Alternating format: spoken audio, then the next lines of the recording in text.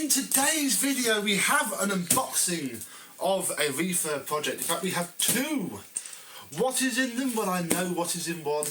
Not sure what's in the other, but with the knife of reasoning, we are going to open it and have a look at what is in here. There's a bit of a clue, but it could be anything. So, let's have a look.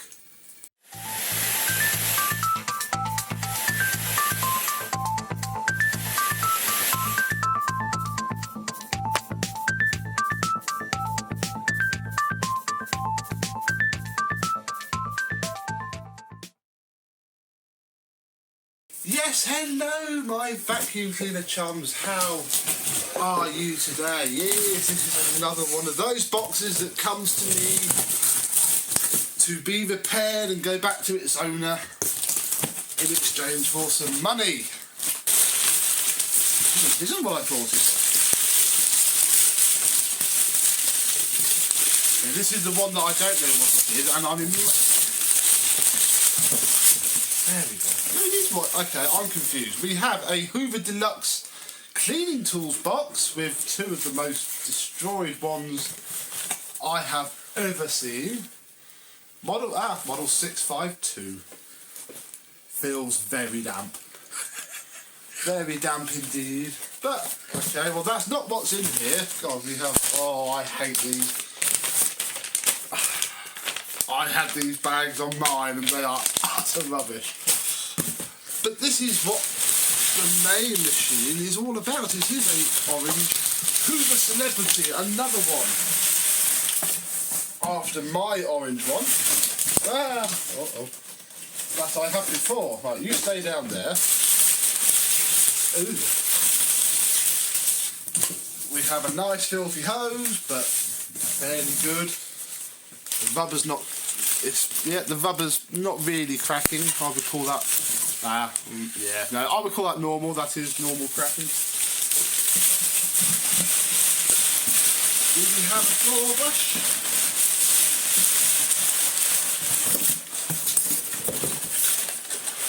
Someone's been buying computer parts. Genius. No, they bought a battery charger.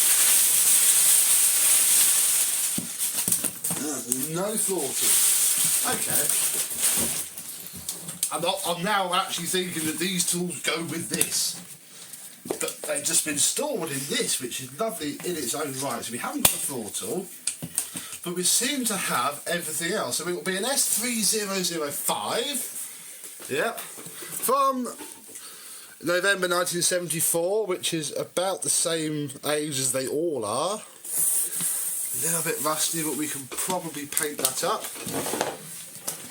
Since it opened itself, we can have a look again, and don't think that's original. And from the looks of it, it just holds the dust, so I think we shall come up with a different solution for that. And then, well, it's fallen off already, as you can see, as they always do. And then the other problem with these bags is that the bag door won't close terribly easy. They're not good bags, they are terrible, quite frankly. So, yeah. Nice plug. Don't know what the branding is on it, but it is a plug that will hold electricity. We have a very gently ribbed cable for you, which I imagine is the original, so that's good. And then yeah, all of these tools, which are straight away not the originals. We have, well, this one's not the original. That's an original dusting brush. We've got a hard floor brush. We have one dusting brush, two dusting brush, and then these things which I doubt even Mr. Hooverlux is going to be able to do much with at all. They've been underwater from the looks of that, because they're okay this end. And that's it. That is all we have. Is that box faded? Was it dark blue to be at one point? Imagine so, yeah. Because it's quite a nice marbling effect. The same kind of blue as the actual machine, I think. It's quite a nice marbling effect on it. No, it hasn't. It's purely functional now. Not cosmetic at all. So, I suppose the only thing left to do really is to plug this in and see how much it explodes. So it's plugged in, hasn't caught fire yet. Let's move the tools out of the way and see if it sounds as terrible as my one did.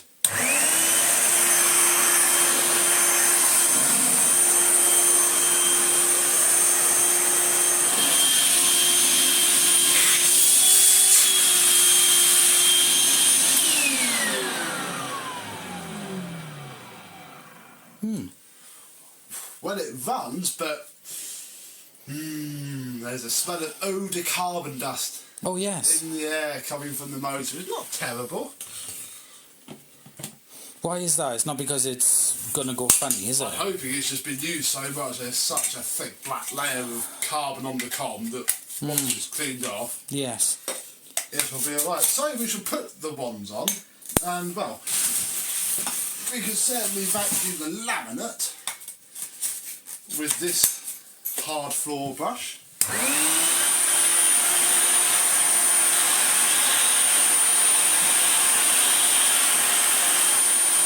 But that's a bit rubbish, so what I've done is got a spare contour head out. Oh, that's better. Yeah. That's got a good amount of suction. It's a lovely head anyway.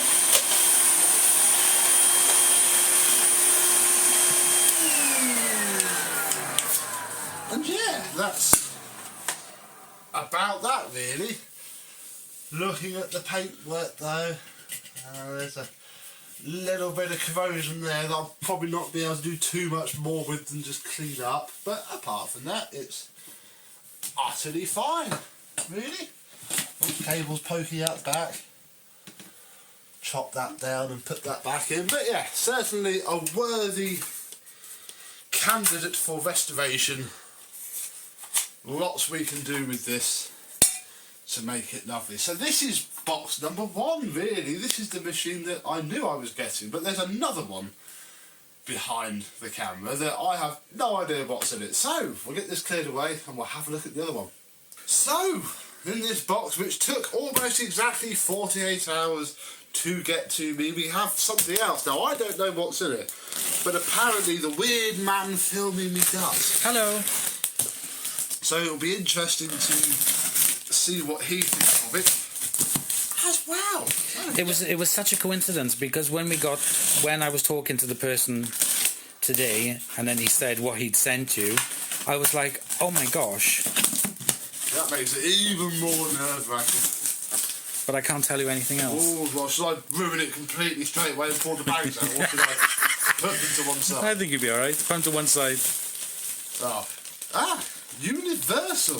There we go. That doesn't help Sad you. for me to use. In fact, they're probably going to be perfect for the celebrities. Yeah, they would actually, I can yes. just stick that to the front.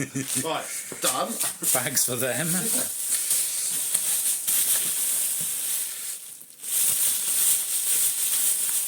Oh, it is a Junior. Do I spy a 1, 3, 4, 6? I've still got the other one in the shed from ages ago. The owner hasn't paid me the postage yet. I love them. Oh, They are so nice. Well, that's not going to need retro variety, is it? No, that's mink, isn't it? Brown and mink. I think so, yeah. I think it's called mink. We have 2 pattern parted but brand new tool adapters. For These. Oh. Don't know if we have the belt lifter though. And then I spy a flat belt Junior. This one made in Britain. As was that one though, so. But it's got the sticker on it, the dog sticker. Yes. Oh, we have a Livia. I have a lot of people like plugs on my channel. Do you? Yeah, I like the plugs as well. Yeah. I found putting them in the dishwasher brings them up like new. I'll give them all a good scrub and polish the pin. I believe this will be a U104. Although this complete style is not my forte. I'm not the massivest fan of them. No, I prefer refurbing them. Well, they're easier than the metal ones, but yes, I don't like them as much to use. But that's why I couldn't tell you. However, I'm about to maybe fall in love with them again because this one is a gift to me. Oh my god, wow. It's lovely. I haven't used one of these in anger for years. Oh, now that will be... Oh yes, that might make a difference. I've only ever had those with the older style brush rolling. That is a Hoover activator. Yes. So actually, might change. While we're upside down, the 1346 is from 1969. Oh wow. Very clean. These are paint, but yeah, that's excellent brush strips. Which may or may not be genuine. All the wheels have barely any wear. That is, it's just been stored. Bit of a shame about that. See if any other collectors have ever successfully painted one of those. Brown cable, which I hesitate to say is the original because it's not ribbed. But if it's not, someone's gone to a lot of effort to put a cable on there. I think that is original. But I don't know, because it's always ribbed the original. Really? Yes. Either way, that's an absolutely solid cable with everybody's favourite. MK plug.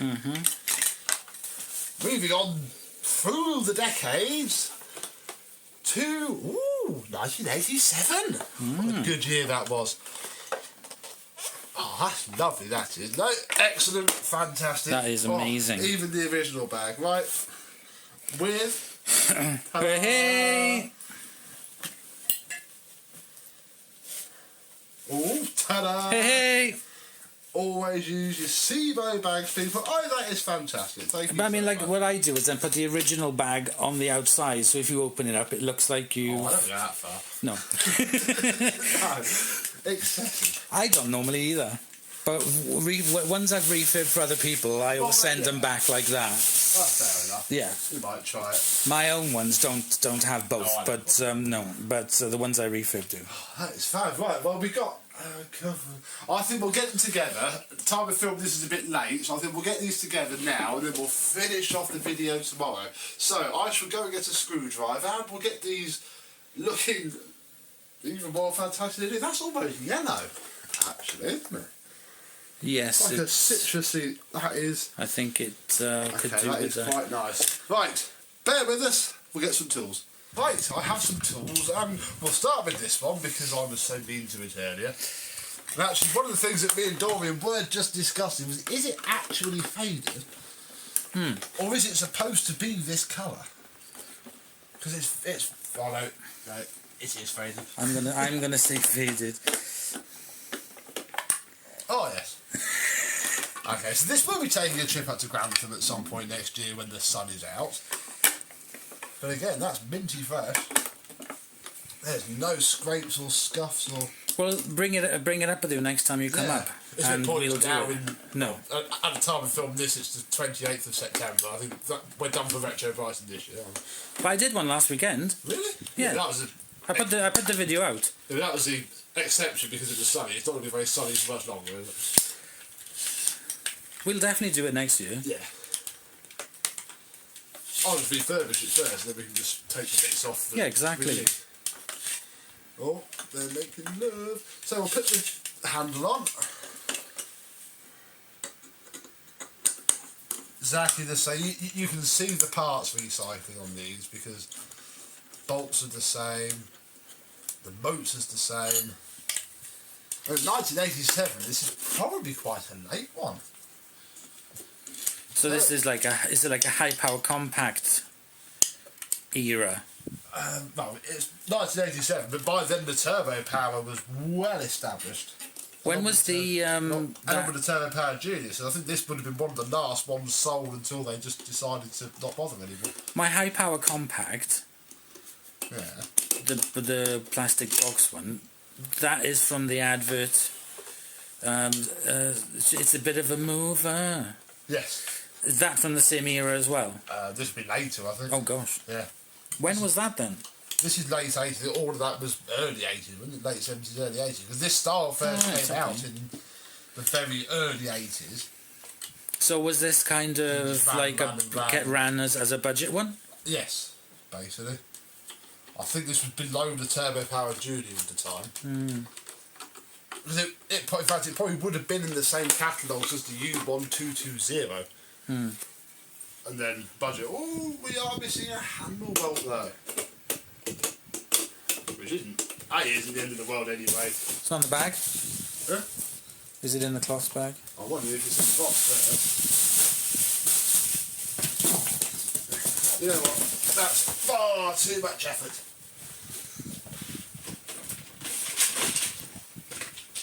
Are you going to Blue Peter it? Oh no, I might just have one. Oh. Ta-da! I've got hundreds of these. Loads and loads and... No! Ooh. Oh, it's there. It's on the handle. I forgot. I've done the same thing. Yes. Might need the nut. Yeah. What a wally. No, I've done the same thing. Yeah. It's been so long since I've had one of these. Which you don't see them that much. They went through a phase of just being everywhere. Every one of these grab was getting rid of them. But nowadays... Oh, where's my nut? There's my nuts. Nowadays they are getting a bit thin on the ground. There we go. The nut might be rolling around somewhere, but I'm not that fussed about it. So we'll do the cable. Probably the original cable. It wouldn't have been ripped in this era. Fantastic.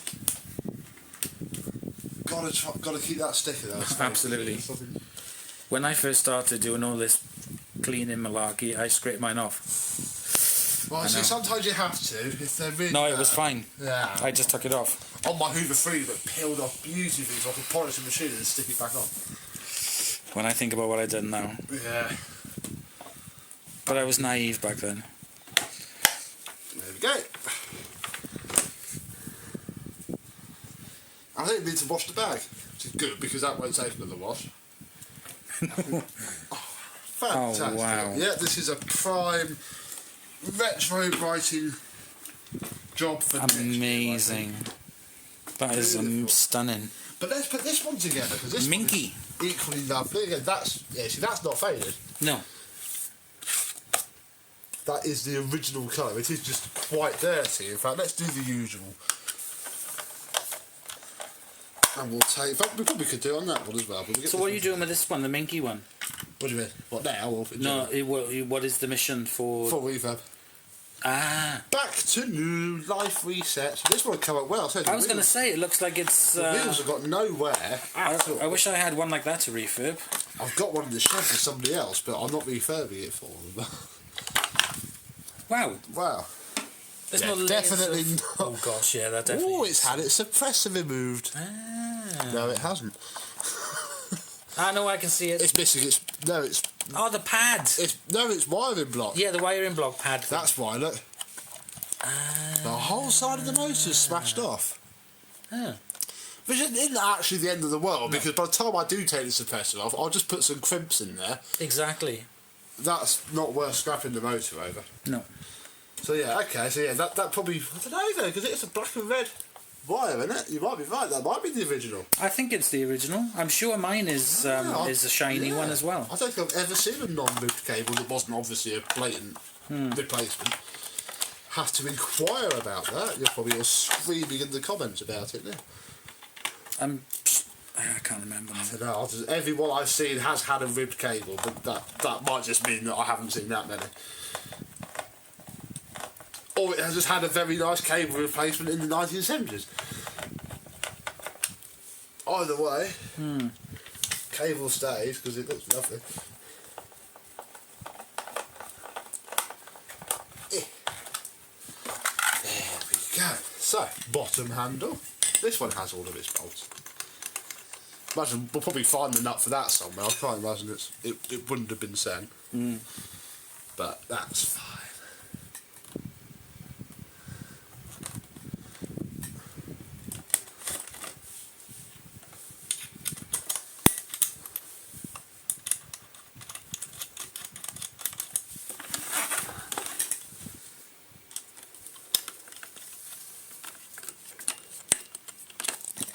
Now this one is more conventional. Traditional, yes, conventional. Hand grip is in beautiful condition, although it's done what they normally do and started falling off at the end. But how can you get that back on? Could you sort of like put it in hot water and then try and soak it in boiling water several times? I then slide a palette knife down the side of it that breaks the glue off and it peels off. But looking at this handle, which just needs a wipe down, I'm just going to leave it the hell alone. Yeah. I think it's fine. We have made an executive decision.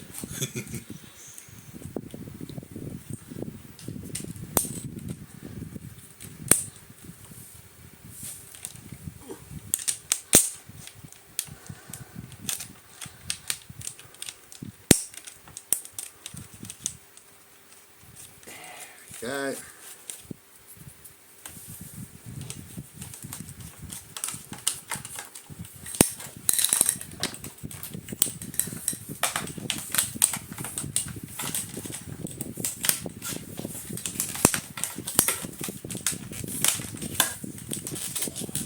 Cable on.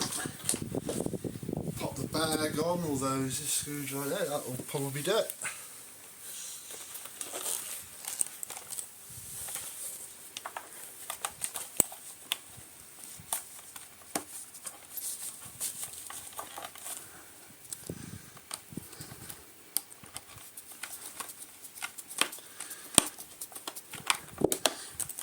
That's the wrong size screwdriver for that. Fantastic. Yeah, these are a little bit of an oddity. As in, I'm not quite sure why I've got them, because you're missing a key component in those, which is this. Yeah, the belt lifter. The belt lifter. Well, I've no idea how it's set. So once you get your belt lifter on, it will just... Yeah. Ah. And then you put your hose on. I shall inquire about the purpose of those. It won't fit that, because obviously that takes a pan conversion tool set. Yes. As opposed to that. I didn't see we've got his raised badge, which is in very good condition. Yeah, it is in really good condition. See how easily it pops off, otherwise we shall leave it alone. So we have a fine span of Juniors, because this was the first of the plastic Juniors. And this was the last. We literally have the first generation and the last, if you discount the Turbo Powered Junior and that stupid mid-2000s revival.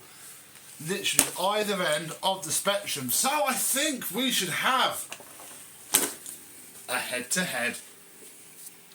I'm done. This is now the next morning, and that means that we can make some noise. Yay! It's not 11 PM. So, and I actually realised that I lied in the previous scene. This isn't the first ever plastic Junior. The 1334A was. What colour was that? That's green. I've got one up in the loft. Oh actually. yeah, I got one like a jaded green. Yeah, Yes, so I got one of them sitting on the bench. So we would have 3 generations if we did that. But apart from that, it still stands. So basically, we're going to turn these on and see what they're like. I'm just going to knock the height down on mine. If you'd like to turn that one on first, we'll give that a go.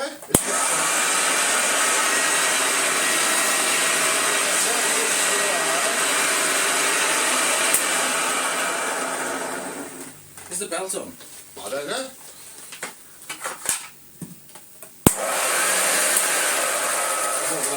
It's not. Its wheels aren't set to position like 2, are they?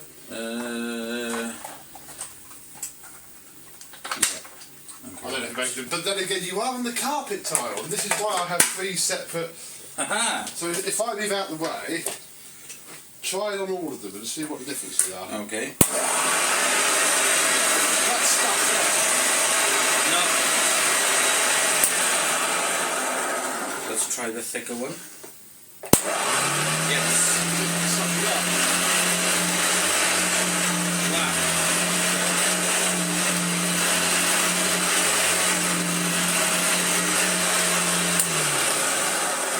Let's try it on the thick carpet.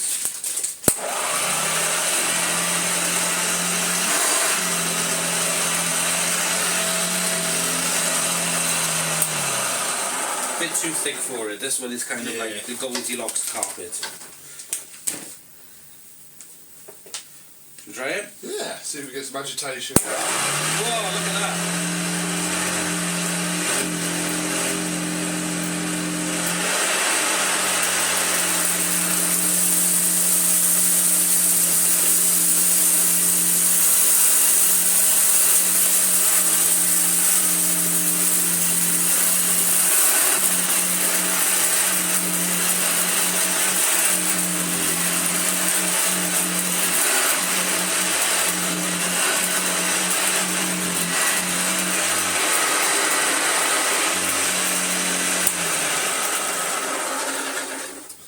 That's got the makings of a perfect, very nice Junior, isn't it? That is really good. I like these ones. Yes, this and the green one. I really love them.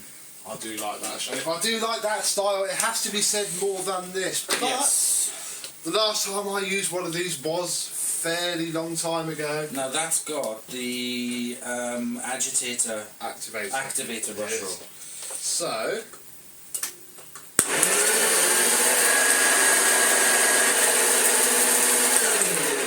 That sounds very dry as well. Very powerful. Yeah.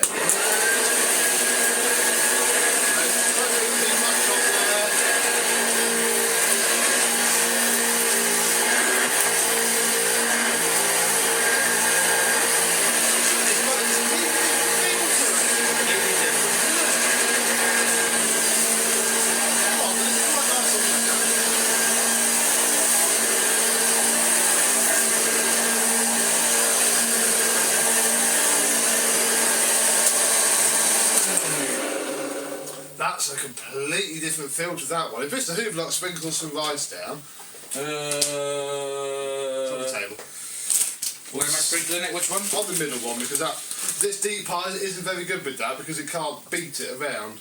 And on that stuff it just sucks it up and then spits it out.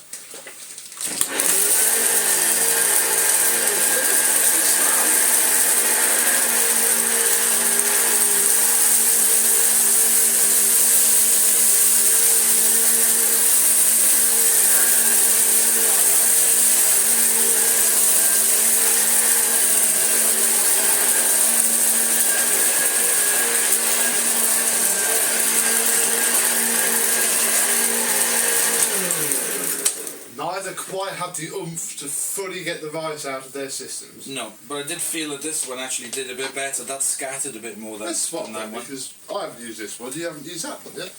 Oh yeah.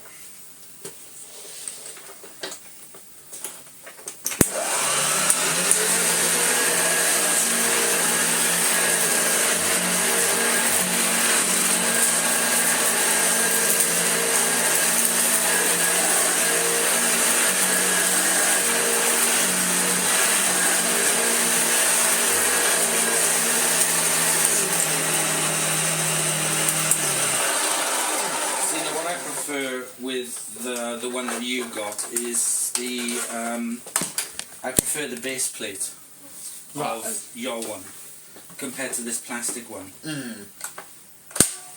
Definitely. I mean, you can see the family resemblance. Yes. I wouldn't be surprised if you could fit that into this. Yeah, I can't see any reason why you probably won't do it now because I don't think it'd be benefit much. But I do prefer, this seems to be raised up off the ground higher than that one. And this, I just don't like this base plate on it. It's weird, isn't it? It's the last facelift of that style, isn't it? Yeah, I mean, I see why they try to modernise it. Yeah, oh, definitely.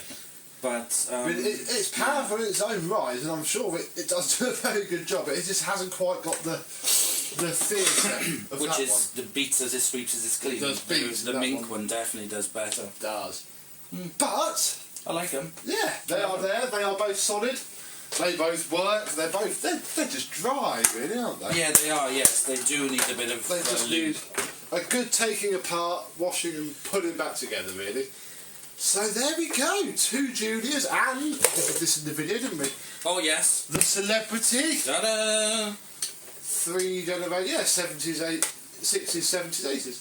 Huh, bargain. I should have got 1990s one down. There we go. So the next time you see these, they will be looking a lot shinier, working a lot better, and hopefully good as new, ready to go back to their owner. So thank you very much to Mr. Hooverlux for helping me with this video. Yay! Thank you very much for watching, and I and these and Mr. Hooverlux shall see you soon. Bye bye. Bye. What you see before you is 9 Hoover Junior upright vacuum cleaners, one of which isn't unboxed yet. Welcome to the start of, well, I thought it was going to be a week, but I think it might be a couple of days longer. This is the beginnings of a Hoover Junior marathon.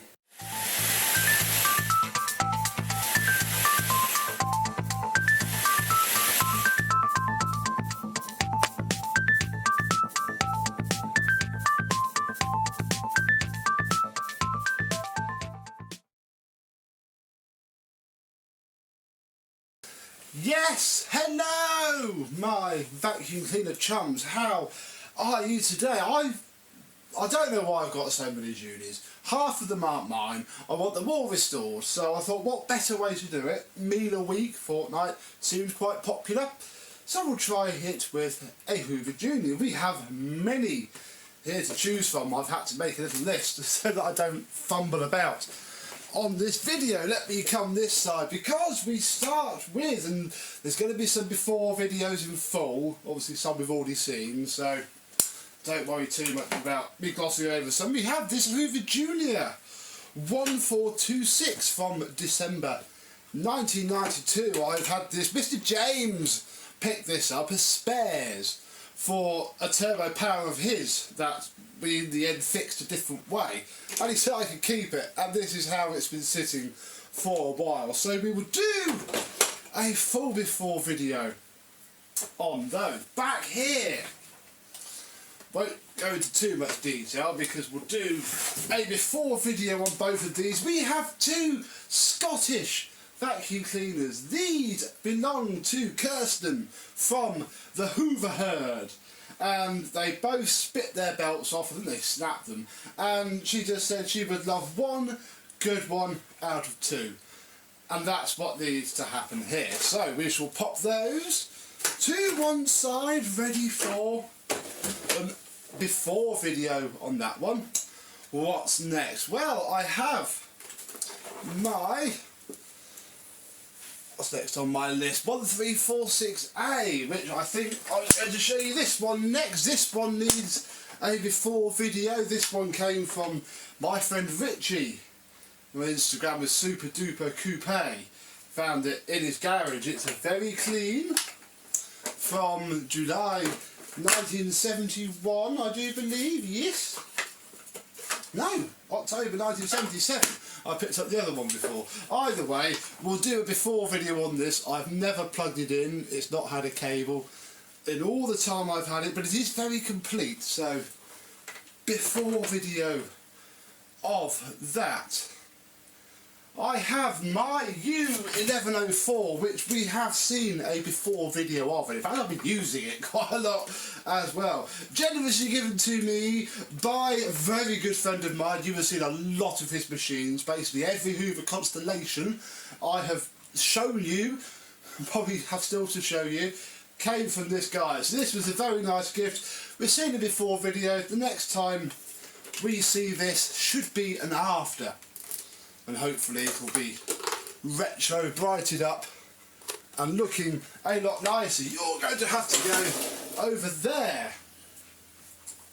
I have my 1334A that we have had for many years, literally years. This cost me £15. We unstuck the carbon brushes in the before video, and that's it. Here it is now. The bag's not even fitted because I try not to store them with the bags on too much. The bag's a little bit tatty, but we'll be absolutely fine. So yes, high time this had an after video.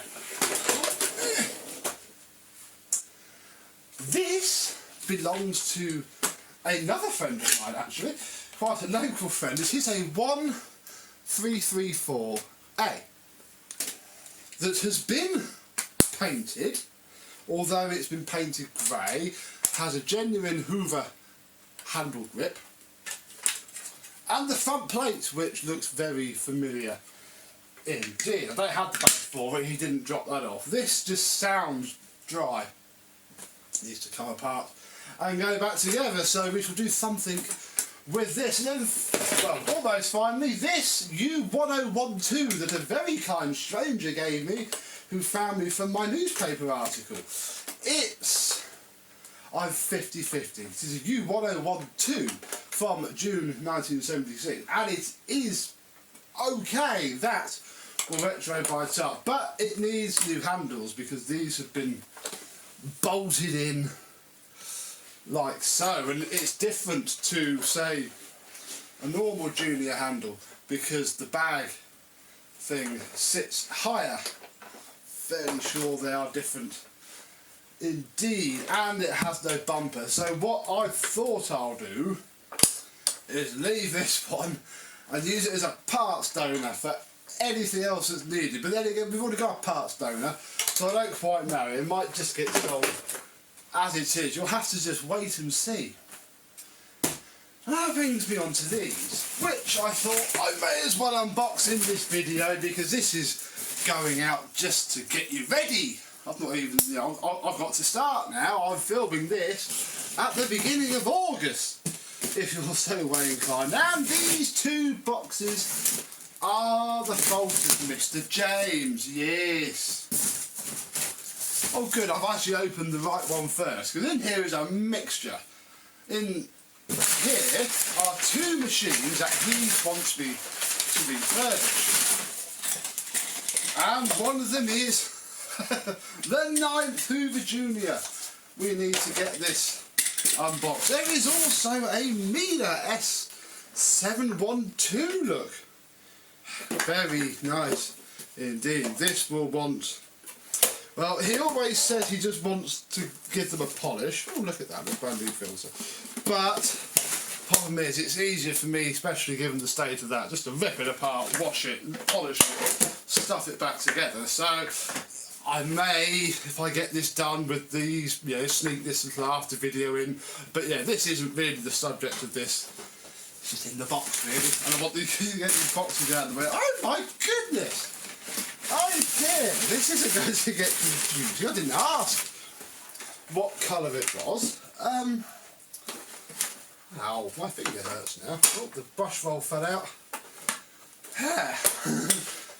I wasn't expecting that. Where's this one from? 134610-2, October 1976. 143610-7. Oh, this one's older. Okay. Oh, well, that's a thing, isn't it? I can't repaint the handle. I'm going to say that now, but again, it's probably quite easy to find another handle of that size. But yeah, another one. Would you look at that? It's not quite as faded.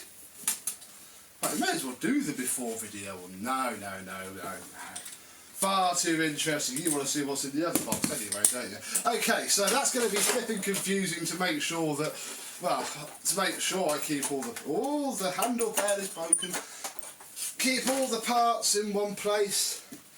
But then again, Mr. James won't care if they both come apart together. Go into a big box, and just whatever goes back together first goes back together. Right. This is actually mine. This is payment for the Dirt Devil Eclipse Plus, the tidier of a twin turbo that we need to do. We need to film that, and that Miele and that Junior. This is my payment, and we have some pattern bags. More bags. We have another all-tech floor tool. I think I've got enough bits to cobble together a good one. Some small tools. A hose. This. We'll look at this in a second. A nice wand. And another hose. And a suction relief valve from something else. Stay.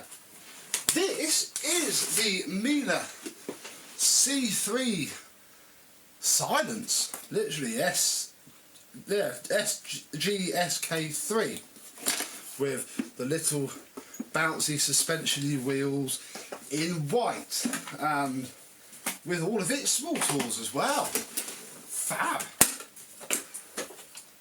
Mr. James says that it has been apart and the motor doesn't work. Did I want it? And I said yes please. And my hair, it ever so slightly bobbles about. I think I might do this one up. Oh, I can't shut it now. I think this one might be the one that gets done up. Oh, that's why, look, because that's the entire... Oh, blimey, look at that. Oh, uh-oh. That was silly, folks. There we go. I'm going to build this into a beautiful machine and probably keep it from Meter Week. I still got two actually. I don't quite know why I've got two. But one of the black meters I was going to keep, and hence why I've still got it. This, however, oh my gosh, I've really bent it now. Crikey. This will be the one that I keep and everything else. One of these hoses will be for it. I don't think it's that one either. Yeah, that one. This one is for S5, so obviously the cat and dog. C2 that I have, so yes, it's not an S5, is it? It's a C whatever it is. By the way, more Meter junk. So here we have what we have to do, really. This is what you have to look forward to coming up on my channel. This isn't the best camera angle, is it? I shall stop doing it shortly. But yes, all of these need to be done. So come and join me for before videos, repair videos. I wonder how fast I can get. Ooh, stop. Before videos, repair videos, after videos, all the videos coming up, however long it takes. So, little teaser. See you tomorrow. And goodbye.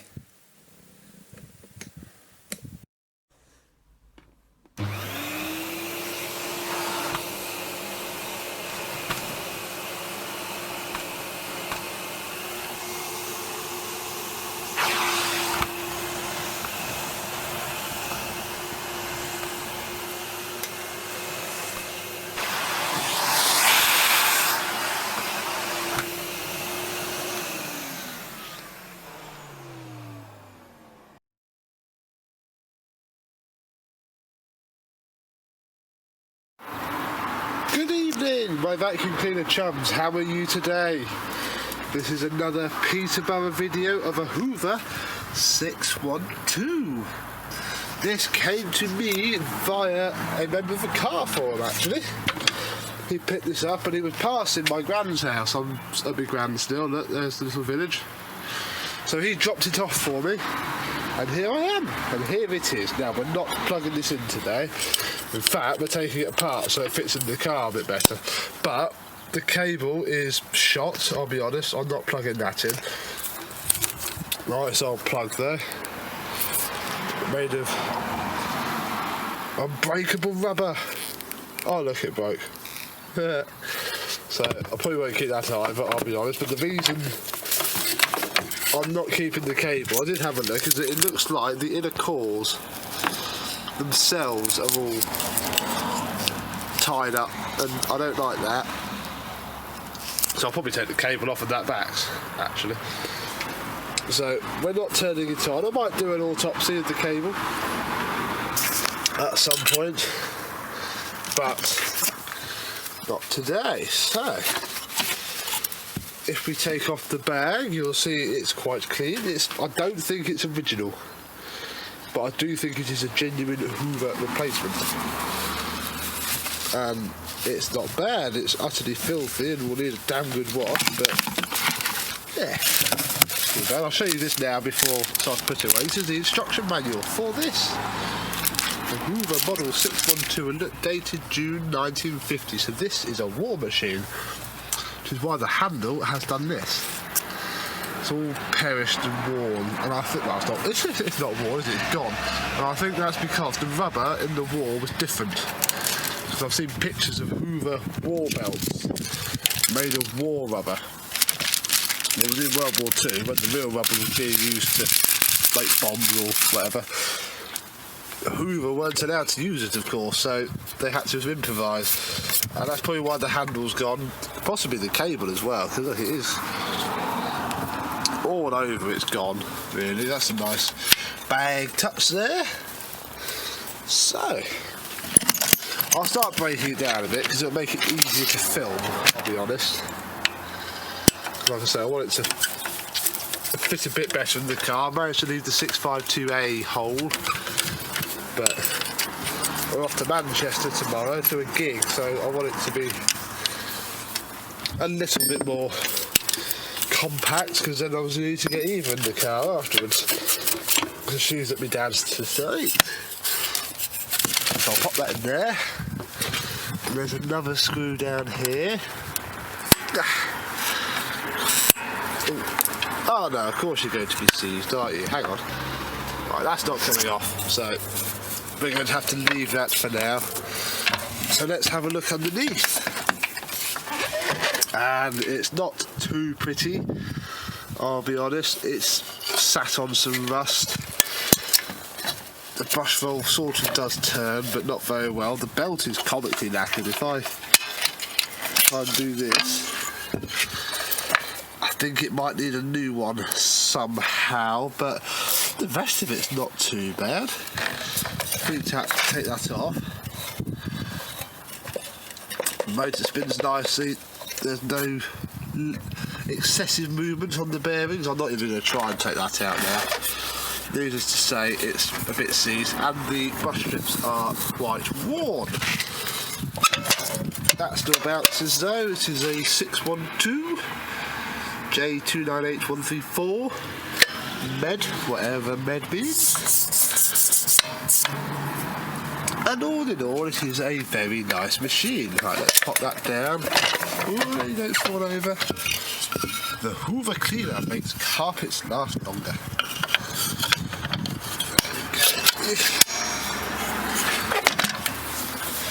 Lovely, nice on-off switch detail there. That reclines the handle, I do believe. Yes, it does. Very nice indeed. So, next time you see, okay, then we can see the cable a little bit better now. It is completely knackered. Come on, turn around. There we go, look.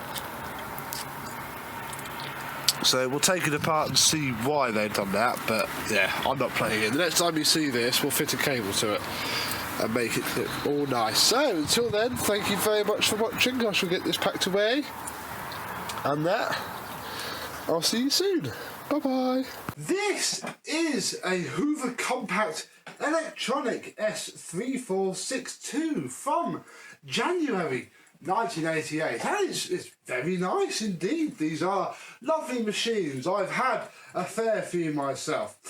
Sadly, it is suffering from what they can commonly suffer from, a broken wheel. Yes, unfortunately, this little Hoover Compact is suffering from what probably sent many to the tip years ago. Let's have a look and see what it's like despite that damage.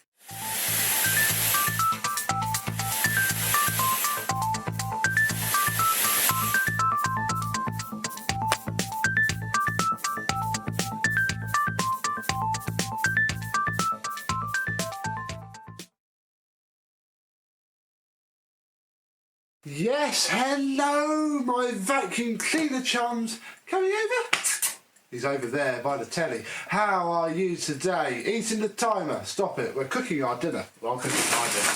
Yes, this is from Mr. James. This is one of the payments for the Sharks. And yeah, it's not too bad. We have the machine and we have, we'll get these out of their bag. We have the tools. We have a contour floor head in what I would consider very good condition. I'd say a lot of that is actually dirt.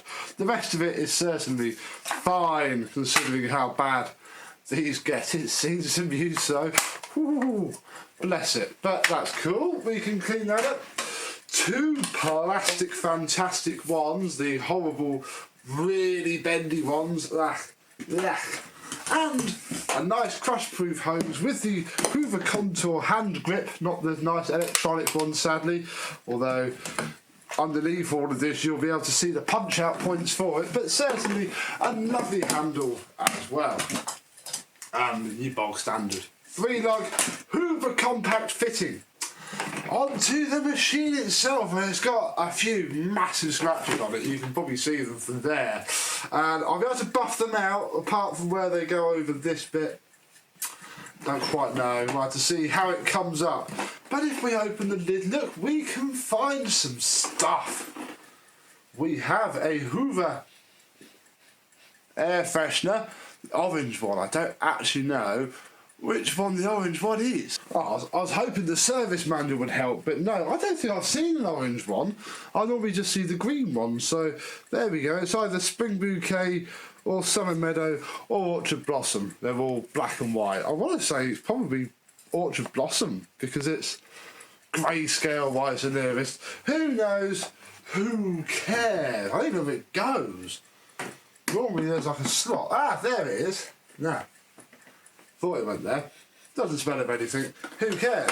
Right, we have ourselves a very nice dusting brush, very nice upholstery tool, and very nice crevice tool. This is either a Mr. James special, or we could just, you know, he's put all the good tools with it. Or he's got very lucky. If we've removed the tool tray, ha ha! We will see the answer to our problem. There is our broken wheel, and it's very common for that to go. You might be able to repair it if you can find the right sort of glue. I don't know what sort of plastic this is, but it's on a very high stress point. All of the weight of the machine sits on there, so you can budget. I've seen them bolted through on one as I had before, so yeah, it's fixable. But hey, Mr. James has 2 used, but fairly, but yeah, about the same, but not smashed. So I'll put those out of the way, and a nice brand new bag as well. Have ourselves a pre-motor filter, if you can call this little slip of something that we can certainly improve on that when we get round to it. And that is that. The foam that's under there is under there, and we're not going to go into that now, but it's probably completely ruined and needs to be replaced as well. Put that back in there as well. We'll leave the wheels out for now, so when we turn it on we don't smash them and I don't have to go, ha, hi James, broke those really rare, hard to find wheels you gave me. Yeah, I need another set. Not gonna work, is it? I don't think this is the right tool tray for this, because the dusting brush legend is different. Oh well. Oh, let's pull out the plug. Typical horrible. Oh, actually that's a pretty decent Hoover compact rewind. What I'm oohing at, if I can just, this hasn't been unwound in a while, is the Dynamatic plug. Look at that, look, Dynamatic. I've seen 1 or 2 of those. It's been opened with a screwdriver that's too big, and the wires aren't really doing much. In fact, I can spy my toolbox up here, and we've opened plugs raw before and really thanked ourselves that we did, because when they're like that, anything could have been pulled out. Always check. This one is okay at least, but hey, while we're here, I always cut the end off the cables. I don't know, here's a little tip that I do. I always get up there, that'll do. I'll always cut the cable back and then redo it, just so that it takes any kinks out of the bottom, and also any bits of strain that are starting. There we go. That looks better. Yeah, I'll always try and do that, especially if it's a tatty horrible cable at the end. You can always trim it back and it just comes out of the plug nicer. There we are. Right, let's feed this some power. No idea if the suppressor's going to go. I don't think the compact is terribly prone for that, so that's not too bad. Ready? I don't know where the bird is.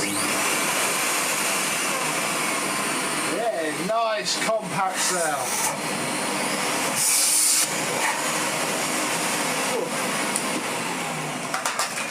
It's all there, really. I do like these. I had a load of them. I had about 7 at one point. But I got really bored and sold pretty much all of them to Steve Cook from the Vintage Appliance Emporium. So go and badger him in his comments to show you all the compacts that I once had. But yeah, quite nice to get another one. This is probably the better one to have. They did an earlier version which didn't have built-in tools and or a chord rewind actually on them. Bit of a pain in the bum. These are at least better, you know. They're still perfectly good little cleaners. I'm sure we used one for 12 vacuums in 12 months a fair old while ago, but from low down to high up.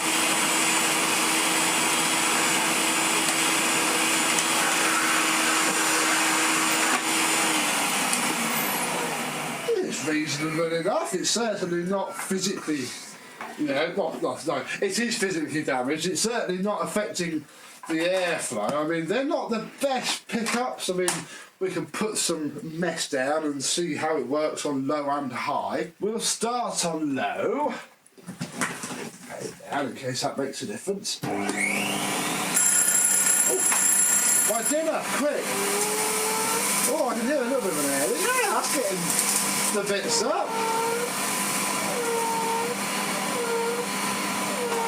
There's an air leak somewhere.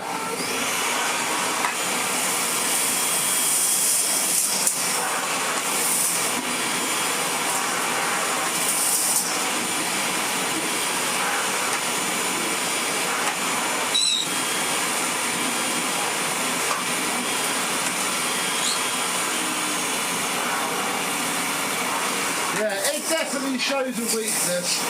These machines are great for surface pickup. Hard floors and tools are, you know, fantastic, but yeah, they ain't deep cleaners. But of course you can buy the electronic version. I've shown you the electronic version of this on this channel before, belonging to a good friend of mine. And that's what you'd have got if you had lots of carpet. But equally, it has got them up.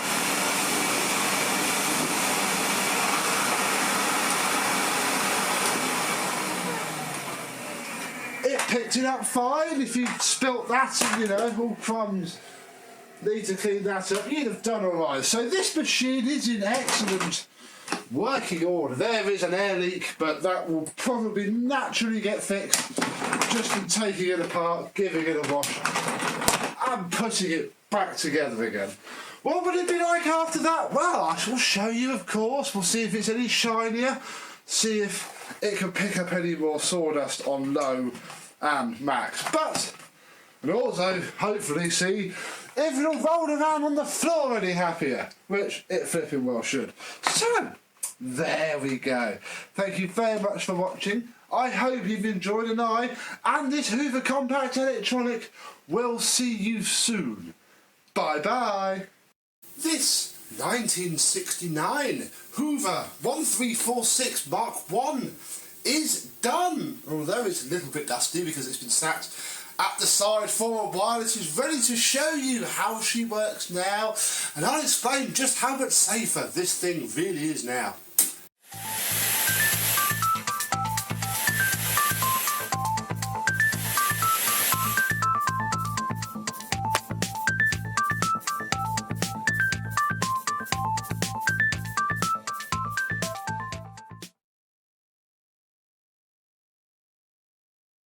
Yes, hello my vacuum cleaner chums, how are you today? Yes, this lovely little thing is all done. One of the first of the plastic juniors.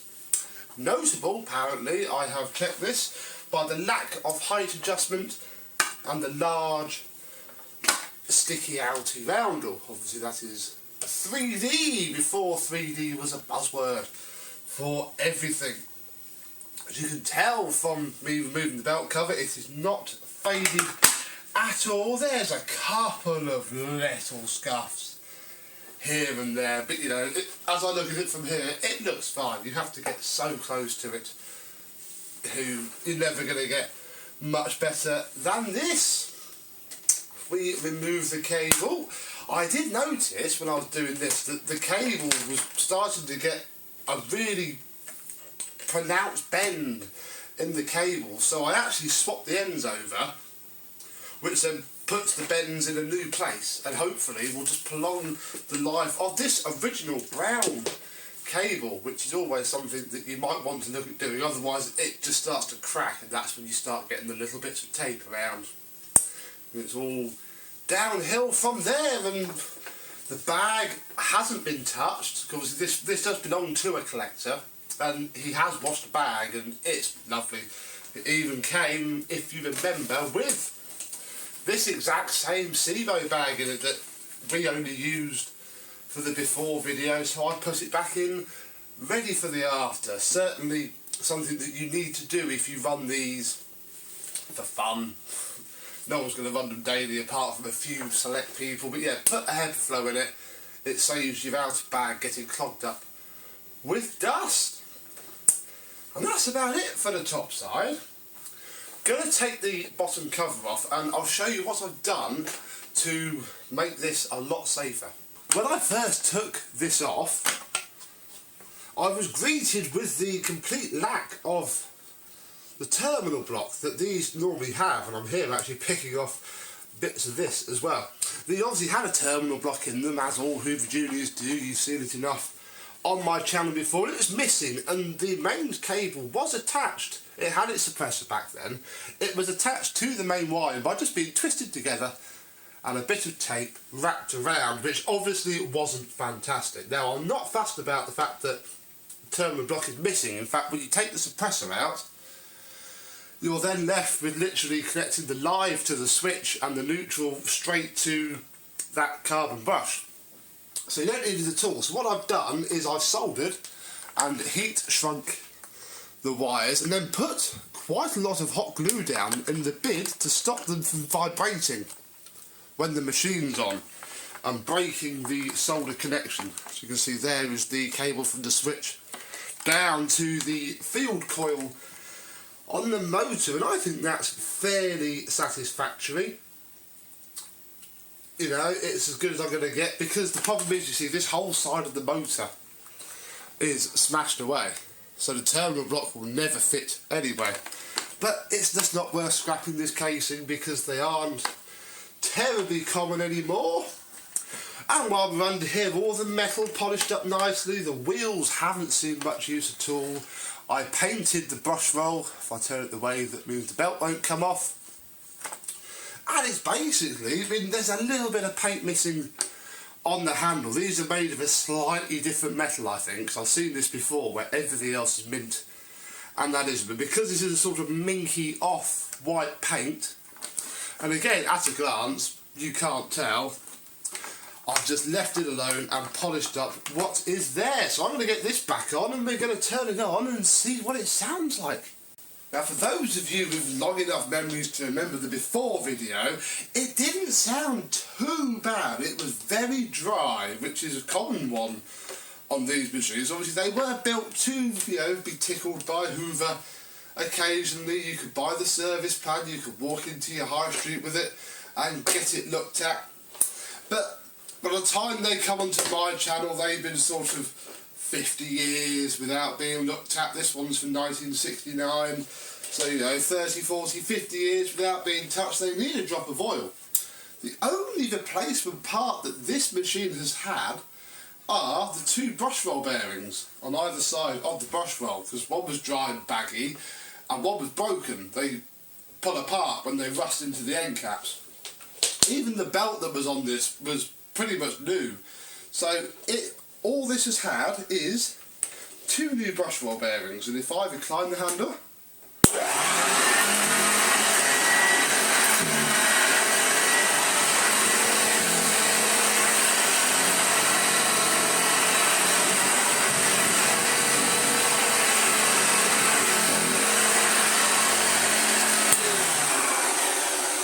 you can see it works really well, although it doesn't quite like this rug, and I'm not too surprised because it's quite a stiff rug. If we recline it back and I push the wheels back to position 2. Let's just see if that's any better.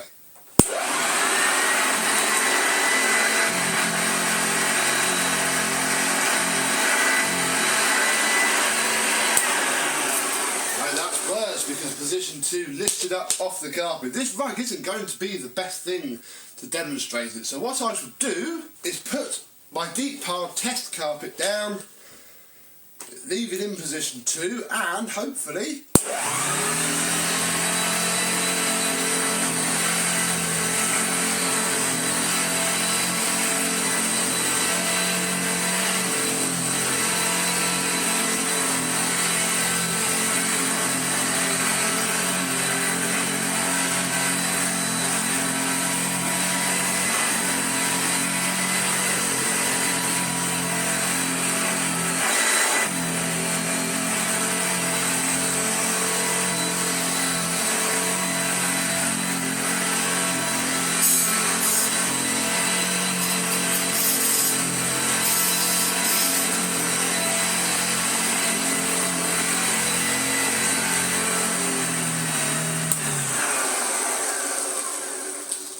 loves it so much more, just because it's a bit deeper.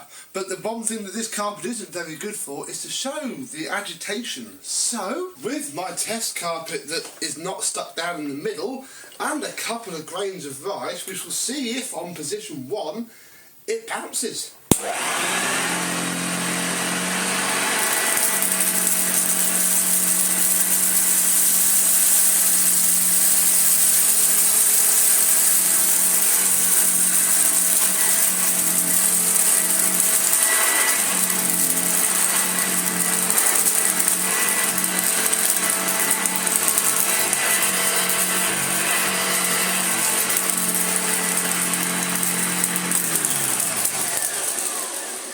It does, although these plastic Juniors do seem to suffer from this. It doesn't like picking up every last bit. If you remember from the orange one that we looked at last year, when I stupidly threw down half a packet of couscous and then really struggled to get it back up, they just lack that little bit of power that the later ones have to really pull the heavy rice particles up into the bag. And obviously you don't really ever suck up rice unless you drop it. And you probably wouldn't do it with one of these anyway, so it's a little bit of a moot point. I just wanted to show it bouncing. So, there we go, really. So it's been polished, came up quite shiny. It's had a coat of wax and it's been buffed off nicely. So it is all shiny in person. It's a little bit difficult to show you on camera. There we go, there's a reflection look of my picture on the back wall. Ooh. And another vintage old Junior is back to as close to out of the box as you can get one of these without going to town on, you know, wet sanding the plastic and then buffing it back up, which is something that's way above my head and station, and I would be too scared to ruin it. The last thing to note is, yes, the owner is a man of taste and has a beautiful MK plug on this Junior, which is mint, polished up very, very nicely and really suits, although it's a later one because it has shielded pins, but it's not a bad thing. So there we go, folks. The 1969 Hoover Junior 1346 Mark 1 is done, ready to be boxed back up and go home to its owner to enjoy. And as always, thank you very much for watching this video. If you like what you see, please consider subscribing, although it is all vacuum cleaners, so I totally understand. If you don't want to, please comment with what you like or what you don't like, and if you've ever had one of these, please comment as well. I'd love to hear your stories. And I shall see you soon. Bye bye. I've been off work for a week, and this arrived whilst I was away, and I thought, I've not ordered a chair, and it's probably not a chair, hence why it's on this channel. I think it is a vacuum cleaner. I'm fairly sure what it is, although I'm not entirely sure why it's been packed like this. So, The scissors are ready. We're going to get this open purely so I can get rid of the packaging, and we'll see what it is, what it needs, and give it a bit of a go.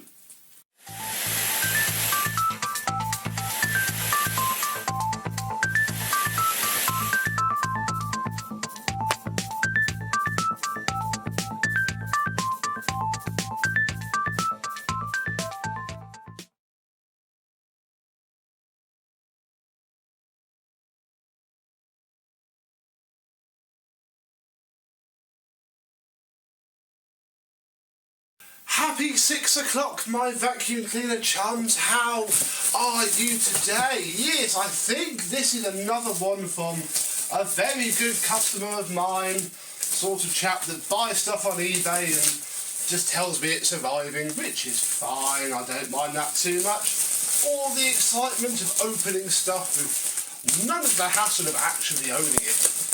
Oh, it's been wrapped up fairly well, cannot deny that. It's pallet wrap everywhere, which, come on. These scissors are terrible with, they're not that sharp, and hopefully, I think I know what it is. I say I think I know because the only thing that I'm expecting I didn't think was quite this small, but it probably is. It's hard to explain. You're right. Oh, hello. That's that out the way. Where do we start? Oh, let's just cut stuff until something happens. Don't make that your life motto though, you'll have a bad time. Snippity snip, snip,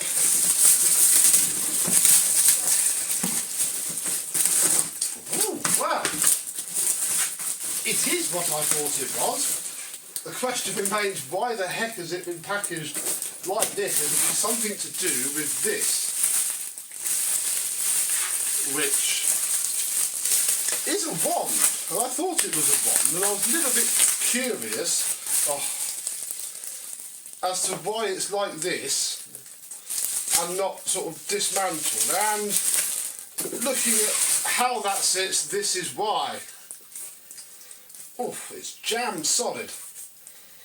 Oh dear. Right, I'll try and get that off camera with copious amounts of hot water, although the hose not being attached to this part is going to be a pain because it's quite difficult, I found, to get this on. You sort of have to heat it up, push it down out the way, put the hose back on, and then slide it back up. So we'll leave that for now. Oh dear, oh dear. This has gone behind. Oh, hello. So the wands need quite a lot of work. We'll leave those as they are for now and pull out this, which is a upholstery tool. Assuming it's not genuine, because there's no Hoover roundel and it's got black bristles. The original ones had either red bristles or the rubber nobules, but you know, it's a pretty accurate copy of the Hoover legit article, so what can you do?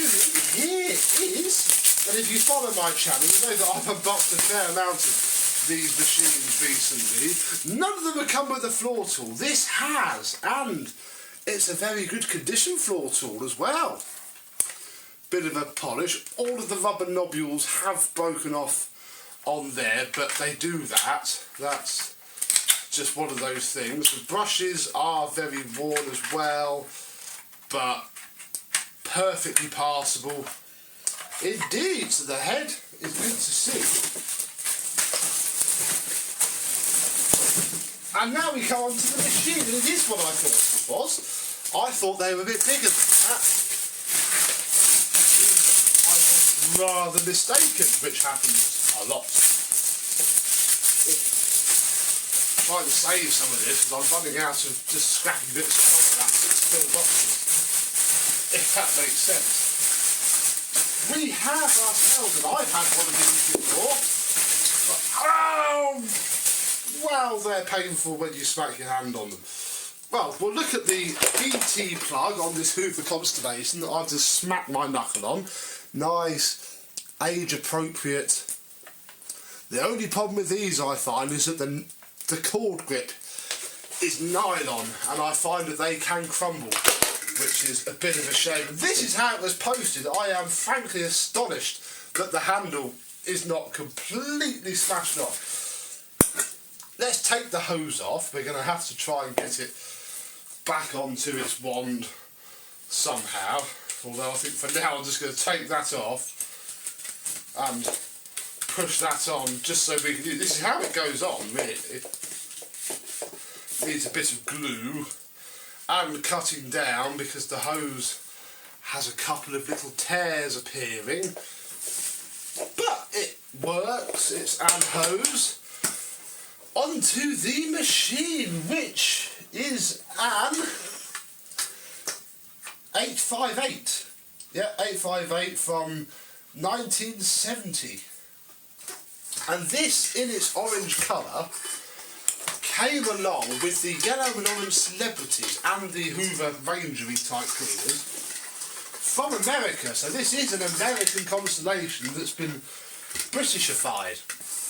Hence why it's in orange. And it's in pretty good condition. There is a few pits which might polish down on the top. You can't see them from that angle, so that's not bad. But you know, the rest of it's going to polish up really rather nicely indeed. Let's see what the inside looks like, and it's completely bare. So we're not, I'm going to have to find a bag in a second. We have the rubber bag holder and that, so that's good. It hasn't got a filter. It's not the worst thing in the world because there are some great little upgrades you can do to these vintage Hoovers to get them filtering very nicely indeed. And I should assume that it works. I mean, I have this here. See if it goes bang on up. Not a great, there's a little bit of suction. It floats very nicely. Although I can tell that this skirt is bashed a little bit. But if I try and line of sight it is flat. I think all I've literally got to do is knock, there's a dent here, oh yeah, you can see it there, look. Knock that down a little bit. And that should be okay. So what we have here is another, this person is collecting Hoover Constellations. The few that you would have seen, the like jade green one, the rusty pink one, and the yellow celebrity all belong to this same person. Have ourselves another Hoover Constellation, which gives you a bit of a dilemma because you know how these work. I've demonstrated them before.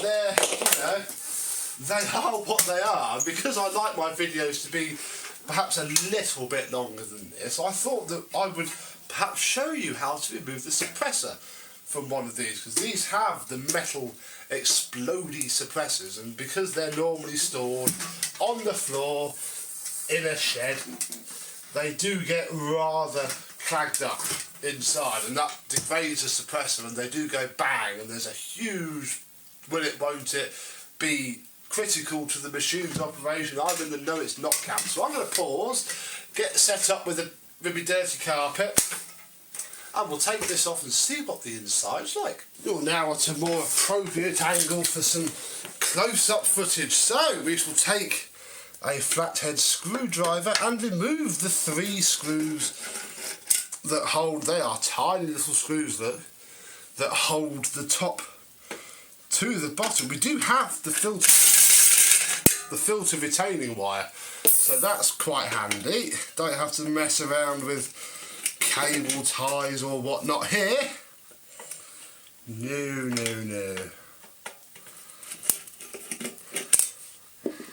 And then this just lifts off very nicely indeed to reveal quite a filthy little motor, really. What's under here? I've never seen them say RTG9 before, but this is a genuine motor in excellent condition. The commutator is nice and clean. It's full of grit in the bottom, but it's not too horrific. What we want to get rid of is this. And all this does is, in fact, this cord's been repaired at some point. That's not normally there. That should go all the way up. The live goes to the switch. The neutral goes to the motor. And it is really simple to bypass one of these. In fact, you only need to chop the cable one side. I just get male crimps and plug them into the other side. So I'm going to fetch those now and we'll get snipping.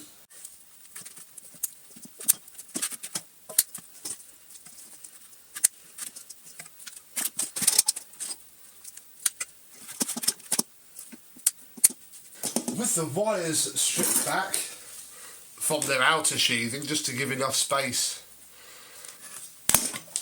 to terminate the wires, I shall, with my worst pair of wire cutters, because I can't find my decent pair, strip these back. Ooh, one of the cables is cloth covered. That's going to make it more difficult, because this is just going to cut it in a minute. Oh. There we go. They are not good wire strippers at all. We can put a crimp on, button it up, do one on the other side, and again, one of the reasons I'm using spade terminals rather than soldering it is A, because this is all going to come apart again anyway, B, you're probably more likely to do this yourself than solder the wires. I might solder them when it's refurbished. I'm not 100% sure yet, because there's nothing wrong with this, really. I mean, I probably want a little bit of heat shrink around it when it's done, but for the purposes of testing this, I can simply plug them back in. Doesn't matter where the wires go, the motor does not care. It just wants live and then a neutral coming back out. And with that, that can go back on, this can go back on, and we can test if it works.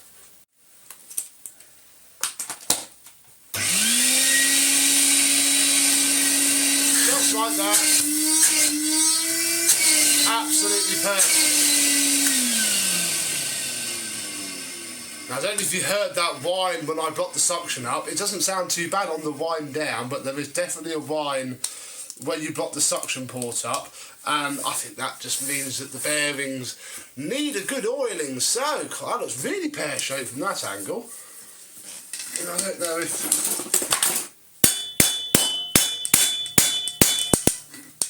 it's coming out. I think it's never going to be perfect because I don't have a rig to sit it on, and the only way to get this off is to drill out and re-rivet it on, which I don't like doing, but you can tell it's been bashed because there is a slight gap there which is going to cause it to not seal properly, but it's going to be better fixed because it floats okay with just some silicone around there, which we shall see if it works in the after video. What we might also do quickly is, while we have the screwdriver out, just tighten up these handle screws, because that's going to be very annoying moving it about with a wobbly handle. So, another Hoover Constellation ready to be refurbished and work like new again. The next time you see this, hopefully the reflection in this orange will be a lot better. So, did you ever have a Hoover Constellation when you were younger? Have you got one in your collection now? Any stories? Please say in the comments. I do love to hear them, read them, and reply to them. And like I say, if you do get one of these, I do recommend bypassing. You can unscrew that suppressor. I will do when this is done. But for now, just a simple bypass. You've seen them blow on my channel before. They stink. They can go bang. Crikey, I'm looking at that bottom lip. It's ever so dodgy, but I think it's going to be okay. We'll see what it's like when it's done. So, that's about all I need to show you today on this Thank you very much for watching, and I and this will see you soon. Bye bye.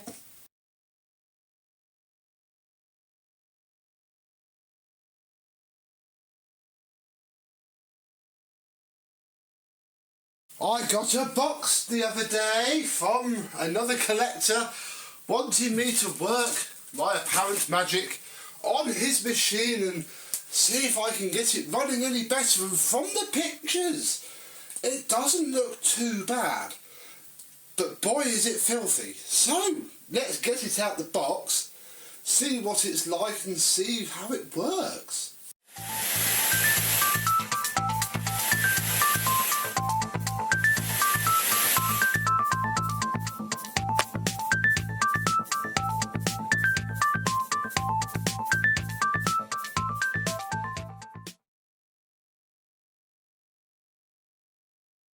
Yes, hello my vacuum cleaner chums, how are you today? This is a very nice box. Hopefully inside is packaged just as nicely as well. Yeah, this came about just for the Facebook discussion really, and somebody saying that he loves his machine but, you know, wishes it would just look nicer, work better, and hopefully by the time it leaves my front room it will. What do we have? Well, we have lots of filler.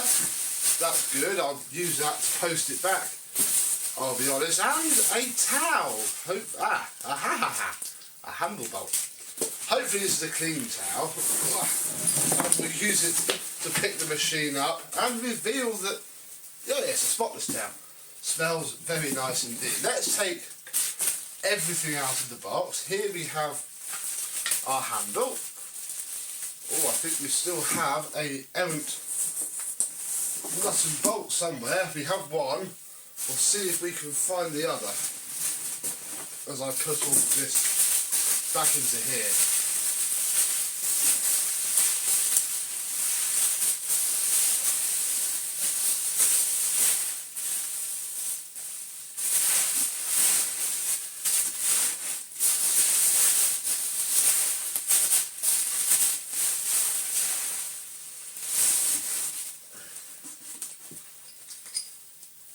There it is. Right. Let me bring you closer and we'll get all this unwrapped. You can tell what it is though. It's another 119. And we've had a few of these, haven't we? Crikey. I must have gained a bit of a reputation. So let's slip the tape. Carefully actually, because I can reuse all of this to send it back. And we have our top handle, which has been repainted in black. You can see there. Come on, focus. It has been painted. At a glance it doesn't look bad, and it's still got its original handle grip, which is excellent. The guy doesn't want me to paint it, although I shall double check. It might look different together. There's the bottom handle. Now I'm a little bit nervous about this machine because in the photos it did look original.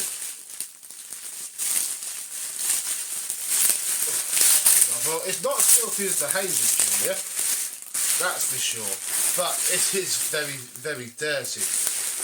And that's what I'm hoping that the paint is, because it's very dull. Ooh. Okay. What the heck is this? Is it? It's been painted, but like not very. I'm struggling to fully work out what this is. It's like it's varnish, and it's a shame because the paint on there is immaculate. Have to see if maybe we can get this off somehow, maybe get some fillers. Bit of a shame that. Either way, we have a very good condition belt cover. These rust.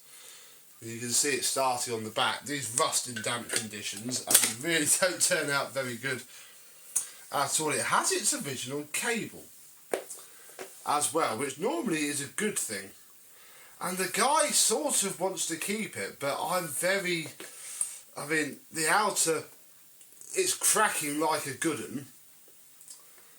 But the inner's not too bad. Guess I'll have to see what it all does when I stick a plug on it in a minute to test it out, how it works. What else do we have? Well, we have a very rusty, I'll just pop the belt off. We have a very rusty brush roll, but very good brush strips. All the wheels are present, nothing's cracked or damaged.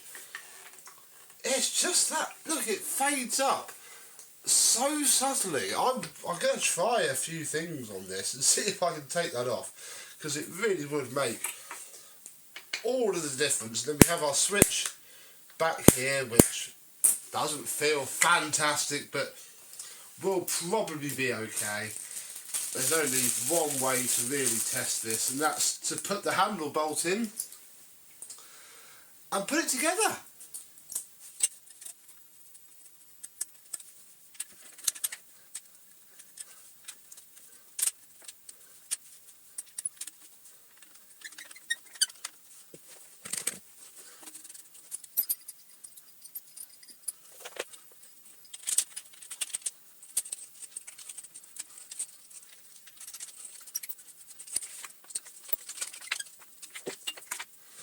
Right, slight change of plan. It needs a new cable. As I was stripping it down, the earth literally crumbled. And I've stripped a little bit more out, so maybe on camera I can show you what it does. If we just move the cloth out of the way, peel it down, you'll see that it's literally falling to bits. You can pick it off with your fingers. The neutral is none too sharp. It's just starting to crack. The live and neutral aren't too bad, but I just don't know. You know, under, where is one? Under, say here, where it's, you know, the outer edge is going a bit crinkly, or under here where it's snapped through completely. What is under there? So I'm gonna have to catch you tomorrow, because I'm gonna lob just a N 3-core cable on here. I mean, the wiring inside isn't too bad.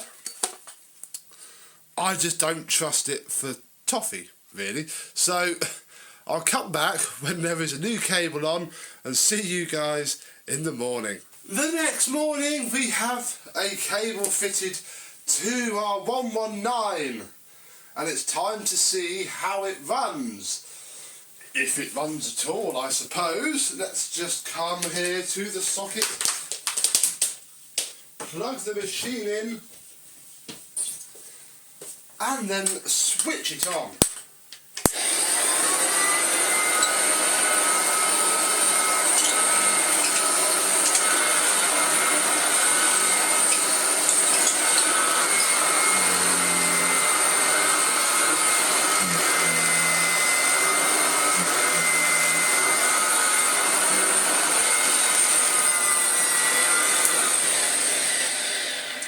Spins really smoothly. The only thing that's really letting it down is this knackered belt. If we take it off,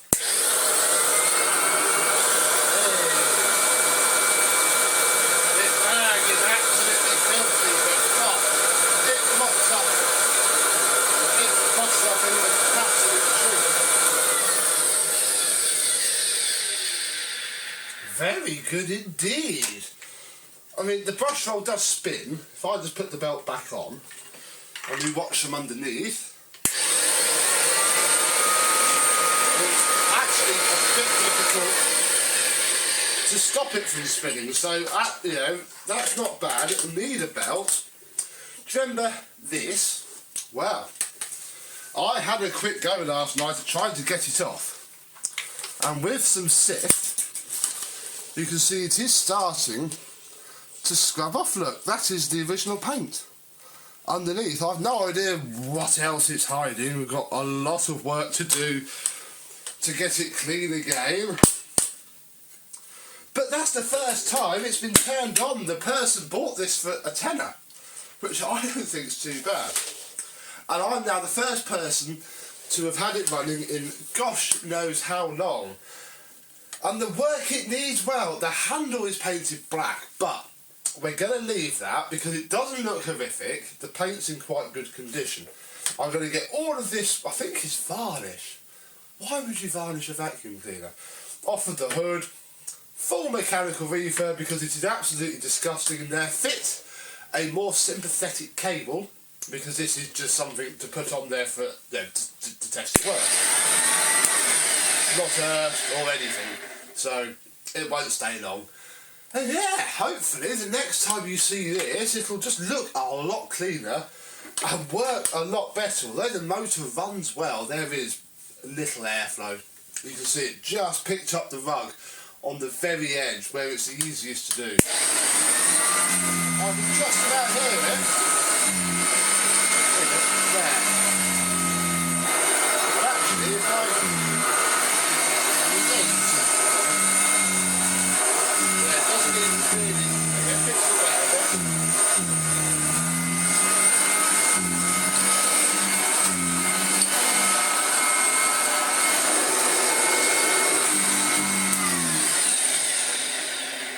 bless it, it needs some love. I'm also looking, and oh no, the little roller bearing is spinning, so that's good. So there we go, unboxed, opened, looked at, assessed, ready to go, be ripped apart, and probably given some love for the first time in a long while. So, there we go, you'll see this soon, you'll see me soon. Thank you very much for watching, and goodbye. Today on Hoover Junior Week, it is time to look at two machines which are going to cause controversy, especially amongst the collectors amongst us who watch this. These, if you're not familiar, are not really Hoover Juniors. Nobody who is passionate about the Hoover company would dare say that these are good cleaners. What they are rebuilds. They were very popular, some are still around, as are these, and these are named Squeaks and Snappy because apparently that is what they do. These belong to Kirsten from the Hoover Herd channel. Let's have a look at what we have.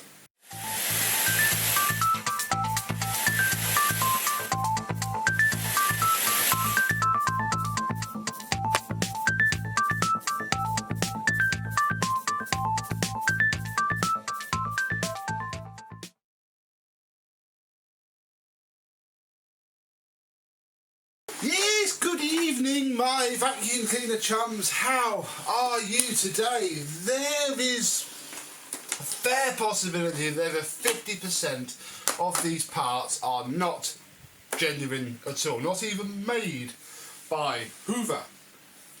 That's because these are rebuilds in the 80s and 90s, which is probably when these would have been done. People literally bought container loads of old Hoovers, stripped them down, made new parts. I've been told by the owner of Qualtex himself that when he was younger and in the 80s they made, it may even be a Qualtex one, I don't know, loads of people did it, but yeah, they remade all the parts, boshed them together. Here we have two grey ones. This one is more worth looking at, and yeah, nothing genuine on it at all. Same with this one's missing its bumper as well. The bags are non-genuine but pretty good, and this is why cleaners like this divide opinion. I know of collectors who would never have one of these in their house. They would literally set fire to it. They hate it so much. I'm a bit, this one doesn't even work very well, I'm a little bit ambivalent. I think that, they make okay Hoover Juniors if it's all you can get hold of. I know that Kirsten up in the wilds of Scotland doesn't really have as much choice as somebody like me who is only 30 miles from London would. So, you get what you get, and there's nothing wrong with these at all. We are going to play Hunt the Parts in a minute. Although actually, I've just found a ratings plate on this one. Have a closer look at that in a minute. Yeah. Oh, look at that. Yeah, this one's got one as well. Look, that one's been black and been sprayed. This one is white. Crikey, right, let's dispense with the let's play Hunt the Terrible parts, because bless them, it's not their fault. They are here. We are going to do something with them. Let's see, this one has, ooh, it has a bag, but it's not on. There we go. So this one has a bag fitted, that'll do for now. Wow, look at those brush strips. They are pretty soft. There's no belts on this one. But you there, not genuine? Yeah, I'm going to see if I can... There is a... Is that 1354A rating sticker? It is, isn't it? I'll see if I can decipher the serial number lately, because it's not under here.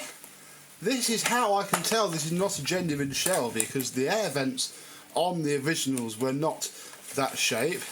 That was not there.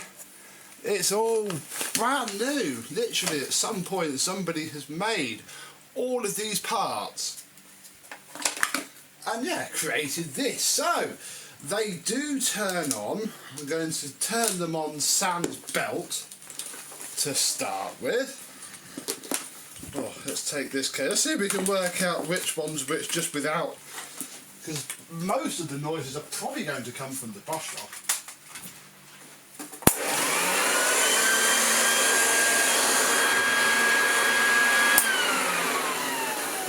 That one seems to run okay.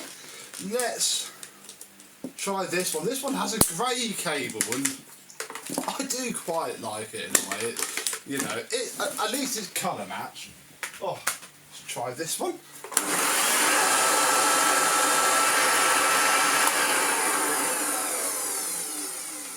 So this one's definitely got the better motive in it.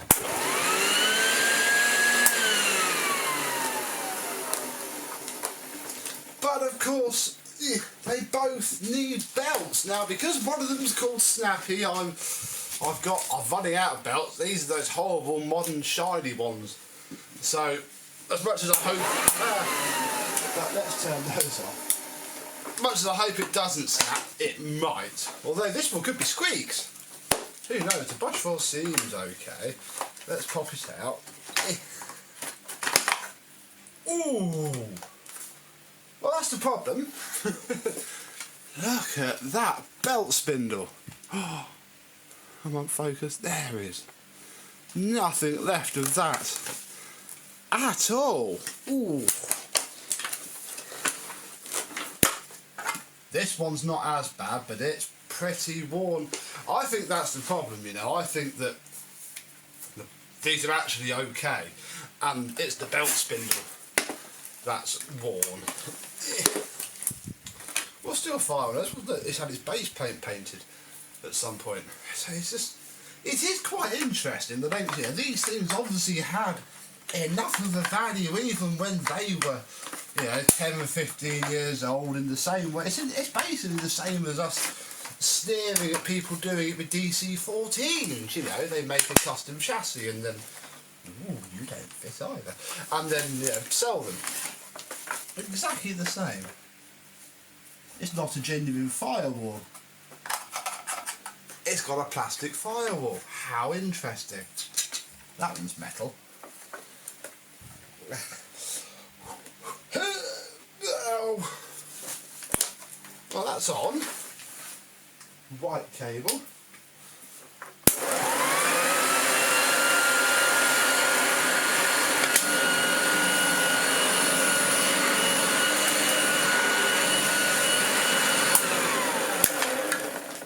I can smell it wearing away my belt already, so that motor spindle is completely and utterly shot.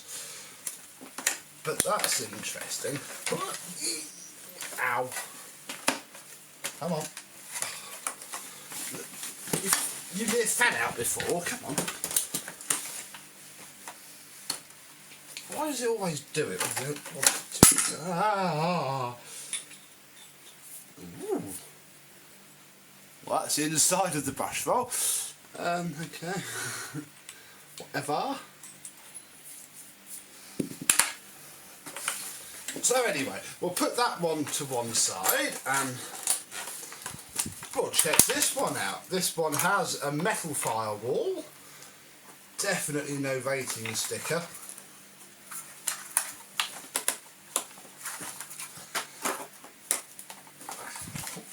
Oh, yay!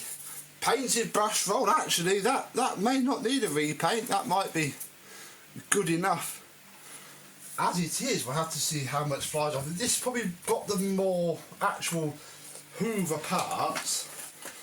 As I say, this one has that's not painted. That is actually plastic.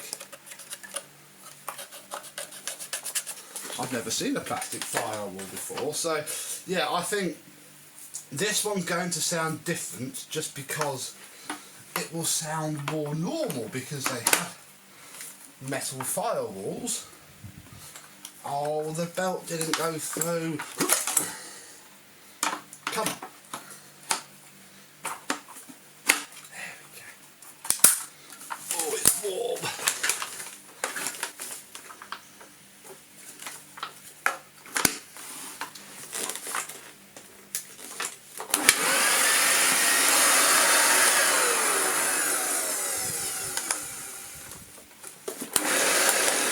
My fault.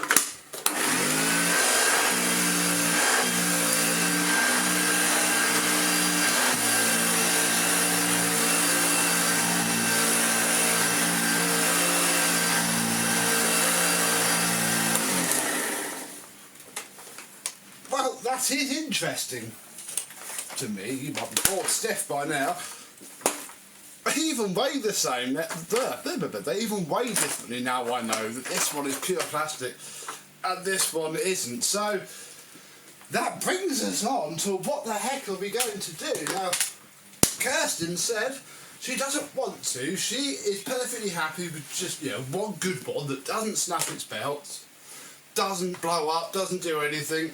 You know, she doesn't care that they're grey or not genuine. So my plan is to use almost, where is it, this one with the metal firewall. The casings are, actually this one's the better casing anyway, obviously even these are different, so yeah, we can get one pretty flipping good, bar the grey bits, and it'll match as well. Hoover Junior something, it doesn't even really have a model number. So yeah, come the after video we will just see one of these with all the good parts from both and a nice new / non-worn belt pulley, and they should be, well, it should be ready to rock and roll again and not snap or squeak anymore. So there we go, really. That's it for now. Stay tuned for the after video, and I and these will see you soon. Bye bye.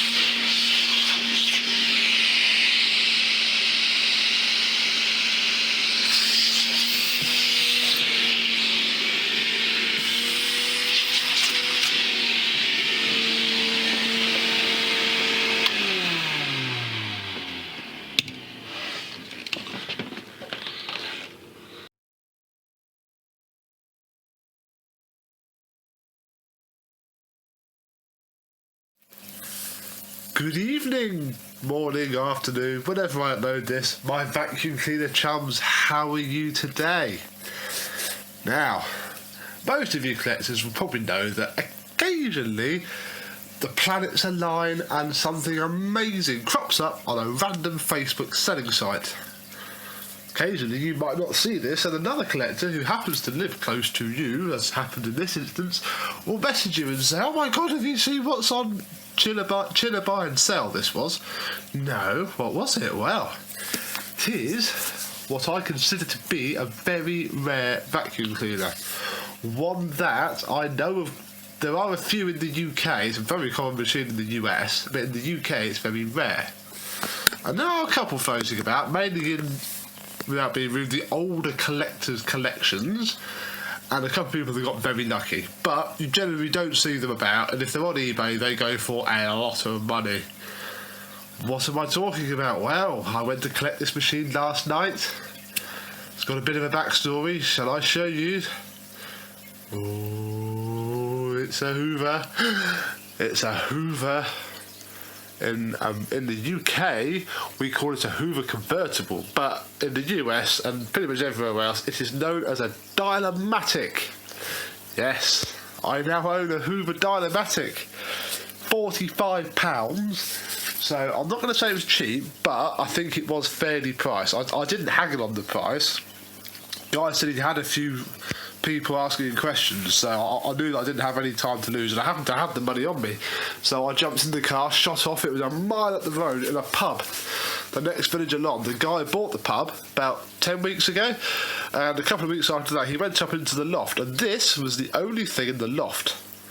So we brought it down, turned it on, and put it in the pub as a bit of an ornament, but it kept getting in the way, so we put it on Facebook, and literally within half an hour of it going up, I had it.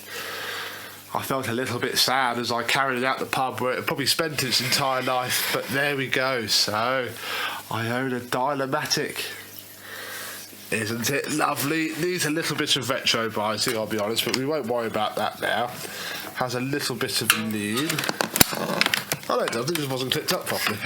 That is not a burn mark as I thought it was. That is something on there that will come off. So if you glance at that in the video, don't worry too much. It's lovely.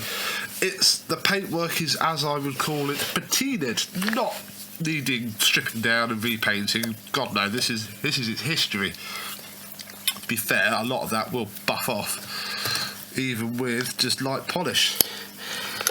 It's height control here. Look, we've got high, normal and low. The check bag works. The grill is broken, sadly. One of these is cracked. That one's cracked up there as well, so I'm going to glue from behind on that. I've seen these completely smashed out, so I'll be honest, that isn't too bad. I'm not too upset about that.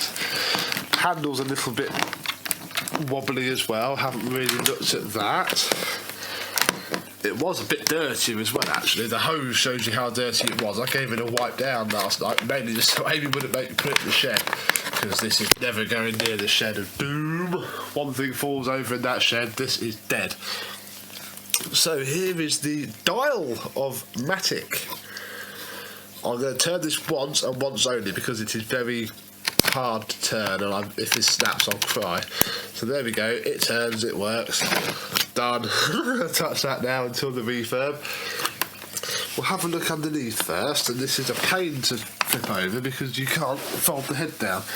So here we go. The brushes are immaculate, utterly immaculate. However, I do believe that the belt has broken, because that's a bit too easy to turn in my eye. There's the height control. Don't know if that, I think that's fine. We'll find out. Here's the ratings plate. Very, very faded, but you can just about read. There's a 1124A from, get the right angle, 1971. Well, there we go, you might just be able to see that. 05, 1971.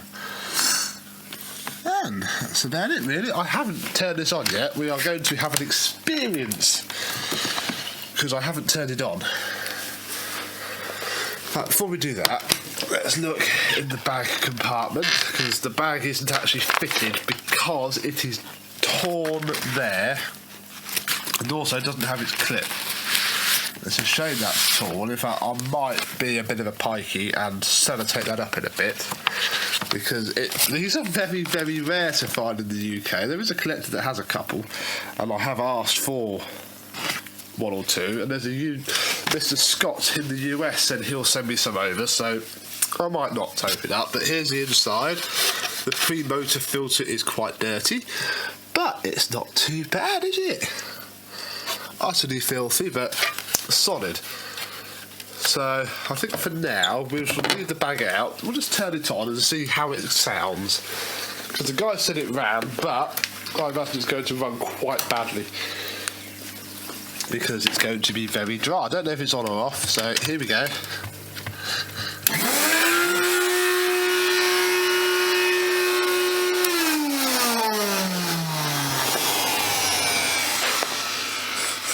Oh, look at that. Oh. That looks like the remains of some filter medium.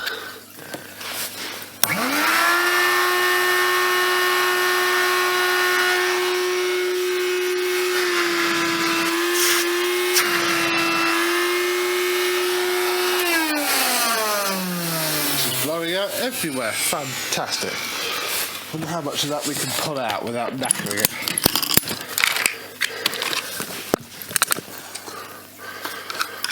Just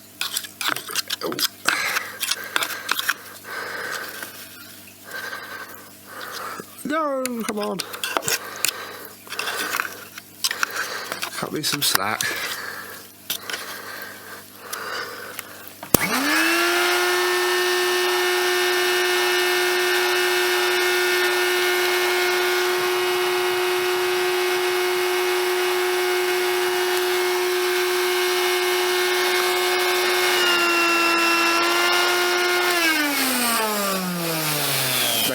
Have noticed the change in tone, and I've noticed that as well, and I do know why. Although that's moved actually. It is quite clogged, and I wasn't expecting it to be this easy. I was thinking I was going to have to faff around, so I think, because that's going to be going into here as soon as that decides to sort itself out, so we need to try and fit any bag to it at all. So I bought a couple of contenders. We have the collector's favourite Dynamatic Hepaflow. I have a... Oh, that's not going to fit at all. This is a Dirt Devil D&M bag, and yeah, no chance we can write that off. And also a SIBO, which is actually too small. So, is the Hepaflow going to be good to us, like it fits every other vacuum cleaner? Yeah, look at that, that's possibly good enough. We'll see, I'm going to have to fold it up to get it in. We'll see if that pops off in a minute. Just one, because obviously if this suddenly flies out, I don't want it to go falling into the motor, which needs work. Obviously this is going to get a full refurbishment, but I'd rather not tempt fate. Now this blockage is probably going to be older than me, so right, let's put that up there and see what happens.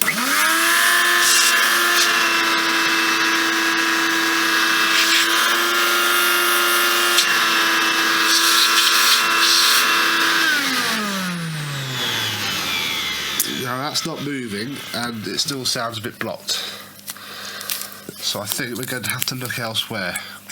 Ooh, whatever this was 100% nylon, made in Britain. That's got to be really old.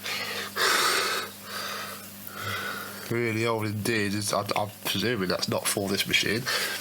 So we need to look elsewhere for the problem. And I've already done a little bit of research. I know that I've got to take the base plate off.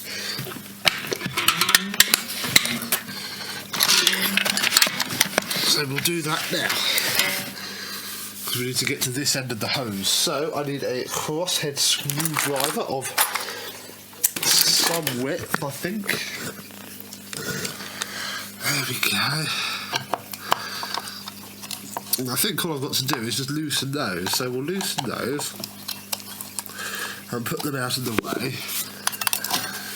And then all we do is that. And it's off. How cool is that?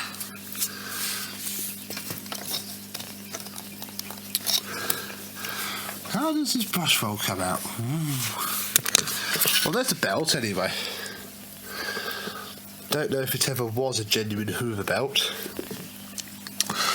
But there's that. Now, how do you get the brush roll out? This brush roll looks stunningly like the one from the Concept 1 as well. But it probably isn't. How do you get... Oh... I see... You do that. And out it pops. Well, that's rotating fine, so that won't be the... Ooh, important! When installing belts, centre it. Yes, well, we all know how to do that, don't we? And look, there's the rest of the blockage. Now, how does this come out? I'm sure I saw a thread on Vacuum Land where it said you untwist this top part, which you do. So I'll untwist that, and out this comes.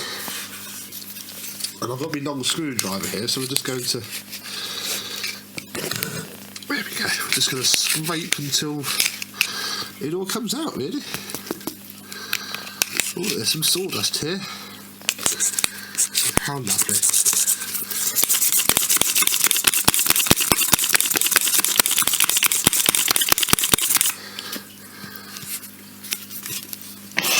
Aha!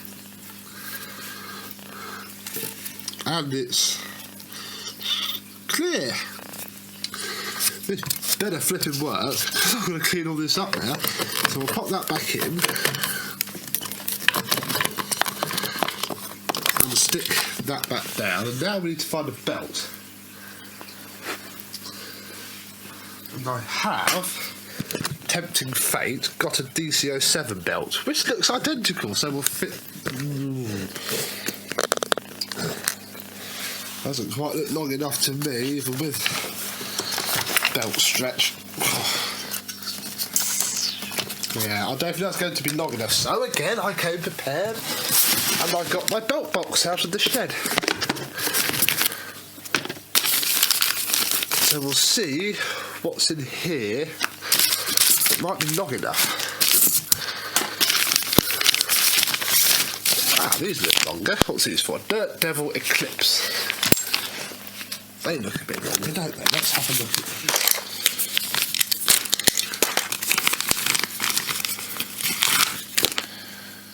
Ooh, they're much longer.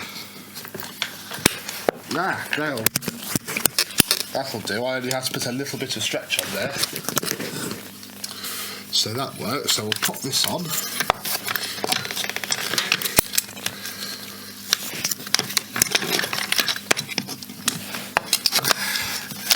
Centre the belt. Then put these funny little clips back down.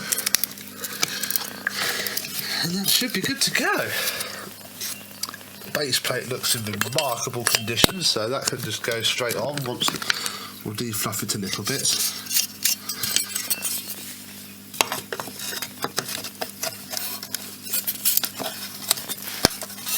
There we go. There you go. Stupid phone.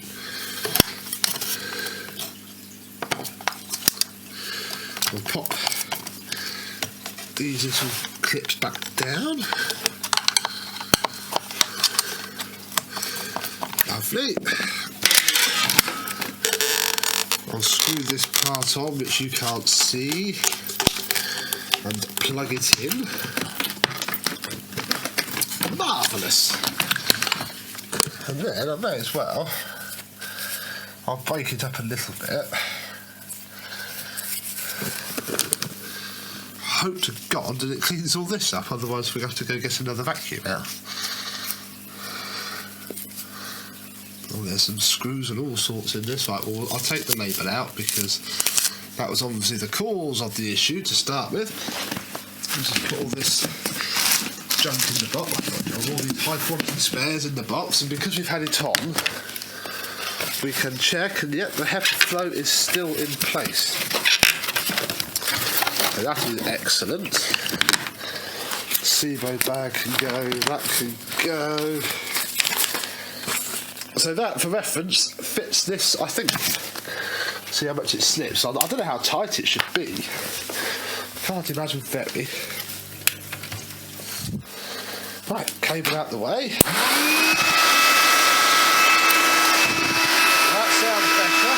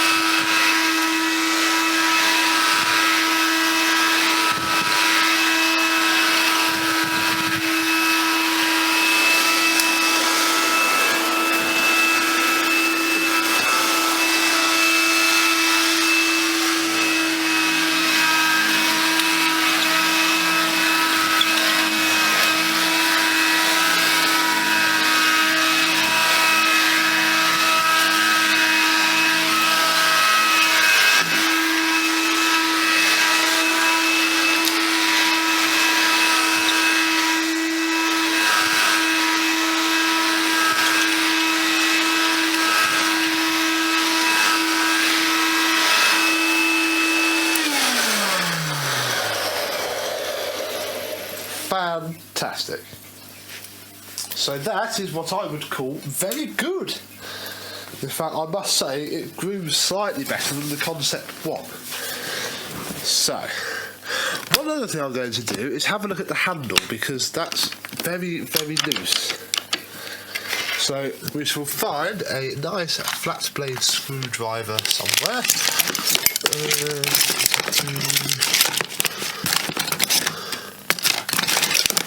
Come on. Ah, there we go. And we'll just see how this is put together. I'm a little bit intrigued.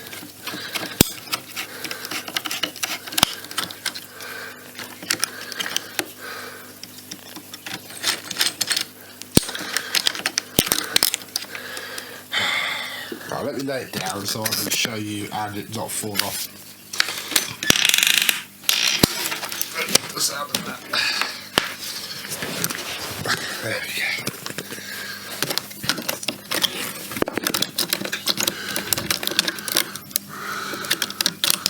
Ah, so that bit slides off. I see. Then that bit comes off.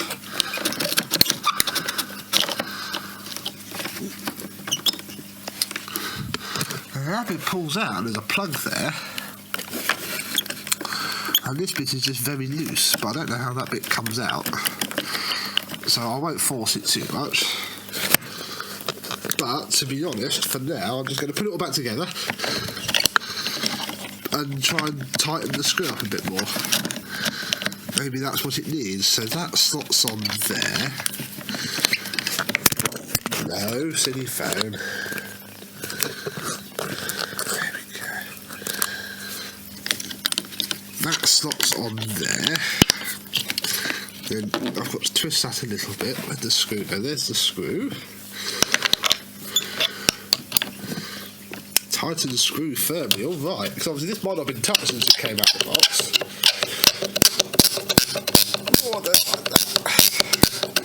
Oh, there we go. So maybe that cover actually goes on afterwards, so we'll tighten this up as hard as I dare.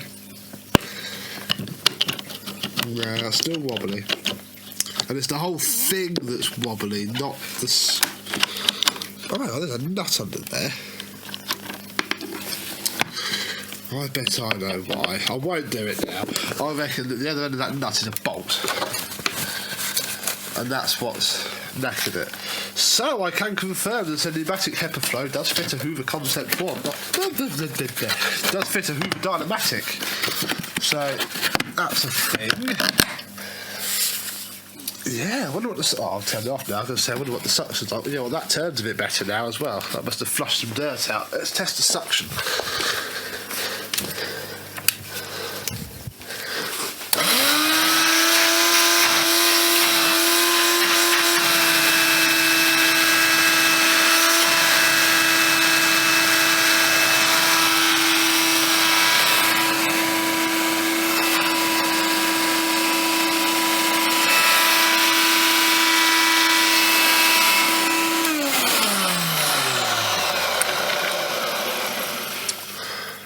Fantastic.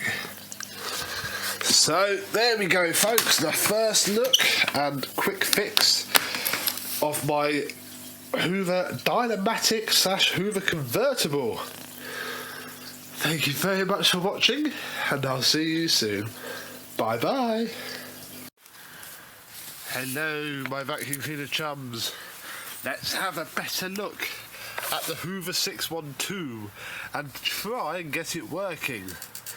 Now, I have, with the aid of some pliers, got the bottom bolt out, so I can take the bottom part of the handle off and we can have a look at the cable. And I've taken apart all the tape, and this is why I want to replace the cable before we use it, because that is a lovely knot. It's certainly not going to pull itself apart. Won't focus. But I'm not using this with those two like that, and the rest of the cable doing that. No, no, no. So we're going to have the cable off of the Vax Power 4000 to use instead, because as much as it's not the original cable, this is not the time for originality. This is the time for getting the thing working. So I'm just going to pause, take all this off here, and we'll get to the cable. Right, there we go. So take that off, like so, and we need to take the clamp out of here and just undo these 3 screws. And I can just find a smallish Phillips. Here is one. Take these out. This will be very handy as well, because this keeps falling apart when I'm storing it, so that'll be quite nice. There we go. And then we should be able to just take out these 3 screws like so, and out comes the cable. Lovely. Right, so now we have a cable, we need to take off the hood. Now if we take this off, there are 2 screws here for the hood, one here,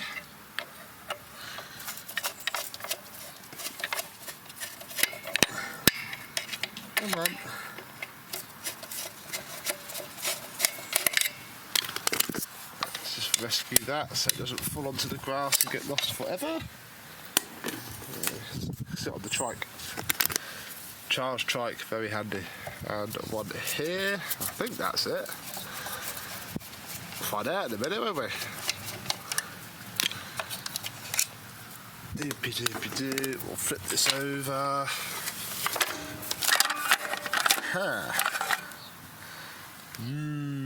Spidery. Lovely. Oh look, there's no bulb. That's fine. Now, this is where the mains cable comes in. So we have earth, neutral and live. I think that's right.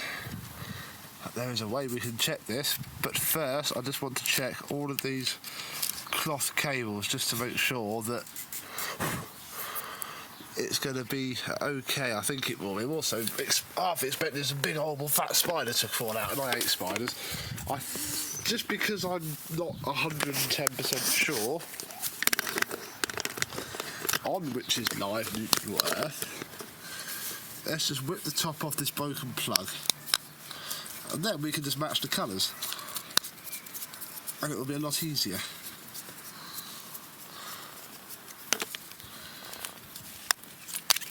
There we go. So yes, red was live. I was correct.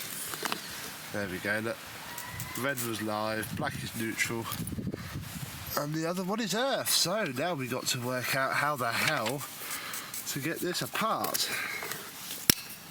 And let's start with removing this screw here, just because it's a screw and we should remove screws. Aha, yes. That's taken out this part of the cord clamp, like so. Now I'm going to regret not having, I think, my socket set handy. I have to go and fetch that. Here we go, one socket set. Now let's play the what size of all the nuts games. In fact, I should probably look at an imperial socket, not a metric one. Because obviously this, being an old 1950s vacuum, will be imperial and not metric. So, a 7/16 fits well enough on there just to crack off that nut. Off that comes, pop those there. Ooh.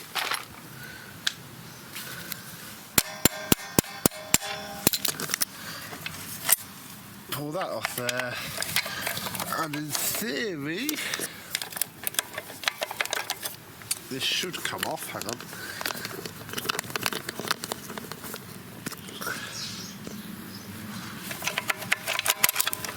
There we go, like so. Let's just push that up there a bit, and we have the underneath of the handle bail. Excellent. Now there is a spring clip here, there, which needs to come off.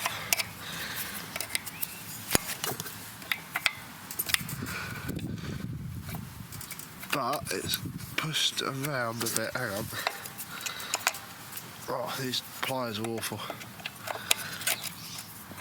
I don't care which way you go. Just there we go. Let's just retrieve that. There we go. Look, it's even got a bit of wood. That's the clip. Lovely. Right. Now that the cable is all loose, we have the neutral.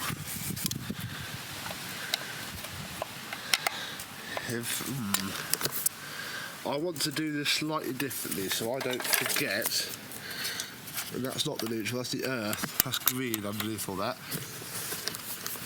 I want, because I don't feel 110% confident, we're going to chop the old cable here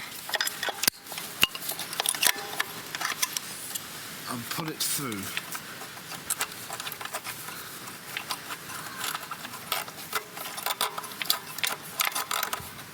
There we go.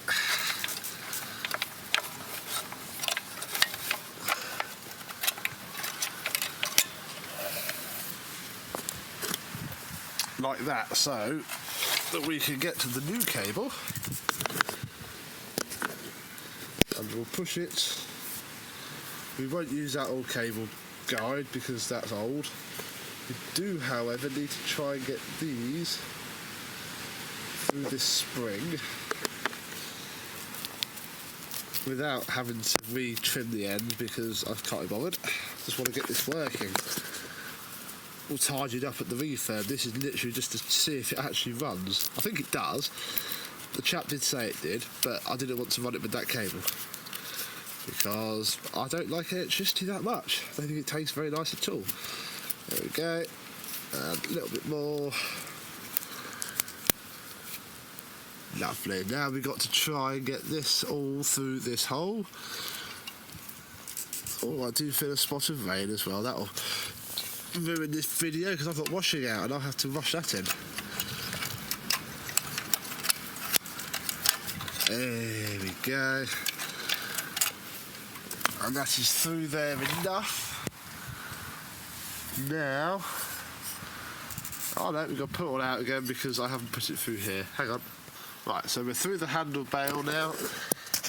and into the machine, and now I've got to work a little bit quickly because it is starting to actually rain, which is a shame really, but I don't want to put this into the house because it is filthy.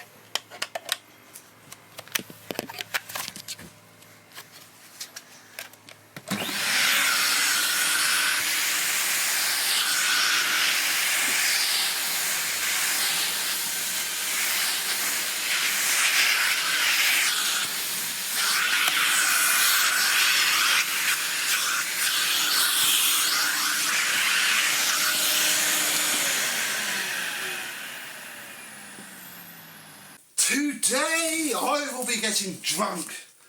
I hope you enjoy.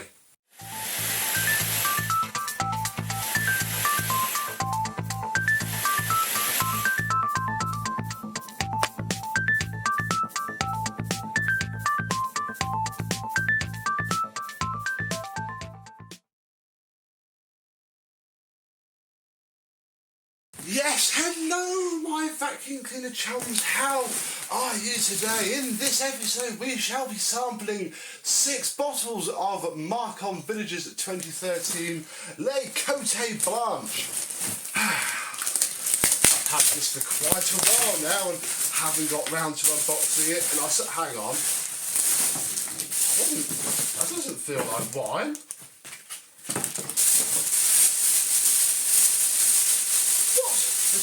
The weirdest bottle of Sauvignon Blanc I have ever seen in my life. It looks remarkably more like a Hoover Dustette Model 100, and that, folks, is because it is a Hoover Dustette Model 100.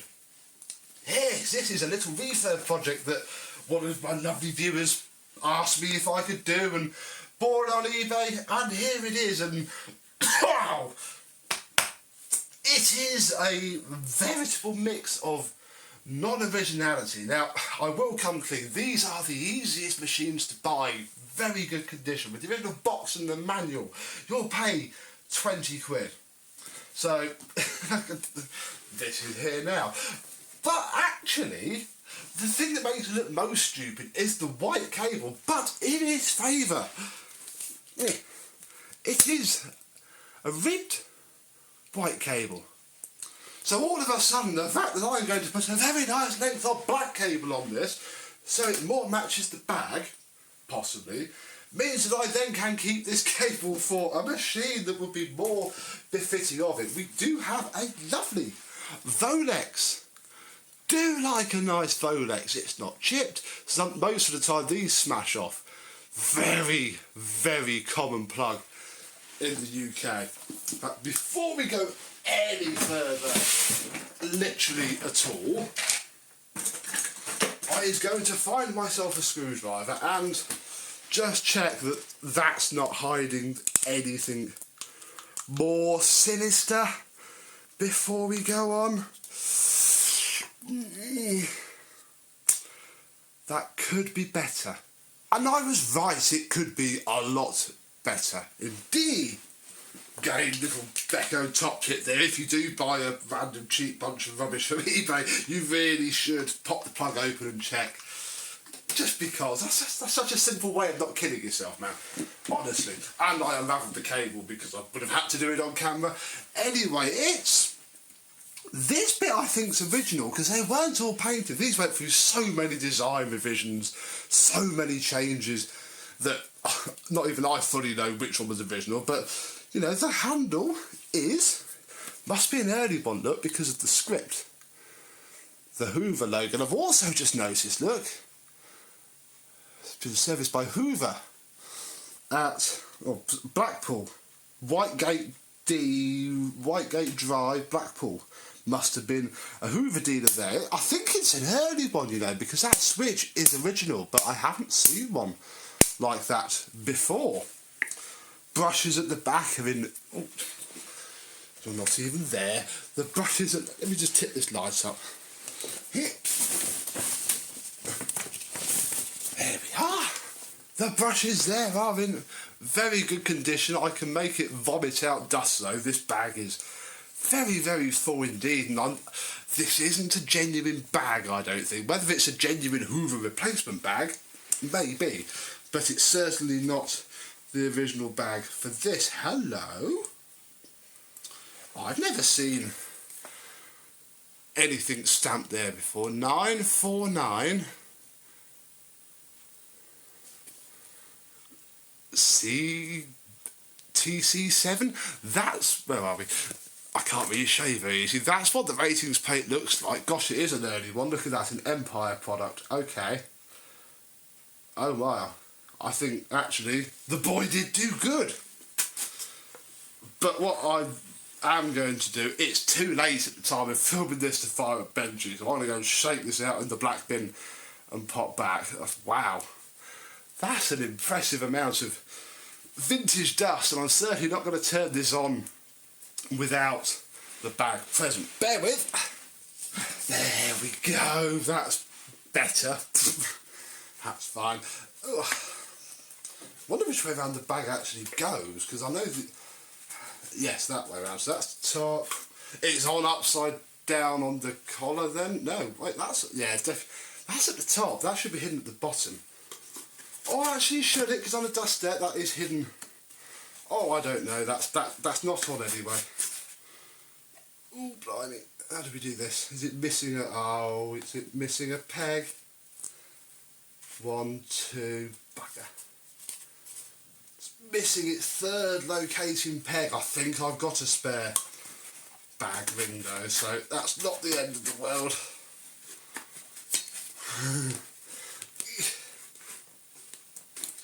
It's flaking off its paint, but oh goodness, I don't want to turn this on without this bit present. No! Right, there you go. I'll twist it a bit further. This flaking paint is fine. Bit of gloss black and some lacquer on there and on the top. Not quite going to send it off for the full Hoover Lux, but again, a bit of auto sol on there will work fine. It's probably time to see if it works, isn't it? And to do that, we're going to turn it on there. And I'm going to hold the plastic plug with the nice Marbo fuse in it. Stand back a little bit. Oh, maybe that's wrong. Hello? Wow.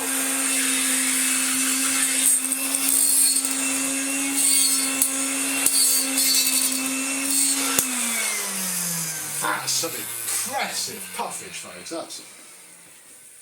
Don't know if we quite captured that. Now I know it's safe to hold. Boing. Oh, doesn't it sound lovely?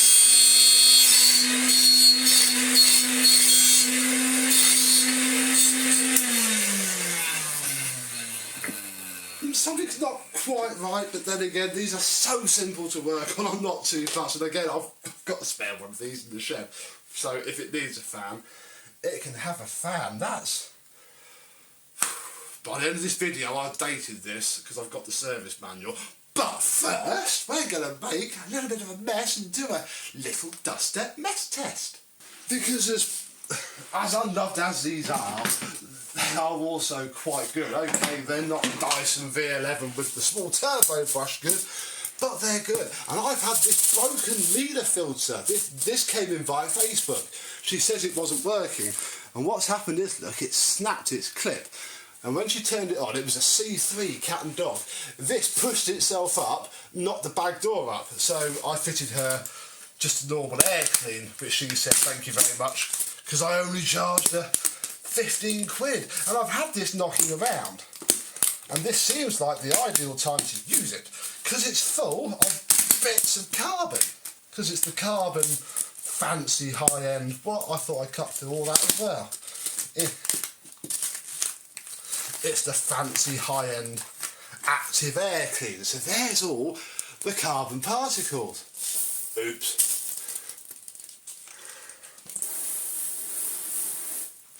Just literally, you could... Do I have any paper? Yes. You know what, we got the box.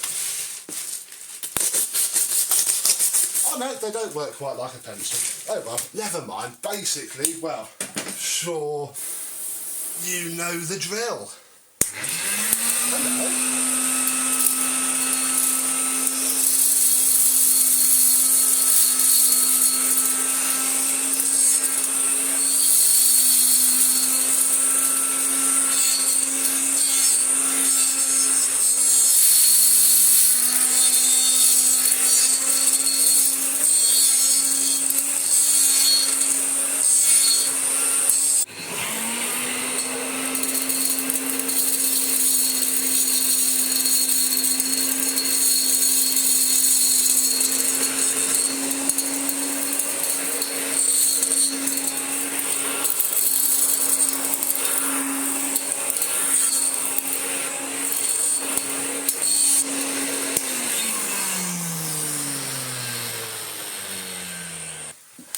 Wasn't too bad. I mean, these are clunky at the best of times. They're very good for stairs and chairs, but obviously on the floor, you rub that against the floor, so you can't tip it back. Obviously, I can't really wind the cable up either. So yeah, I think it is a very early one from 1949. A, because of what it says on there. B, because the service manual, which I have a copy of, thanks to Mr. John Hewitt, who I think was the original Scannee. Don't know what the G-bit means, but 20,000, that's in between 10 and 40. It all adds up. If it wasn't for that white piping, I think that was genuine. Again, tell me in the comments, because I don't know. But it suits it. And you know what? That's actually, as much as we laughed at it when we opened it, I mean, we need to replace that bolt with a screw. That's not going to be the worst thing in the world. And I have another bag ring in the shed. Probably keep the black bag, I've got nothing better for it. But with a little bit of a polish up, nice repaint, which I cannot do any time soon at the time of filming this. I'm filming this in June, and in June in Oxfordshire it's been cloudy or rainy. Not the ideal time when I've got lots of stuff I want to retro paint and lots of stuff I want to paint. Hey diddly ho. So, there we go. Thank you very much for watching. The next time you see this, it should look almost showroom fresh. And I will see you soon. Bye-bye. It's time to get a little bit modern now on this Hoover Junior marathon of ours, or if you're watching at some other point, hello, and today we need to look at this, which I've had for about 6 months and done nothing with.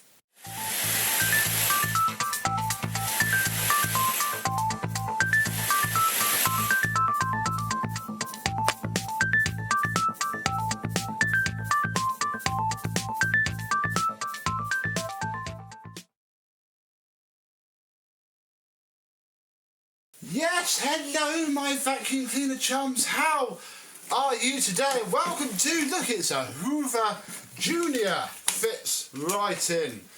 Yes, of course it is a turbo power Junior, but a Junior nonetheless. This was, again, mid-90s I think, U104 to 6, yeah, 1992. This was the budget cleaner, certainly before they made the red one. This is the one that was always the cheapest in the Argos catalogue and so on and such forth. And yes, I have an example here and now, and I've no idea how it works. So we'll make the loop in the handle cable and push it all home.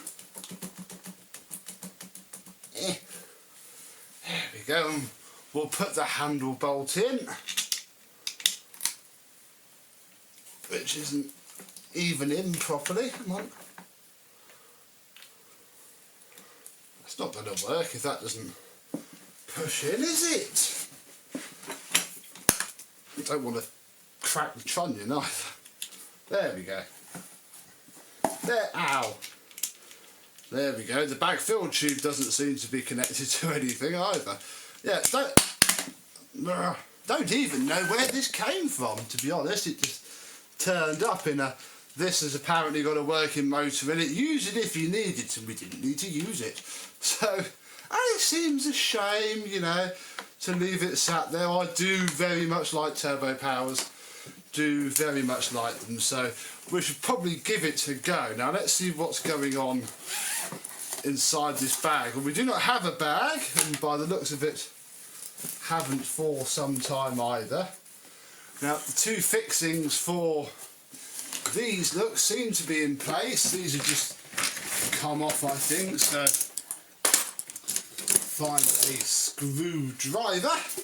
Not going to fit it in a bag for now, it's already disgusting in there.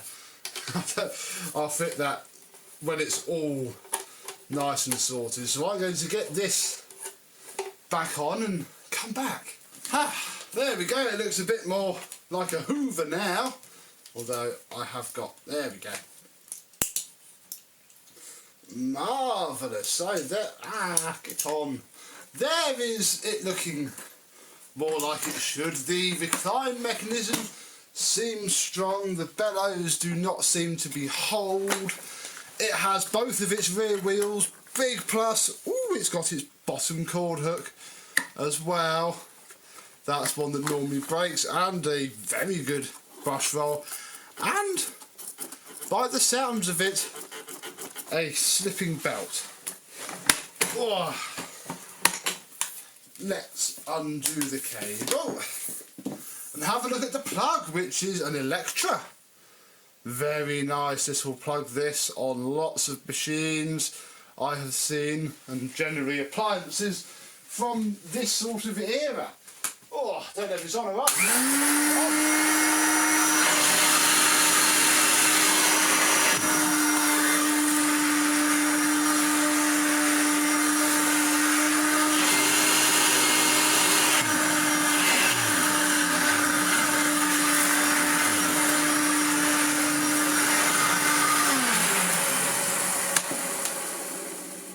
Doesn't sound too bad either, although it's now very dusty in here. And I think the brush roll is actually turning as well.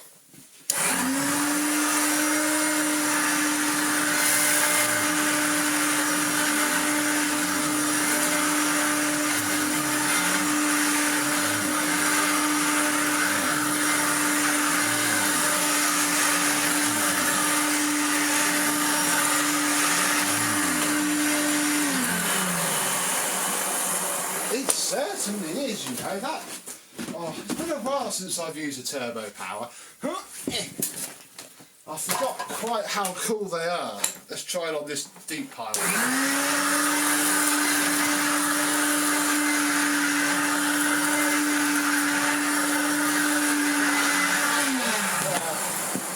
Yeah, I think it's definitely spinning.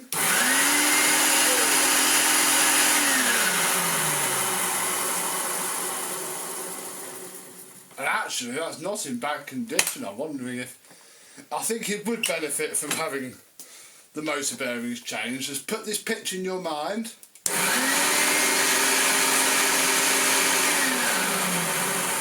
Shouldn't sound that high. So yeah, a little bit of a, you know, I mean, compared to the oldest that we got so far, that came out a lot better than this is so far. This is the progress, folks, mid-1960s to early 1990s, but no more and no less loved here, as I'm sure you'll agree. So, time for me to do a turbo power.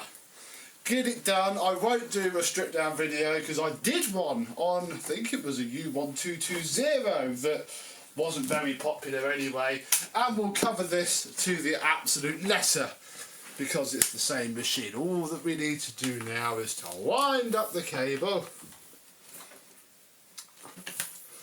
like so and say, there we go. Little short and sweet before video because there's no bag in it.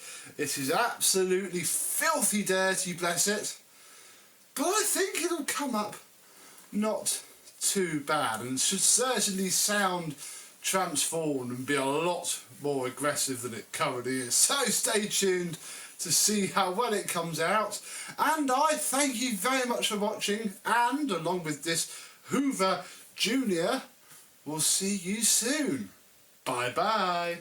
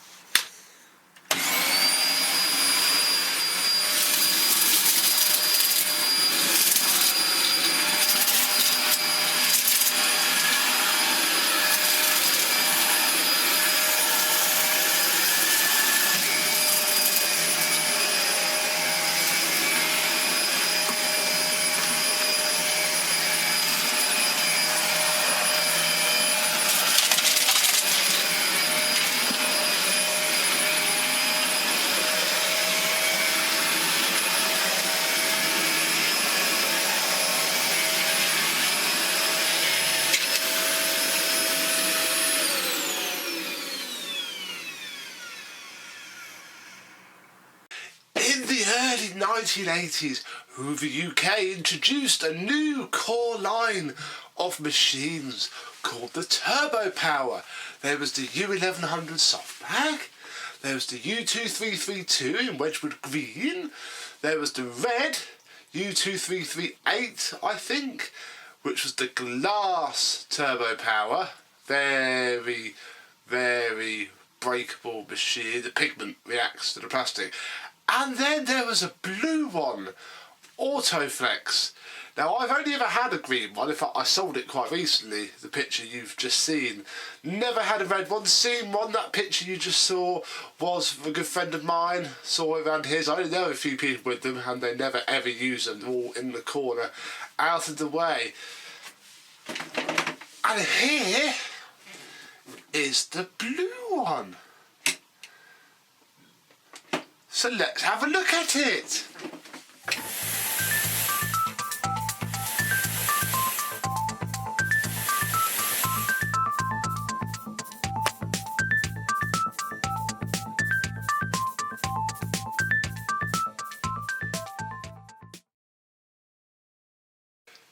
Yes, hello my vacuum cleaner chums, how are you today? We have from the very first lineup of Turbo Power cleaners, it is a U2198 from September 1984.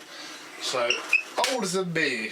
This bus dated about 35 years old because I'm 31, and it is beautiful, or will be when it's done. This is the before video. This is from my good friend Richie, who you've seen the Office Contract Senior and the Ranger convertible, whatever we call it in the UK. This is the last one from that batch, and it was actually a lot filthier than this. You can just about see the remnants on the bag door. That was all over it. I had it in the bedroom because it's quite rare. I didn't want it in the shed. And Amy, lovely Amy, she was tidying up and gave it a wipe down with baby wipes because it was disgusting. So this isn't as great as I thought it would be because it was shocking. It really was. It's been in the garage for a long, long time. So it's a bit cleaner now, sadly, but nevertheless, we shall carry on. So this is the first cleaner to have the automatic cord rewind system, or as Hoover called it, Autoflex. These are on Turbo Masters as well. I have a couple of turbo powers with it because they then fitted it to more. But this is the first generation. You can also tell it's an early machine. Probably won't see on camera. It's got a brown cable, which I have seen before. So that works very, very well indeed. Sometimes they can be really slow. You can tension them up, but I don't think I will on this one. I don't think that's an age-appropriate plug. Looks quite modern. These wouldn't have had fitted plugs at all. In fact, in the manual for these is all about how to wire up the plug. We have the switch at the top, which doesn't have any writing on it, and I can't see any ghosting of writing, so it's either had a new switch or it never had the writing. I'm not entirely sure. We move down, we have the Hoover in blue, the air freshener Dewberry, and then down here the Royal Warrant is actually ever so slightly pink.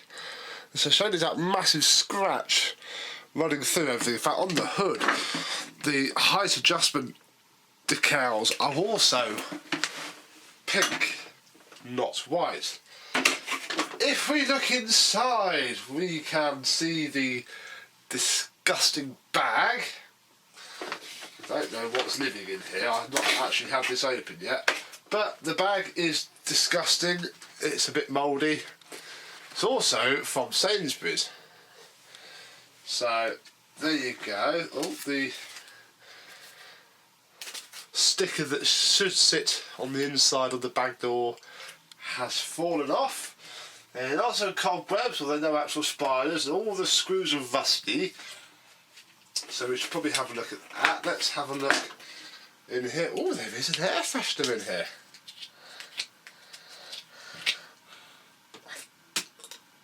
I think that was Summer Meadow. Whatever the light green one is. If you really put your nose into it, you can just about smell it. Only just. So we'll leave that in there, but obviously I haven't got a new one, so we cannot replace it. There we go. Inside here we can see the inner of the Autoflex housing that sits behind the bag fill tube. We'll pop this bag back in for now. There we are. I don't actually have any other ones with me. And we'll move down to the bottom of this early machine, which is basically normal turbo power stuff. You can see the colours more now. They're not white, they're red. I'm not quite sure where that came from. So if we recline it, it's cleaner than it was because it's been lovingly wiped down with a Dettol wipe. But if we turn it over, we can see brown. Yes, again, the earlier ones, because I've had my U2336 was like this, had brown chassis and a brown base plate. It's also got, which the later ones didn't, screws holding in the spring for the height adjustable wheels. Let's whip the base plate out and see what we are coming up against. The wheels are in good condition. Don't know if they're original, they might be. Don't know. I've got the brochure for this. I might see what I can find and put it up probably at the beginning of this video while I waffle on. There we go. So we've got 4 screws here, which aren't too bad. Let's see what we find. Not too bad actually. We have a Qualtex brush roll belt. In fact, I think this probably is a Qualtex brush roll. It's not genuine, but it's okay. Doing this though, the motor spindle is not turning very easily by hand. That's interesting. That is quite interesting. So we'll pop early base plate because it hasn't, so it's brown, B, it hasn't got the middle bar that they gained later on in the run from 86, I think, was the start of the second generation. I'm not entirely sure. So I'll pop this back on. I think it was, because my red one's from 86-ish. The late 80s, and that's not from the first round. That was the darker red. Not the glass one, which apparently do literally shatter on their own. Oh yes, that's the other thing that is missing from it, sadly. There should be, with this hole here, a plate to obviously cover up the lower corner, and this hasn't got it. So, I don't have one either though, so we can't really put anything there. Oh, stand it up. Doesn't have really any real lean to it, so that's good. I can't remember if it's turned on or not, so I don't think I have turned it on yet, so this will be interesting. So we'll leave it there. If it might come on when I plug it in, it might not. It won't.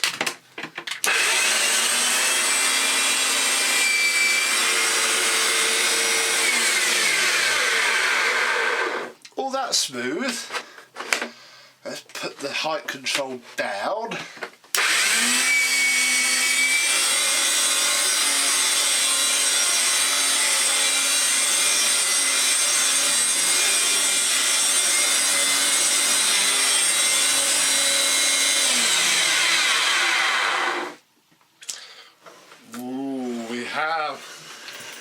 A seized bearing or two in there, and the headlight doesn't really work either. Let's stick a little bit of Mad About sand down,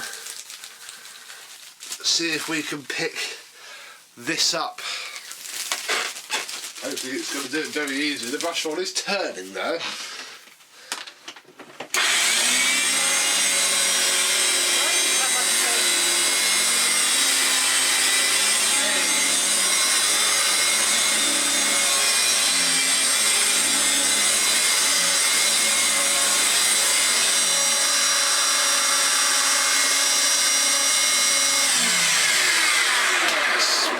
Coming from that bag, so it runs. It runs okay. Well, no, it runs awfully, but it runs, and it's still got all the sound. It's not horrific. It's just down on its luck. The poor thing. It's also got no shine to it at all. As you can see here, it is just matte. Completely matte, which is a little bit of a shame, because when I polish it up you'll see where I've had to mask up the decals, but there's a fair bit of scuffing up here which I can minimise but not fully get rid of. But the rest of the machine, you can see it trying. Oh, no, go away. You can see it trying to be shiny, but not very much, so hopefully we can improve upon that. You can see actually there's some more of the white splatter here that comes off. Don't really know what it is.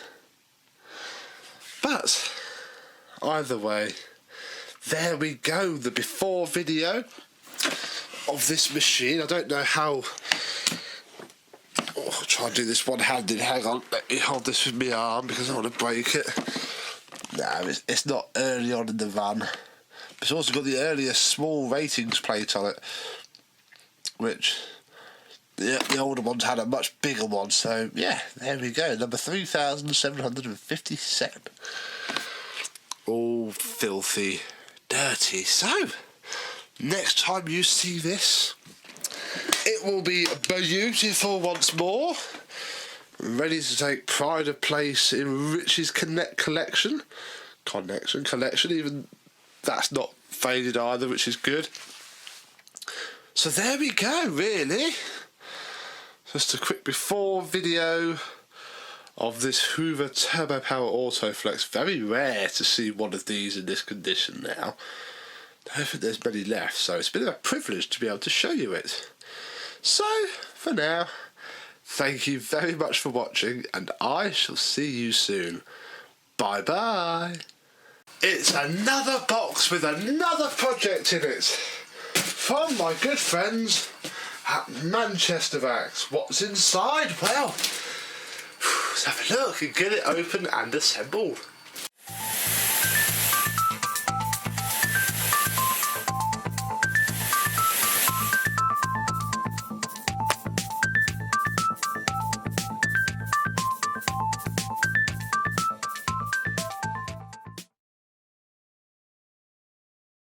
Yes, hello my vacuum cleaner chums.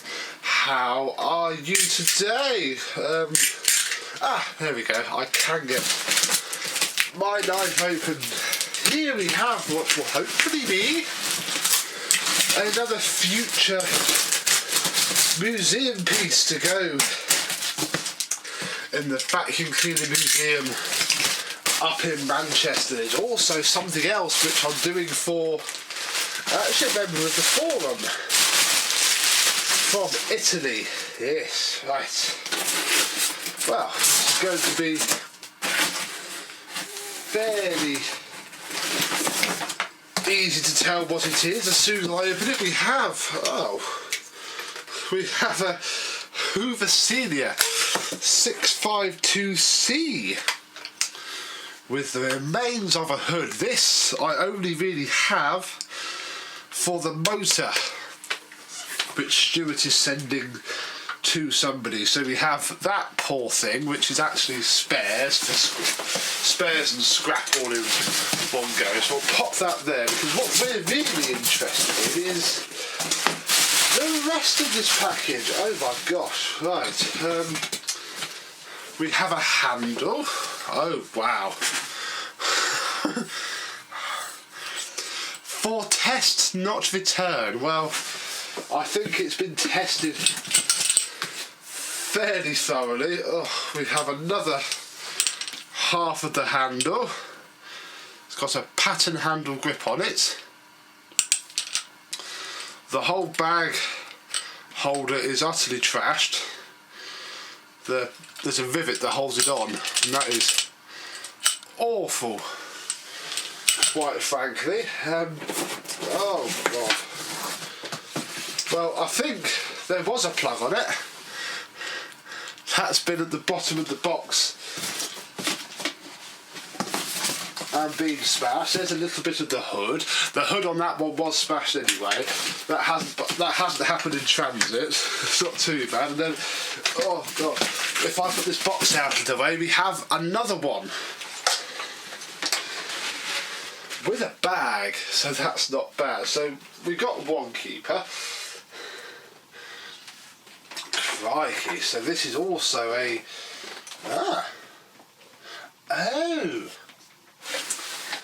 so it's not actually a 652C, it is, looking at the ratings plate, a 6525C. We can date this. It is from, the actual rating plate says 652, 1972. This particular example. Oh, crumbs. So, let me bring you in a bit closer and we'll have a look at this disgusting thing. It's actually not in bad cosmetic order. In fact, looking at the hood, under all this filth, that bit of wear there is possibly the only problem it has. Comparing it with this hood, I would say they're both probably as bad as each other. This has got more, in fact they're different colours as well. That one's a more greeny colour and this is a more cream colour. So yeah, that can go back there. So I need the motor for that one. Apparently the motor runs, so we might actually look at this one much more. I might show you the motor when it's done, but as far as it goes, this is what we are going to be concentrating on. So we have the height adjustment, doesn't work. Oh gosh, look, it's a bend. So we do need a lot of this then. Because that wheel holder there, look, is bent. It might bend back. It may not be too bad, although it's not really touching anything per se. We'll take the base plate off while we are here. So the base plate's okay. Brush roll, it has very good brush strips on it, so that's okay. We'll just need to paint the brush roll. Brush roll's far better than this one, so that's not too bad. I think this one's also got a belt on it. Yeah, nice warm belt on that one. There you go, you can see both of them now. They are identical. The 652C and the 6525 are pretty much identical. This one's got a 3926 on it. Well, I don't think that's really anything to worry about. In fact, this is missing both of its rear wheels. It also doesn't have, it's missing everything. So this one has been used for spares before. So, I don't know where to start. So we've got to somehow bend this all back, which shouldn't be too difficult, he says, hopefully. It's got wheels-ish. The bumper is quite worn, but may not be too bad. If not, I can always use this bumper, because this bumper is in good condition, and just swap them over, drill out the rivets, use some coach screws to go back on. Base plate's okay, that's quite shiny, so we'll pop that back on for now. Oh. Crumbs, right. Oh. I want to try and get this bag off. The problem I've got though, and this affects a lot of them, is that the latch is seized. And this does happen, it's mainly dirt. There we go. So with a bit of prying we can remove the bag, which has a lovely layer of fluff on it. Does the zip work? Oh, just what sort of bag's inside of it? It is a pattern bag. We have a nice Bojack Hoover Senior bag. All there, look. Oh. Do that back up. The bag's in very good condition though. That will clean up a treat. We'll pop that out of the way. It's a shame about these handles because I haven't got spares. So although I can clean it all up, that is ghastly. That is utterly terrible. Let's remove the lower handle bolt and try and fit this on. I'm assuming it goes on this way. Well, in fact, once it's all together, it might not be too bad. It should hold itself together. So we'll pop this bottom screw on, so it's not staying in place terribly well. Oh, crumbs. Oh, there we go, that's fit. Right. Going to have to use the bottle opener that's on my keys. Which, where are my keys? Oh, I don't have my keys on me. We'll use this pair of scissors. I only want to tighten it up enough. That's working alright. So that is actually holding okay. We might get away with this lower handle. The handle release works. So actually, before we go too much further, let's have a peek under the lid and see what joys we find within. There's two screws that hold the hood to one of these on. There we go. Take that off, and then the hood will just lift off and oh crikey. Ugh. The lens is in really good condition. Look at this bulb. What is going on? That is like a that's like a lamp bulb. Oh, it's filthy. The whole thing is utterly caked. It's also been painted. It's a genuine Hoover motor though. There's no markings on the bulb It's a 40-watt bulb. Somebody has fitted a bona fide 40-watt lamp bulb. I don't think there was a bulb on this one. No, there's no bulb on that one. Somebody has fitted a 40-watt lamp onto this machine. It still has its suppressor. There's a big old cobweb there. It's just filthy. Crikey, look at that. The handle grip is a bit battered under there. Right, we'll put the hood back on. It's a genuine hood, at least, and that is actually free of major damage. So that should polish up not too badly. Oh. Right, let's just do the screws back up.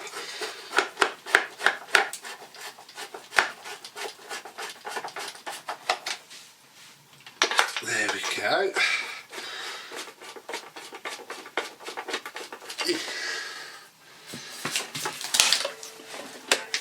And we'll stick the top of the handle on.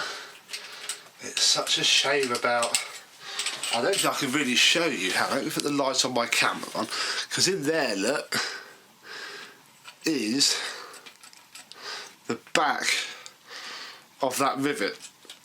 I might be able to stick a tiny nut and bolt on there, perhaps. Handle grip isn't fitted properly. Got to try and battle that off. That'll be fun. Hopefully, if I can tilt you back to that, there we go, look. That adjusting my tripod. Hello, right. Enjoying the show so far, I'm not. Crikey, Stuart, you do pick up some janky old rubbish, don't you? That, oh. Hey ho. It's all part of the fun, isn't it? This is going to be an interesting one. So there we go, that does fit on there, okay. We can stick the bolt back in on the front. Do this screw up. So apart from the cord hooks are a little bit iffy. There's a dent in, oh gosh, this, yeah. I think I'm going to be telling Mr. Stewart that he needs to look out for a better handle, because there is no saving this, and I don't actually have any spares. I haven't got a spare handle, but they'll be fairly easy to get hold of. You basically just need to get a whole new scrap machine. So we can clean it up and make it look nice. I can't push the machine because of the knackered wheel, although it seems to work. It seems to just about hold its own. Oh gosh, right, let's get the bag on.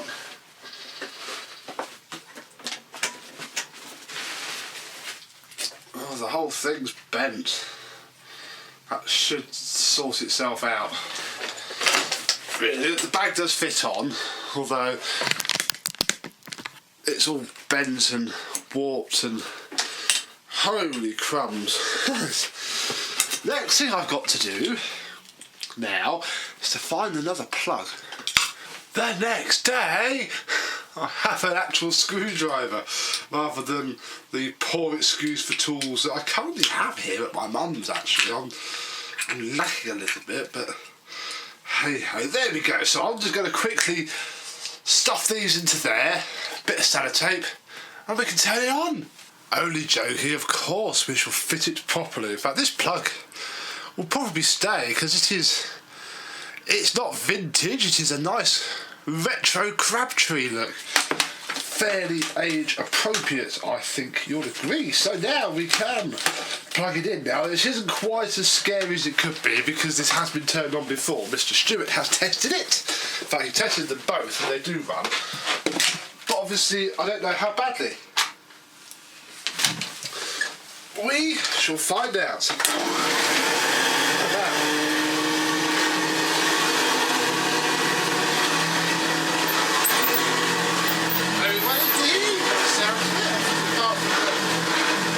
that.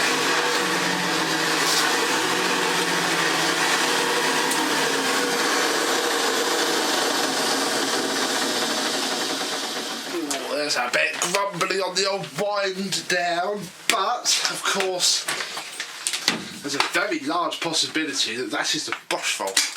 rather than the motor. So the best way to test it is to take that off.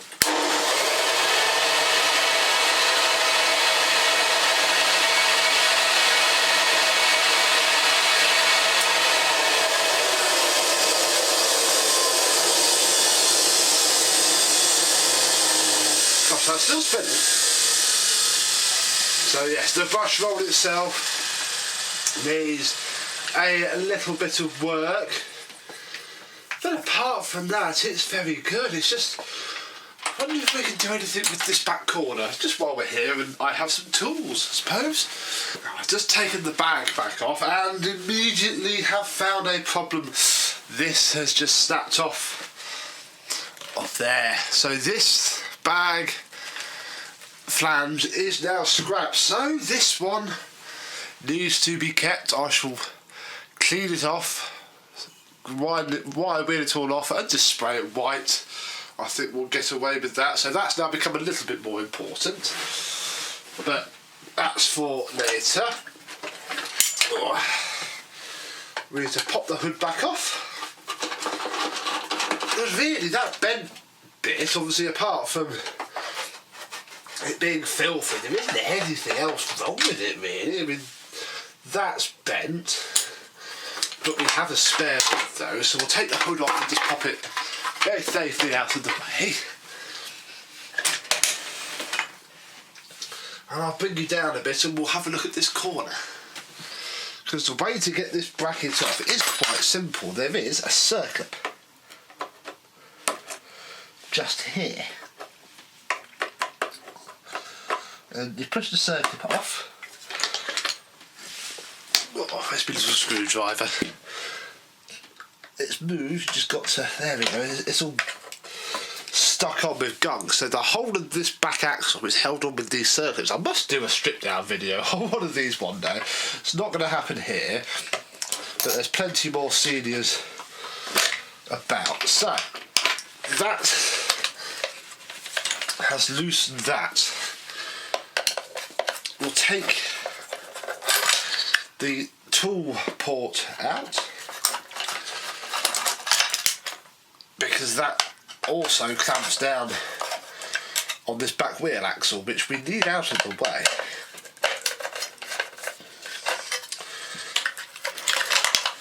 There we go. Ooh, yeah, that's not fit for anybody, that isn't.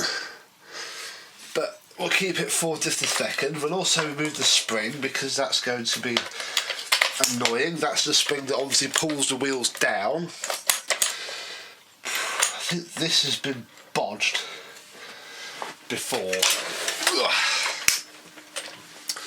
because there should not be this many washers on here. In fact, I can tell it's been bodged. In fact, we can lift the whole thing out now. Yeah, that's quite bent. And there's far too many things on that side. This is okay, but that is not. So, in fact, I think I can tell exactly what's missing, and it's actually on the spares machine. So, we'll take off that circlip. Oh my gosh, it's just dropped. That circlip. Two washers, which shouldn't be there. There is a wheel. It's possibly genuine Hoover. There's nothing stamped in it, but there's the wheel. Then there's this monstrosity. These should not be there. Oh, wow. Look at the wear on that. That is quite something. I think that whole thing isn't very good. But yeah, this shouldn't look like that at all. I'm going to try and bend it back, otherwise I need to get a spare, and I don't have a spare.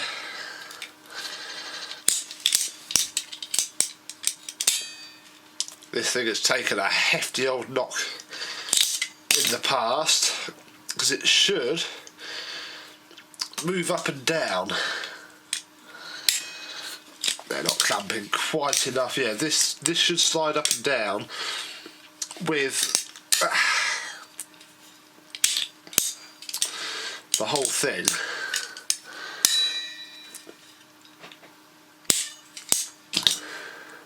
Oh, okay, it's moving.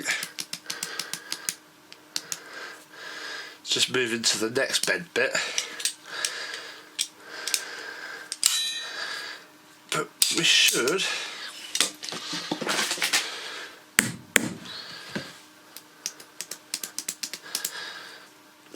eventually be able to tease it into life.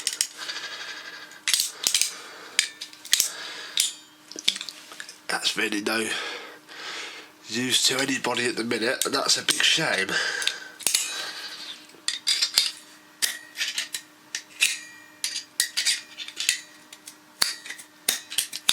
fact, the more I do that, it is straightening up.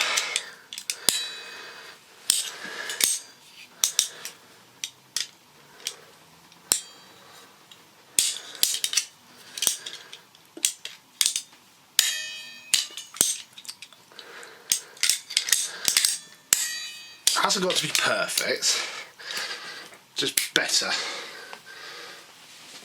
So I'm going to just keep going at it for a couple of minutes, and we'll come back and hopefully it'll have some movement in it. There we go, folks. I actually opened it up a little bit. It's still not perfect, but it will do for now. That bit just is straightening out, which is better done with a hammer and a hard surface. But we still need to pick apart these wheels, really. Now it's odd what's happened to these axles, because on the other machine, just the base, this is the back axle from it. And it looks like not completely different, but very different indeed. That is the bit that's missing. That little clip there. But again, it's been amended, because that is not a normal size washer, and I'm hoping it comes off. So if it doesn't, we end the video here really, because I can't. There we go. I haven't got any more. I do have circlips, just not here. Note that is the Hoover one. It'll do for now. Oh gosh, what was that that just fell out? I don't care about you. There it is. So, we have our better axle. Better. See, even this needs to come off. In fact, it doesn't need to come off. We'll think there's a slot there that this goes in.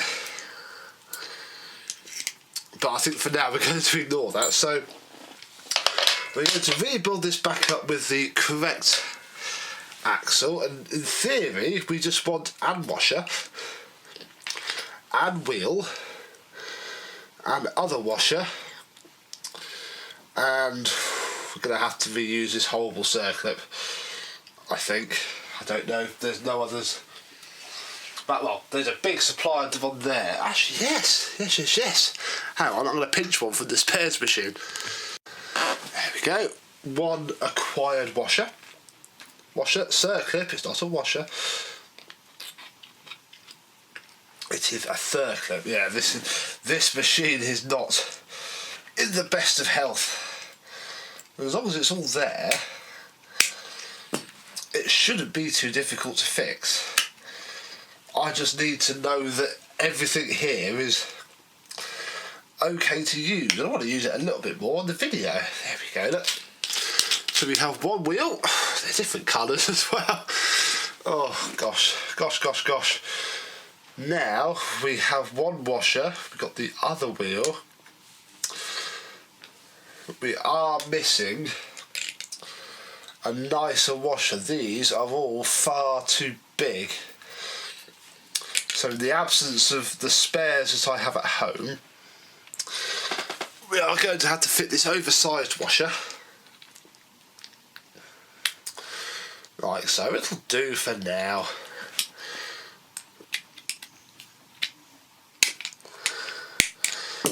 There we go, we now have a much better wheel axle. Much better indeed. So that goes in there.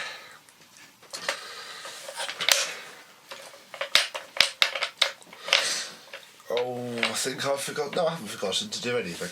Right, so that's there. Now, but I have forgotten to do something. I've forgotten to put this in. This needs to go. Oh, that should have gone in there. Hang on. Right, some fafferage later, and I have now got this on and circlips down. Next, we do need to fit this bit back because it holds it. And looking at, well, comparing the two, it's actually not that bad. And the whole thing is certainly paint-wise better than the one on the spares machine. So we will be using this. We've got to refit this. It will not flap up anymore at the minute because it is completely gunked up. I shall be fixing that, but not now.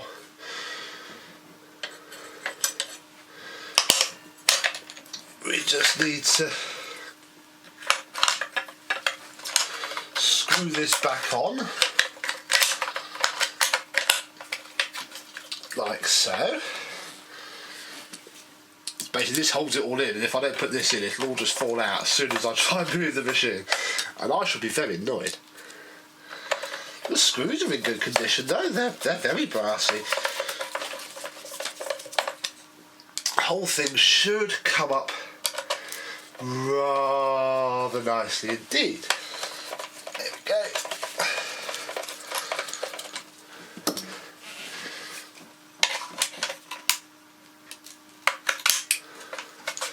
That spring needs to be up there.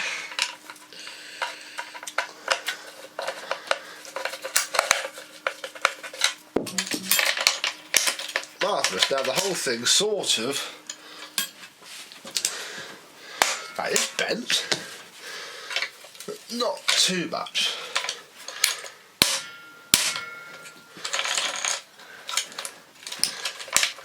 That'll do, because it's missing the little half moon part that sits there and just locks that into place. But forgive me, I'm just going to stick the base plate back on because I don't want this apart anymore at the minute that I need to, because I want to keep it fairly whole so it can go in the car. Ooh.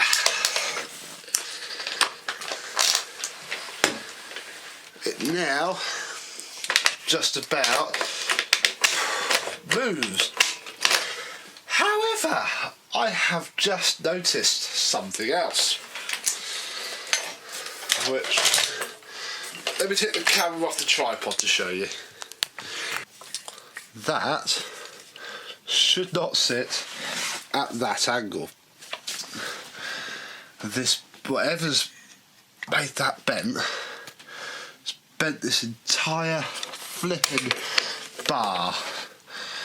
What a pain. So we've now got to swap all of this as well. And the way you swap, well, the way we swap all of this is yet more circlips. There is one here, if I can rotate it around so I can get it off. Now you could hammer it out, if you didn't have a spare. You could very easily just give it a tap in a vice. But we do not have that luxury, so we need to take our newly fitted part back off. Push that out the way. There is a washer. Then this bit is secured in with another circlip which is buried under a massive layer of filth. Oh, that's just come off and gone somewhere. So the actual pedal is a little bit bent, but different to this one, so it should be okay. Oh, where's that flipping circuit just gone? No. Right, there's no finding that now. That is the problem with these circlips. They are so small. That is gone forever, so we do need a spare circlip, but for now we should be alright. Then tease the cable out, and that's just held on with that. We'll leave that there for a second. Yeah, that's very bent. Ooh. Now we need to move to this side, where we remove, there's a screw over here. It's the only screw there is, and that holds down a little plate that holds. It comes out. Come on. What's stopping you? There should be nothing. Oh, there we go. That's what's stopping it. So this is the release. Okay, that's now floppy, because this is the part that locks it in.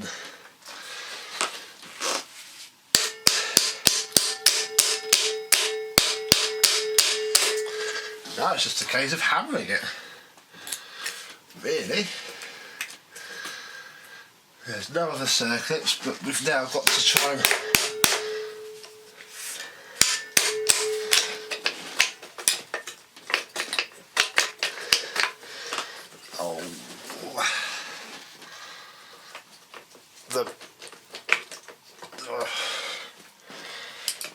I know what's stuck, and it doesn't need to be stuck, it just needs to be forced into line. There we go. That's what made the bag so difficult to get on and off, because that was rusted. So that is a very bent axle. There you go. That whole thing is now loose. The whole thing is disgusting.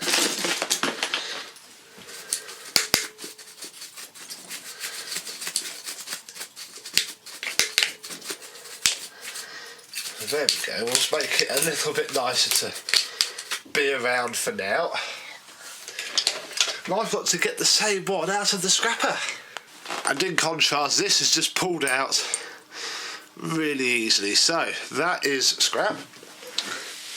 Guys, because I got a spares machine, isn't it? God, blimey. Right. So now we need to fit it all back together. And we'll have you at this angle for a change, I think. So, we need to get the bag slide ready. So this pushes in. Then there's a spring.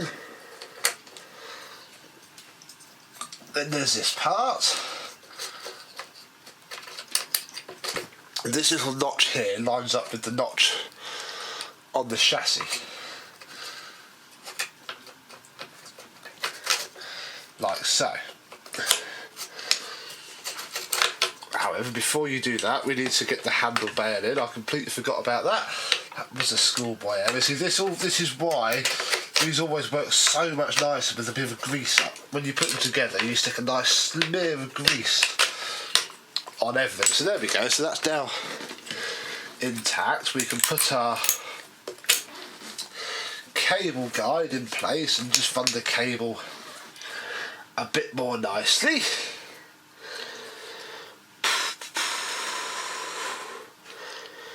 Then, so that's there. We don't actually need to worry about that yet.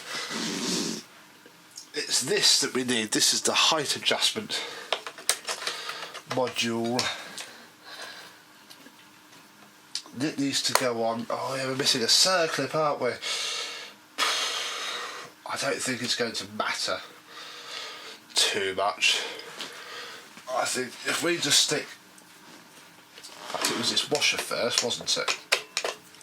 I'll put this washer in. I'm going to, when I put this together, I've got a really good guide actually from one of my own threads. You see, even I use my own threads to do these things. literally step-by-step steps where everything has to go. So that is what I shall use to put this back together. This, for this video, will be absolutely fine. Now, why are you not going on? Something's not right. Let me fiddle. Well, that's something I have just learnt. The 652 and the 6525 are different. Look, there is a circlip slot on the original and not on the other one, so we are going to have to refit the slightly bent one. Although I think now it's not as bent, we might get away with it. There was me always thinking that the 6525 was just a cosmetic rebrand almost. It's not. It is very much different. That's interesting to note. Very interesting to note. So there should be a circuit that goes there by the cable holder, but we do not have that circuit because it went pa-ding. So we won't worry too much about that. We want this washer. We'll put that washer there. This is all a little bit of a just get it working so I can use it again in this lovely before video that's probably gone on for far too long, so apologies if you're a bit bored. It was not my intention to spend this long doing it. So now there we go, now I can get the circlip on the end. As long as this circlip's on the end, it will work. And I shall put it together properly. There we go, look. It works. But you can see me put this back together now. This bit fits over there.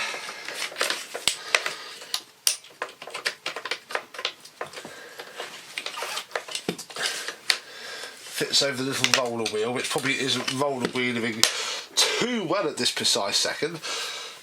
Then this metal part here goes over the top of the little metal pin, and then when you put the screw in, it clamps it all down. It's very clever. Then the spring goes on.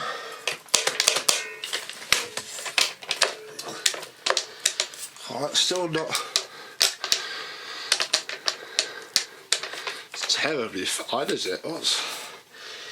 Ah, because this bit isn't there.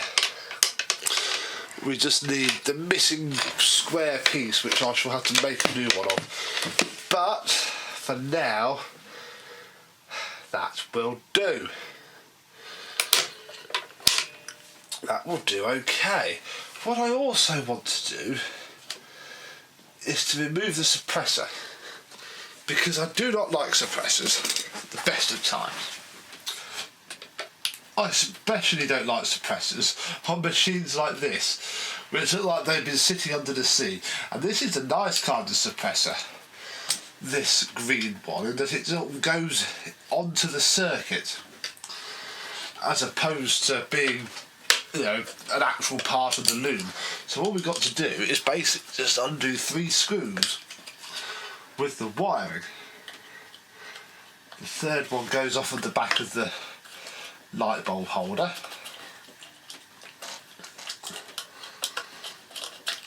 In fact, I don't seem to recall the light bulb lighting up. Was that just me, or did it not do it? There we go, look, in fact, just put this light bulb screw on, because otherwise the whole thing won't work.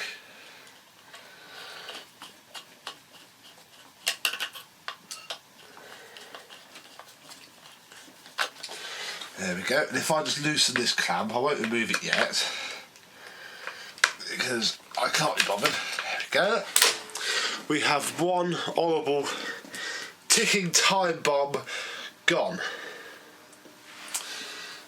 And that springs upside down. There we go. I think we've actually cured most of its evils. That's very interesting. So we can now put the hood and the lens back on.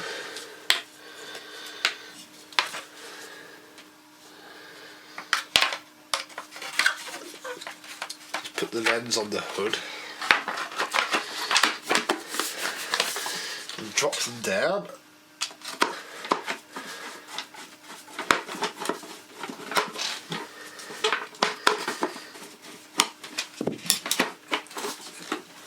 He says not being able to line anything up at all. Really? What is your problem? There we go, there's one. Here comes the other.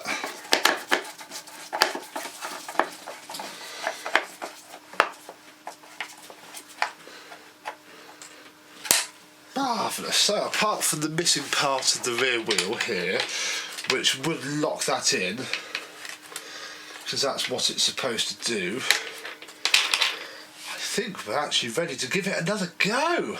Woohoo! Right, let me clean all the bits here up that we don't need, and we'll get on with it.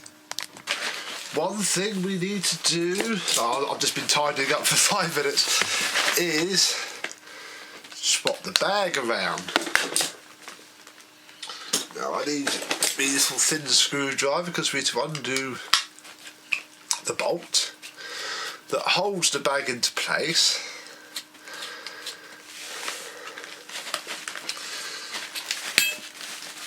Without saying that, we need to do a bit more, don't we? We need to open the bag first, undo the bolt fully by the looks of it.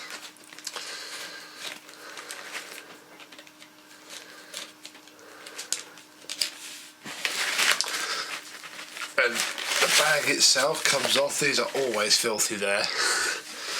Always, always, always. Next, right, next, the bellows need to come off of here. And would you know it, they've been glued on before. This is interesting. Oh, there's the joint. There we go. There's the joint. I'm going to have to peel it off as best I can, because obviously this one is the broken one. I'm not going to bother trying to glue that on. Not now.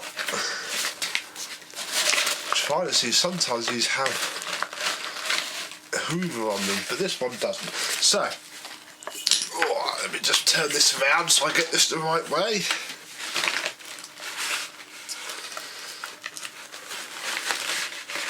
We just now need to push this back onto here. Now when it's refurbished, I do this because Hoover did this,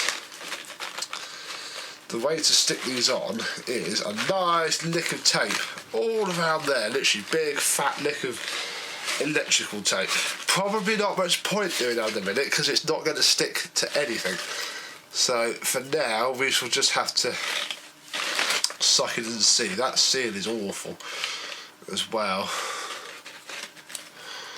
Don't quite know what I can do about that. We might have to have a ponder, but that can be a ponder for another day. We need to refit the bag. It'll do for what we're just about to do, and it doesn't matter if it gets filthy, because obviously it's all coming apart to be very much refurbished. Very much refurbished indeed. There we go. Line that up and screw it home.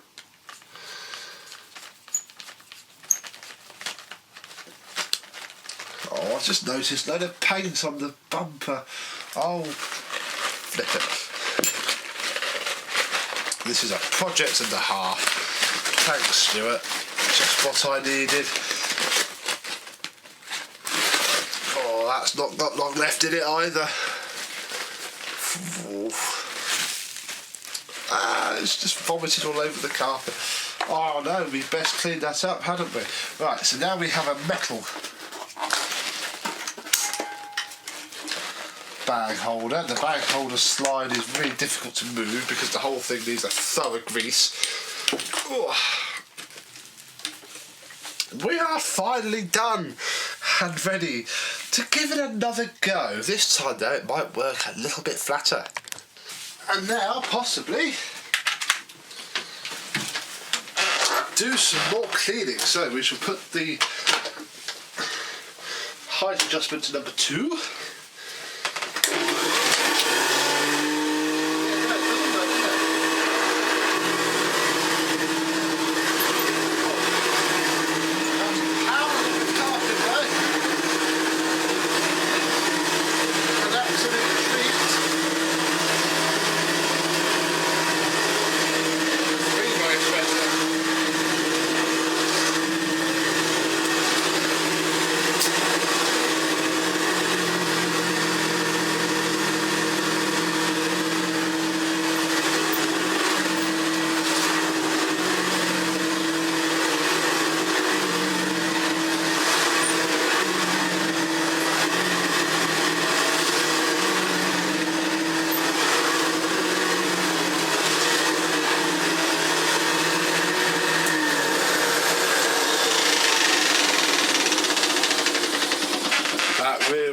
Still not level by any stretch, and I think it's actually the adjustment causing that, but hey ho, that can be sorted when we refurbish it. So for test, not return.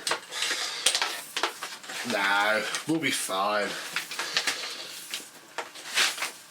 This will hint, obviously, because this is the next day. I had last night. I've bought a scrap machine off of another collector with some decent handles on it. So you will see this with different handles on it next time. But the main machine should hopefully be a little bit nicer once it is done. So from this and our spare 652A, and I found the ratings plate. There it is, look. And you can just about see this is the 421st from January 1960. I think that says.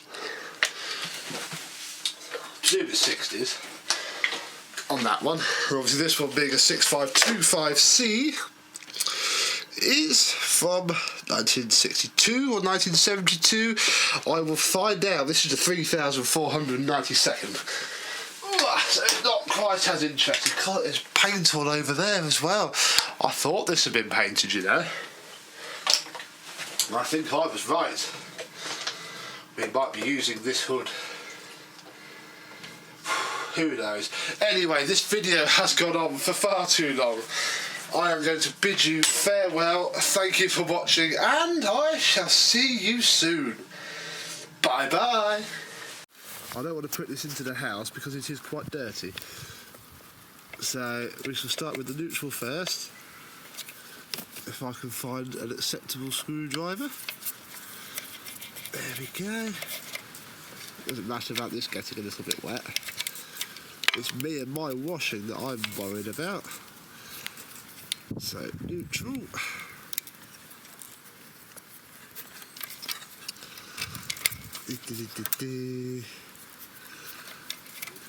Well, you don't have to be exact. Just good enough will do.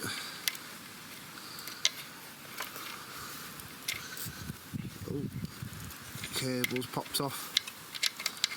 Come on, you little sod.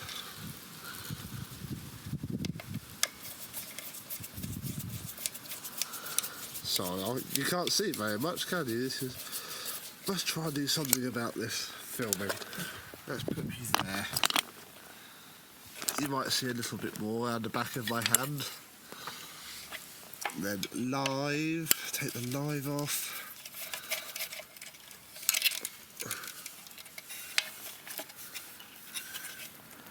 Live can run through there. Like I said, this does all need to be re-terminated because the wire ends aren't that long off the backs, but it will do the job.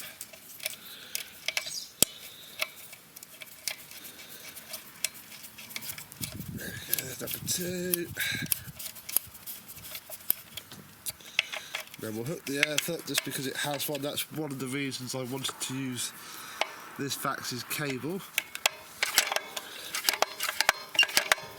Or not, because the earth seems to be stuck. Come on. Vax off, there we go.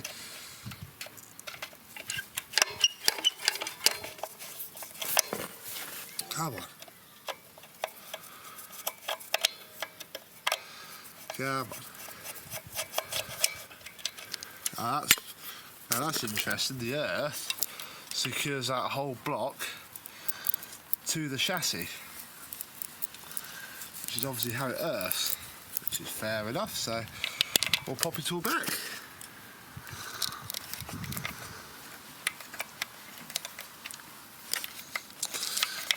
Oh, got cable caught. Where are we?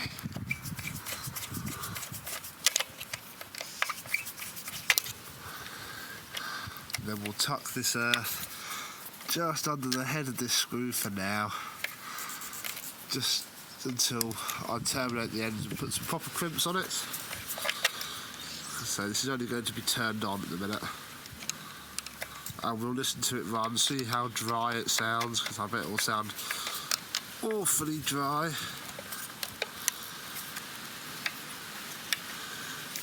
No, that's terrible. Don't like that at all. Hang on. It's all just popped out. Let's stick you under this washer. That would work best, wouldn't it? I don't know what you can see or can't see, I'm very sorry. I should pause it really, but that would ruin the effect, wouldn't it? If I hold that there with my finger. There we go.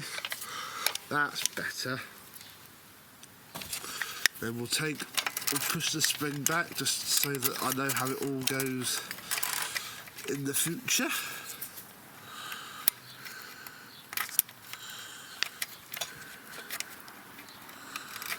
Just in case it's a little while before I do get round to doing this properly. Then I shall push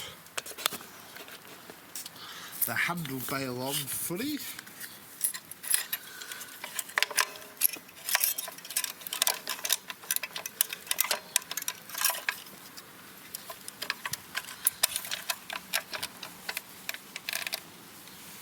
Like so.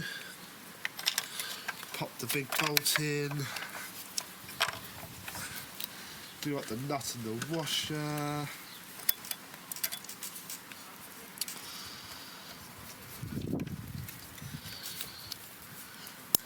Like so. Oh, really made it now.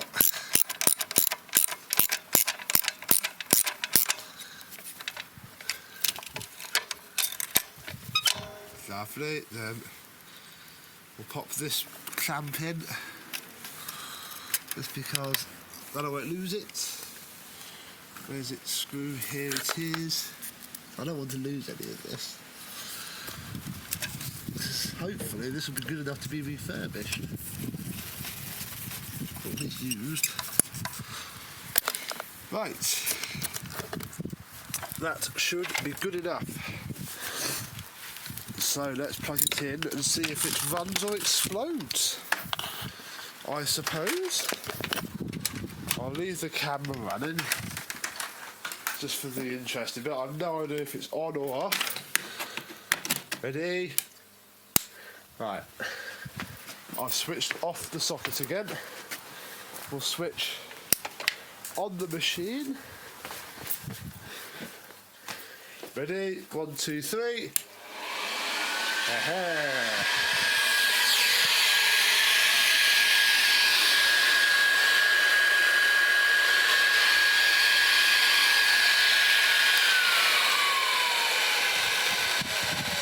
It works, and it works well. Right, let's just turn it off because it is raining.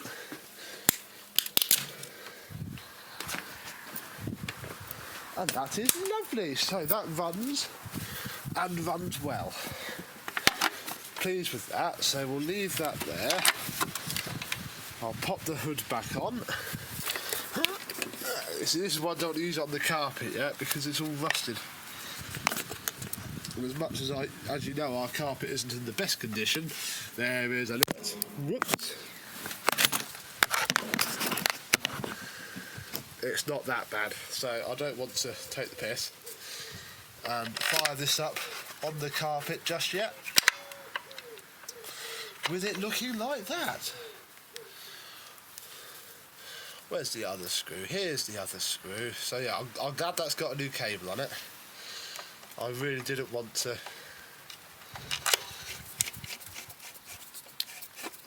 use that other cable. Although actually, you know, that might turn.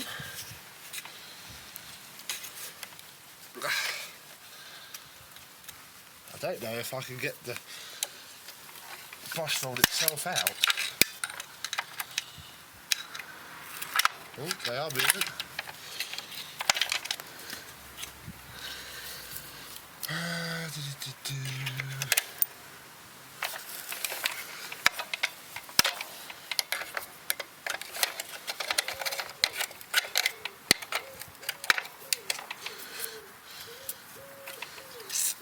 It is coming, but not very easily. Come on, I just want to show the nice people if you work with a belt. Let's find a belt as well. Aha! One, that's the problem with these brush roll clamps. Once they rust up, they're awful to get off. There we go. And one very seized up brush roll, and one quite perished belt. Here's what the inside of all that looks like. Very rusty, although it's moving now. I think it hasn't been off in a while. Let me go see if I can find a belt.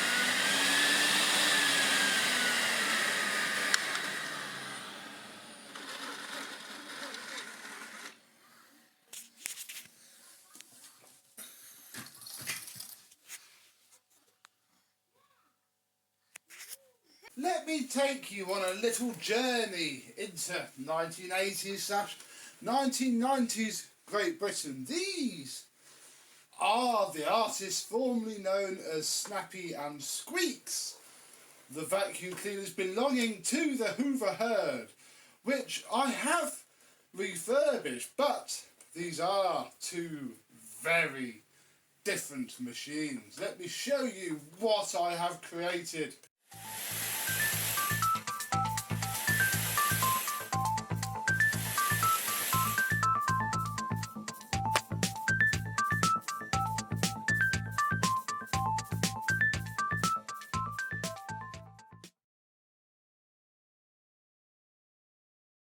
Yes, hello my vacuum cleaner chums, how are you today? There is no more Snappy or Squeak. The Hoover herd is going to have to find a new name for the one Hoover Junior that will be going back to Scotland. We have this beautiful example of a non-original Hoover. We still have the non-original handle grip, we still have the better of the non-original bag, still have the non-original, but look at how much of a brilliant condition the hood is in. It polished up really, really well. It's even got a brand new non-genuine grey belt guard that I had in the shed. Oh, let's just flip it over and yeah. Look underneath where the brush roll has been painted and stuffed with new genuine bearings, and it has been put together. Now, when I had them apart, I discovered something. Gather round, settle down. Oh, I've got a message. Gather round, settle down and enjoy this quiet, soft episode, because it all started with this. This is an original Hoover Junior armature with a metal cooling fan. This is a pattern Hoover Junior armature with a plastic cooling fan, and that is one of the key reasons why Snappy and Squeak sounded so different in the before video. I did notice it, but didn't quite cotton on why. These do make a difference, so that is those. The next thing is, and yeah, this is how filthy the thing is, there's even some weird sort of post diffuser over there. I don't know, I haven't got round to doing much with it yet. It's all perished anyway. It's a plastic firewall with a plastic air tube. Now the plastic air tube is fine, obviously, they all have that anyway. Well, this later ones do, the 1334 we didn't, but it's a plastic firewall, and again that makes all the difference. The other machine has the metal one, which is what gives the Hoover Junior its signature sound, really, because it has a signature sound. Then things sort of, you know, go a little bit skewy. We have a plastic cooling fan versus a metal one. That's quite cool. The brush rolls, it's been painted blue. I don't quite know if it, you know, if it's just been painted a few times, but certainly there's that. And again, the things people used to do, obviously we spray paint brush rolls here on this channel. I just do it in black. The wheels, now obviously on, where are we? On a normal Hoover, as I'm going to bore you to death with this week, the wheels are held up with little circlips, and then the washers. This is some pattern job with those horrible star washer things that crimp on. The Hoover Turbo Power front wheels have them. They're awful things. And obviously non-genuine wheels. Same with the rear wheels. Now I'm actually not too sure whether these ones are genuine, but they're the more correct shape than these squared off weird ones. The spark arrestor plate or bottom motor cover. This one has the remains of the original Hoover ratings plate on it. This one is completely new, and again you can tell that because this is actually attached you can buy these. I know that Parts Master and whatnot list them, but I don't think you'd ever get one if you ordered it. But yeah, again, they went to the trouble of remanufacturing the bottom cover. I don't quite know why. I don't think they were renowned for breaking. But there we go. There wasn't a spring in one of the handle bales, which is a bit strange, and they've been reprofiled.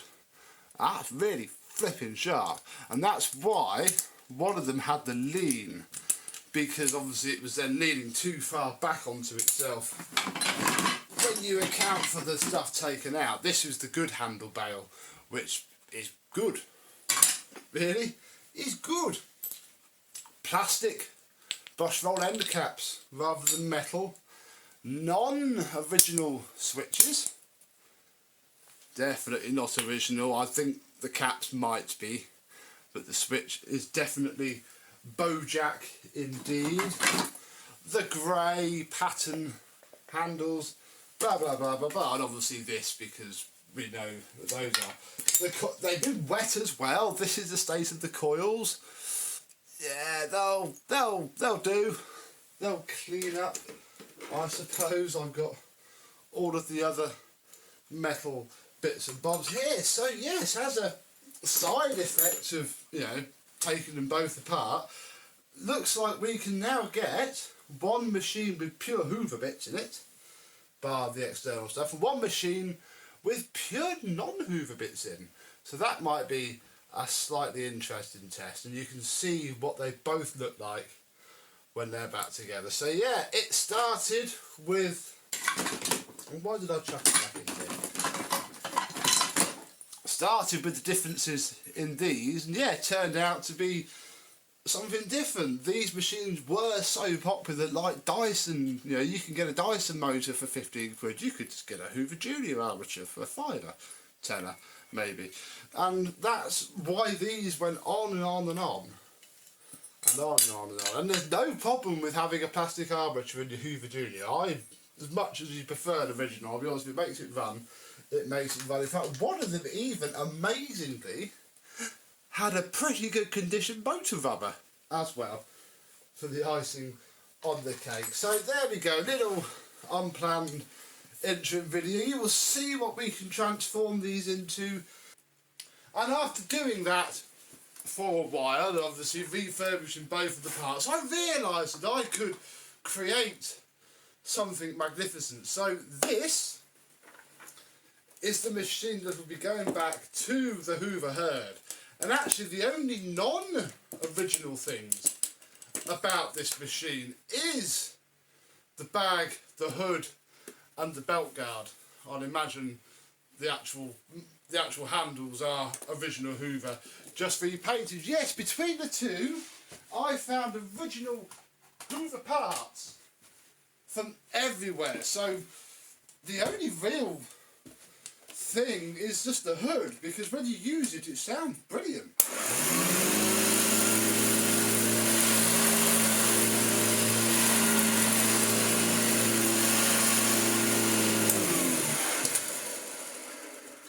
Really isn't too bad. It is possibly better than the 1346A that I've got. It came up really, really amazingly. So yeah, there we go, Kirsten.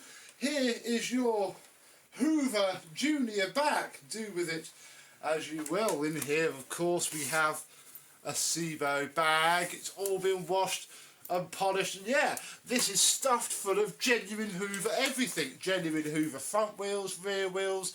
That's a genuine Hoover cover. Genuine metal firewall. The brush roll will be genuine, of course. The brush strips aren't, but there we go. Literally every possible thing went into that one.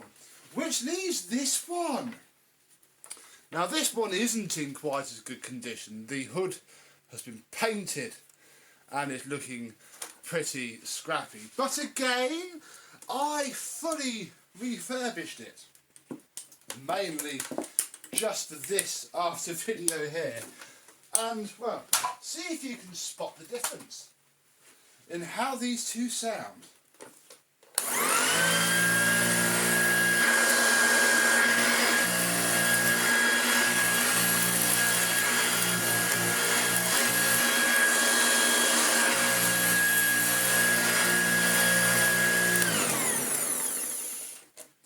ratchet.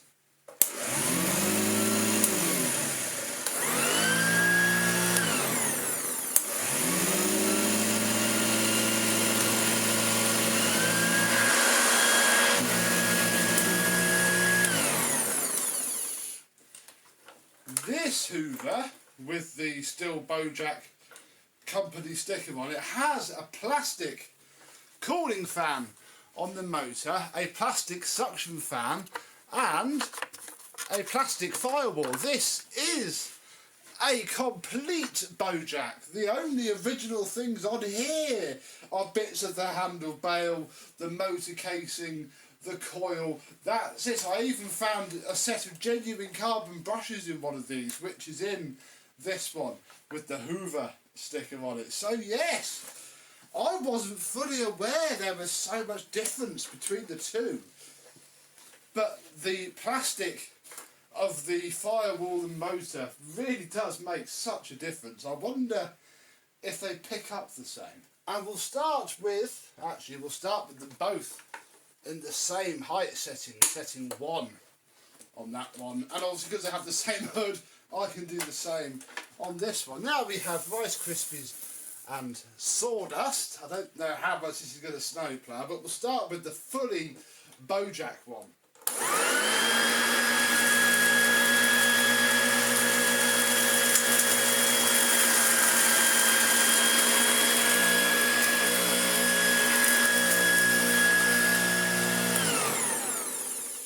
Not bad. How much has it left? Oh, only a little bit. Yeah, that's not too bad. Let's try the more genuine one. But it picks up the carpet a lot more. And because it's doing that, it's now snowplow.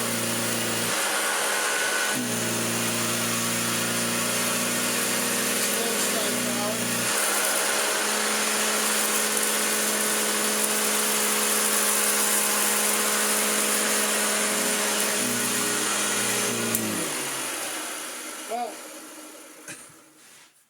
This one seems to be doing worse. What it actually is because it's picking the carpet up more into the head, whereas this one didn't. And I'm wondering if this has horrible non-genuine wheels. This has genuine ones which are slightly smaller. And it just seems to be, I mean, you can tell just by watching the Rice Krispies bounce. Let's put this back into setting 2. Remember, same hood. Same hood on both of these, I think. They're both the same design, just one's been painted.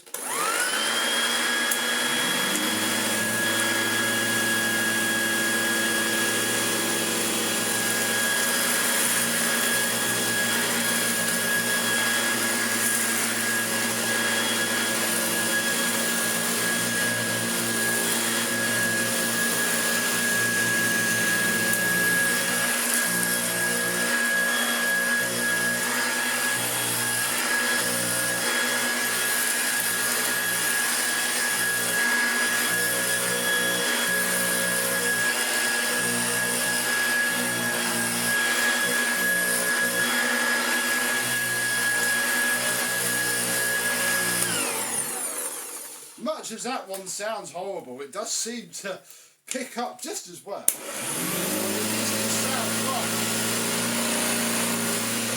And it does pick the carpet up.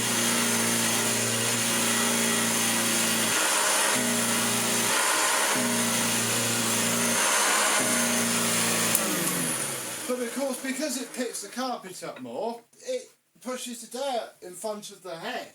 It's a little bit of a double-edged sword, but obviously you can tell the difference in noise between these two. But oh, I've played that wrong, haven't I? What about an actual original Hoover? Hang on, is it yet? So we have completely Bojack, not a genuine part in sight if we can help it, coming to as many genuine parts as we can, and then finally to the 1346A, which has genuine everything. We'll put this on setting 2 as well.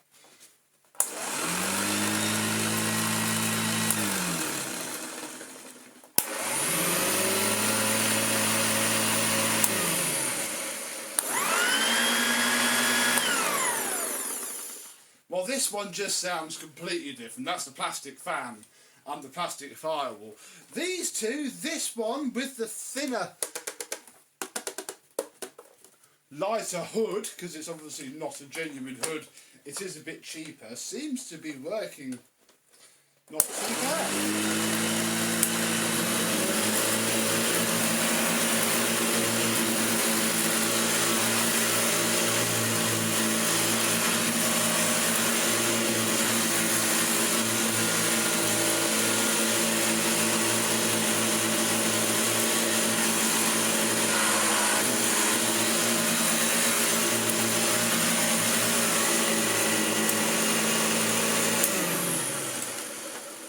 So yeah, it works just the same as the complete genuine Hoover one, because obviously it's got the same metal firewall fan and cooling fan. So yes, I have created what is as good as an actual 1346A that you can get. And of course, let's not forget that the Hoover herd now has an original motor, an original handle bail, some good handles, a fully refurbished brush roll. There is now nothing stopping her from finding a, you know, tatty but complete Hoover Junior with a... Oh, hello.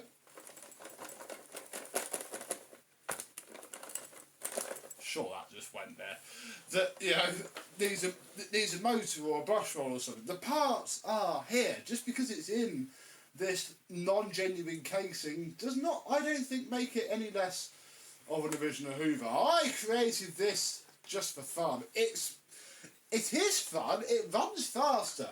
I'm sure it runs faster, which is why it doesn't pick the carpet up as much, because it hasn't got the right amount of airflow, because it's very fine. It's why I've got this orange carpet down, because it likes it and it can pull it up. This is probably what a lot of people think of when they see Hoover Junior. Not a genuine part in sight. It sounds wrong, it feels wrong, it cleans wrong, it just is wrong, and I've made one.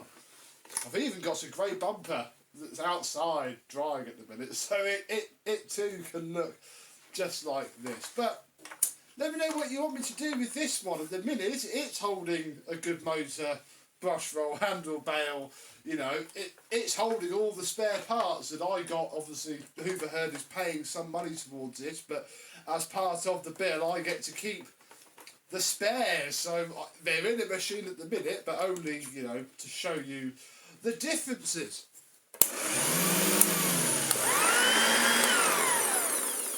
And it's a lot more different than I thought it would be. So there we go. Really, another after video of primarily this one done. The Hoover Herd now has a Hoover Junior to play with, as good a Hoover Junior as anybody could have. Yes, it's not a genuine original one, but it is as flipping close as one can make it. So thank you very much for watching. I hope you've enjoyed, and and maybe this, we'll see you soon. If you want to see this again, head over to Kirsten's channel, The Hoover Herd, where I'm sure once it winds its merry way from Oxfordshire to Scotlandshire, she'll show us all in her own way. So, thank you very much for watching, and goodbye. The little orange legal floating alien, the Hoover Constellation from the US of A, is done. I'm ready to show you how it still works pretty much as well as before.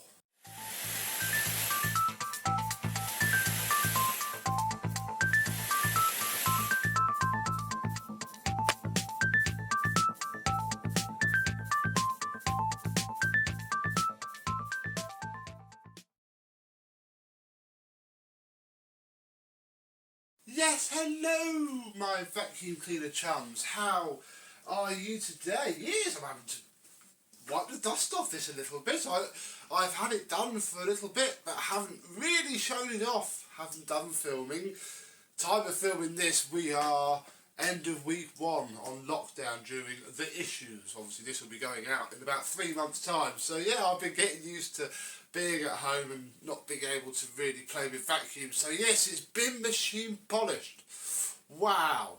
I mean, close up, the paint is still, you know, it's not brilliant. Unfortunately, I cannot deny that. But, you know, from when it's on the floor and you're using it, it looks pretty good. This is the floor tool which I still have lying around to demonstrate this and the other one. You've seen that. I have 2 more tools that I found so they can go with it. And the hose. Now the hose is odd because it's completely seized up. I mean, I tried hitting it. I mean, you can see, look, I have had a go. The owner said he didn't really mind because he has a few, but I've never seen those welded in there. I think some of it's got to do with whatever's caused that lump under there, because it's bound it tight. I tried heat, oil, WD-40, hitting it, swearing at it, everything. It's a shame really, because yeah, the rest of it's very good.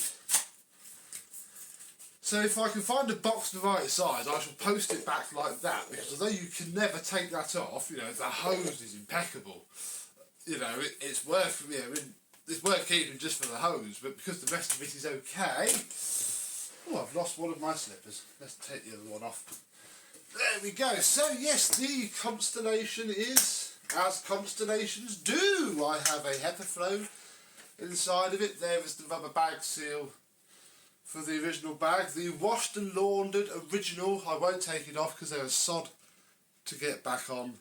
Pre-motor filter, which is luckily pretty redundant. With this and everything else is the same. You just have to be a little bit cautious putting the bag on that you don't fully trap it in the holder for the old one. Let us unwrap the now very clean cable, reminding ourselves of the very nice VT plug, which has had its pins polished and looks brand new once more. Get off. We shall unwrap the cable. Where are we? Right, that is the end. Find my source of power. Turn it on. And it's really, really good.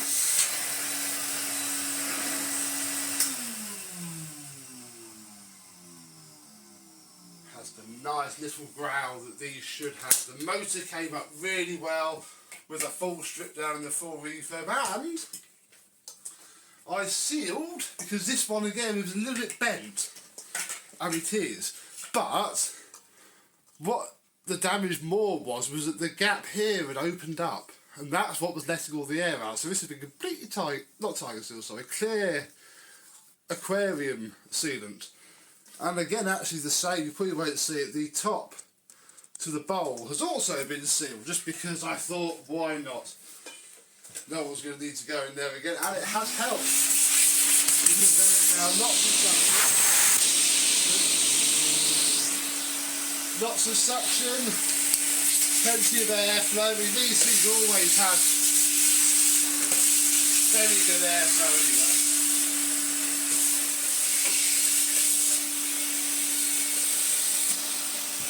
And then when you finish doing that, you can simply pop the floor head on, extend the hose, the one, to its only setting, and then hoping the one doesn't collapse, do some vacuuming.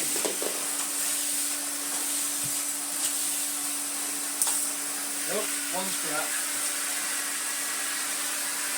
These aren't fab, these ones.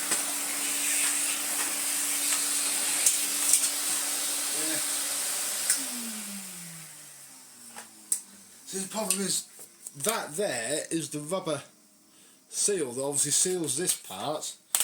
Take this off, it's very heavy.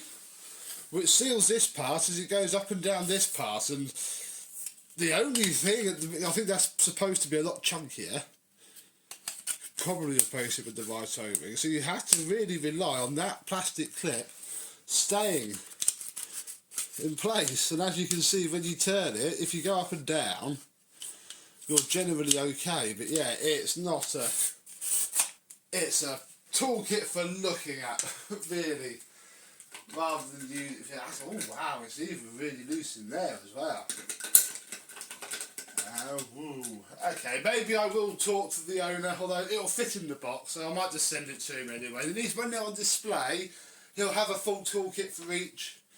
If he wants to just use it to clean the floor, he's probably better off getting just another toolkit from another one of the vacuums. I kicked the dusting brush out the way as well, actually. Let's give that a bit of a use.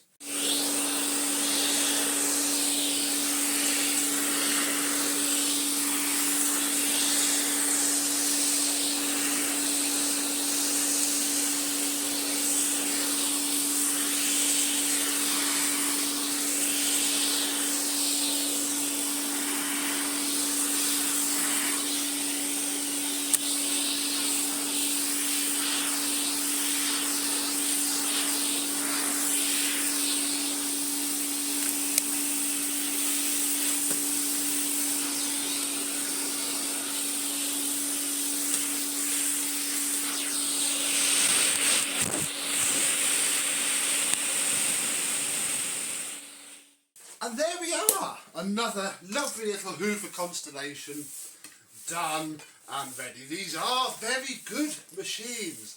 The only problem is that if you buy one that's just been found in a loft, they're not very good machines. They are needing some love at this stage of their lives. And the problem is that even though they're needing some love, people seem to think that they're worth a horrific amount of money, which suppose they are getting that way. So yeah, if you can find a cheap one, definitely do. Literally just taking it apart, washing it and putting it back together makes all of the difference. And this one, another one ticked off my massive list after video done. That's always the last stage before it goes home. So thank you very much for watching. I hope you've enjoyed, and I will see you soon. Bye bye.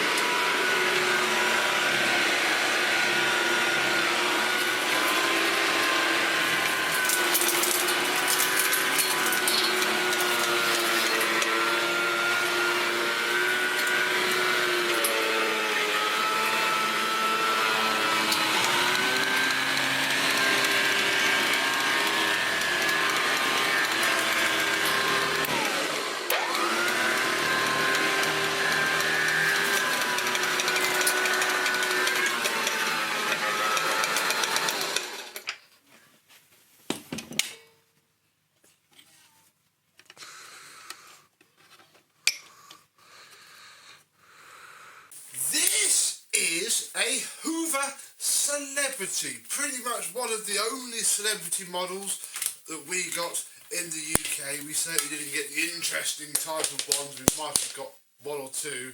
They certainly weren't that popular in the UK, not compared to the Hoover Constellation. This one belongs to the same person as the two Hoover Constellations that we have been dealing with, and apparently doesn't work at all. We're going to find out what could possibly be wrong with it, see if we can pump some life back into it and work out if it's going to be a viable project or not. Let's have a look.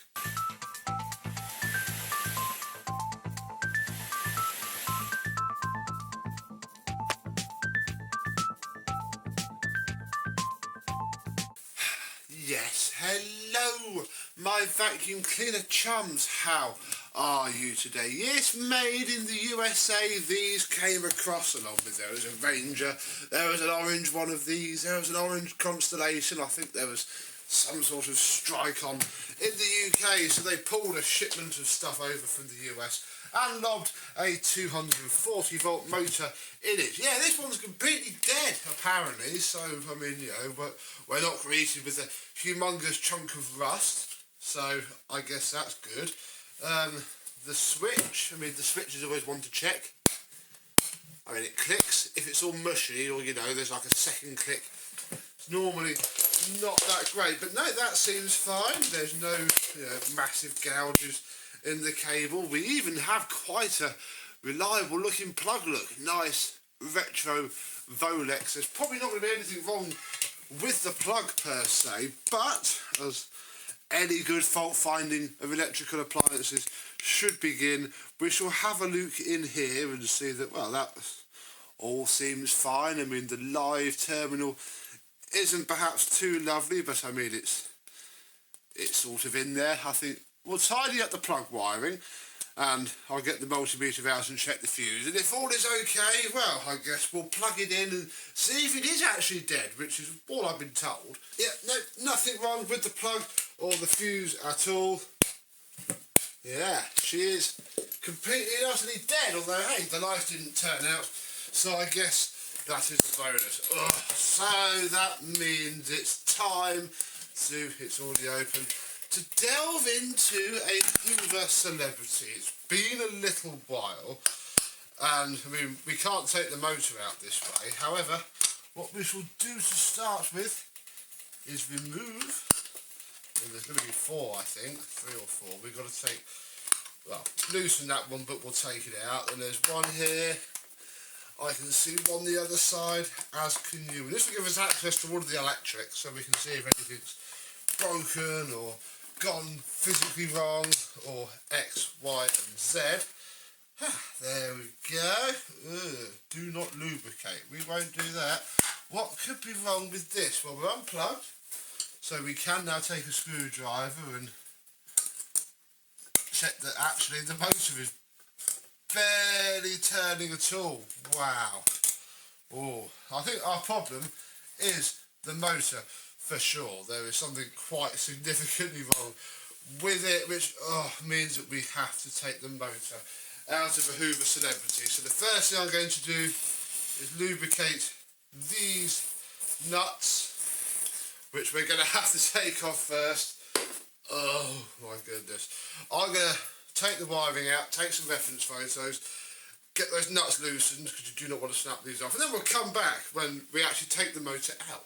Marvellous! They came off a treat. I've had them strip out before, and it's a pain.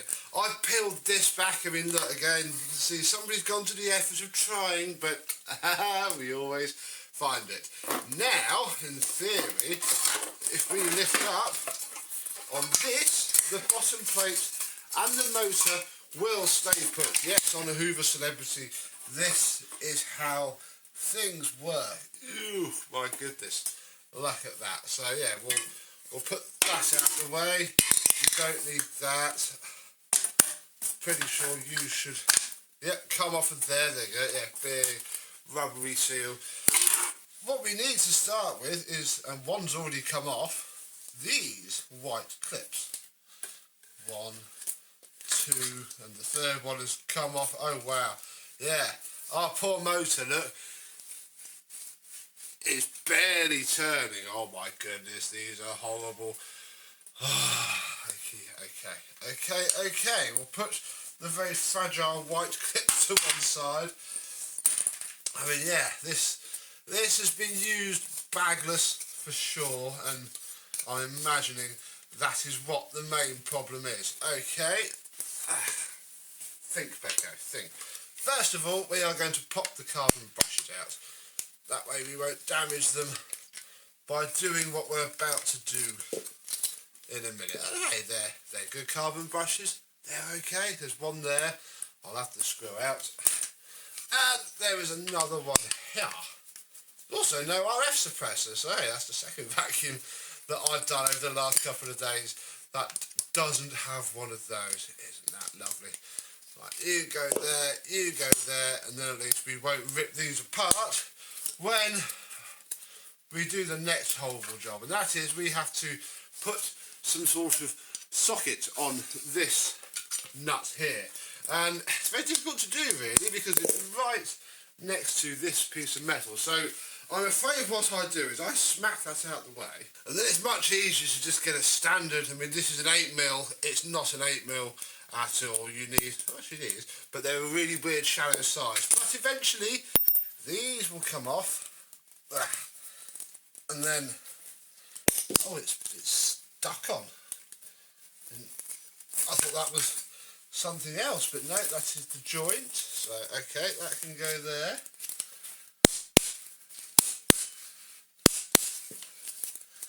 Oh, come on, release. Obviously we've got to get the armature out of the top part now, which is... Aha! Oh, but then we've got to sort of push the wires. Ah, no, we can take the wires out. Hang on, they're just spade connectors. But we need some pliers. No, they're... Ah! What? Phoenix, where's all the tools gone?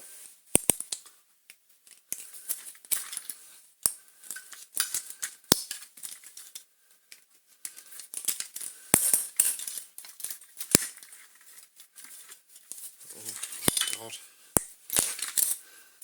There we go. So, wow, lots of chunks of dirt everywhere, including, yeah, a very rusty bearing, so that's not going to be helping matters at all. Crikey, that feels sharp. We'll put that down.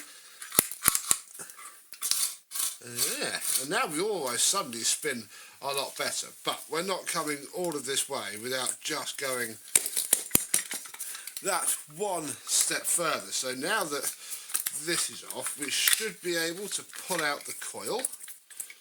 There we go. And we need these two springs which go on those bolts that we took out. And yeah, now all of a sudden we do spin really, really well. Next thing that we would do is probably take the fan off, but I don't know if we're especially... Yes, we are, because I can see chunks in there. Hang on, we shall go and get... Not that size. This size.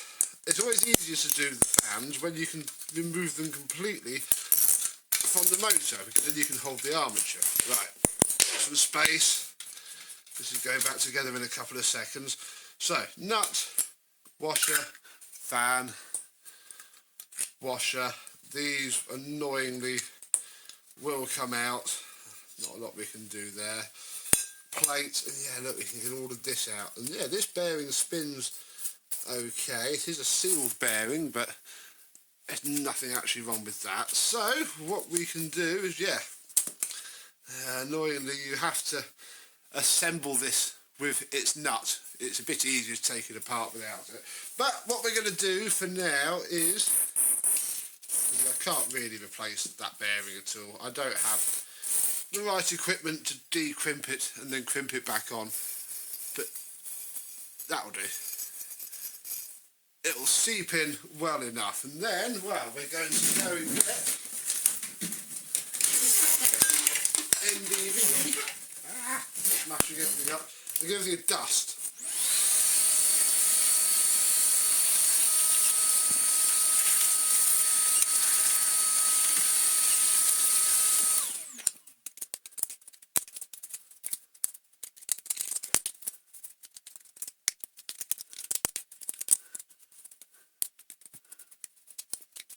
Then if this poor thing's going to stand any chance of not then sounding like an aeroplane when we turn it on, we've got to do something about this fan.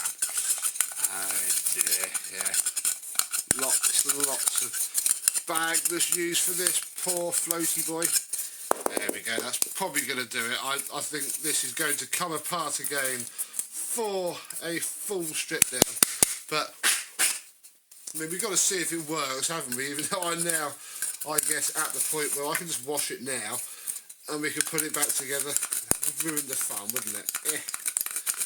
Come on. Just don't want this to completely knacker the bearing up straight away. Right, so we don't actually need all of these bits for now. We just need to start with this on that way round, wasn't it?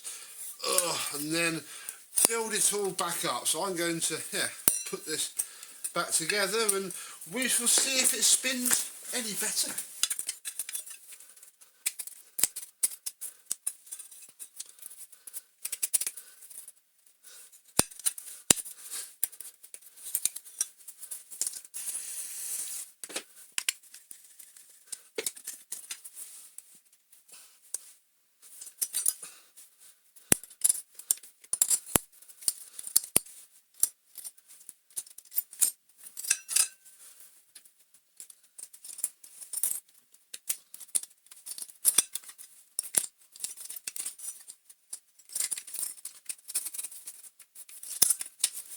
we go. The best way I actually found to do that was to start off with the vise. Wide enough to slot this in, put your bolts into the bottom, and then stand the whole thing up, and then springs on, coil in, armature in, and look, it now free spins. Absolute treat, just by taking it apart and putting it back together again. Isn't that a treat? So, fully remember which way round things went now. That went on there, ready to go up into the motor housing. Oh, come on, it's fiddly. Oh, dang it, should have put this on first. Now I've got to try and get it over this ridge of metal. And then from there on, we just put it all back together, really. So we had a spacer there, washer, fan, still needs washing, spacer, and then you can put the nut on. Now this is where things are going to get difficult, because now that this thing free spins like an absolute treat, you've got to hold it, and I don't actually have the right size spanner for this. What we're going to do is get some mole grips. Oh, a bit tighter than that, please. Thank you. Then you get a screwdriver, and you can turn the armature and snug it up nicely like that. And then, yeah, look, our motor now spins a treat and should probably fire up. I'm going to now assemble it back into the machine, and we'll see if it's going to run. Okay, so we are back together. In theory, we obviously assume they're switched on. This should work. Okay, so the switch, flip that. I think the switch might be dodgy as well. That isn't helping. Yeah. Oh, I've been having issues with the switch. Motor spins fine now, so it shouldn't be that. Nah. We might have to fit another switch quickly. Last try. Yeah, no, dang it. Oh, we come back when I have whatever this is sold. I'm fairly sure it's the switch.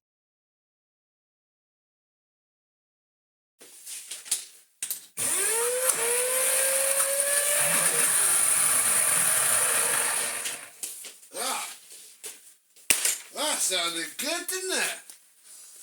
Oh my goodness, what happened there? What on earth happened there? Back apart it goes.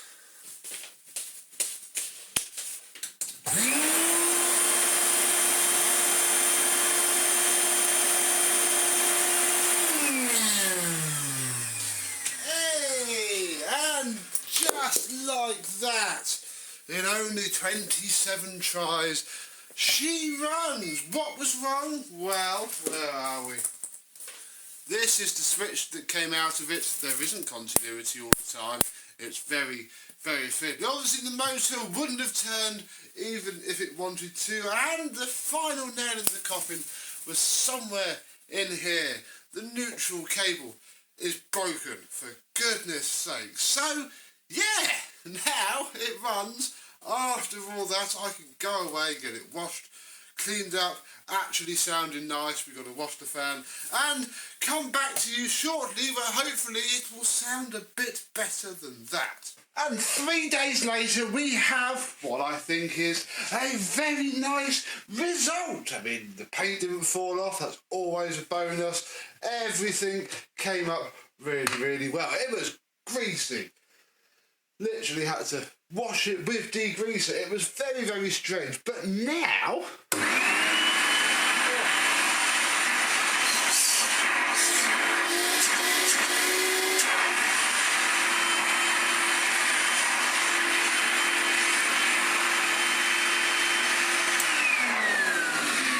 it works really, really well. And the motor sounds incredibly nice too.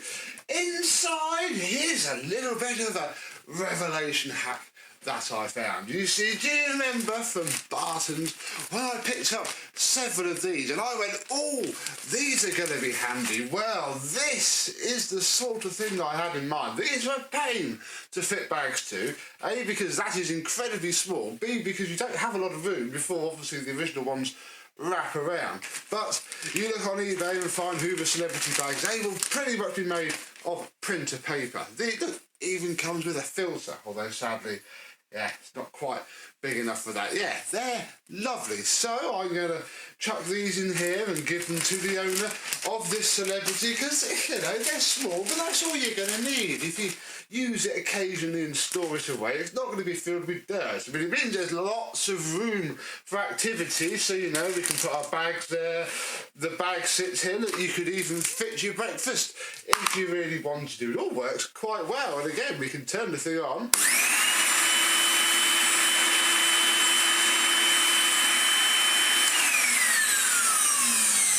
And note that it all works very well. Our Miele pre-motor filter fits in their retreat.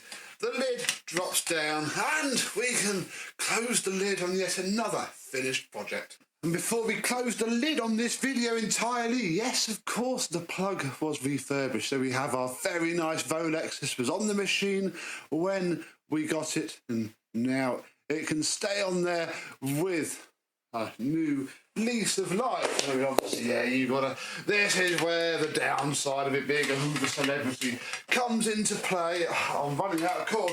I don't have one on me, so this is gonna be a pain. Bless their little heart. Obviously, we don't have a hose. So there's not a lot more we can do to this video, which is why I thought we'd get a little bit technical. There we go. Look, the trick is you don't want to chip paint.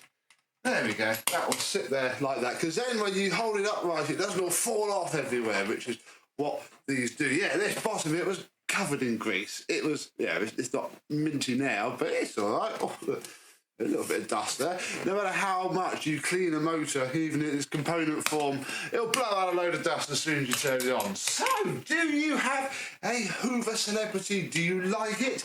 Do you use it often? And yeah, those bags are pretty cool. I do have a few, so hopefully we can get some on eBay and you can experience the immensely improved airflow that these have.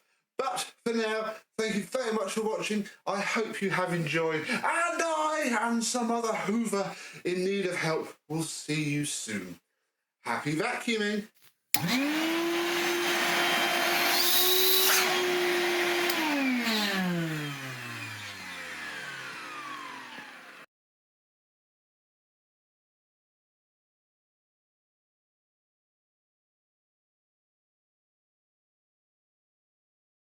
This is a Hoover Junior 1334A. Please ignore the bag. I did not get the bag with this machine. This is a favour for a friend, so it's borrowing my green bag.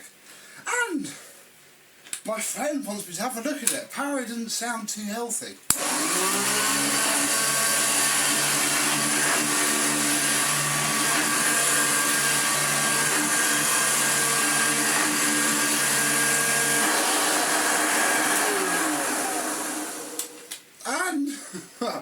Doesn't sound too bad actually, now I'm just finding it. But we're going to have a look at it anyway, because I want to do a video on it. But we're going to have a look at it in a very different way that we normally do.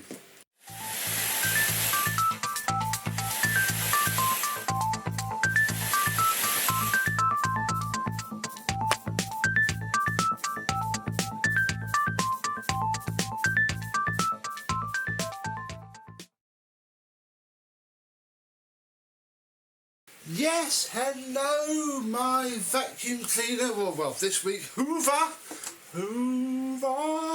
chums. How are you today? Now, this is basically the same sort of crack that Snappy and Squeaks were, the ones from the Hoover herd. May have seen the after video, I don't actually know, so I won't spoil it for you, but yeah, ripped apart into buckets full of spares and then lobbed back together.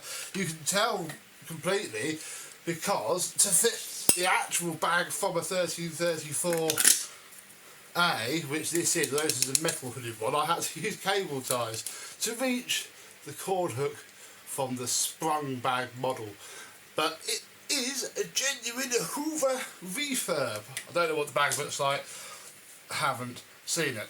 But how we're going to do this is fairly simple, really. It's a question that I get asked a lot, and it's a question that I see get asked a lot as well. I bought a Hoover Junior off Facebook, blah blah blah, and it sounds awful. How can I fix it? Now I have to bite my tongue because, oh, look at that. Because obviously I do prefer ripping them to shreds and then starting afresh, which is the only way. But what if you don't want to do that? What if you're not as stupid as me? What if you have a can of white lithium grease, some drive and bearing lubricant, some grease, maybe a packet of baby white, and it would be prudent, I suppose, to have some blue towel. What if that's all you've got? What if you don't want to do what we're doing with the 1334A, my one, stripping it completely apart? Can you get away with this? Now, it's something that I've never done. I've never gone to the effort of doing that compared to just carrying on and stripping it right down. So I thought today in this video we would do it. We would just, you know, give this a lubrication and see if that's all we have to do. So we'll take the, please say I can take the terminals of the wires out. Oh good, I can, without having to chop those off. We don't actually have to take the wires out, we're going to try and tuck them out of the way. Now it's a metal hood on this one, very nice indeed. We're probably going to have to take the handle bail and the rear wheels off just to get the motor out. Not a lot we can do at that. So yeah, this is the bare minimum, and you're going to need a long screwdriver to do it, because there is no other way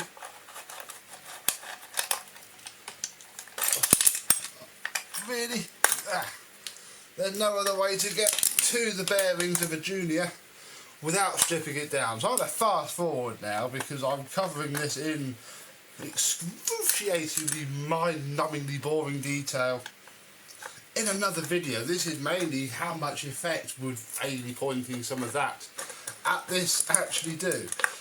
Although I now have a sneaking suspicion it may not make it sound completely different, because I bet this has a plastic fanned armature. But hey ho, we'll do it anyway. See you when we've got the motor out on the floor.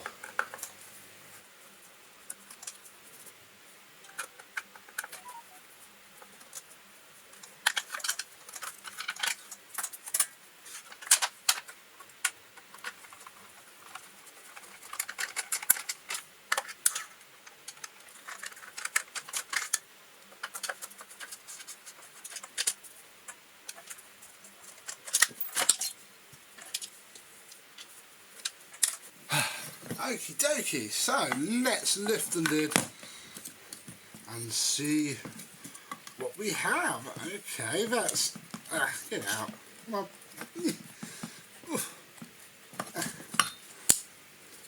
that's a little bit interesting then. Oh, here's what I thought. It's got a metal armature fan. Look at that. Oh, look at that.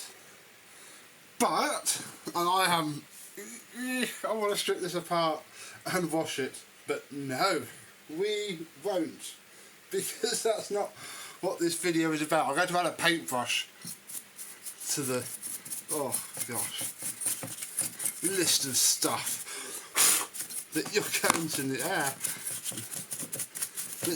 need to do this. Now I do not recommend this. You are 1, 2, 3, 4 screws, 5, 6. Technically 7, 8 away from being able to have this fully apart and washed and given all of that grease and grime. But no, this is how to do it with just basic hand tools. So what we are going to do, now that I can see it is see if we can take this off by hand. If we can, we will. If we can't, we won't. Only because there's lots of gunk down there. I don't think I have another way to lock the armature either. I don't. The fan's spinning on its own. Oh, hello. Ah! Look, you can do it without, because it's so much easier holding it in your hand, you see. Yeah, right, we'll unspin this, because I've seen something that isn't going to be helping, and you must get out if you're not going for the full bits and bobs. And that's all this hair, look, sat around. And in fact, yes, this is how I would recommend to do it, because there's only ever going to be a couple of washers. There's 3 little washers there, but this is all going to be making it run off balance, and it gives us excellent access to the front bearing, which is what we want. So we'll take some drive and lubricant bearing, anything else will do. And again, you take that bearing out and you would dip it in petrol or some other tar remover for a day or two and then do this. Oh, that's just freed up a treat already, look at that. Excellent. Little bit on the back bearing, although you don't want to get too much in there.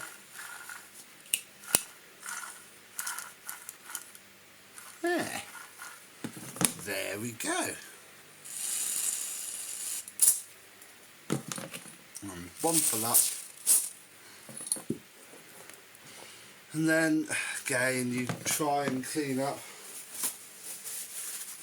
all of the gunk off of here as much as you could and wipe it all down. And this one hasn't got its front bearing seal. Yeah. Well, I'm not going to put it back on because I don't have it, so there you go. If you're wondering why I haven't put the front bearing seal back on, because I don't have it. Somebody has been in here before. I'll put those on. Ah, there's still hair everywhere.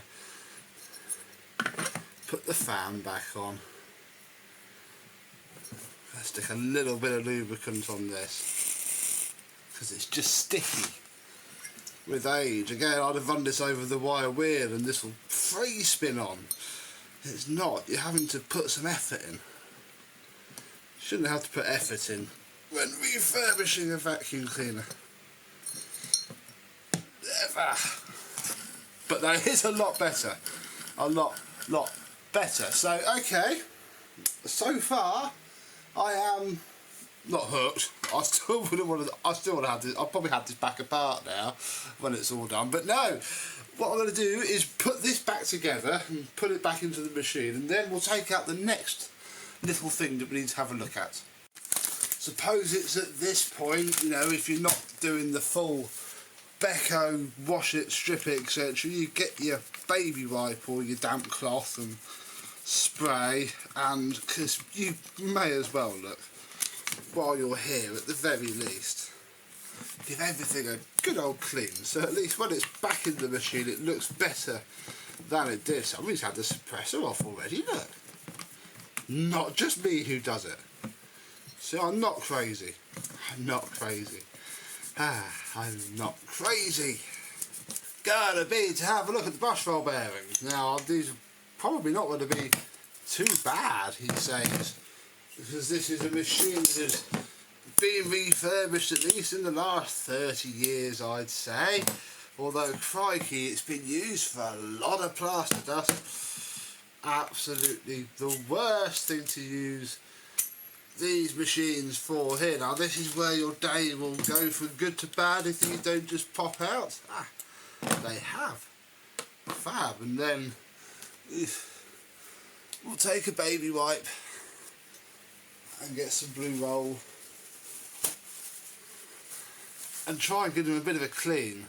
Now I'm very lucky in that I do have a fair stash of new ones of these, but equally I'm going through them quite fast. So I guess I'm going to have to get used to trying this. Oh my goodness. Trying this out and seeing. Now again, the good step here would be to soak these in brake cleaner or petrol or etc. for a couple of days to really get the old stuff off, but we're not doing that here. We're gonna clean it off as best we can. Clean everything off, get it all, because it's all disgusting. And again, I would wash all this in a heartbeat. I mean, you can wash your brush roll, that's not a difficult job, is it? Come on. Please tell me you wash your brush roll. I do have some quite good brush strips, but they're not genuine Hoover. Best you're going to get nowadays, so we'll pop that back in there. Like so, and then what you would do is you would get your genuine Hoover grease gun and do this properly. But that's just, people do this. People tell me that, I re-grease my bearings. How do you re-grease your bearings? I can't force this in. It's just going to go everywhere. We're going to go for plan B, which is silicon, no sorry, not silicon, white lithium grease.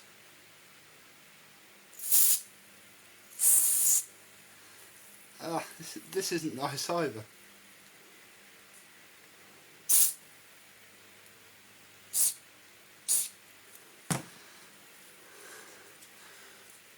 And far from being a pleasant or clean job, I suppose that's that. It definitely does feel better, I'll give it that. Let's see if I can get the straw inside the bearing.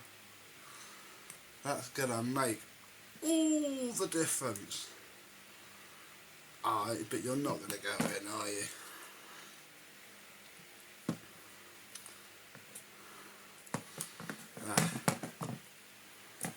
No, it's not. So I guess we shall just try our best. You're just going to open it. As much as you can. Crikey, there's a lot in there. Has gone very smooth though. Who knows? Maybe. Oh, hang on, we haven't cleaned off our spacer plastic parts yet. Oh, a lot of sawdust. Right, I'm going to get this back into the machine with these bearings and, well, see if it sounds any different, really. Ooh. And a few moments later we are back together, all sorted, random bag on, and wow!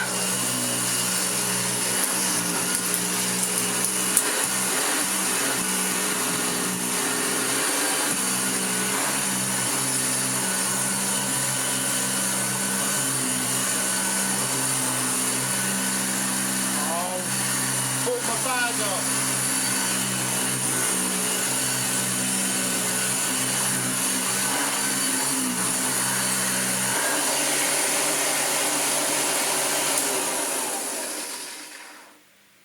Wow, I am very, very impressed. Crikey. Yeah. Again, it's something I've never done before. I'm going to bring onto stage this. Oh, which I just noticed. Crikey, there's a bad advert for Dirty Fan. Look. Oops. Didn't pick all that up when I did its after video. Oh dear. God. And people are supposed to love you. Whatever. Because obviously I've been full bore with this. Well, it sounds a little bit different.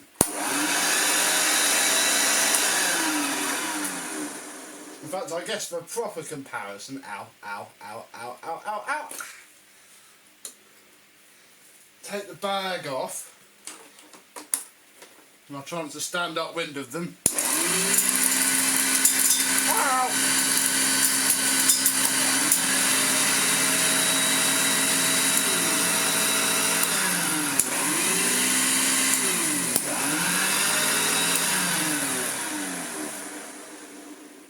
Apart from being shot at by flipping hammer beads, that's very close. I mean, okay, that Junior probably has been a part before when it was built, but obviously it wouldn't have been a part with much love. This one's been a part with really much love. This is just a little bit smoother, spins a little bit more ferociously, winds down longer and smoother as well. But this isn't far off. It's saying literally all we did was spray that and that a couple of bits, and it's not far off something that took me nearly 4 hours over 3 nights to do. Sorry, 4 hours for 3 nights. 3 nights took me to do that. That's not bad at all. So would I recommend you just having a bit of a spray at it with some bits like that? Yes, absolutely, I would. Not going to stop doing this, of course. You like me doing that. In fact, this is going to be done now because the owner wants it tidied up anyway, so I'll show you that in the very last video of this week. But to prove my point for today, oh yeah, not too bad at all. So there we go, happy home servicing. Yeah, definitely this came from the internet, but it's just, you know, drive and bearing lubricant really. And this is in Vomit Dyers occasionally, very, very cheap. And Aldi, I think, I can't remember what this from, maybe B&M. It's everywhere, it's a couple of pounds. And this is the grease that I use, and again, you could go a step further and take the coil and the armature out. It's not difficult. Then you really could clean everything, you know, give it a good spray down with some brake cleaner, stick a splodge of this on the back bearing rather than trying to spray in some of that, and it will help. Not quite sure how you would do your brush roll bearings, but spraying that at it seemed to work well. So, God, hints and tips galore this week on the channel. But thank you very much for watching. I hope you've enjoyed, and I hope you learned something, and both of these actually, because we've still got the last video to do. We'll see you soon. Bye bye. This rather rare specimen is the lesser spotted Hoover Junior U104 Dirt Searcher with its dirt finding headlamp, its top fill bag and its brown colour. This one, as you probably already guessed, is missing some of those very important, very rare features, but fear not, I will talk you through what we've got and where we're going to go. But first, we'll have a look at it and see if it's going to run.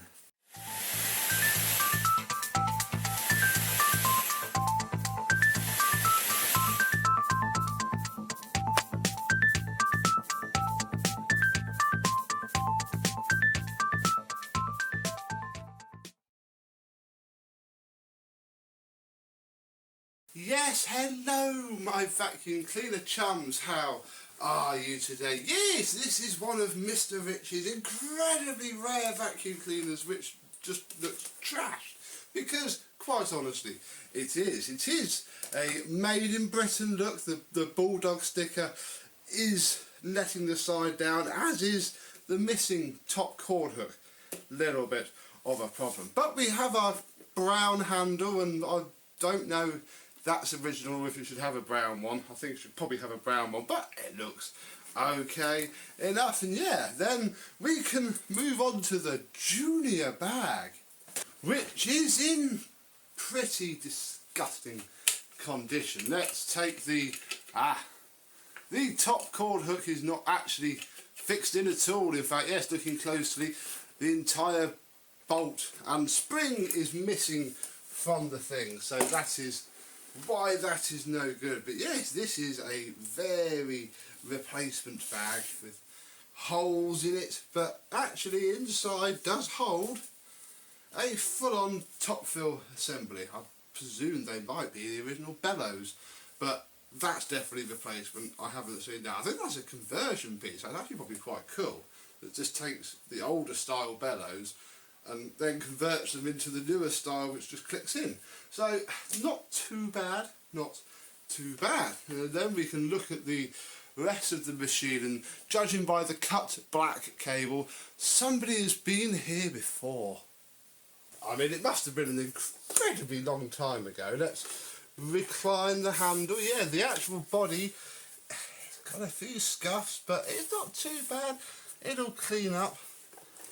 We flip it underneath though, it's been underwater a lot. The brush roll is sea solid and completely worn out. All of this is very, very rusty as well. So yes, this is one of those videos where before we go too much further with this, we need to work out, you know, if it has any chance of survival. The other thing is that the motor is completely seized as well. So yeah, I'm not going to do anything about that cable for now. Then we are going to have a peek around this U104 from January 1986.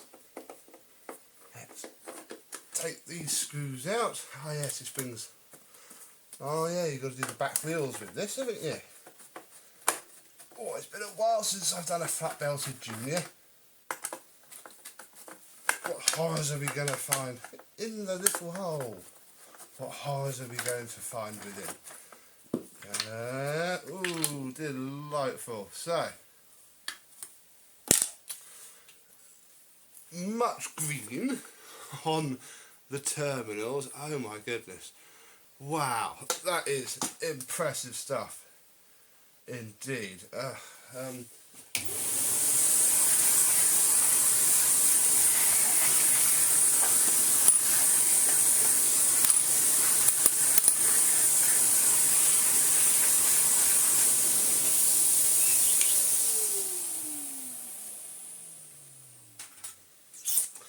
I think the first thing we'll do is we'll get rid of this spit of black cable because it's not doing any good at all, and I do feel that we're going to have to take the motor out of this, so it may as well come off anyway. And I hope I don't actually have to remove these screws because, yep, they're not going to be crimped at all. Oh gosh, do the disgusting cord clamp. Again, do we have to completely remove you, or will you just sort of... No, I think we do. There we go. We'll pop that back in for now. As well. Oh my goodness. Right, then what we're going to do is I'm going to take a photograph of where all of these wires connect, which is very important and something that you must do. Oh, we don't want the flash on. There's enough flash here. Take one from a couple of angles, making sure you know the orientation. And even when you start pulling wires, like we're going to pull the headlight lens out, hold it back up and just take another photograph. And that is basically 80% of how I, you know, get these things done, really. Switch is fine, that's just the live. And then we can withdraw the motor. I don't think we need to worry too much about the belt, it's long removed. Oh, cause, yeah, this thing is seized. There's no point in turning it on and it going bang, because these motors are fairly easy to service, as I'm sure if you've watched my channel for long enough you've probably picked up on. These are the same as all the other Hoover Junior motors that I have ever shown you. Ish. Ish. So this should be too bad. Oh, back motor out, motor through. And then the top one, luckily, because this is a plastic firewall, these haven't seized. This was ye old style aluminum one, and it's rusted the screws out, something terrible. But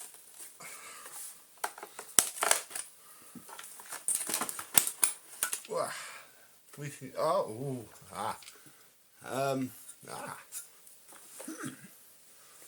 that tells a story, doesn't it? Brush roll is still completely seized.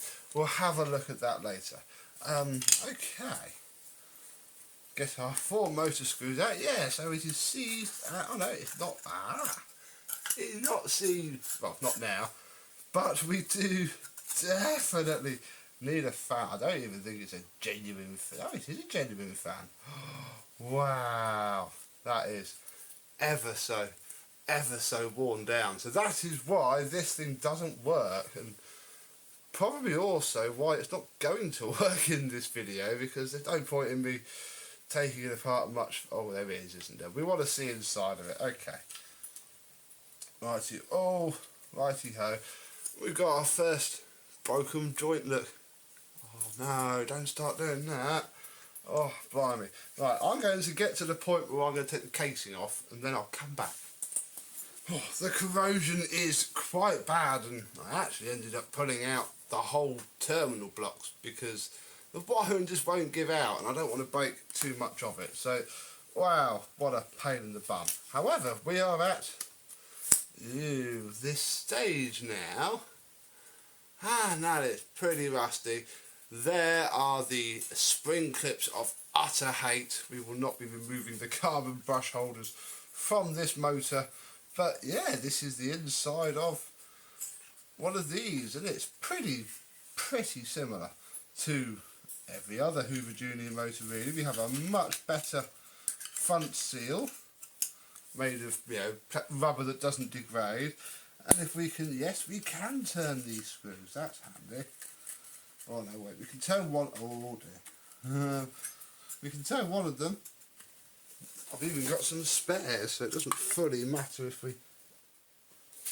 Oh, might have to drill the head off of this one.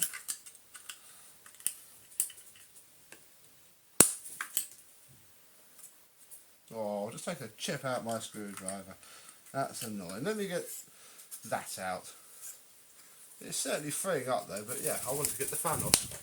Broke another screw off, the one that holds the back bearing on, but I think we can now start to extract it. The back bearing is rusted into place there. Took the brunt of it for sure.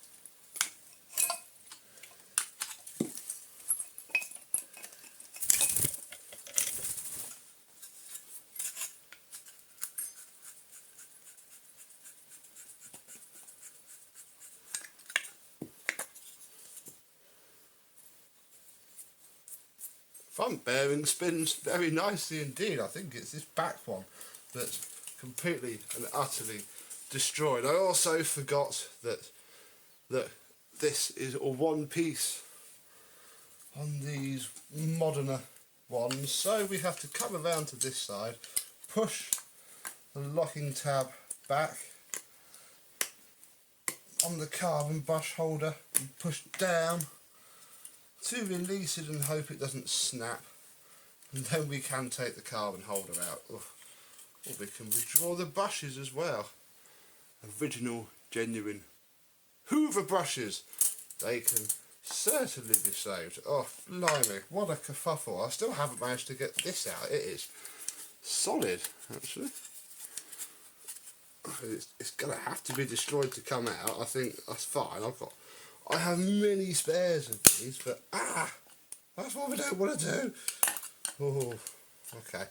Soak this in plus gas, I think, before we go any further. So yes, this is the motor for our very rare Hoover Junior Dirt Search. Well, it needs a back bearing and some screws, but I think it will be okay with just a clean up. Let me get this tidied away and then we'll carry on with the machine itself, because there's still a few things that we can do.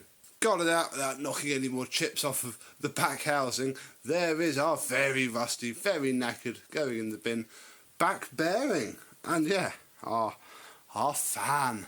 Look at that. This project's on hold until we can get one of those. Although the RF suppressor lasted until we took it out. hasn't blown. This is one of the ones that it blows, it goes really stinky, but the machine still does run. It's not, you know, the exploding scary ones that you used to get. Right, put all this rubbish in the bin. Right, time for the next battle, which is going to be the brush roll. We'll see what fun lurks in here. I haven't put the motor back in, there's no point, this is just a toy now, really.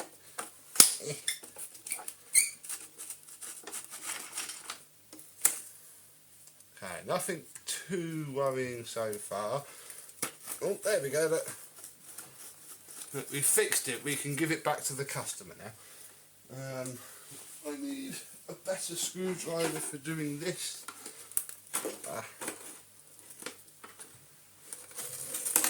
Perfect. Oh my word. This has had like concrete through it or something. That's going to take, maybe it's just a good job I'm starting this now, because that might need a big old soak indeed before we even think about cleaning it. Right, we have ourselves a round belt on our flat belt Hoover Junior. That's a good sign. I don't even think it's a genuine belt. Oh dear, that's not good. Hasn't done too much damage, although, to be honest, wouldn't really matter if it had. Wow, one of the end caps is undoing. Wonder how far we'll get before we have issues. I reckon this is going to be the problem end. So we'll start with this end. Oh, don't even need a screwdriver for this. Right, well that's the end cap out. You just pushed out. Excellent. There is our brush roll bearing, surprisingly okay. It may survive. I'm running out of brand new ones. So, nowadays they do get a bit reused. Let's put the one remaining grip on this pair of crimps that I have, but it holds the centre rods very nicely ish. So, there we go, so you can clamp on it and undo. Oh dear. This side here, which yeah is the really terrible side, and I do have a feeling that some of this bearing will come out, but not all of it. No, there we go. Look, this is what happens when you have a really terrible example. Right, there's now little ball bearings everywhere, and now what you've got to do is you've got to get in at an angle to the remains of the outer shell of the bearing and then smack it out, and it's very difficult. You get little ball bearings absolutely everywhere, and you've got to not crack the not crack if you can help it. This, it might take a few screwdrivers. It's better outside as well, but we'll be alright.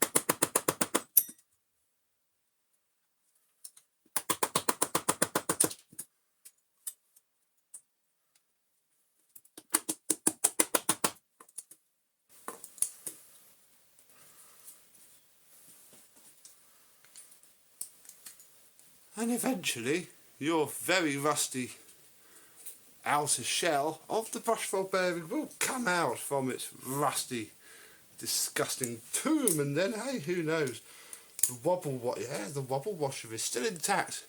That's not seen movement for years and years and years. That won't have. Oh, whatever, you're not going to focus, are you? So that's why our brush roll wouldn't turn. It's not horrific, actually. I mean, they're pretty bad anyway, but it's not too bad. So, oh wow, it comes apart some more, and I still haven't shown you the best bits yet. We got a bit sidetracked. Let me get this back together without any bearings so I don't lose it. and we'll move on. Crikey, this thing's light now. So, we know that it has major motor issues, major brush roll issues.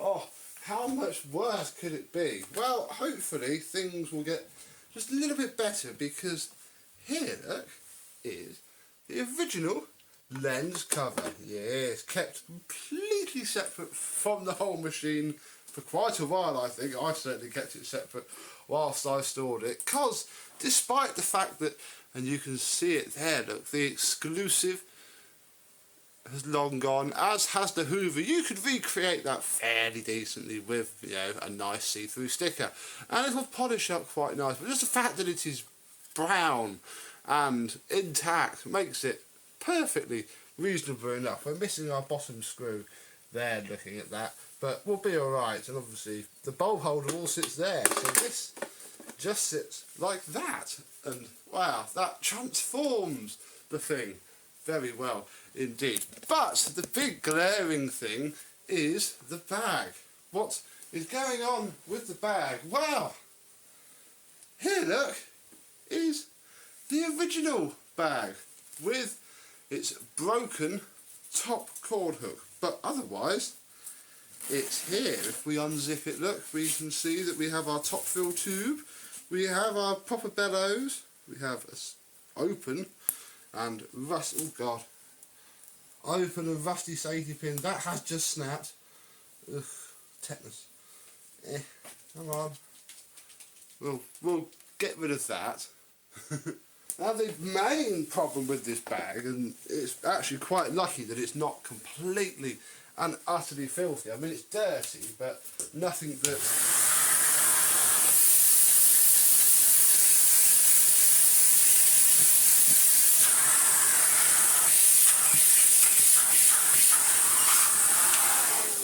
a good old session with the vacuum cleaner won't fix, and that is because these machines have this era of vinyl transfer bag writing, and they do not survive being washed. If you remember the black Hoover Senior office cleaner that I did a fair old while ago now, it had exactly the same issue. So whilst I can do the bottom hardware and the top, I think, yeah, that just screws in there, I can't do an awful lot else with any of it, and I don't want to ruin that. So it's not going to be a washed bag, but it is going to be a clean bag, and yeah, we'll stick a nice new cable tie in the bottom of there and generally fit it a bit nicer. But yeah, it sits on roughly like this.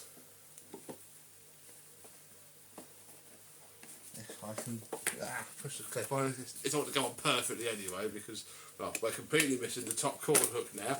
But yeah, and it will look surprisingly like that. And doesn't that just make the whole thing look a lot more promising, that when it's all done, and you know, this is attached to there without me having to use my hand, and there is a motor in it, and we can turn it on and the lights will light up.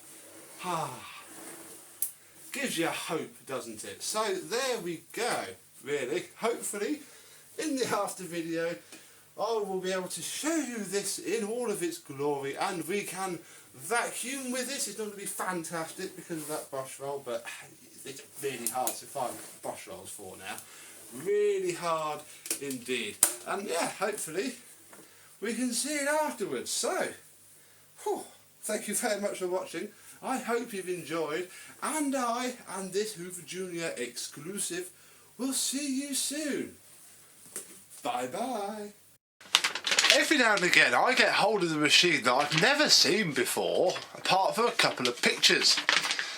This is one of those pictures. It's in Italian, it's found on Vacuum Land, and there's a couple of commercial cleaners on it. There is a U708008, but that's a 912, and then there's the U4082, which is an office cleaner. Office? Well, I'm not here in the office, I'm in a bedroom, but behind me we have this tangoed beauty, which we need to do before video of, because I'm refurbishing it for somebody. What is it? Well, let's find out.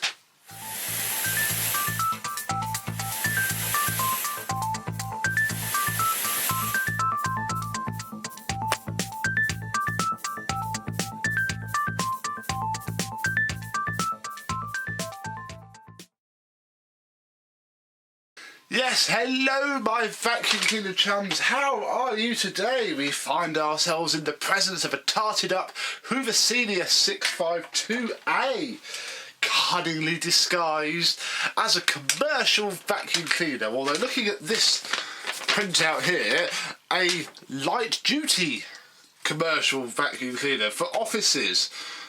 Well, I can read enough Italian to see the word semi-industrial, as opposed to the, completely industrial bigger ones that they did of the era. This is a Senior 652A, although underneath has the ratings plate that says U4082. I can't really show you it yet, we'll have a look at that in a minute, but it dates from October 1979, and this is the prized possession of a Mr. Ritchie, who I have a couple of machines for him, and I'll hopefully get this one apart this weekend, so I'm doing a video of it now before, so I can crack on really. Well, we'll start at the top because I can keep you there. It's such a senior design really. The handle, the top of the handle has pulled itself up, which is what this bit here is. So I'm hoping that if I can take this off, and I should be able to, it feels a little bit loose. You used to dip these in boiling water and when they do fall out, I can then put it back on properly.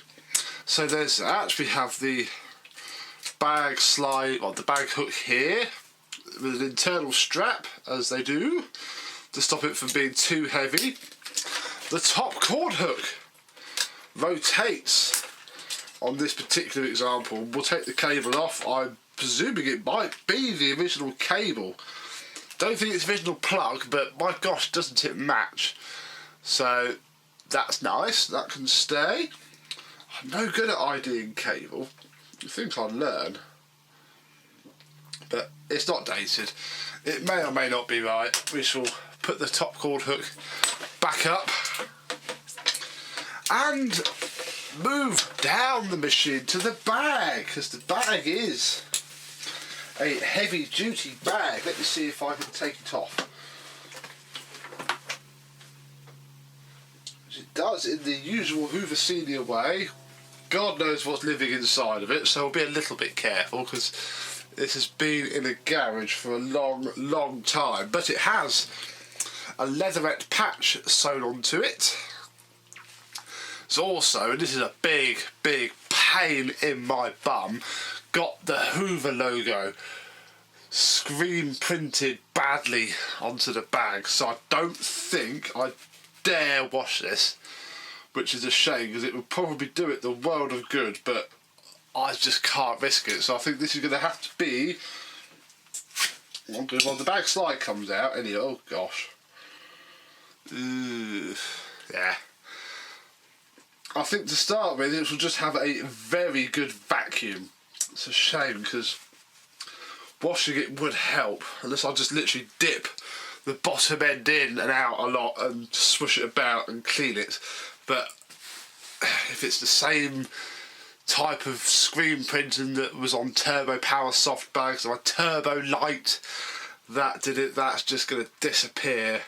And I can't have that. Actually, I've got some Sebo Duo P and Dyson Zorb still got all that Zorb powder from ye oldie video that we did on that. So maybe we could look at, I could look at dry cleaning it and do that. It's got a sort of bag flange, plastic, not metal, but that means that I can take it off and wash the flange, so that's good at least. But yeah, I don't think I dare wash that bag, which is a shame because it would probably do it the world of good. But if that Hoover logo comes off, I cannot get it back on. So I don't think we shall have a biscuit, and we shall not risk it. Let's have a look further down. Further down we can see its Hoover Senior-ness. It has the usual release pedal, height adjustment.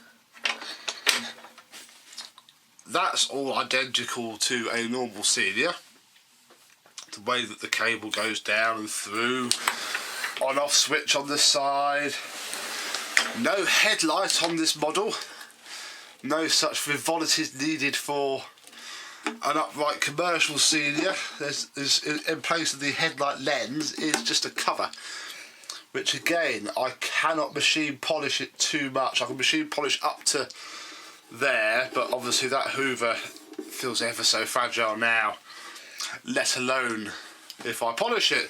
Nice mottled painted base, that's very good, that won't need any work at all.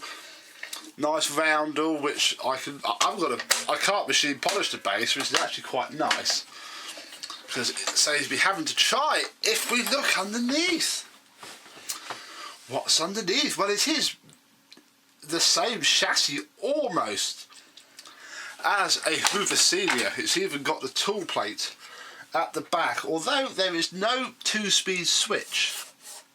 This is a 420 watt machine, but let me show you the ratings plate quickly. Here we go. So it's a 420 watt machine, U4082 from 19, in fact it's number 61, look.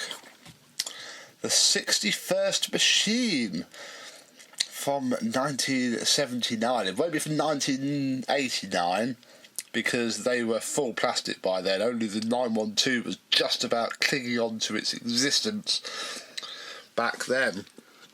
May as well show you down here. It's in very good condition. It's very dusty, very dirty, but hasn't seen much use. I mean, the wheels have wear, but knowing that this would have been stored in a garage for a long time, and the owner's got a bit annoyed with it being stored in a garage for a long time, hence why he wants me to refurbish it so we can use it and love it. It's very similar to the orange plastic Senior that I did for Stuart at Manchester Vax in its construction. Very similar indeed. Right, I think we should pop the base plate off and have a look underneath. Unlike its domestic tooling, there's no latches to remove the base plate. Just 2 screws, because I presume you would have sent this to the maintenance department. Oh gosh. To be fettled with. What have we got? Well, the motor spins. I'm trying to see if it's going to crawl out of it. Really, the motor spins. The brushes are impeccable, so that's good. In fact, even the brush roll itself isn't rusty, so that's very good as well. The belt is incredibly perished, but we'll leave it on. I did bring a new belt with me. And look at that, it's going to be a bit of a tight fit, so maybe it has a slightly different belt, but we won't use that for now. We'll stick with the belt that's on it. The brush roll isn't seized, so that's okay. There's 2 examples of how to fit the belt. It's very interesting, very basic, and very, very nice. So, that's good, even the seal for the base plate is in good order. So with a good clean up, that will come out very nicely indeed. It shouldn't need too much this, providing it runs of course, and I think we should do the screws back up, refit the bag, and the bag actually does have a hole in it, so I don't quite know what's going to burst out of it. I will be HEPA flowing it when it's all refurbished and try and show you how to HEPA flow one of these that doesn't have a bag fill tube. It's doable. It's not very, it's a bit messy when you look at it, but it's just doable. So we can have a look at that. So I'll get the bag fitted and we'll see if it runs. Right, I plugged it in. It hasn't exploded. Also didn't turn on, so I have not tried this. Do not know what is about to happen, so apparently it works apparently. So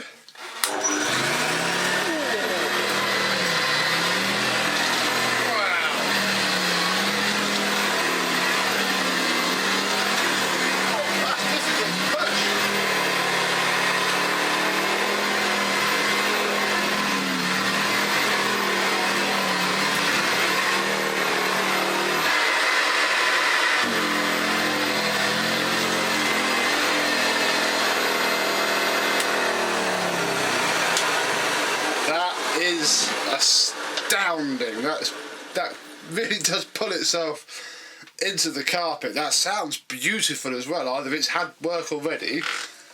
Richie is a massive vacuum cleaner collector. Most of you probably know who I'm talking about when I say Richard, his garage is full of vacuums, so it wouldn't surprise me if it has been done and all I have to do to it is basically wash it and polish it and put it back together. That's amazing. Even on the highest pile setting on this very short carpet, because it pulls the carpet up,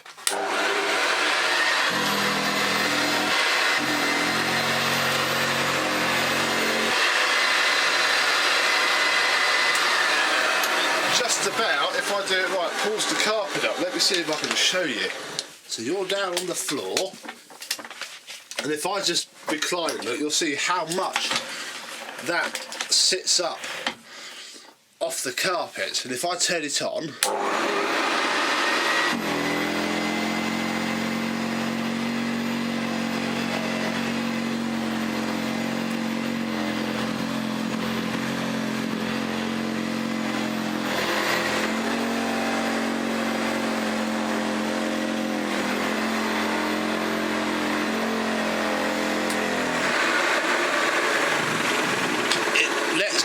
if you're not careful, that pulled that right up on the setting below that. So the 3 lines, it just grabs the carpet straight out. So I think, and I'm going to regret this when I try and vacuum out the bag, we shall get some sand.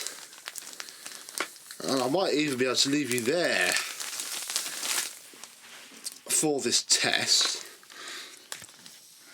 Don't know, we'll see how it comes out on camera. If I don't think it's very good, we'll have another go. But down there, we might be able to see it.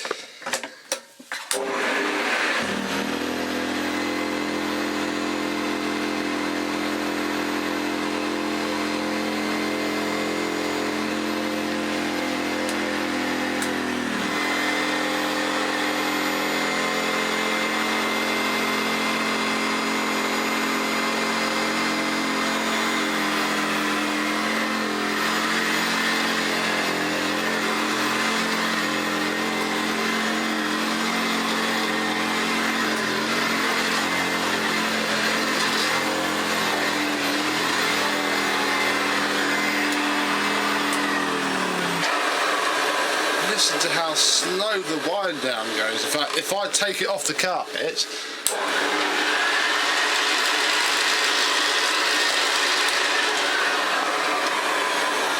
that is absolutely amazing. So mechanically, it's perfect. It's not going to need much at all apart from just clean, maybe some fresh grease and not a lot else. Cosmetically, it's beautiful.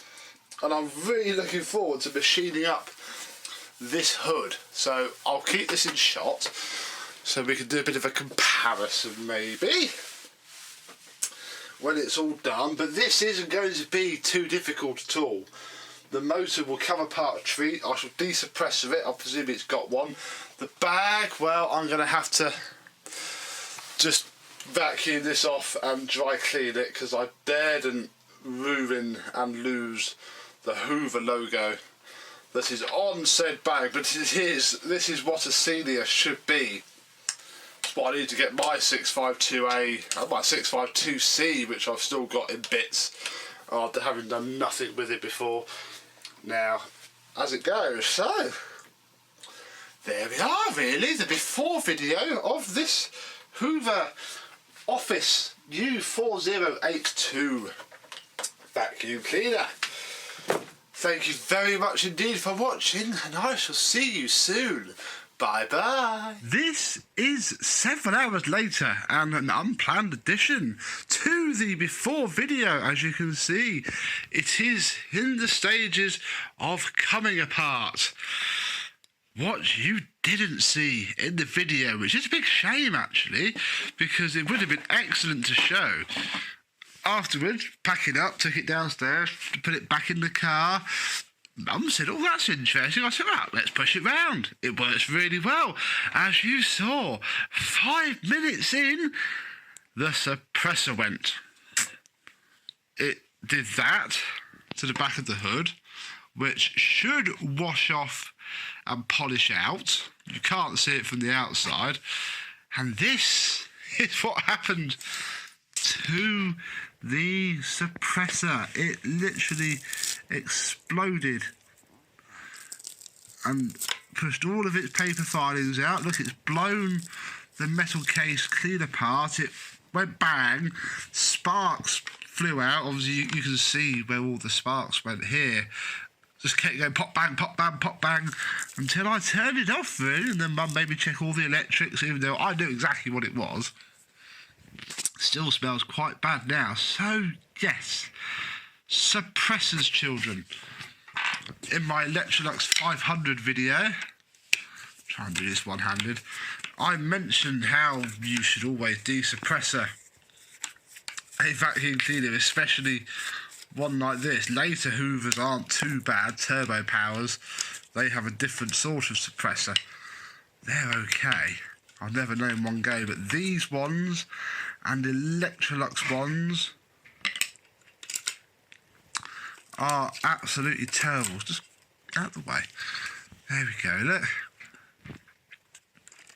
That has peeled itself apart. Quite literally.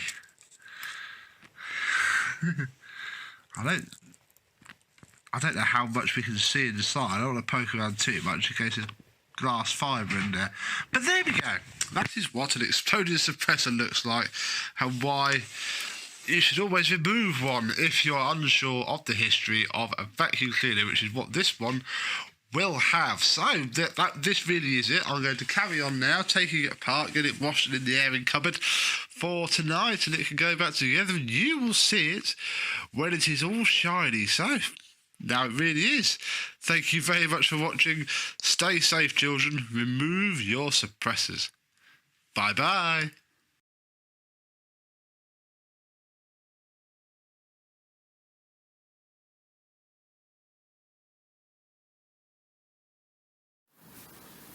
Good day, my vacuum cleaner chums. How are you on this very sunny Wednesday? This is a from the boot of my car video on some more stuff that I got at the weekend. Today we are concentrating on these two, I can't really think about the flipping sun, sorry, two Hoover Junior 1224s. I have all the bits in here somewhere, but we need to see if they actually work, because I've not tried them out at all. I literally picked them up, put them in the cart and brought them home. So the aim of today's video is really just to see if they do run. And we're going to start with this one because this one has a plug, the other one doesn't. So we'll start with this one, and if I can get the cable off, there we go. This one is actually in very good condition. There's a little bit of paint scuffing, but the belt on that one is quite comical. That's a bit knackered, but the machine itself is very nice. This one's not quite so good, although I imagine quite a lot of it is filth. See, the belt's just as good on there, so we'll see if we can get them both running, and then that there. We'll see if they both turn on, and we'll go from there, really. Like I say, we will start with this one purely because it is already having a plug, although I do want to just check the plug because it's all hanging out and I'm not quite a fan of that. So let me go and find a screwdriver and we'll get the plug off. Righty dokie then, let's put you down there. And let's come up here because into the garage where Dustette doing his training. Obviously it's not my garage, but I can't kneel down on the floor because I'm obviously in my work clothes, so that doesn't look too bad.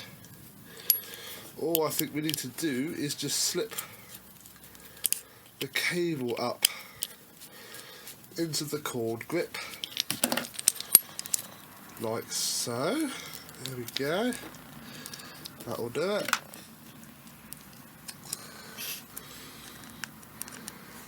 Obviously the cable needs a very good polish, so it will be out of here again at some point.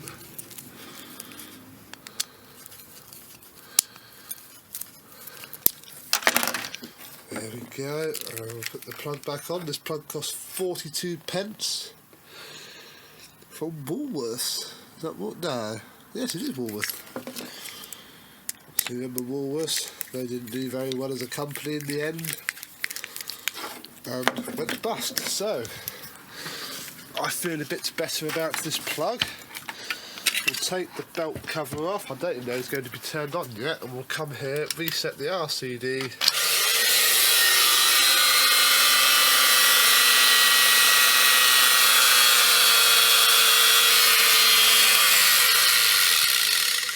Well, it runs. Seems to slow down a bit though.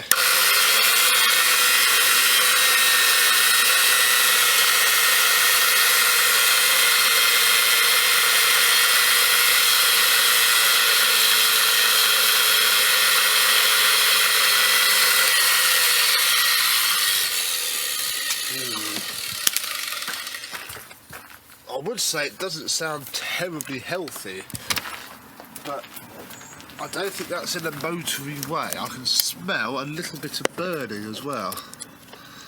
Let's have a look at the carbon brushes. Just check I unplugged that. Yes, I did.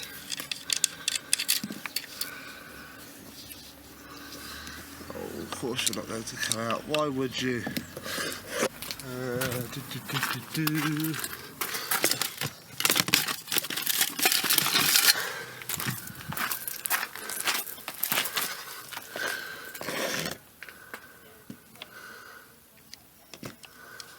Come on, I don't want to grip it too hard because I will crack the carbon brush. Come on, out you come. There we go. So, ooh, that's not a terribly lovely carbon brush, is it? Let's see what the other side is like. Ooh, turn that round.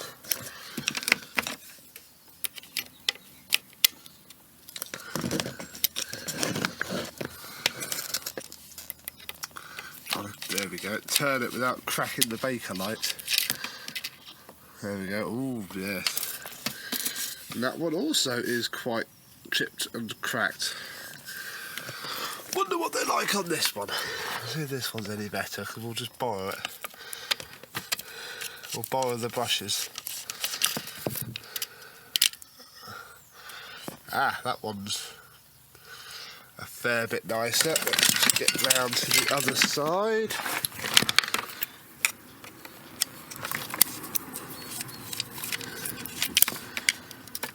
Ah, it's not going to come out, is it? No. Didn't want to do that. Oh, that's annoying. That one's stuck.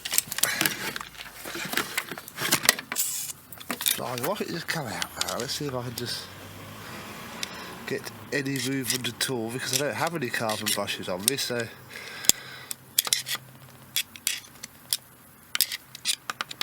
this will be a very boring video if I have to stop it now and start doing something else.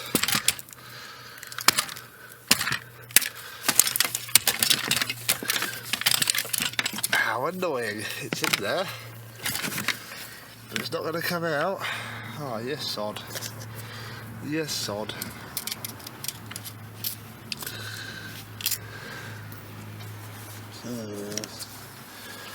Righty dokey then. Well, I think I'm going to pause this now, and two parts of this you won't notice because obviously I shall put a seamless edit in so you can tell that this is all the same and move on to something else.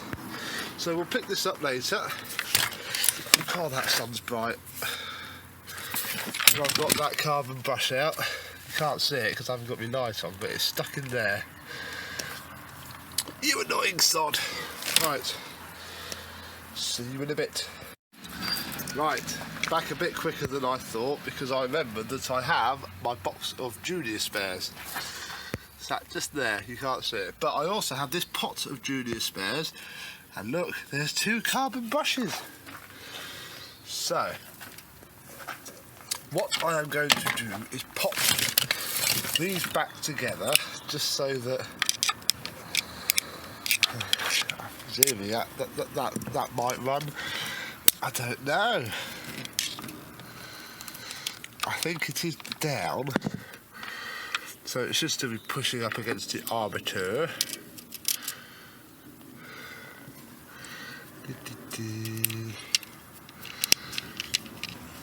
So I'll pop this one back together just so I don't lose anything. Mainly, because we don't want to lose anything, do we? That would be even more annoying than this. There we go. And where's the other decent brush? There it is. Pop you in there, can we? Yeah. There we go. And all I'm going to do with the better one is just replace the brushes, really. We'll just pop these in. These will be from a 1334. I know where these spares came from, but they should fit. Oh, you can see the armature in there. You can't. I can see the armature in there. So that looks fine. So I'll pop these in. You've got to line them up just so. Come on.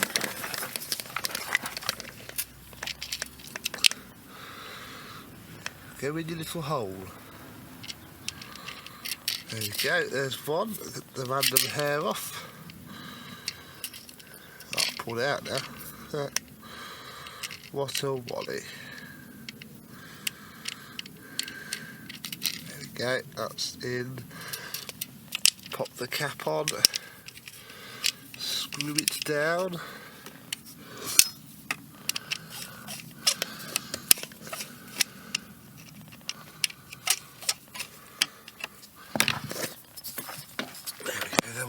Side, get the new brush, stick it in, there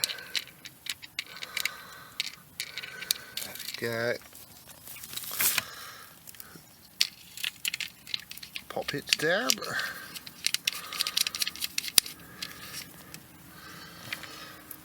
and then we'll fire it up and see what it does. See if it runs a little bit better. Now it has new brushes. Or see if it explodes. Hang on, if I pop you over there, it should just turn on. Or not.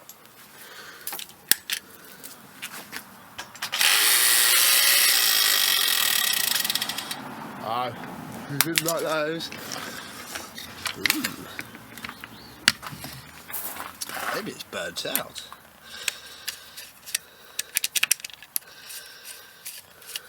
I'm not at home with my proper tools. Oh yes, look, that's just starting to chip away. See if I can, because I can see it, I don't think you can.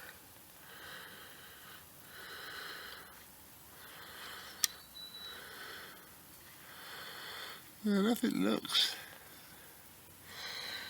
bad.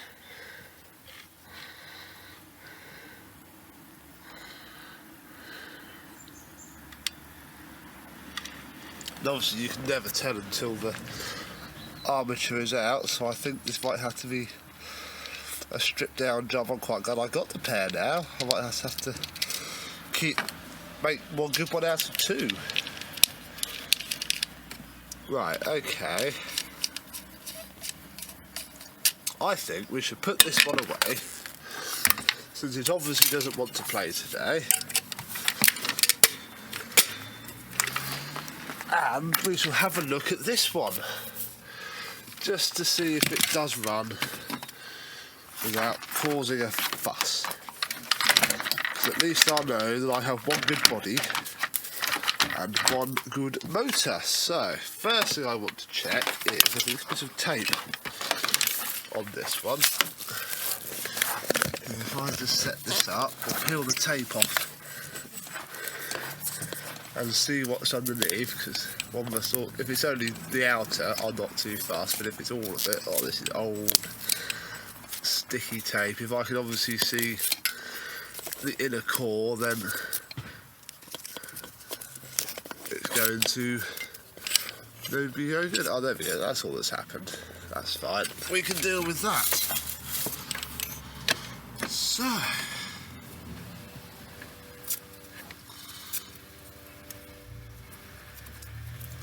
let me go and get some tools and set up, and we shall fit a plug. Right. So, first, we'll open up this plug.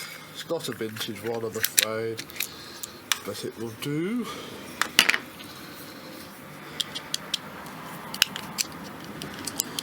I'm not too fussed at the minute, I'll be honest.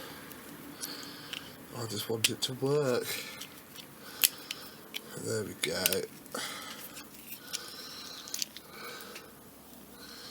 And unscrew it all. Put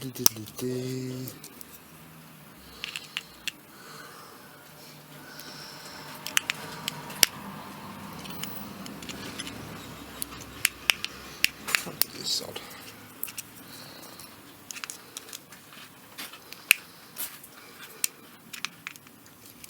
Bear with me. Sorry, the terminal's a bit tight. The screwdriver's possibly a mite too big. So there's that scrap out the way. Now we'll just measure so I know where to cut. There. Obviously this is cloth cable, so once you've taken away the outer core, you have to, there we go, like I've started that, we'll run the blade around and I'll show you how these older cables are constructed. Because this is old, this is the original cable. It's a bit of a shame about that little dink in it, but I'll be honest, it looks better without the tape. So there we go, look, we pulled that off. And we're left with some bits of string. This is how ye oldie worldy cable was constructed.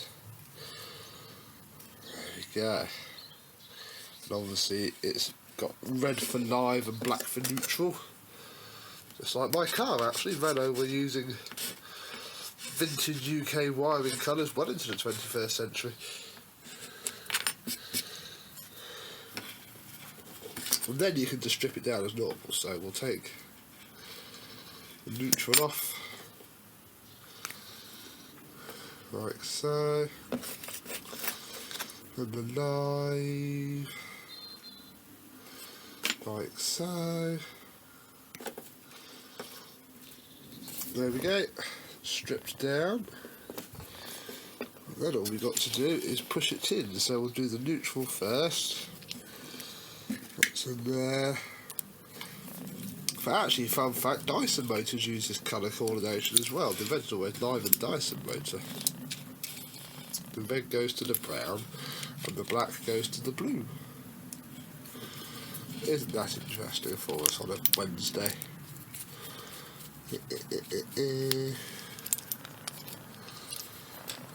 Okay, and it will pop.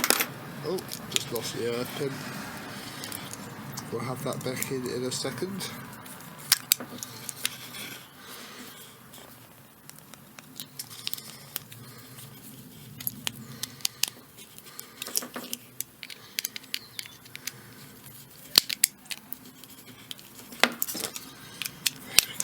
There we go, there we go.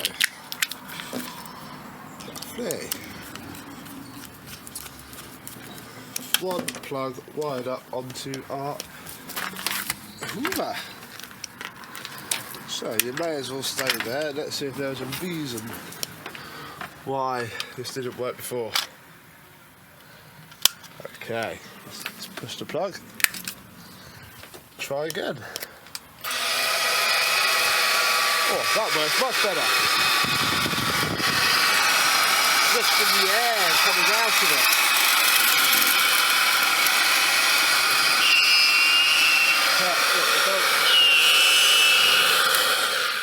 Something's jammed the brush roll.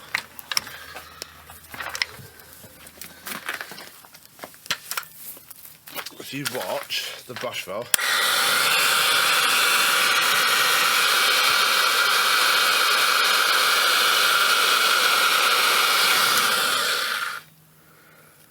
the brush roll.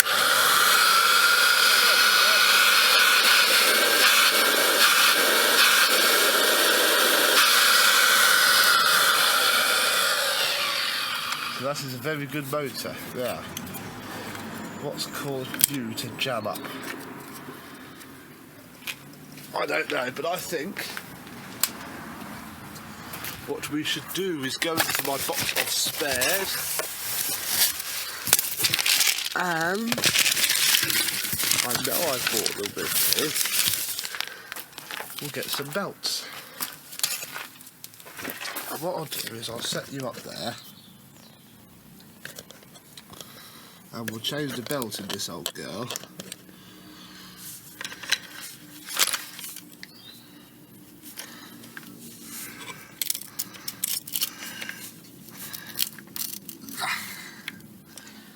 Oh, that's stiff. Years of grit. This is. So that's probably what didn't help in the first place. Let's bash that out, get all of the crud off that I can find, because that's actually not too bad. I mean, it's obviously very dry, but it works. If we have a look at this old belt, you can see it's basically falling apart. If I get I mean, it's non-genuine, but I'll just have to tear the packet, so it's brand new.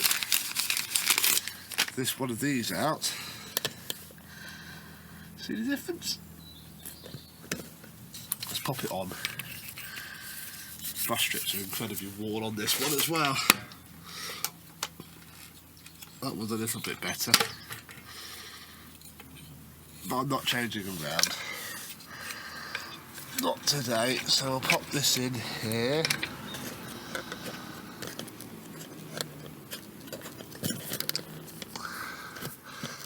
Trying to put the phone where you can roughly see it. It's terrible, isn't it? I'm such an amateur, I am sorry. There we go. And I can't actually remember which way round these go, so we shall just pop it on, and if it pops straight off, we'll know that it wasn't that way.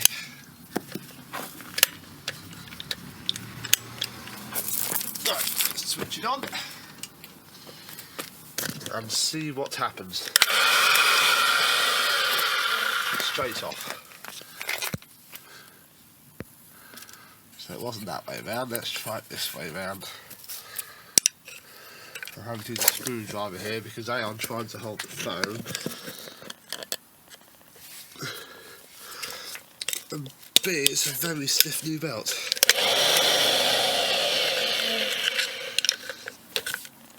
Come on, just work.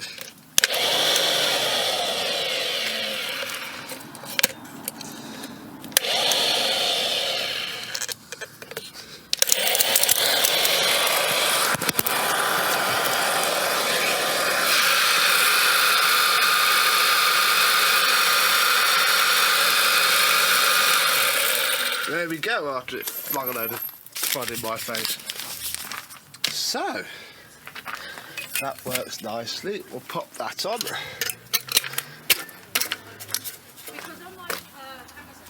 And we'll unplug. We'll quickly pop the rest of it together, because here is a handle, which I presume goes with it. It does now. I'll tell you what I'm going to do. I'm going to pause, put this together, and then we'll go inside and we'll give it a go. Right, so we're upstairs now, out of that whole, well, not horrible, out of that bright sun. And let's have a closer look. So, we'll start with this one, which is the one with the blown motor, but the better conditioned body. I think this is going to be a make one good one out of two job.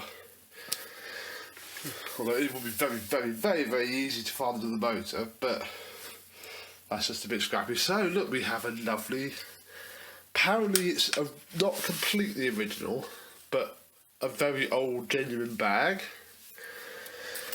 Cable's very nice. Obviously it's got a modern plug on it. Paintwork, not too bad, it's used. Let's be honest, it's used, but this one is just a bit more smashed about really. It's got a genuine replacement bag on it. I've got a few of these, they're handy to have, but I think all in all this is going to be a parts machine. I'll put this motor into that body and just sell the spares for this. So if you want a 1224 body, I will have one.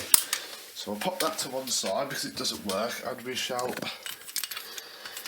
see how this one performs. Now it's got very warm brush strips, so don't expect miracles. And I'll go out into the hallway so there is some pile to play with. Let's see what it's like.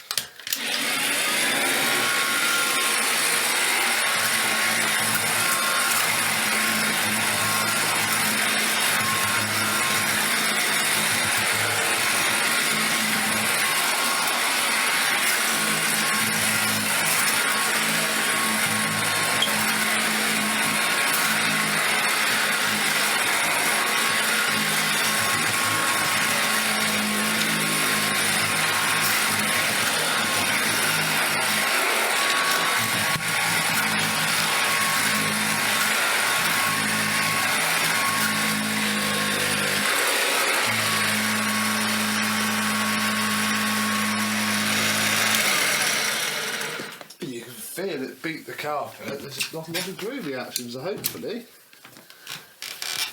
Next time you see these, it won't be this one you see, it'll be that one. But that one looking a lot better and running very well too. So, thank you very much for watching. I'll see you soon. Bye bye.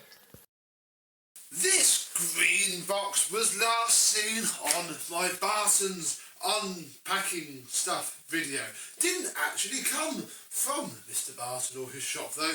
Wasn't called Mr. Barton anyway. No, this came from a good collector friend of mine. Just so happens that somebody else, Ryan, lives near said collector person and bought it down.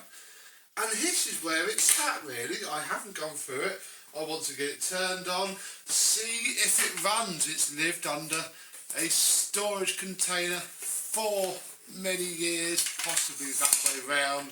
There is broken parts on it, and we should probably have the back off and desuppressor it before we even think about plugging it in. So let's have a look and see what we find. I can already see some mouse damage. Let's have a look.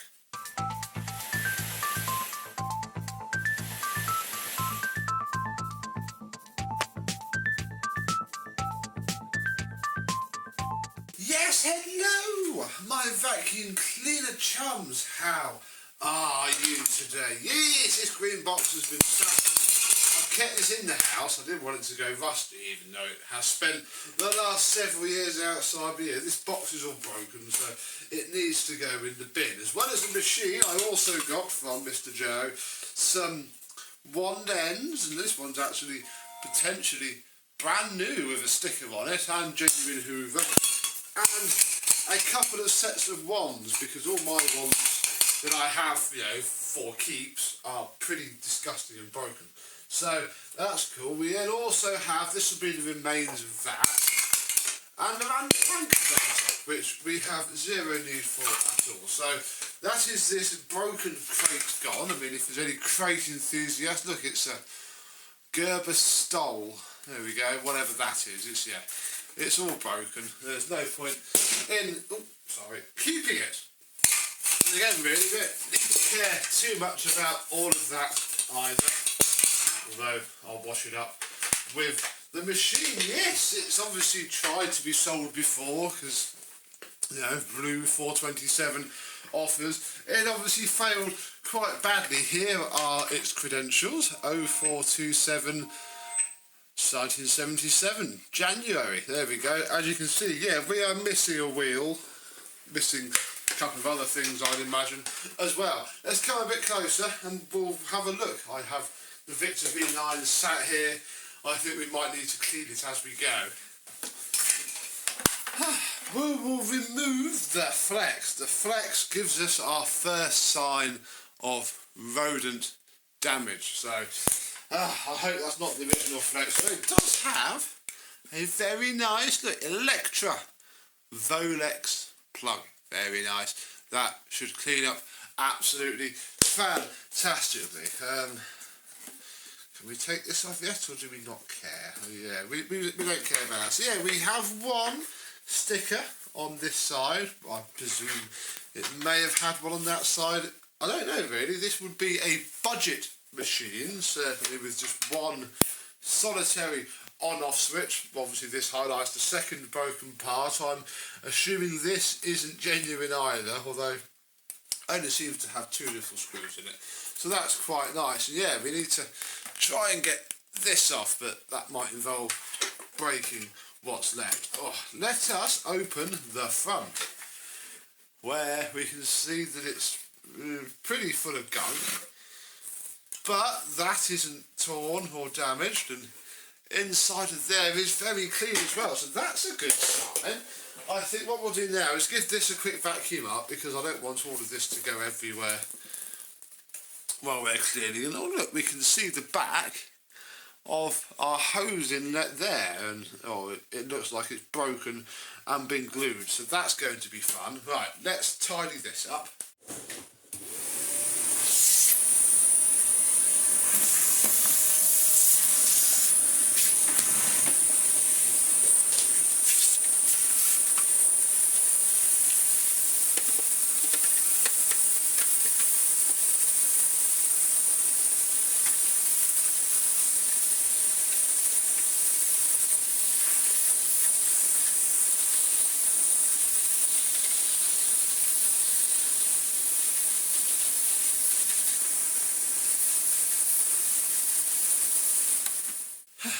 Well, with the inside bit cleaned out much nicer than it was before, I guess it's time now to undo these two screws here, assuming they will, this one will, and see what horrors lie inside.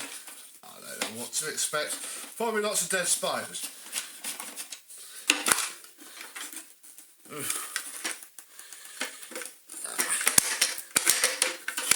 How does this clip off? There we go. Yeah, so lots of cobwebs and other such gunk, but nothing too scary yet, although we do have another layer to go. So what's under here? Is this going to be our easy separation of the mains flex? Yes, it is. Look at that. We can just unplug those two terminals and take the cable off of the back, which I'm going to do now.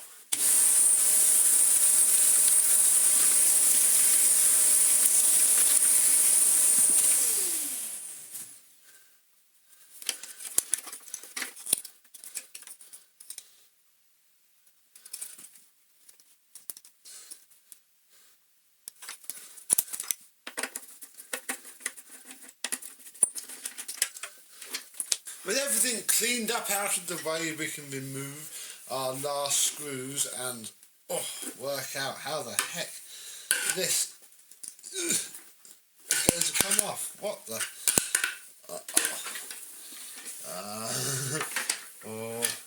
There is.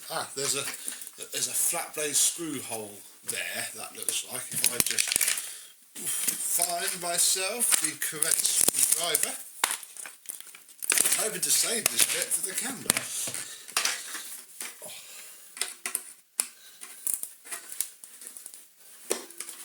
There it goes. Bend that back another time. Wow. Here we have the inside of our... Oh, look at this. Hoover 427. What it actually is a Hoover Constellation motor. Look at that. It all seems fine. There is one solitary mouse-eater nut that fell out of it. But, fantastic. This is going to be a bit easier than I thought, although what we really need to get at is that. That is what we need to take off. This is promising. It'll run fine. Excellent. Oh gosh, everything's falling off now. Right, I'm going to take stock, clean up and come back when we're ready to desuppress it. There we go, a few crimps and a few seconds later I've just joined them together. That will do. It spins. I think it's actually going to sound not too bad. I think we best start piecing this back together, and you go in there somehow. There we go. We have a significant amount of extra wiring now, but that's fine. Or hook it up to the switch at the top. Yeah, I'm quite pleased this is only a Constellation motor. I was worrying that it was going to be something weird and vintage, but we know our Constellation motors really well. I am not too worried. Oh, in fact, let's just fade you up a little bit there. Ta-da! We can roughly work out how the heck to assemble this. This needs to come out and feed through this slightly mouse-tuned piece of foam. Like that, I think. Oh, I don't know, we'll have to redo it another day. As long as it goes back together enough. That is correct. It's not. Ooh.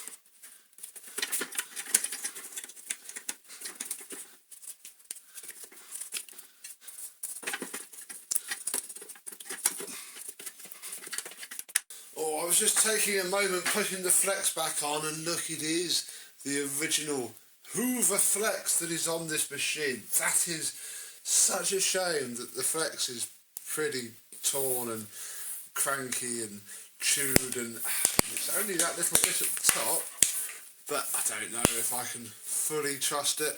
Yeah, no, look at that.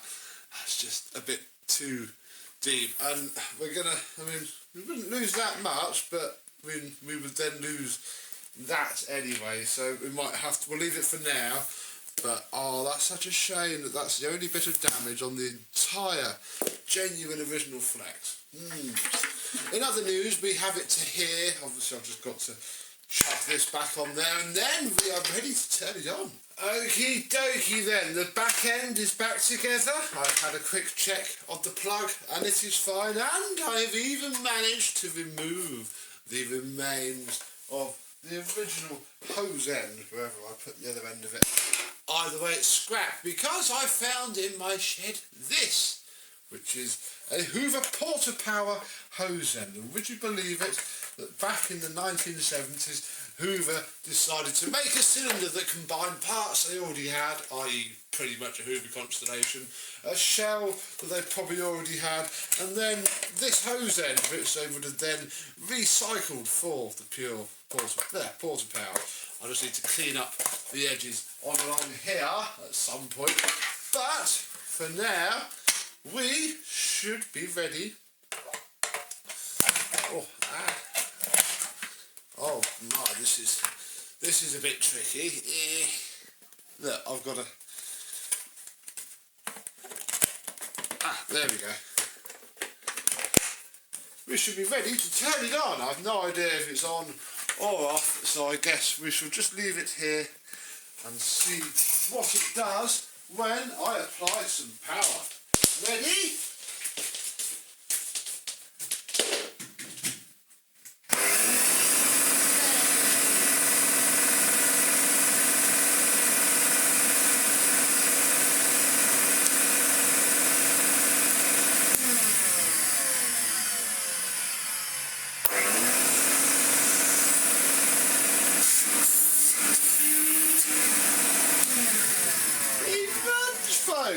That switch is a little bit annoying. It's all the tabs are broken, so we need a new switch. But yeah, took a fair old shove to get it done. But run, we have got it. Fantastic. Right, I suppose next thing we should probably do is fashion up some sort of hose for it, and I may not go genuine Hoover for now, just so that we can use it. I think we might. I think I have an idea. Hang on. Okay, so this will do for now.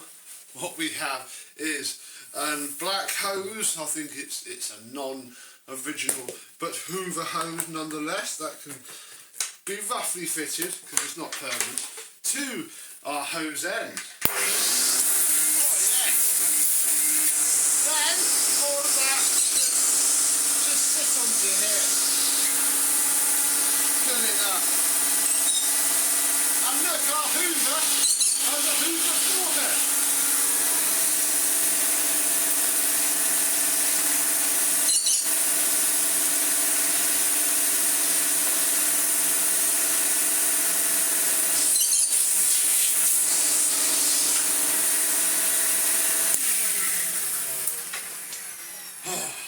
And I think that's about as far as we need to go for this before video. I'm quite happy with that. I feel very familiar with Hoover Constellation motors. I see no harm in saying to you right now that this thing is probably going to sound very different when it is refurbished. Hopefully it'll look a bit different.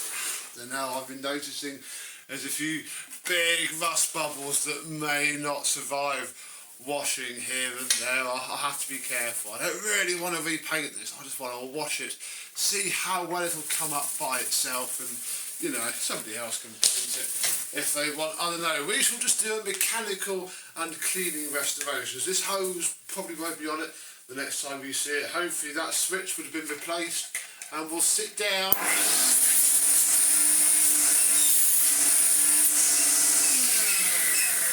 And there'll be a bag in it as well, because at the minute, of course, we are just rocking completely empty, which most of these probably were, which is probably why this thing sounds so terrible. That's probably the first time it's been turned on in several years. It's been living outside. I think it's done quite well. Comment down below if you have one of these old Hoover 427s or any of this era of cheap 70s, you know, rematch of other existing stuff. Let me know. And this will see you soon.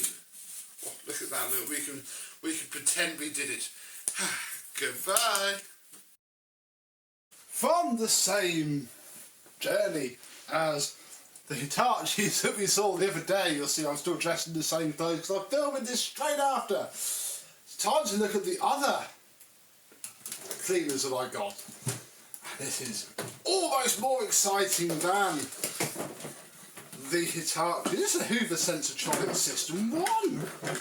Look at that, would you believe it? These aren't especially common, really. This one's from, well, it's an S3126 from December 1982.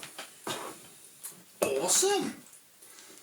Thing is, though, it gets a little bit better because, oh my goodness, the second and the third, and some tools, which we'll get out in a minute when we get to that stage. Let's have a look.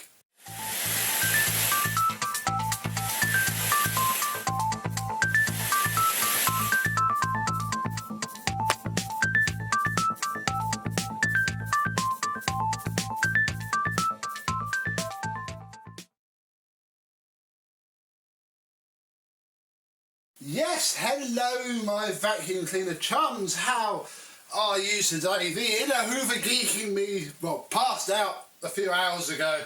I had to drive us home. 3 Hoover Sensotronic System 1s. I mean, there was one in the picture of, you know, what I went to get. I knew there was one. He opened up the garage and they just weren't lined up, you know. I think if I hadn't taken them, he'd have put them straight in the car and took them to the tip. So thank goodness I drove nearly 500 miles. Next, I think where to start. We're probably going to start with this one because it's got the sticker on it, look. In a few different languages. No, it hasn't, yeah. Super quiet, unbeatable suction power. This is from December 1982, December 1982, December 19... Oh, blimey. I don't know why there's 3, before you comment as well, because I've had this a bit today. I do not know why there is 3.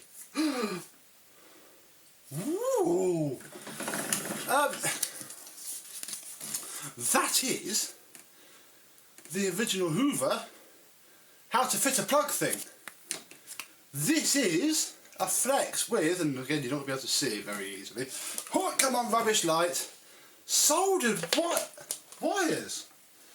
Has this one not been used? It's trash, so it must have been. The wheels are spotless. It's not actually as scuffed on the sides, it's only on the top. Oh, let's pop the lid. A little bit there. We have a, oh my goodness, unused crevice tool. Look, there's a bit of plastic from the factory. Unused upholstery tool. No, sorry, unused dusting brush. I'm just taking this in. I haven't. See, I've done. Oh my! Look, there's not a speck. Look, you can't say. Look, there's not a speck of dust. This is unused. Yes, it's never had a hose. Oh my word! I genuinely did not know that. Okay, right. We're going to put the back door back on. Oh my goodness. I've got an unused Sensotronic System 1 for free. See, this is what happens, kids, when you're a collector. You start off young, you work your way up the ladder. Even I'm flabbergasted, and you know the sort of rare rubbish that I pull out of thin air, right?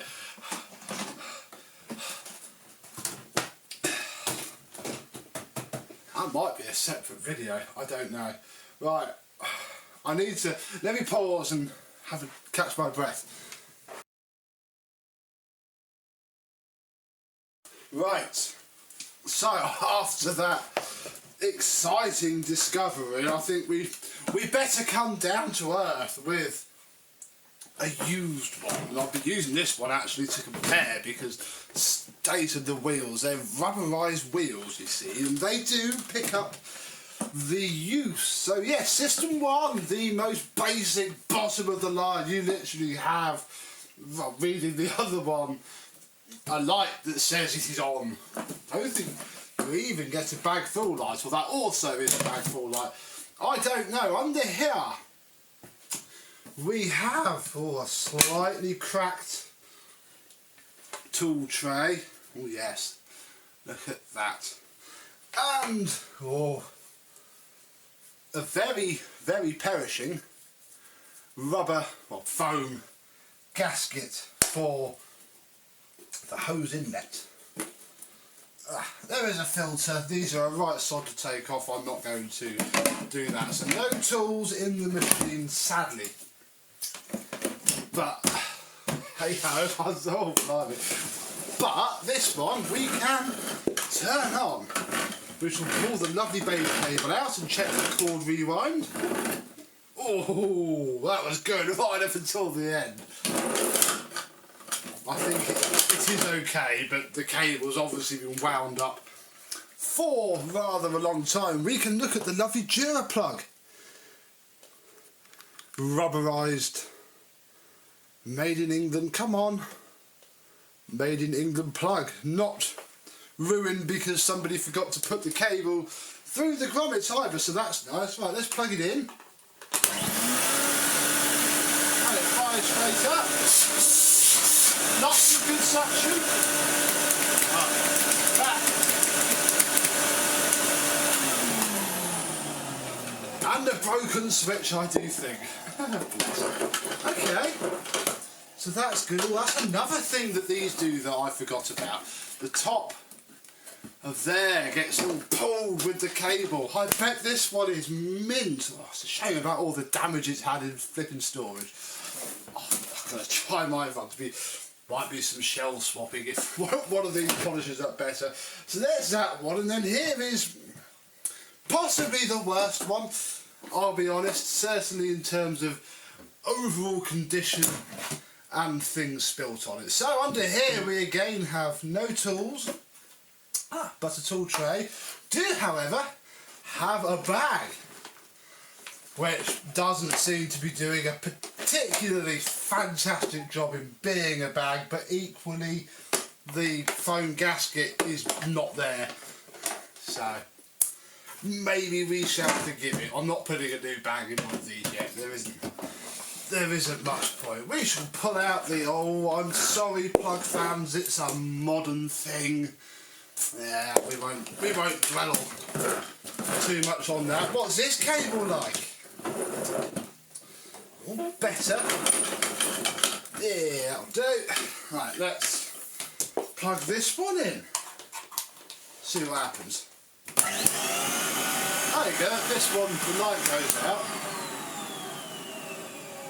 It's definitely the most used.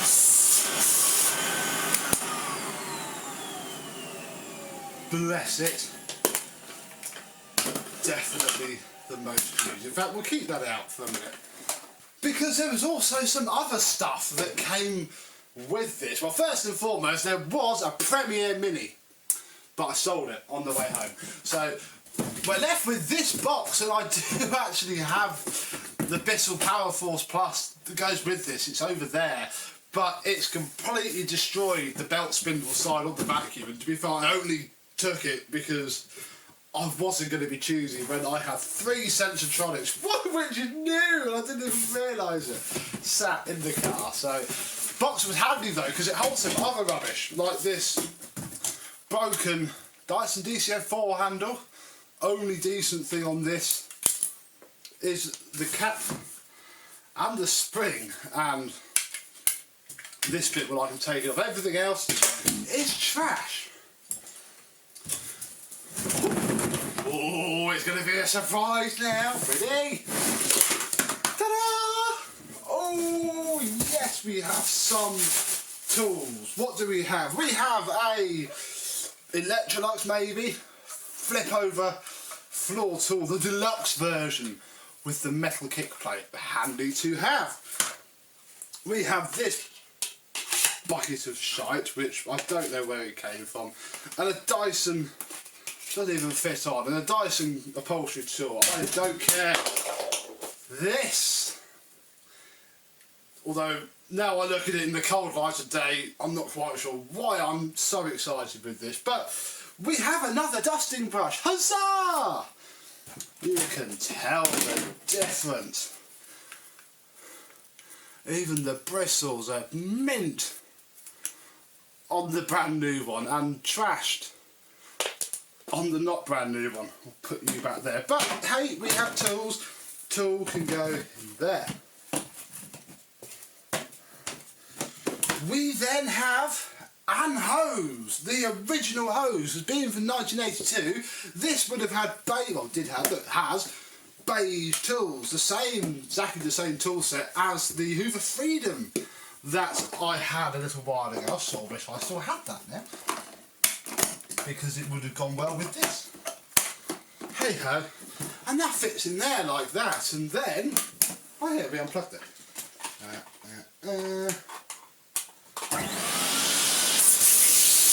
You can use it as a vacuum cleaner. It's ever so handy. I don't quite know what all this rubbish is about. Oh, there's a hole in the hose. Oh, that's good then.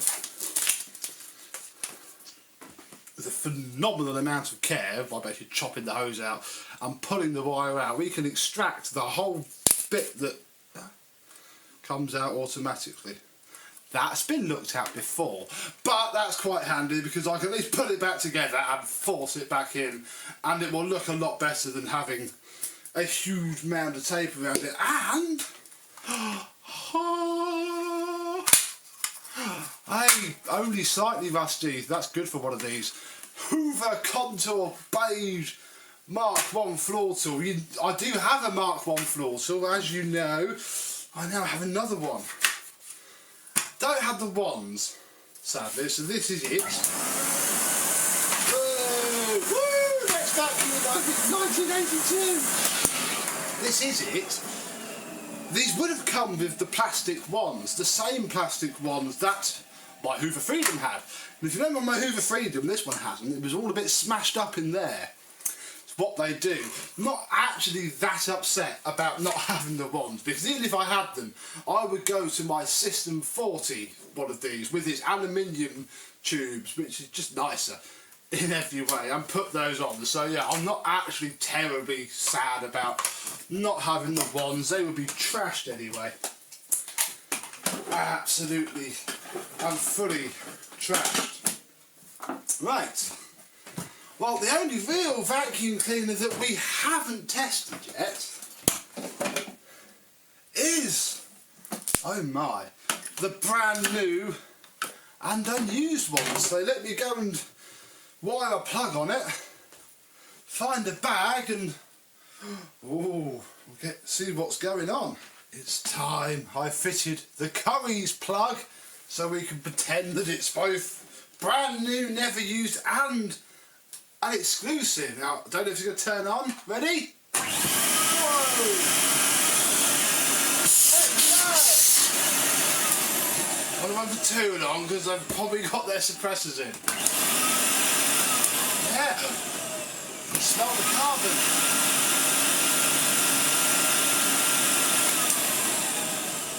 The motor is literally bedding in. Oh, beautiful. I haven't taken the knot out of the cable. I cannot bring myself to do it. Oh, in fact, this is, I did do this. Ready? I don't think I'll ever be able to get it back to looking quite like that, but it is scratched up from storage. It's going to be, and I don't think any of these are going to be any better. Maybe that one. So they could be a little bit of a jiggly pokery in body parts, but oh, look how filthy it is. I don't know. We are a little way off that yet. So for now, I have crikey 3 working Sensotronics really, and I was going to sort of make one good one out of 3, but then this is the good one. It's the unused one. It's got to come apart and be washed and polished, but I think it's worth it. Awesome. I'll find something to do with these other 2 then. But until the next time, that is it. So you will definitely see at least this one again.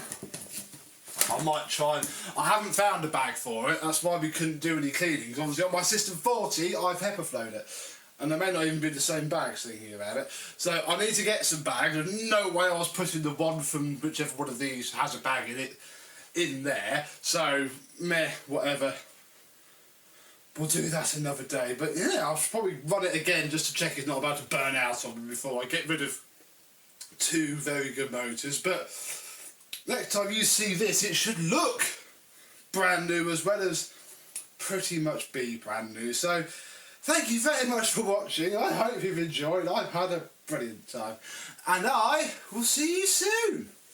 Bye bye. It's time today for the after video of the modern Hoover Junior. The modern in inverted commas, because this is in fact a very early 1426. Very early indeed. Apparently the only earliest service records of them were from 1993, but this one is from 1992 and looking fabulous. Let's have a look.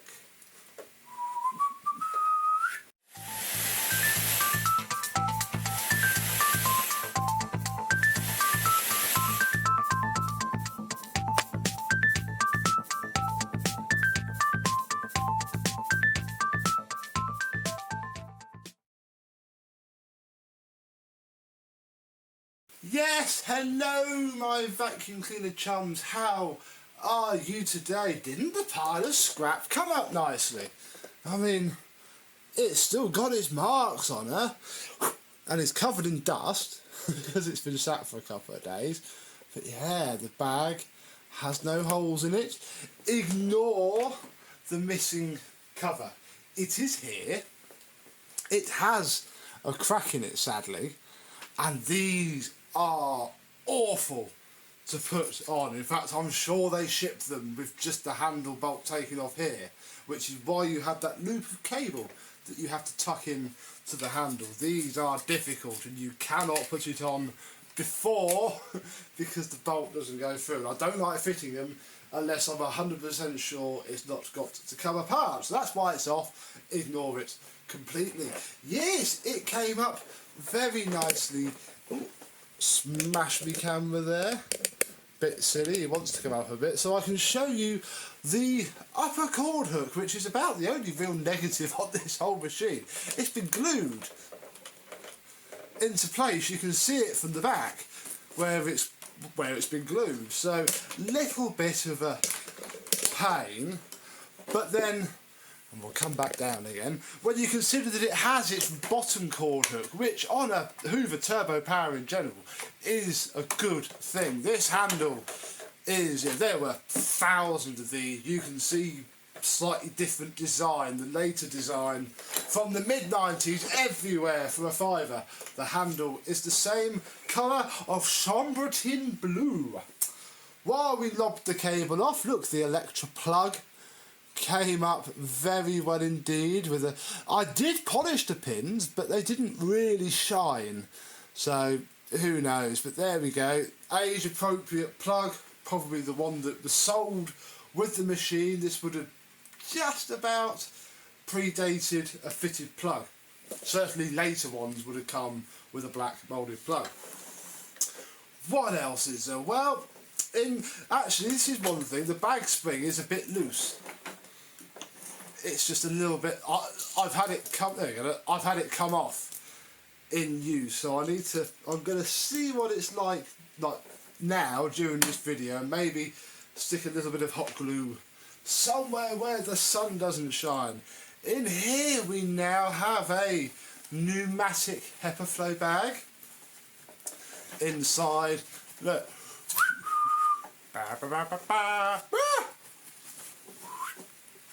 Is spotless and clean. The only broken screw post on the entire machine came from, actually this extends inwards and screws under there, and one of those broke, and for turbo power that's not bad. I will take that any day. Usually it's the posts that hold the hood on that go. The trunnion has also cracked, and I shall be completely honest with this because it is a very common thing, and equally I want to sell this machine, I'll be honest.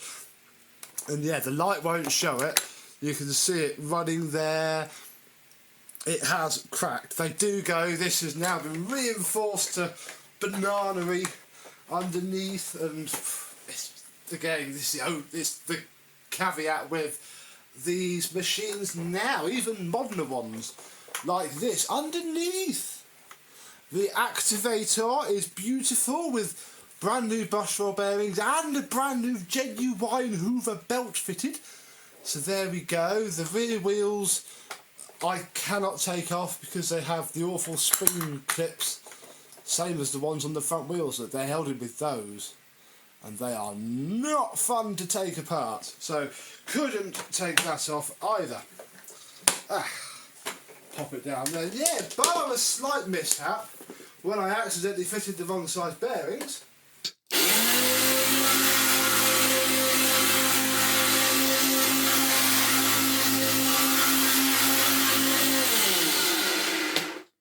She sounds, ooh, and performs, if I can get rid of all this cable so I don't run it over, pretty well.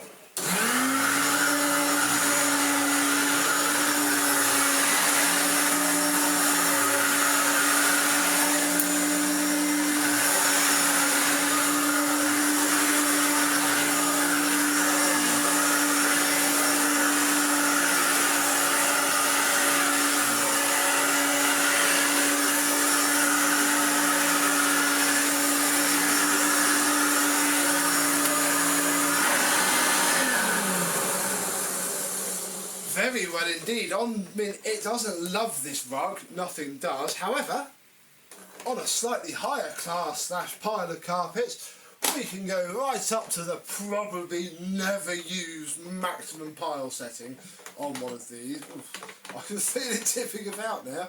I think I might have stepped too high.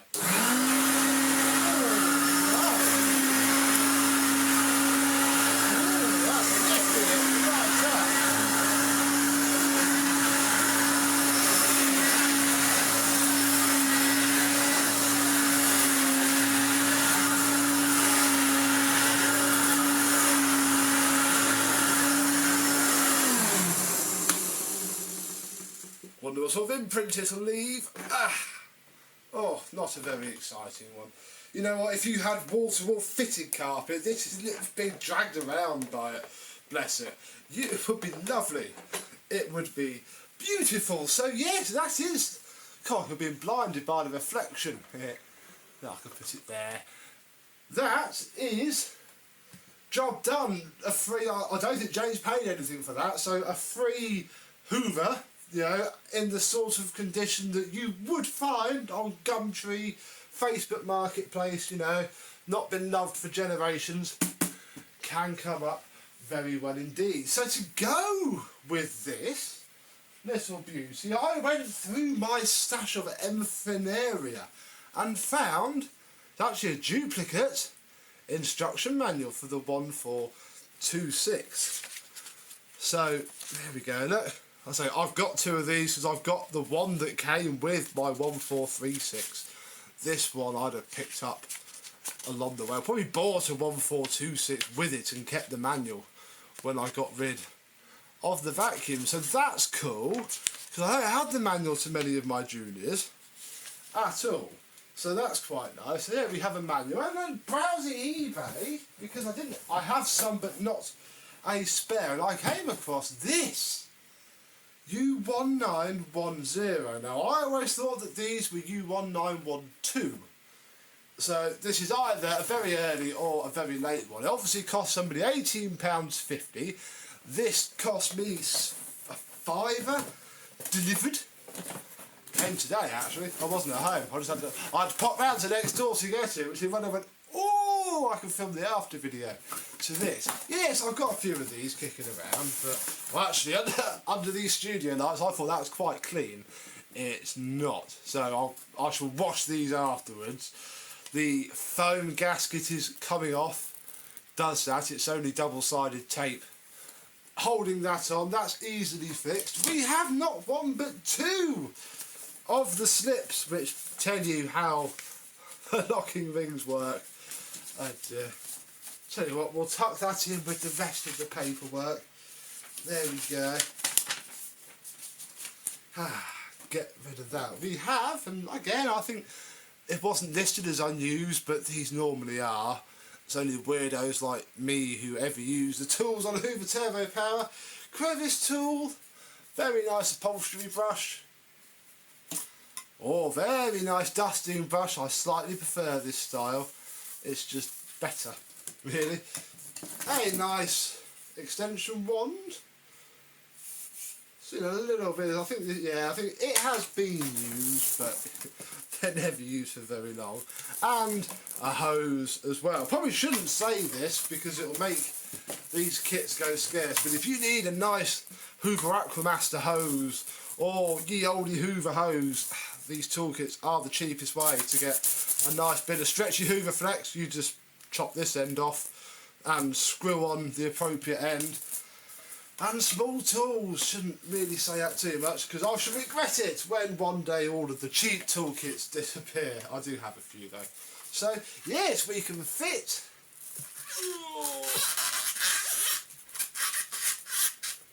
You know what that'll do, because it needs to come off for washing. You're supposed to push it on until the little tabs lock into place, but it's easier with a drop of oil anyway, because you can actually twist it. We'll move the manuals, lift the cleaner up,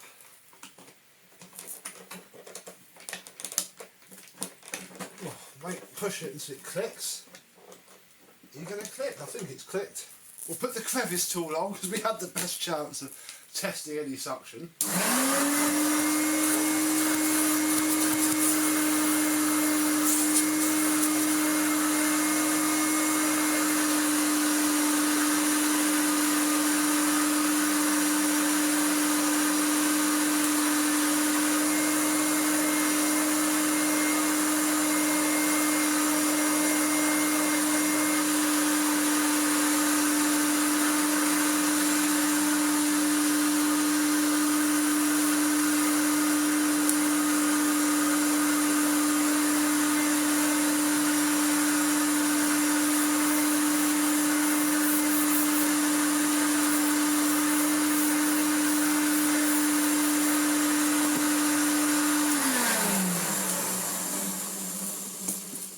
are not too bad at all. I mean, you can never call it good suction, ever. Even as a die-hard Hoover Turbo Power fan, you just can't. And that still isn't clipped on properly. This clip under here is supposed to go under there, but it doesn't seem to be, and I'm sort of hoping it's just because it's being a pain.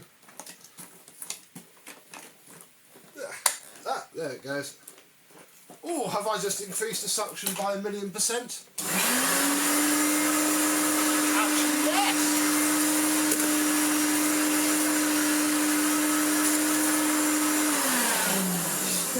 Yes, I have, although, again, I stand by what I said. You can never call this excellent suction. However, what I am a little bit keen to find out is, as you know, these have featured a little bit. I think they've been in the video that you've already seen, with the older Juniors, 1346A. We may do it, and it's okay through the tools, not good through the actual machine. Whereas this has 200 watts more power, so in theory, it shouldn't really mind all these.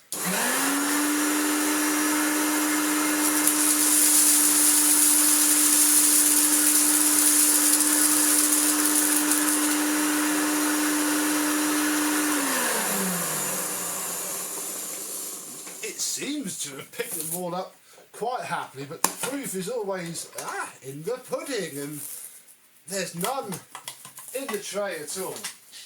What we will do though is, again, because as I was saying that, I realised that no, it was the tools that were okay on the Juniors, wasn't it? It was picking it up from the floor. But again, I think this is going to do so much better. We are talking, you know, big generational improvements by this point.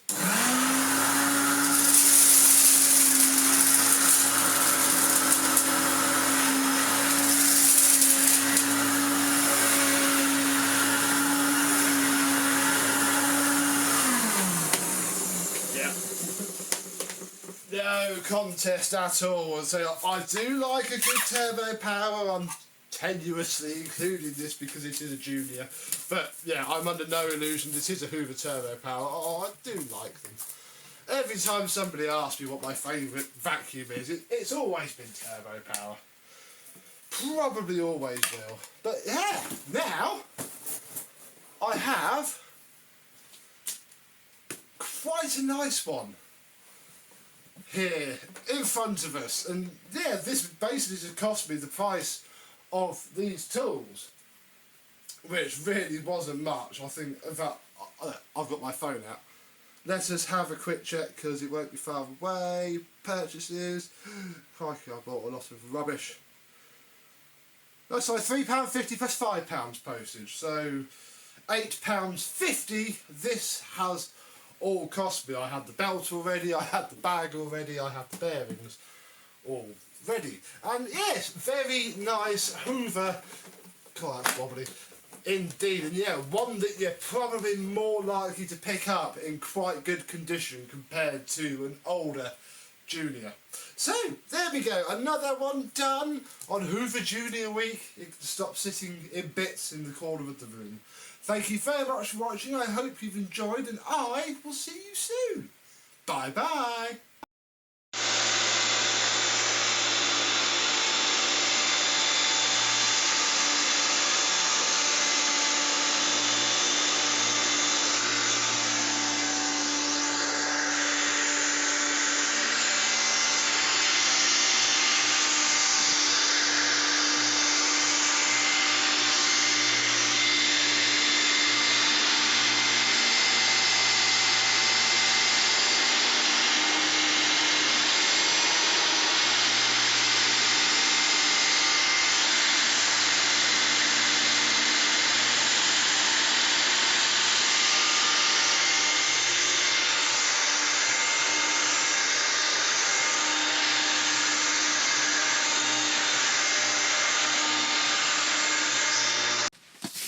Hey up, Chucks! I've got a right big parcel here from that there Manchester up north.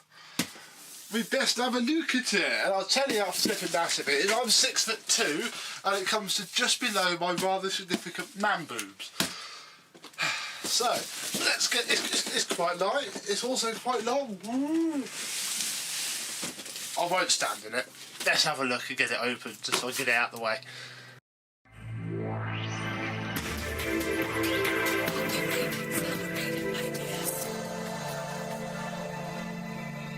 Hello my vacuum cleaner chums, how are you today? I've not filmed anything for a while. You won't have noticed because I've got my YouTube a bit queued up, but I have a new car now and I spent all week stripping parts off of the old one, and it's going for scrap tomorrow, so I can now carry on spending my lunch times filming stuff for you. And this came today. I want to get it unboxed to put the box up in the loft for safekeeping because I need it. And this can join, this is currently number 3 in the Beko 1987 refurb pile. What is it? Well, we have lots of cardboard, which is cool.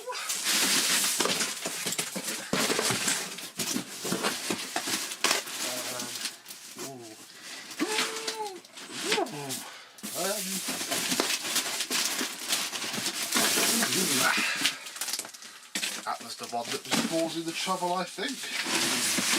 What is it? Well, it is an oldie. It is a Hoover. That's too tall for me ceiling. A Hoover. Who better?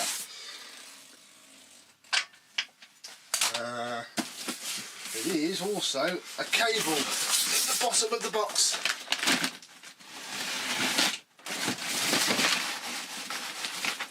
There we go. Right, my camera's as high as it will go. Let's get it down and have a look at the actual machine. Yes, what we have here is a Hoover 825. Hoover 825 for Mr. Stuart Baxter Esquire of Manchester Vacs up in, funnily enough, Manchester. Sent me a little project to get going with. He's got a few of these for his museum and this looks lovely. One nice thing to note is that the bag must have been off before because it has a different bolt. We'll cut that down, but we'll use that bolt. Bag is also, it's had a little repair, as they all have. They always have repairs, these bags, but it's beautiful otherwise. Huh. It even comes straight out of its little holder and seems to have been vacuumed out this side of the millennium, so that is good. Much better than my 875 or 825 ever were. Let's just try and pop this back on here. Come on. There we go. No. Oof, come on. It catches it. Nearly. Come on.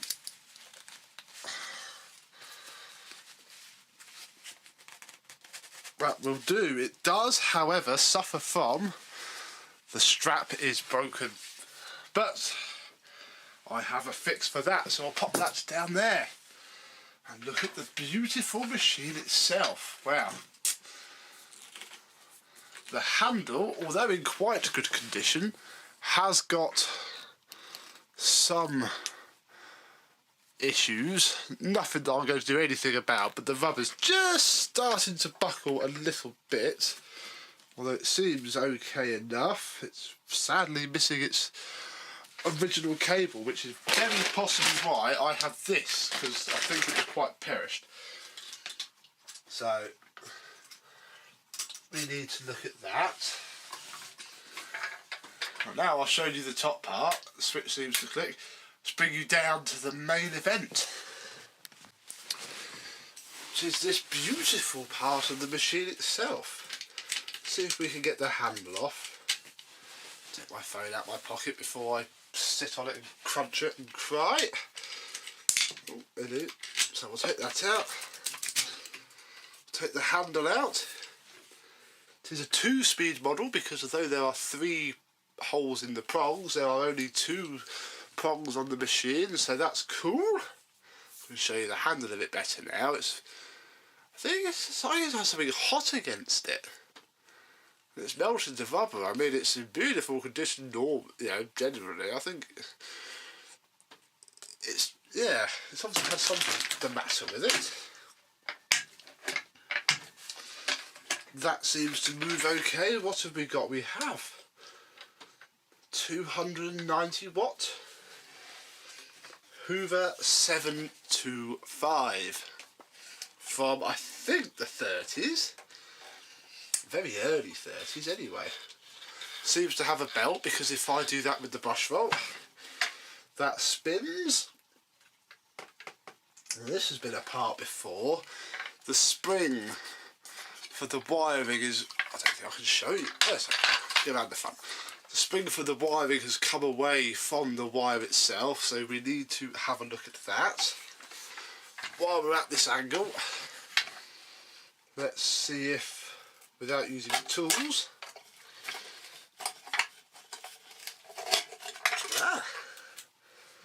marvellous, that seems okay. Very good bristles on the brush roll. This is a cracking little machine, this is. It's even got the original bumper that says Hoover, which is lovely.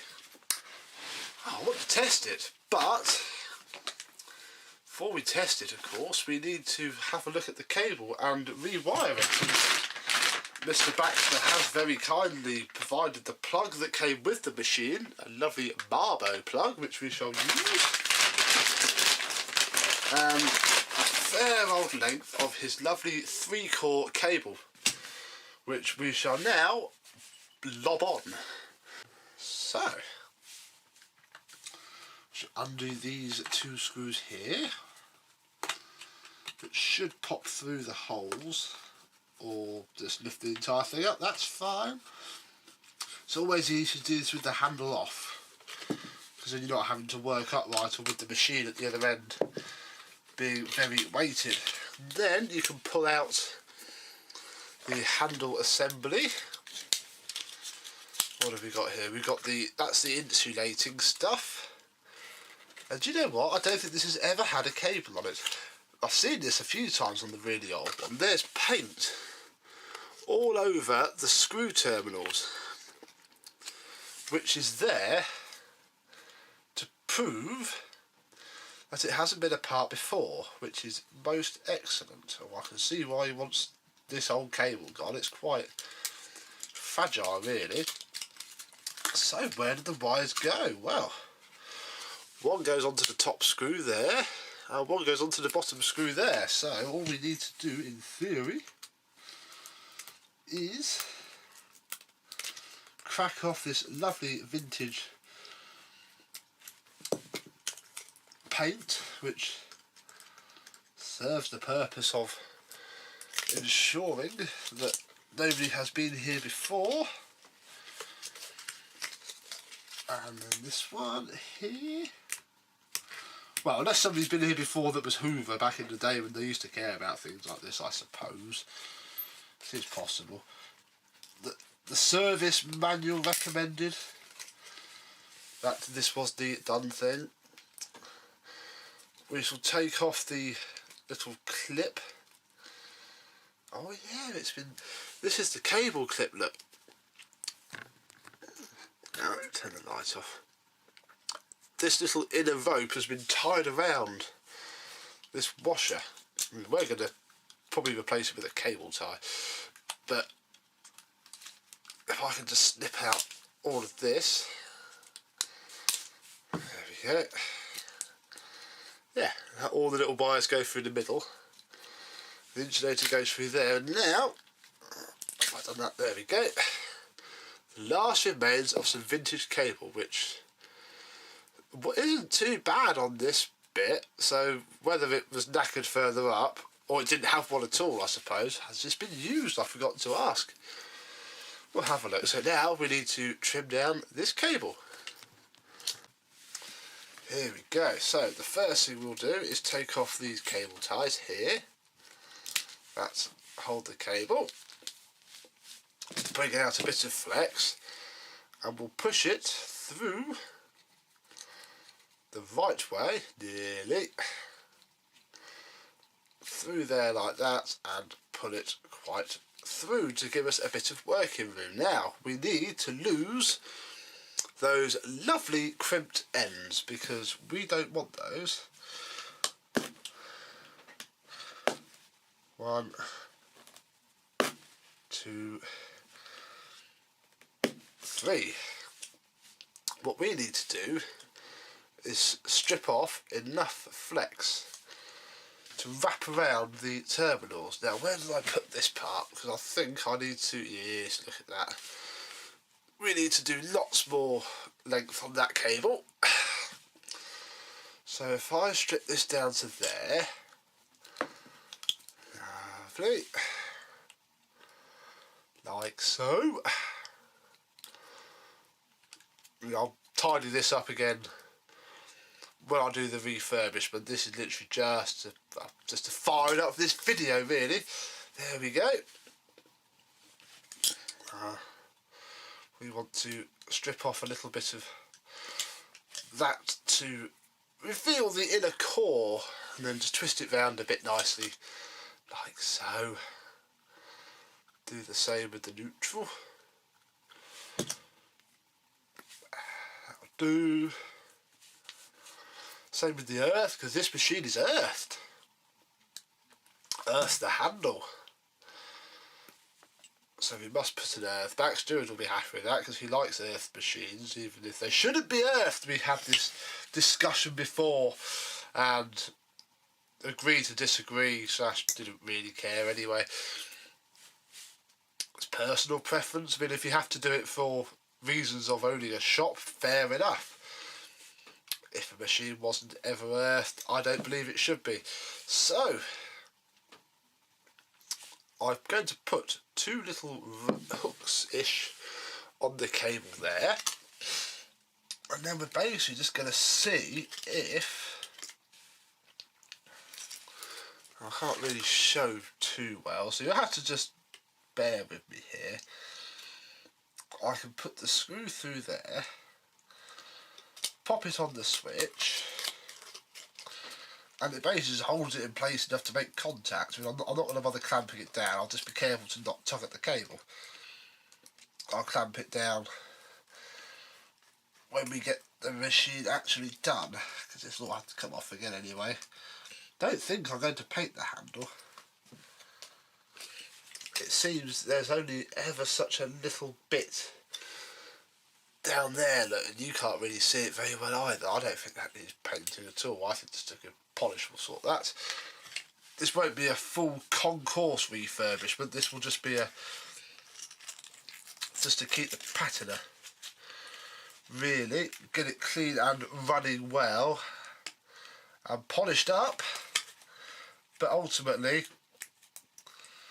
make it look like it is 80 years old, 70, 80 years old. Gosh, this is fiddling. You can't see anything either. There we go. This is going to be the fiddly one. That's not the screw. Let's put the screw on a couple of turns.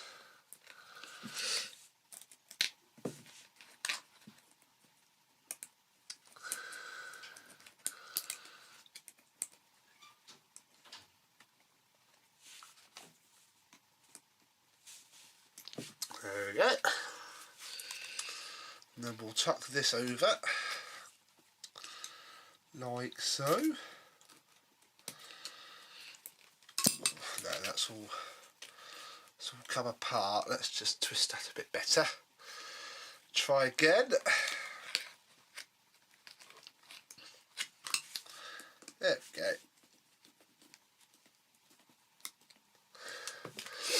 That'll do it, that'll hold it. I'll put the insulator back. Like so-ish. There we go. Marvellous, so that's all safe. now I need to do exactly the same. In fact, I might do a bit more on the earth because I can't see it when it goes inside the machine. I put a little ring terminal on it when I do it properly. But the earth needs to wrap around this screw here.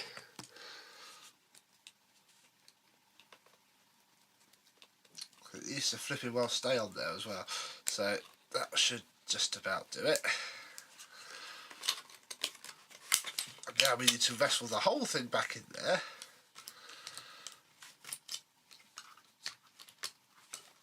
And do up the screws.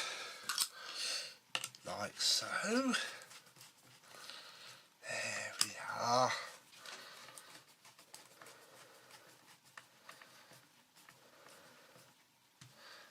And that should be that.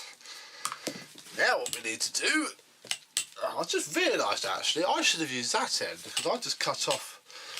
It doesn't matter. Doesn't matter. Yes, this is a Marbo plug. Vaxes always used to come with Marbo. The Vax 121, possibly the earlier ones as well, but I only know the 121s. Oh, why is that not coming off? I haven't got the right size screwdriver for that plug, which is a little bit annoying. Might have to just pinch a different plug for the purposes of this video because my big screwdriver isn't here. Hang on. There we go. I have pinched the plug from a Junior, which is handily just behind me. So the earth goes up to there. So we'll chop this down. I'll strip it down to here. Just roll the knife gently over until it splits the plastic, rubber, PVC, whatever, but not the inner cores. There we go.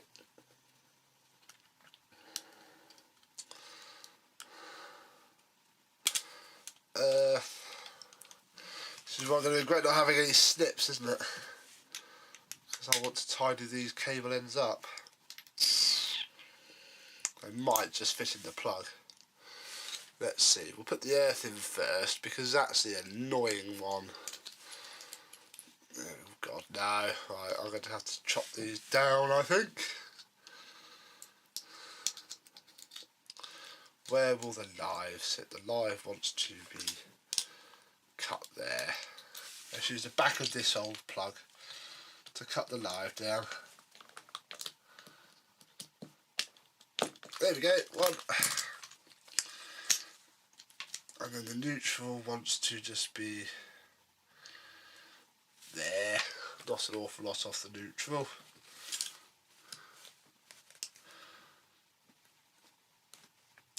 I don't like this Marbo plug either. I've decided I'm going to use a different plug. No, don't strip yourself nicely. Cut yourself. Go away.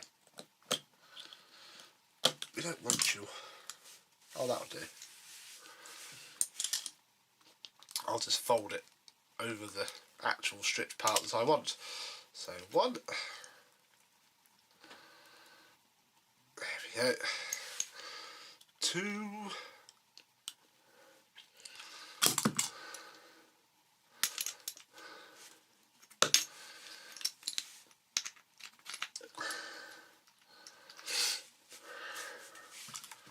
I have lost everything that I need. There we go. Screw that down. And I've already had the fuse out of this plug, so I've had to steal Henry's fuse. Sorry, Henry. I don't suppose you mind too much though, do you? Pop the earth in. There we go.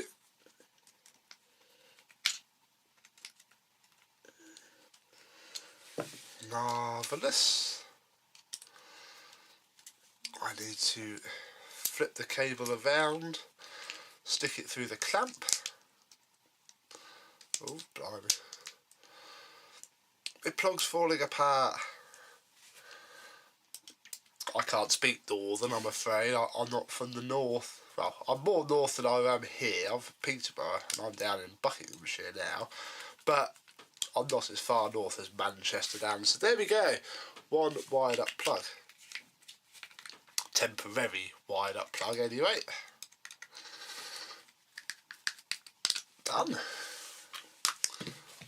This is exciting because now I need to keep that because I need that in the future. We can put the handle on. And to put the handle on, all we need to do is slot it in.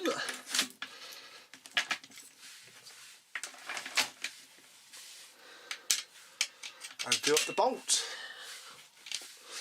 The early style of Hoover handle bail bolt, really. Right, there we go. That's in tight enough. Ooh, we're ready. We're ready, folks. Oh, ooh, we're not ready. Not ready at all. Because we're going to have a slight issue with the bag. Because obviously it is broken. And I'm not going to fix it until I have cleaned it and refurbished the machine. So, in order to connect this part, which you can't see, to this part here, I'm going to cheat and just wrap a bit of wire around just to hold the bag off the floor. Off the top cord hook, because then it's not permanent, is it? So there we go, let's tie a knot in this. And we have a hung bag, that will do. Right, now we're ready to switch it on. So does this unknown to me vacuum cleaner actually run? Let's find out.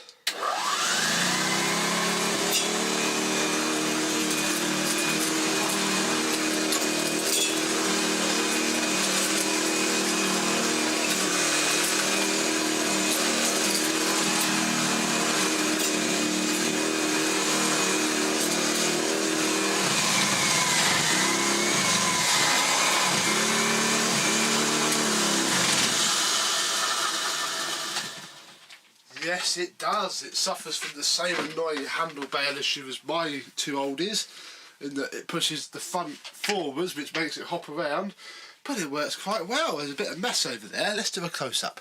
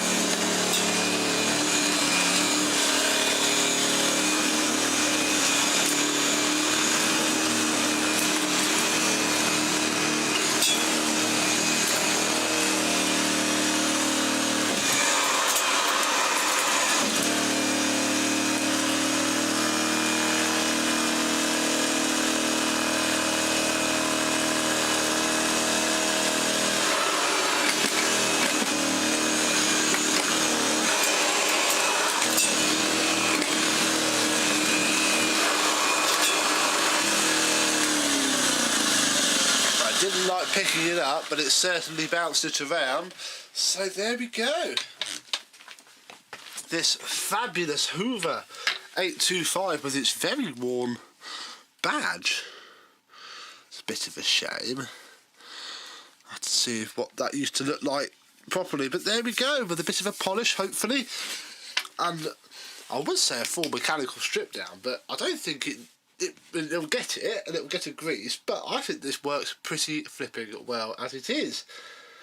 So just some cosmetics I needed. Bit of a buff and polish, electrical check, fix the bag, and the Hoover will shine once more. So, thank you very much for watching this vintage before video. Hopefully next time you see this it will be cleaned up and lovely, and we shall be laughing about it afterwards. So, thank you very much for watching, and I'll see you soon. Bye bye. I popped out this morning, and on my rounds I bumped into my local collector friend who had actually something else for me. And this is a Hoover Aquamaster that he says he picked up from somewhere, doesn't want, it's not complete, do I want it? So here we are, doing a video so we can go through and work out what I have.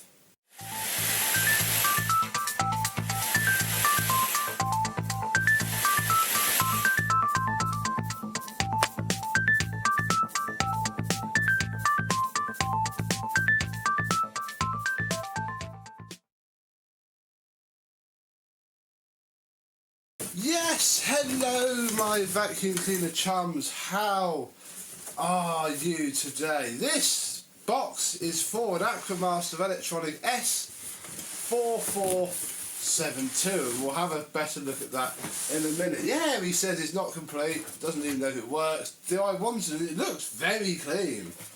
There's no real use showing on that. We have to get the cleaner out, and it is a 4472 from 1990, and immediately there is no cable on it at all, and it has a broken caster. But looking at the wheels, there's no wear on them. Maybe he said he didn't think it had been used.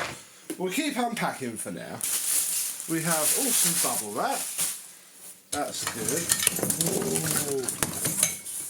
We have the bulk pickup hose. Oh no. Oh crikey. 2 bulk pickup tubes. So that's interesting. From Clean of the garden. I'll put those here. What else do we have? We have not 1, not 2, oh, I don't know, not 3 or 5 ones. That's handy, because I need to give 2 away with this. Hello. 5 aluminium ones. I like having that. A lot. We have the dry hose with its built-in solution tube. As you can see, it dives down in there. This is the first generation of them doing this. You cannot turn that 360 degrees. I don't think it's been used. Look, the loop on the shampoo delivery pipes allows the stretch of the hose, and it's there on the hose. It's never been used. What? 2 bags.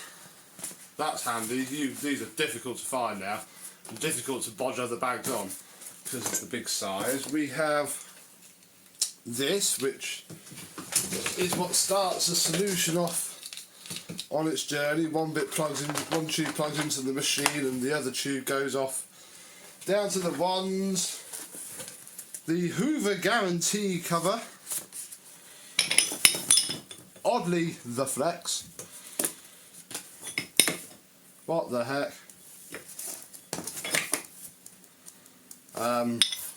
Yeah,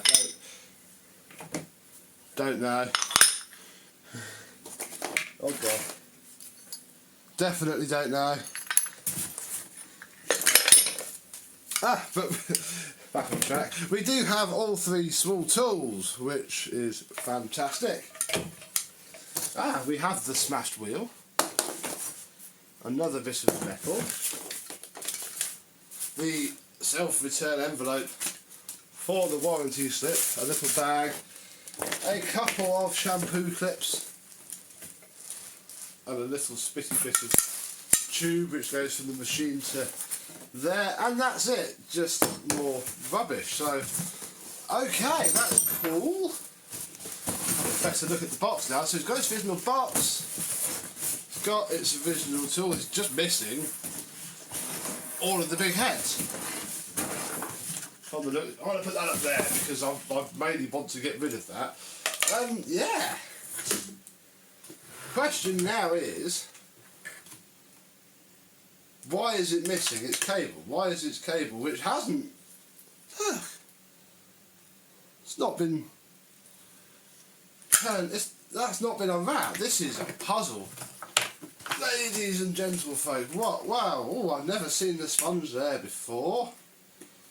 Oh dear, it's gone. Yeah, I'm not going to turn the machine on with that on there because A, there's not much point, B, it's just going to go and knack her up. There's no rust. It smells new. What is? You look in there, it's spotless. This is curiouser and curiouser. Well, I don't know about you, but I'm going to take this brand new mains flex and we're going to strip this down a bit and fit it with a plug, I guess, and see what's occurring. I'm very confused. We might die. Let's go. Okay, well, in this exploratory episode of Becco 1987, we are going to remove the factory tape from the mains flex. Oh, it's gone all sticky. Oh, God. Stick you to there and there. I don't know, maybe it's been liquidated and they cut the cable. Maybe it was arson, you know, misdemeanors. Maybe the shop owner owed someone some money. But what we're going to try and do now is pop off, I'll do it so you can see, these two plastic covers here. The whole thing's min. I think we should be cleaning this up in a second. Then we can get to the two screws. In theory, this bit should just come off. Oh, unless there's anything. I don't think there is, but equally we're going to check. Oh gosh, yes there is. There are two more screws. It's been a while since I've done one this new on the older Aquamasters. It's a little bit different, and the module, that's different as well.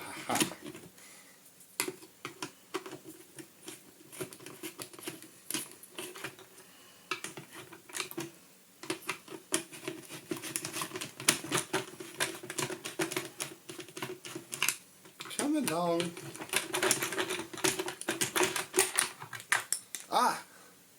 And the speed control knob. So there we go. Motor spins fine. There's a little bit of rust, but equally that could be where it's been stored. It's brand new. This is very strange indeed. But all we care about for now is this bit here. Still don't know what to do with this thing. Oh.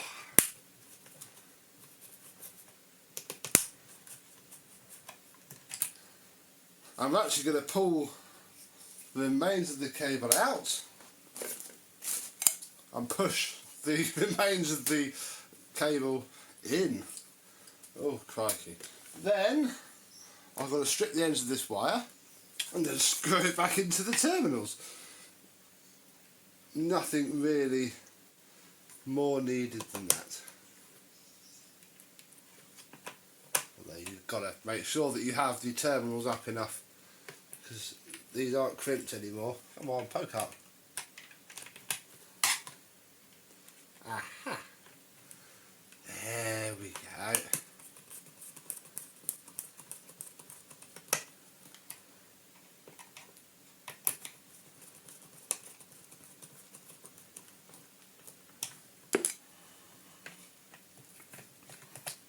Put the cable exit grommet there.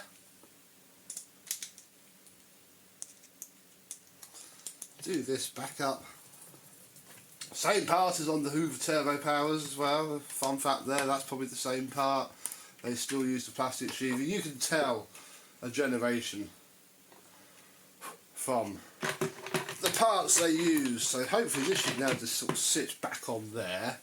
I can do all four of the screws up, put the caps back on, I'll whack a plug on the lead and we'll come straight back. And in theory, it's turned on, it's either going to explode or run absolutely fine.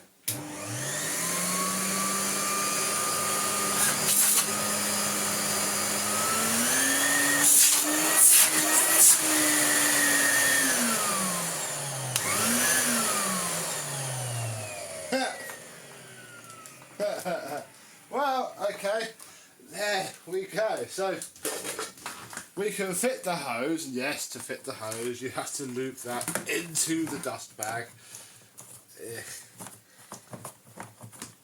Find the angle at which the hose which doesn't twist. Oh my goodness. Am I missing something here?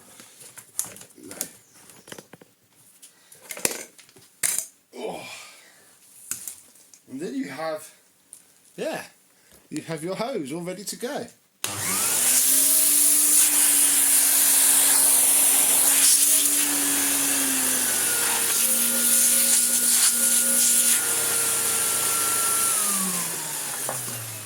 It works really, really well. It's almost a shame about those missing pieces. But, so, there we go, folks. A brand new Hoover Aquamaster Electronic S4472.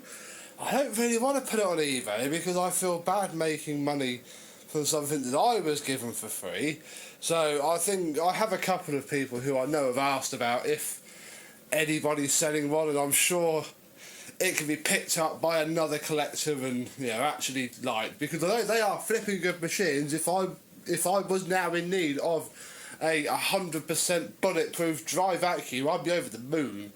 But I'm not, and I tick the Aquamaster box. I'll always save one, but I have no need for it here and now. And also what I have found, and that's why I cut the video in the first place. Remember ages ago we unboxed that random load of parts? Well, there were the 2 shampoo heads in it. So now all this is missing is the straight suction floor tool and the instruction manual, because yeah, obviously we've got all of this bit sat here like that. So yeah, one brand new vacuum, hopefully ready for a good home.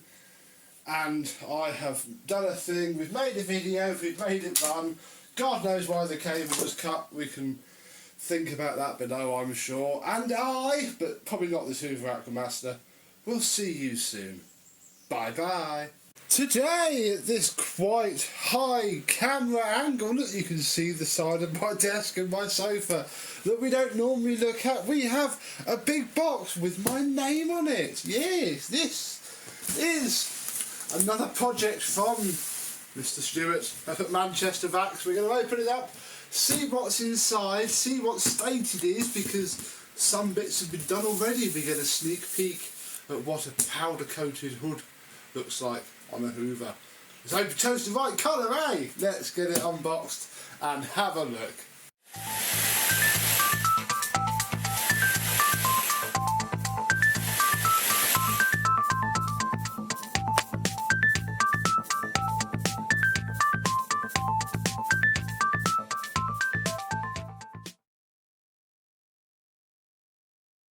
Yes, hello my vacuum cleaner chums, how are you today? I will get lots of space back in my house once I've unboxed this, that's for sure. And I shall keep the box as well because it will be going back in it too, so I'm going to have to take all of this packaging out and keep it ready for it to go away again.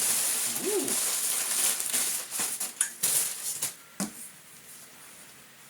Here we have the hood, which is filthy, which is good because I don't have to ruin the surprise for you when it's back together. But yeah, that's been powder coated, and that's very, very good indeed. It's only done a while.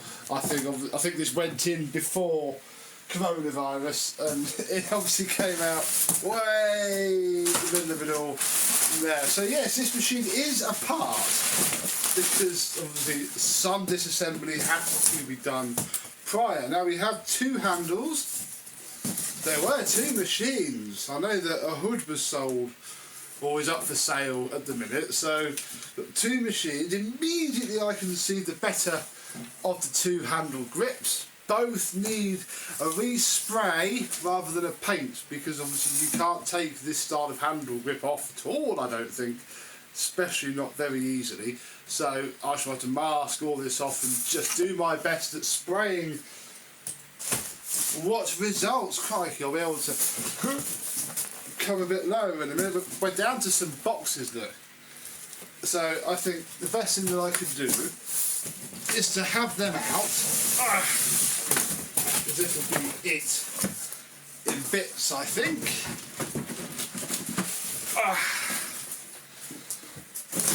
And we'll have a close look at everything. Marvellous.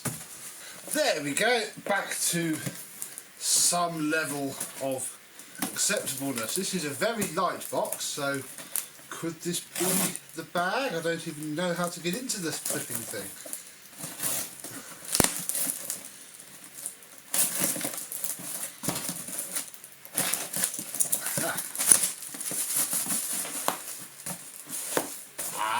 No, this is not the bag. This is a very delicate piece of Bakelite, this is. You want to be very, very careful when you unbox it.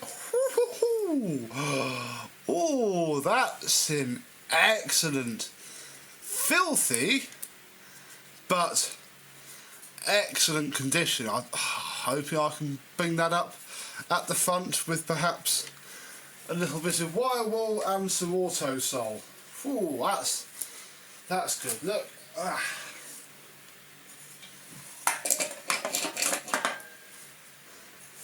That's going to look all right, isn't it?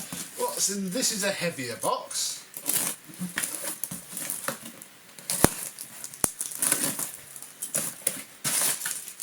Which has one motor. Ha ha ha ha ha. All with a bulb in it as well. Older style looking bulb. Oh, there's a note. Duff Refurb. Yes, Mr. Stewart asked me if I could have a look at the other motor as well, just so we can have one on his stocks, because I think he's realising that, you know, us vintage retro vacuum enthusiasts, you know, we like a nice stash of spares. Here we go. Ooh, right, well, the bulb is smashed, but this one is not Duff, apparently. This one works okay, so I mean, all the screws are in there still from when it was powder coated, so it won't really sit on there properly at all, but we can give it. There's lots of glass. Bugger. Why did I? Right, there's nothing else in. Problem is, I don't know if there's anything else in there that needs doing. Oh no, I can't. Oh, I'm going to have to clean, I'm going to have to vacuum this just so I don't cut my feet up, and then we shall carry on the unboxing, and I'm going to take this out because I don't think it's blown, and therefore it could be used when it goes back in, but it can go up here out of the way. Right, there we go, possibly no more glass now. Let us hope and see what is in this box. I don't actually know how much of this I'm getting. I was thinking that as I was vacuuming. I don't know what is here because I don't know how much they've done themselves. And also, that's why I'm having to open up all of this flipping packaging just to check that I'm not. Oh my god, here it is. That I'm not missing anything. Right, so we have the tool door, the tool port flap. Oh my goodness. I need to buy a rivet gun because this is one of the springs that goes on one of these sides. I don't know which. So, okay, that's interesting. A very warm brush roll. Phenomenally worn. Yep. The front bumper, a belt, a second tool entry port. Okay, I see where this is going now. Rear wheels with their springs. That's excellent to see. a brand new Kirby extension cable. Mr. Stewart picks these up for cheap. As you can see, this is some weird foreign plug, but snip, you have some very nice black textured cable with a nice vintage MK on it. Banging, it'll look really good. So that's that. Oh, we just have, okay, so this is a big old jigsaw puzzle indeed. Two of those, yeah. This is 2 machines worth of stuff. Oh my goodness, look at that. I can only use that brown bumper because the grey one just won't do. It's ruined. Base plate, other doodah. I'm feeling there was a grey machine as well here, don't you? Oh my word. This is a completely stripped apart. Oh, there's another one with even more worn brushes. Wow. I don't know if I've got any. I should check. There's a slightly worn belt in there too. Bless it. Ah, here is the brown handle bale. Oh my word. There is all the screws, nuts and bolts. Handle bale spring, another wheel. The other wheel thing. More packaging. Ah, a bag. Oh, maybe a genuine bag. Certainly in superbly good condition. So that will work. The other handle bale and other height adjustment thing. Oh my! Yeah, look, there's all the nuts and bolts are on here still. Crikey, I wasn't fully expecting it to be this stripped down, and it might be alright, you know, because I can use any old rivets I need to on this, because obviously the front bumper has perished as it is, bless it. We'll go over the top of it all. So actually, all I've got here is a jigsaw puzzle. And again, I can do what I like to do when I have 2 machines worth of parts, and well, take these rear wheels, go, okay, well, they are genuine rear wheels. They are not. Well, they are, but these are nicer. And overall, actually, I think this whole axle frame is going to be in better condition itself than this one. So we shall probably, but again, I'll probably refurbish it all, because who knows, somebody else might have need for it. But I think we'll keep, that's a crackle effect finish. So we'll keep that part as opposed to this one, which is just painted silver. Now you see, we've got, I think, depending on how well that cleans off, we'll be using that base plate because it's in better condition. You see how this works, folks? It's very good. There you go, you see black wheels versus lighter, darker brown wheels. It's all going to be gone through, and we can make one excellent machine out of this. I'm quite looking forward to how well this is going to come out. So, one jigsaw puzzle, sir, as requested. It's going to take me a little while, but mainly because I should do all of it. I shall literally have everything apart, wash everything as one, dry it as one, and just put the best machine back together that I can. Hope that I can find some better brush strips in the progress. So there we go, something else for the Manchester Vax Vacuum Cleaner Museum. Oh, what a lot of stuff that you can't even see it all. There we go, look, what a lot of stuff, but it will certainly look really good once it's done, especially with that hood powder coating. It'll be interesting to see how well that comes up compared to when I paint them myself with Hammerite. So all I can really show you is this. I'm not putting it together to run because there just isn't much point, if I'm being brutally honest. You may as well wait until it's all back together, all lovely and clean and shiny. So until that point, I say thank you very much for watching. I hope you've enjoyed it.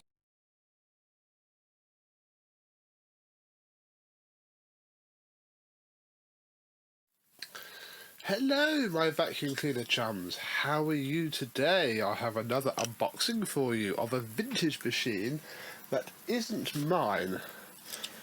I'm going to be interrupted at some point, so I've got a lady coming to pick up a Dyson, but I'm not waiting all day for her, so I'll just pause when she comes. So yes, this is for Stuart at Manchester Vacs. This is a project that I'm going to refurbish for him for his museum, sent by Dennis at Autovac in Worcester.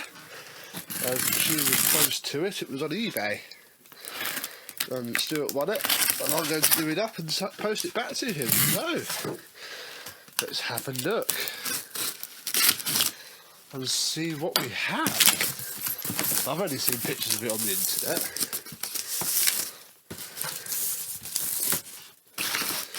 Right. Probably some other stuff in here as well, which isn't for this. So there is a black cable. Very interesting. Very well packed. So here we have a handle in very good condition. Very good condition indeed. So it is a Hoover, that's right.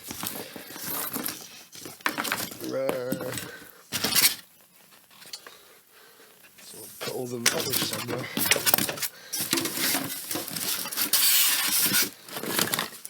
Well, I'm looking there in a minute, because there's some stuff for me as well which she's given me. But we'll have a look at the main actual reason. Oh, it's all together. It is one of these, look, Hoover Ranger, I do believe. Right, where am I going to put this? Let's pop it back here. There's nothing else in here. Nope. So we can get rid of the box. Pop that out the way. What's in here? There's lots of clutches, which she didn't want, so I said I'd have them. Do what I don't actually know, but I will have them. There's some more clutch parts in there, so yeah, there's some Dyson clutches there. I'll probably end up giving these to Stuart anyway, I'll be honest, because he's in need of them at the minute. Don't know what's in here. Ah yes, a Dustette. Tell me about it. Ah, that'll be what the cable's for.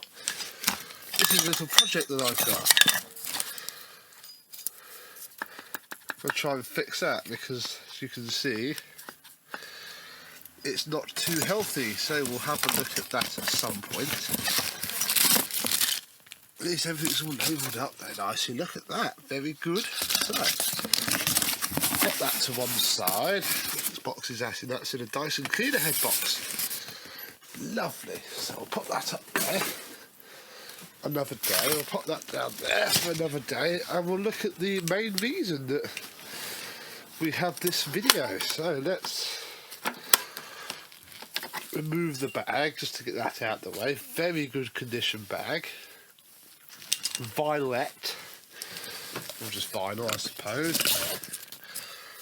It's got the bag holder.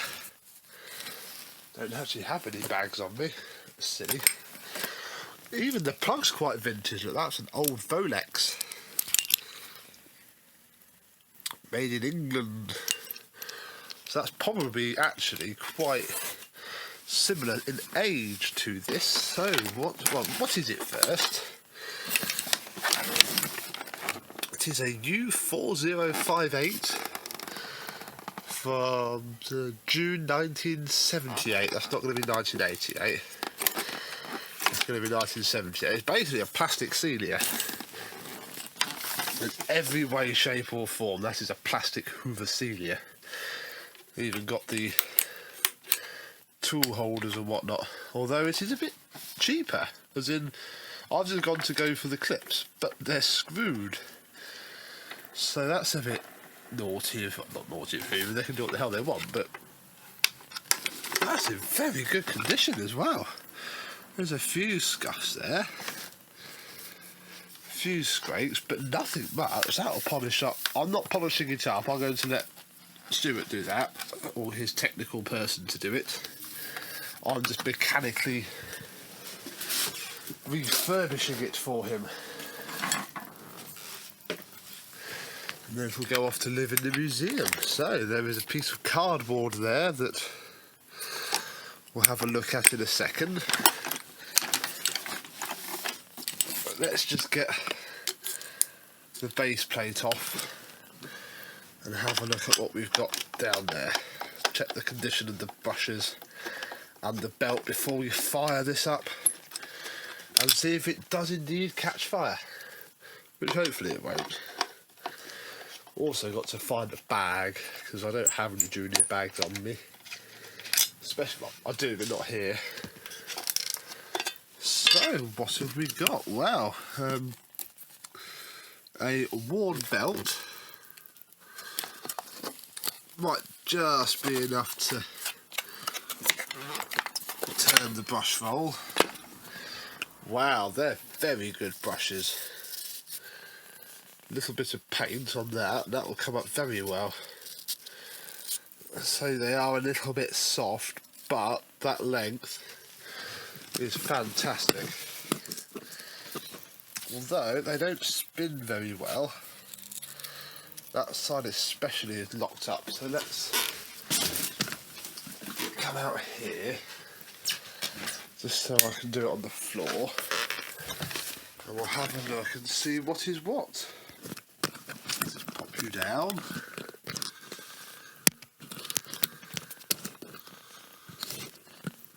There we go. No, that's going to tip. Come on, tripod, this is failing heavily, this tripod. There we go, that'll do. So,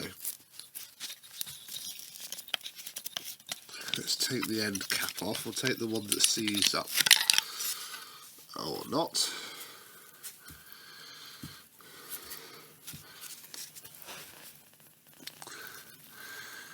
Well, there's 70 years worth of hair anyway.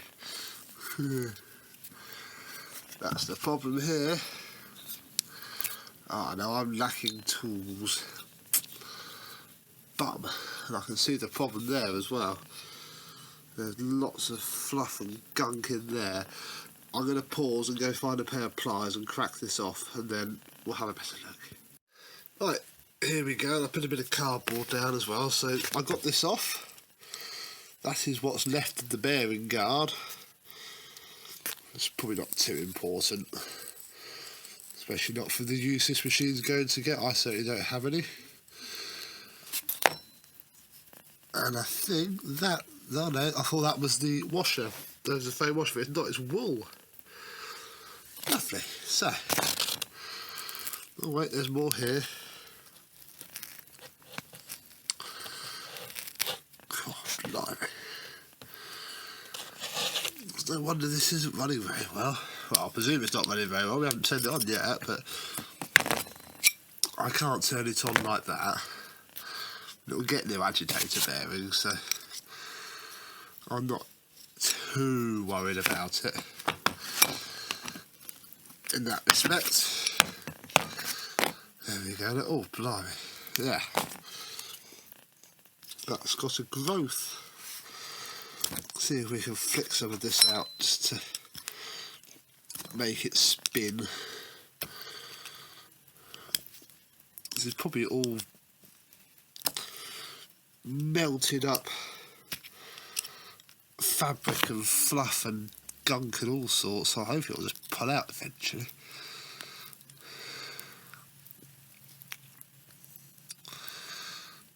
Or not. Come on, I'm trying to help you. Out you come. So yeah, definitely going to need new activator bear. It's not an activator, new brush roll bearings, but that's almost a given with machines at this age. I always sort of expect that.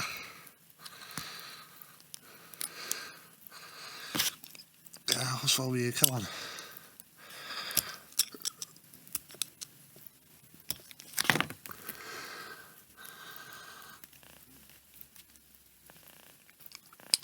seized on there tight. I can't even spin the bearing. It's that bit there. Let me pause and put some effort into it. Yeah, can't pause. Go away, Facebook Messenger. So I got there in the end, basically by splitting the whole bearing. So that now spins. All these big chunks here were ingrained in the balls, basically. So it would never have spun, even if I'd have sat there for 3 hours picking it all out. So that's good. So we'll pop these back together. We shall. I don't think it actually matters which end the end caps go, because it looks symmetrical to me. Yeah, how does this go? I just fiddle the end cap, the axle in.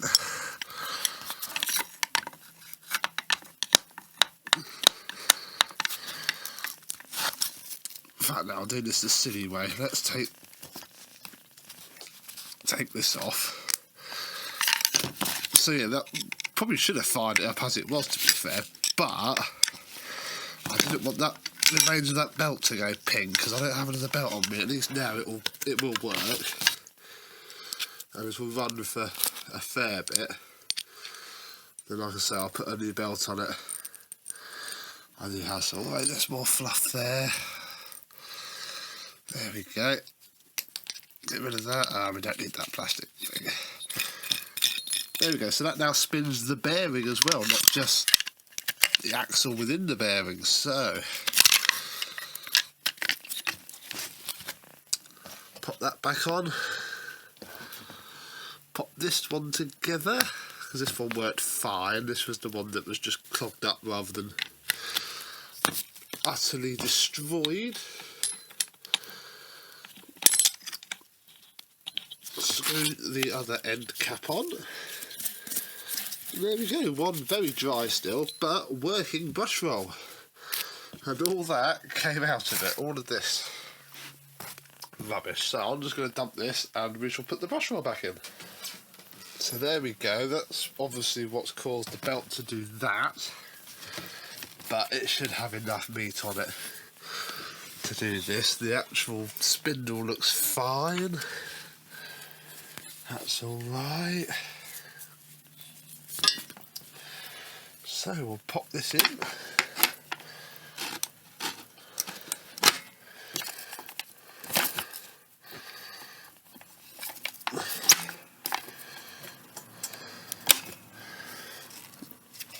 Pop this on there. You can see where the belt's been bouncing around. That's so loose. But it should do for now. You can see that wibbly wobbling about. The rubber seals come out. Although by the looks of it has been for years, so I think we'll just leave that alone for now. I'll clean it up and reseat it properly when I refurbish it.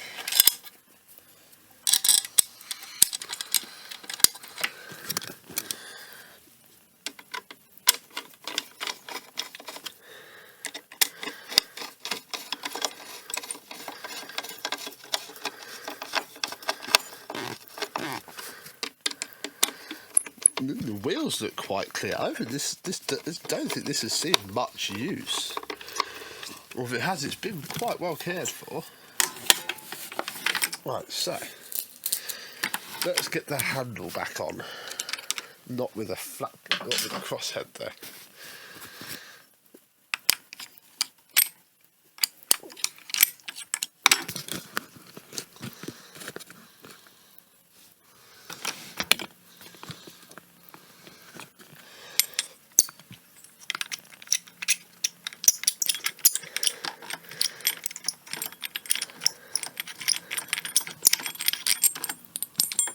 Now these look like they probably should be there and they're important for something. So maybe we shall put them back on. Now I thought that would have come out, but I don't think it does. I think that is a press fit rivet. So we might have to leave that there. So we'll pop the structural cardboard back in for now. Push this on like so, and then I don't know if I can show you this part without dropping it.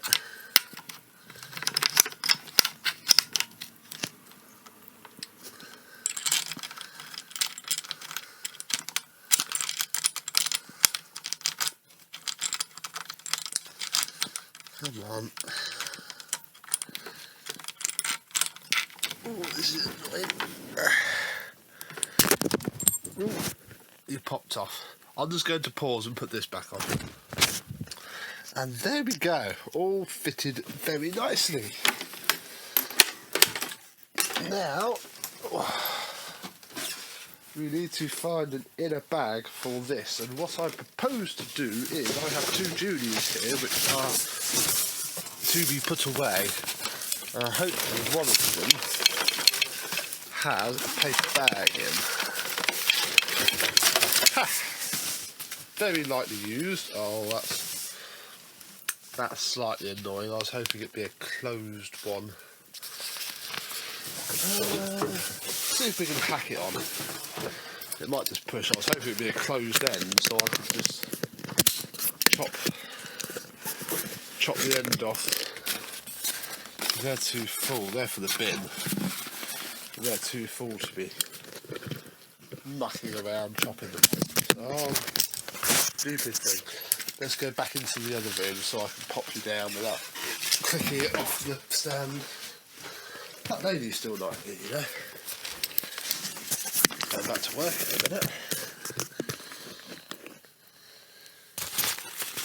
So, will this force on? You know what it will. It's going to look terrible, but I don't care about looking terrible. I just want to run it around without filling this in a bag too full. There we go.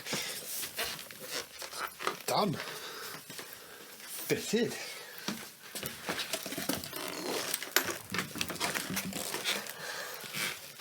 So let's take our very orange Senor. Use this very nice Velcro strap and drop the cable down. As you see, Dennis, you should have undone that screw and then you wouldn't need it in a big box. Hey.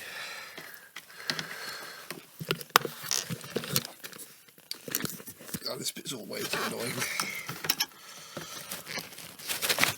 There we go.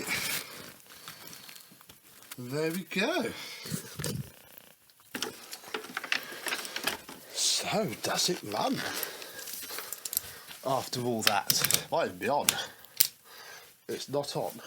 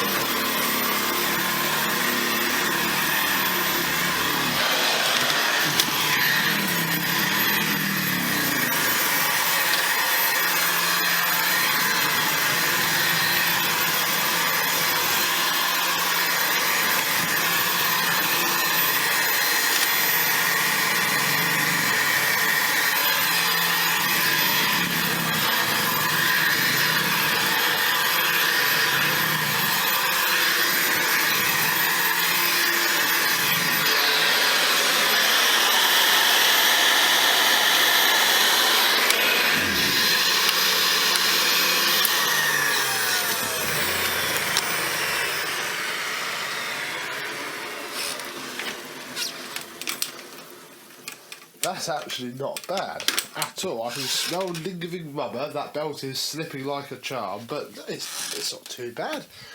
It's left track marks. Look, here's a nice set here, look. So those brushes are utterly fine and staying. So there we go, the first look. On the outside it won't look too different, I'll be honest, because it's quite clear. It is a bulb as well, but I do have one of those. So yes, thank you very much for watching this video unboxing, and the next time you see this it might sound a little bit better.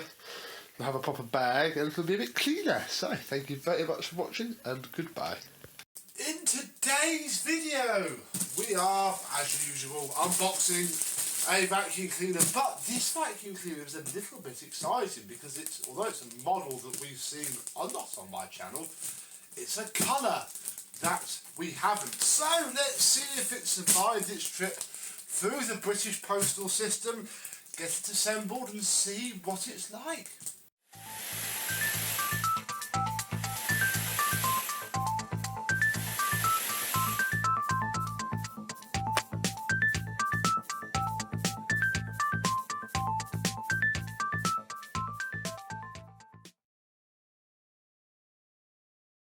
Yes, hello my vacuum cleaner chums, how are you today? I've changed the room around, in case you hadn't noticed. I need to get a new sofa though, because the corner kick is a little bit annoying. But we shall not worry about that today. We are going to unbox this vacuum cleaner, do the usual,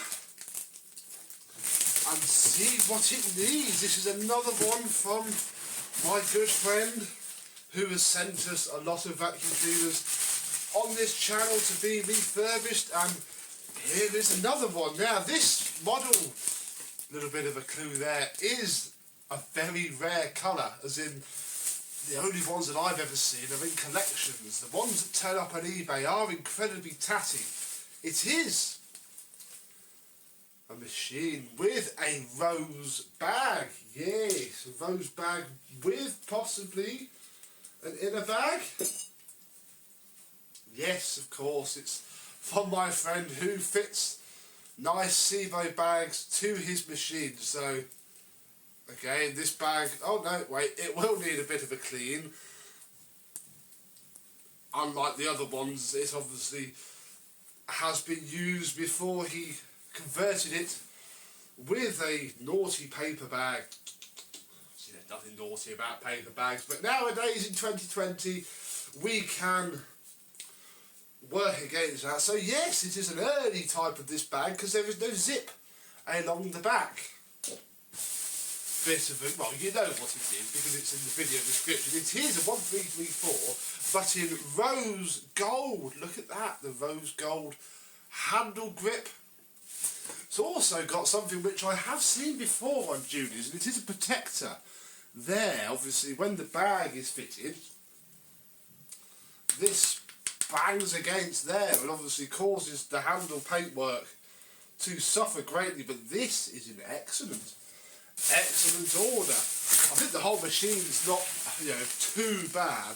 It just needs some cleaning. Now I've seen this plug before. I've had it a few times. It is what they call an accessible plug. So obviously, if you can't grip a plug, you can hoik it out. However, it is a NAC plug. There we go, look, NAC, made in England, and we have the lovely rose gold cable here in all of its rose gold glory. Let's pop you to one side. Got a lot more space to sort of chuck stuff out of shop. I quite like it. Might have to do a tour. So let us unwrap this bubble wrap. This packaging is recycled as well because it is the same box and the same packaging that I sent a machine back recently. And I'll be honest, with a couple more that he wants doing, so we'll probably see this box again. Oh, we're nearly there. The last layer, and here she is. In flipping good order. There are a few scratches to the hood in the corner, but you would ruin this machine if you decided to try and sort that out in any way apart from polish it. Appears to have a white lifted off. Belt guard though, not entire. It's a genuine Hoover. I don't actually know if these would have come. I thought they came with a rose gold front, but hey ho. Yeah. Let me get a bit closer. We'll have a look at the machine in more detail. Here we go. So yes, as mentioned, there are only a few cosmetic issues, and to be fair, a lot of that will polish down. The machine itself is in excellent order. This is a metal hooded Hoover Junior 1334, as the earlier ones are, and I'm wondering if it appears on my list of up to 1959 machines. KL 46, oh, it's after, so it is post January 1959, probably in the 60s. Obviously you can't date these. I don't have the service manuals with all of the bits and bobs required to really see what these are. So there's that. Underneath, it's not too bad. Brush roll needs, oh, I just popped the belt off. Brush roll needs a paint. The brush strips, although they're not long, they are very plush, which, you know, is half of the battle. Let's take the wiring cover off and see what the state is under here. I can already see fluff poking out of the sides. Wow! Yeah! Oh, goodness. Although it's been desuppressed, so that is one thing, but yeah, this hasn't been off in a fairly long while. Looking at that, the wiring is in superb order. Nothing needed there apart from a really good clean to get all of this muck and rubbish out of it, which is why we have it, isn't it? Oh, let's get the worst out. I'm not going to bother with benchy today. It's not fully needed. We'll just get the worst of the fluff out. It's possibly also, actually, with that loose clip there going to rattle, we'll just tweak that up a little bit. I'll remove it in the refurb, but do that. The height adjustment works like that on these older models. Bless its little heart. This we can fix really easily. If that's the sum total of what is wrong with this machine, I'm very confident indeed that we can work some of the Beko magic that you all know and some of you love, and have this machine running right once again. I mean, it probably runs okay now. Knowing this person, the owner, you know, it's not going to be horrific. Normally they're just dry. So let us remove the handle bolt on the bottom. As I say, I don't think this machine is going to need any paint at all, which is very nice, which is very handy as well because it's not a complete white colour, if that makes sense. It's an off-white. And I know that some people, Mr. Gareth Sheen, if you're a collector, you'll know of Mr. Gareth. He's had paint made because obviously, you know, he's got a friendly car parts store that don't laugh at him when he takes vacuum cleaners in to be paint matched. Problem is, Mr. Gareth is in South Africa, so it's a bit pointless asking if he can, you know, oh, just, if I give you some money, could you send me a doodad, a can of paint, because it would literally cost hundreds of pounds. So, fortunately, we have to make do with what we have, and I do not like painting these because the colour match I just cannot do. Let's finish that. One day I should probably look. There's probably a paint mixer place near me. If you're local, if you know Aylesbury, or I suppose Oxford or Wickham, and you know, you think there'd be someone near me, please do comment below. We shall see. So there we go, the handle is on. It's never difficult. This style of Junior, rather than having the rubber way of doing it, it has the metal fitment.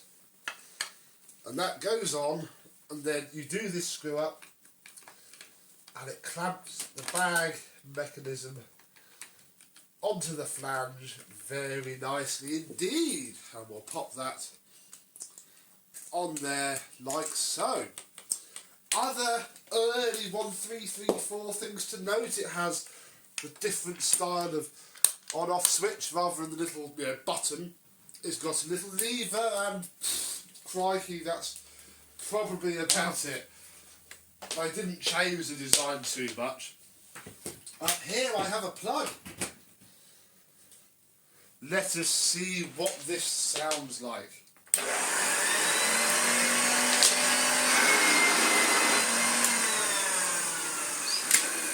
Well, there's a good thing at the motor because I had the belt on wrong.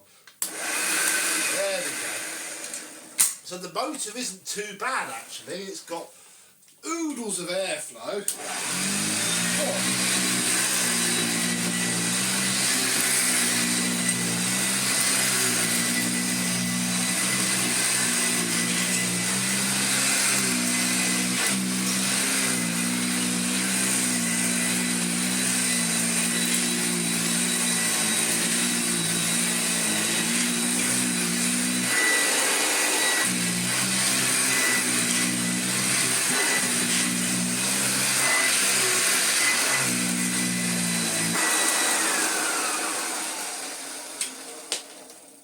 I would say its main problem is dried out bearings, both brush roll and motor. Let's try it on the slightly thinner pile carpet.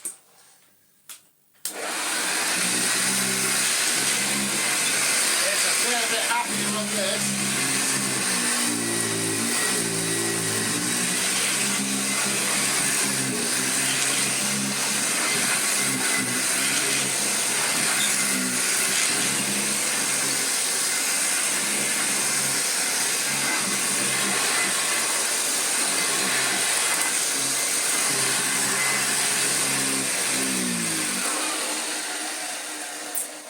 It's just dry and tired. God, sounds like a woman I once dated. So hopefully it's just going to be a nice simple take it apart and pop it back together job. But I've never had a rose gold senior or junior, because obviously they did the matching senior for this. In fact, they did a matching Constellation and you've seen it on this channel. I do still have it. I haven't started that yet, so I think I should work the two in tandem for sure, although actually no, because the Constellation I've got is a scrapper. We'll see. I'll get it out to put it with it, because I'll never have two of them again. These are very rare and very valuable. They do crop up on eBay from time to time, but they go for what I would class as silly amounts of money. To other people, it's possibly quite reasonable. But there we go, it is together.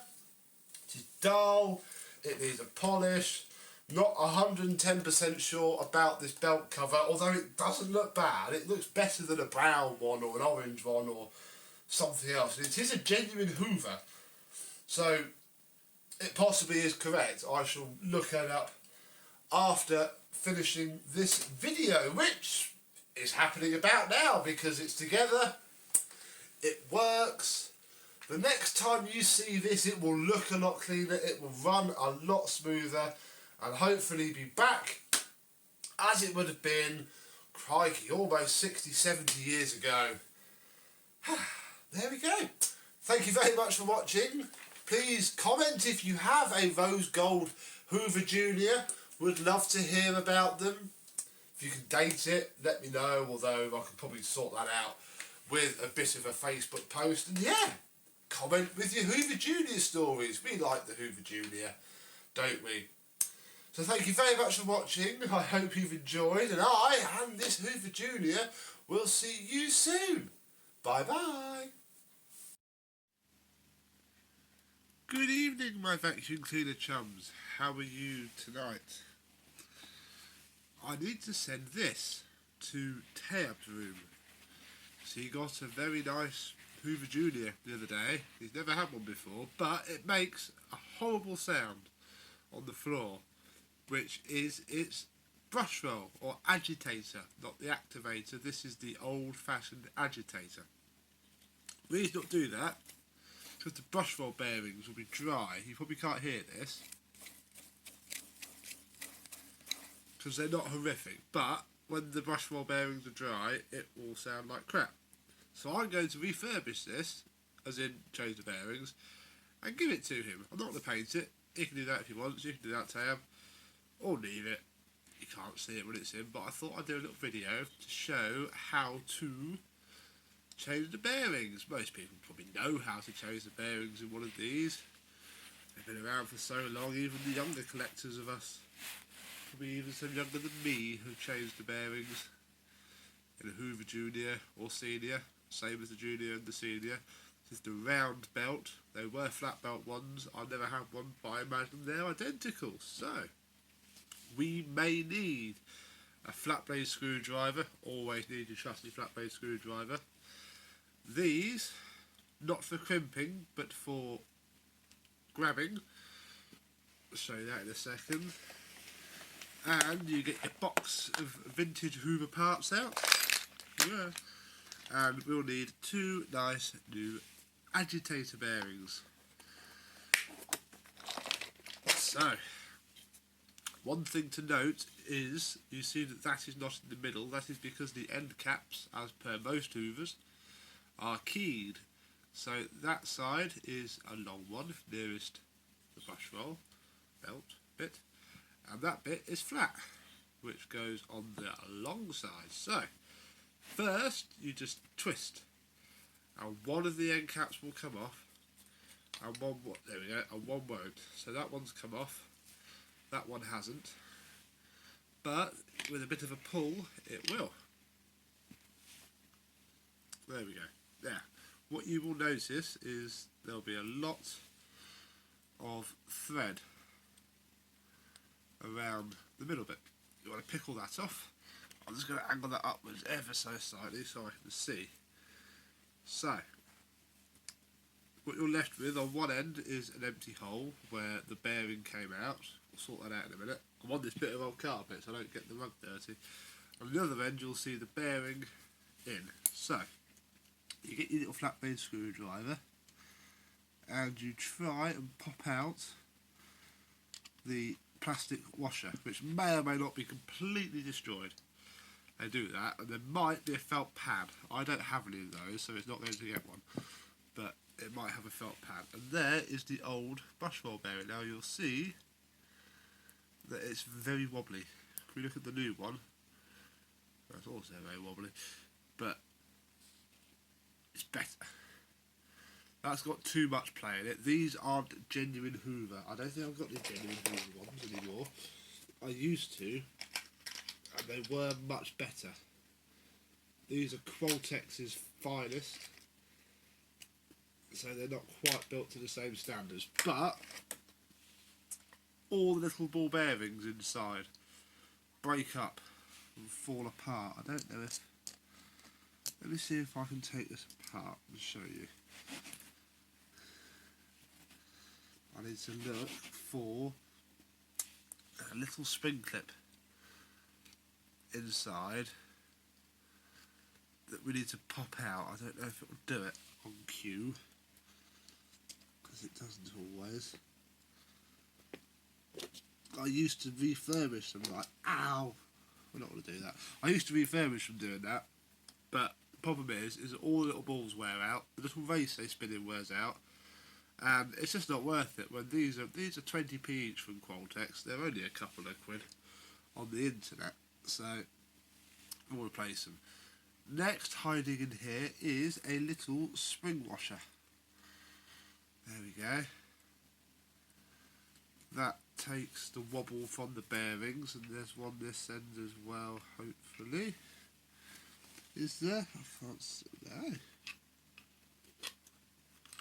There. Ooh, we're missing a wobble bearing. What has happened quite easily is the end cap came off. Normally you have to put your screwdriver in a little bit, get an edge, and very gently prise it out. There we go. And you'll want won't knock off any mark. Obviously you would run this through the wash if you were doing it on a nice refurbished or to be painted brush roll. So they come out, and then obviously the brush strips pull out. These are lovely brush strips, so I'm not doing anything with that. And there you go. Now if you're refurbishing this for your collection or to sell, you would either sand it down or get it blasted or otherwise clean it up, then prime it and paint it. I've painted them with Poundland paint before, and it comes up rather well. And obviously the brush strips only fit in one side each. There we go. And there we go. Right, so that is done. Now, of course, we need to remove this side. And it won't be easy to undo. So you get your crimpers or mole grips. I use crimpers though, because it sits in the jaws quite nicely, and you can turn, you can grip it, and in theory, there we go, the other end cap will come off. Oh look, there's the other wobble washer. My bad. Lovely, lovely, lovely. Off you get. And of course there's lots of rubbish this side. There's the other plastic cap, which is actually very worn, I'll show you that. And lots more, look at that, lots more thread. Like so. So there we go, 2 end caps, 2 inner caps, 2 wobble washers. To vacuum this, 1 axle up there, 2 new bearings, 2 old bearings, and these, now you'll see that they look quite different because one is very worn and one isn't. So again, you get your box of stuff and you get your new one. Bought these ages ago, I saw them on eBay, and I've got somewhere a bag of circlips for turbo power motors, but I've lost those.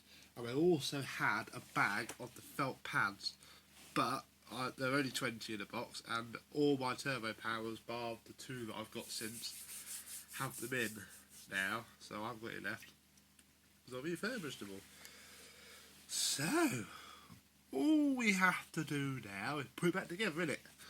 So brush roll, and we'll start with this end first, which is the longest end, so we need the flat bit. And you basically just assemble it in the reverse order. So you pop that on, pop a new is that the new, ooh, I've lost track of which ones, yeah, that's the new one. They're the old rubbish ones. The little dimple goes on the outer edge, so like that, and it'll only slide so far. There we go. And then you want your little plastic cap, which sits there. So I do think you should have had felt pads. The felt pads sit under the plastic cap if you have one, but this isn't for a concourse machine, it's so that Mr. Teo can have a very nice Hoover Junior to use. There we go. Then you push that up into there and then insert it back into the brush roll. They're only going one way, so you don't have to worry about that, and you just push it. 1/2 done. Now the other side is slightly different because obviously you have to assemble it on, so insert in, wobble washer in, bearing in, felt pad in, which we haven't got, so we'll just gloss over that bit. Your plastic cap, and you'll see the plastic cap sits snugly in the ends to provide a seal, so when all the crap builds up around there, it doesn't get into your bearings, and then you don't have to visit an authorised Hoover service centre more frequently. And then all you do is you tighten up the end caps and give it a spin. It will be a bit stiff to start with while the bearings bed in, and if it is a bit too stiff, just knock it back a tad, and that's about lovely. Give it a bit of a run. Like I say, it will loosen up in use because you can run them really tight, and yeah, that's the same. So that'll be because we disturbed the plastic caps and put a new one in. It will stiffen up, but it should loosen up in use. if it doesn't, you just need to tweak the end cap slightly to loosen them off. But you can't loosen too much, so obviously then they go too wide and won't fit in the machine. So you've got to find a balance point, so that's a lot looser. I haven't got a Junior out to test it with, and it's a bit too late to do it now. Got too much to do tonight. Look, I've got DC25 to polish and put back together so I can get some money for it, because I only feel we're poor. They get paid for a while. So yeah, there we go. That's better. It runs smoother. The only way we'll find out is for me to post it to Mr. Tab, for him to do a nice video on his YouTube channel. That'd be nice, wouldn't it? So, there you go, Tab. I hope that does you good. And to be fair, if your other brush roller is in better condition, you can obviously take this apart, put the new bearings into yours, plastic caps if they're better, and basically make one good one out too, and have this as a spare. The brush is really better, you'll be able to do something with it. Or you can compare, so you can have your old one, show us what that sounds like, then have the new one. And we can all comment on it and have a good time. So, thank you very much for watching, and I shall bore you soon. Bye bye. Hello, you fools, I love you. Come on, join the joyride, and welcome to a machine that I've never had. Turbo Power 3. The very last in the line of the Turbo Power. One last ditch attempt before the Pure Power came along, or alongside the Pure Power actually, I'm not too sure. But I've never had one before. It's basically a Turbo Power 2, just with a 1000-watt motor and a stair cleaning hose. We'll have a look at that in more detail shortly. So, we have a U2876 from July 1995. Very nice indeed. I think, now this is different. In fact, hang on, let me go and get... choose the red one, because obviously we can do a direct comparison, because this is different. Now if we put the U104 from only 1 year afterwards actually, that one seems newer than that one. You can see that this is different. The cable grip and handle is very different, and it's got an upper hose hook, because obviously the hose is a Pure Power type stretchy hose, and which is actually present in the moulding. I wonder if it's present in the moulding on this one. This is the 1994 one. No, there's no moulding there. There is a moulding at 1998 though, so obviously yes, they must have suddenly switched, because this is for the hose. Obviously you probably know this already, but just in case you didn't, look, you get the hose, and that way, if you didn't, you just end up tipping the machine back, like so, when you do your stairs. So by fitting that, it puts all the weight at the bottom, and that hose is quite worn. I cannot demonstrate it by stair cleaning, but it might just. I mean, I'm here. I don't know if it's true state. We might find out one day. Not doing it today though, because I've got to rattle through these videos before I go back to work. So, obviously that's why they've made the upper hose hook, to make space. Right. So what else do we have? Well, we have the de facto standard scabbard and extension. Ooh, this was on the machine when I bought it, but it's obviously very different. I don't know if that's what should be on here, but it's the later style of that one. I don't know what these were sold with. A very good condition dusting brush in matching style, because obviously it's not one of those. So here who knows really? Here's what's on this one. No, on. Lovely.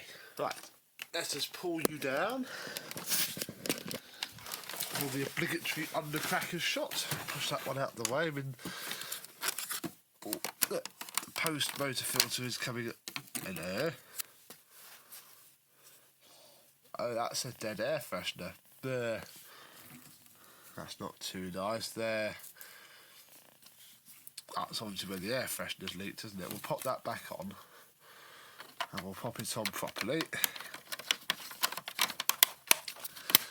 There we go. So, what's underneath this one? Well, exactly the same, I'll be honest. A nice activator. Although it's quite soft, actually. Compared to the others, it's nice and stiff. Lots of lint wrapped around it. But it's not too bad at all. Coming around to the front of the machine, I'm not sure, but I don't think that's ever going to come off. There's a lot of scuffing there. I've no idea. That will probably, the black mark will go, but again, I don't think it will come up clean. But, you know, it's not bad. Obviously, it's got stair cleaning and a 1000 watts. Let's have a gander in here. So, spoon paper bag. Ooh, and a very clogged up filter. Let's get rid of the worst of that just by rubbing it on the carpet. There we go, that's a bit cleaner.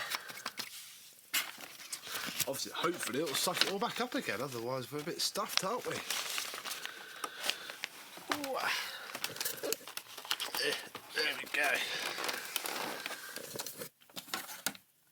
We'd best plug it in, hadn't we? And see if it works. Will we have a duff one?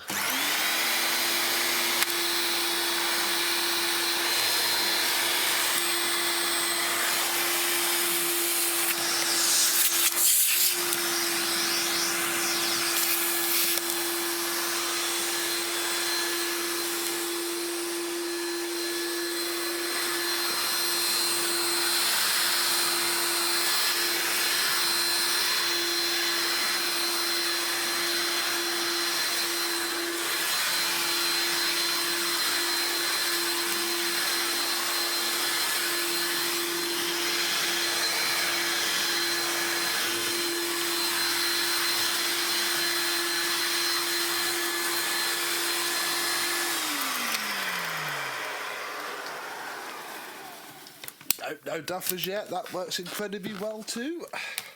Obligatory dry brush roll bearings, but I think they all have these. They've been stored in a damp place for quite a while. They're in an even damper place now, I'll be honest.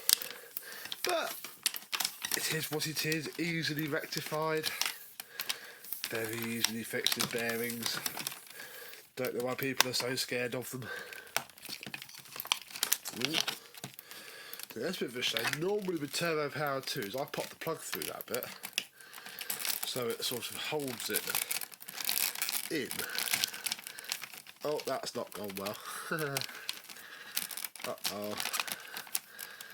Oh. But I can't do that on this. So let's try wrapping it the other way round. Because normally I push the plug through there so it sticks onto it, so I can tuck it underneath it. But I can't on this one because there's a whacking great big pure power hose in the way. Apologies for the darkness, the flash is on.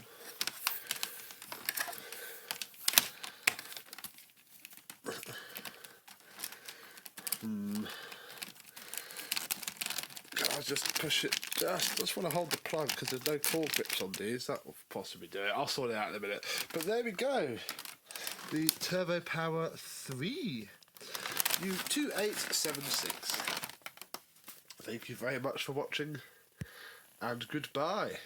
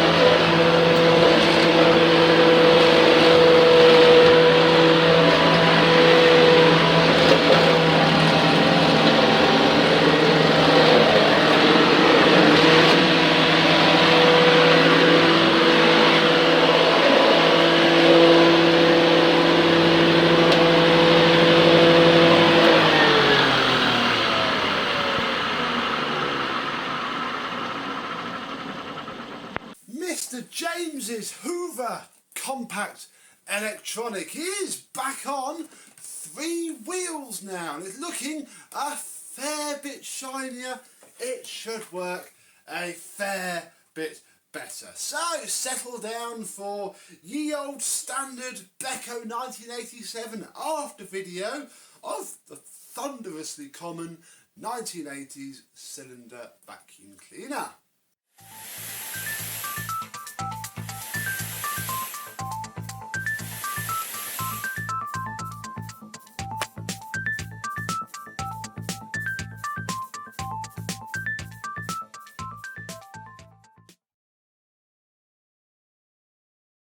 Yes, hello my vacuum cleaner chums, how are you today?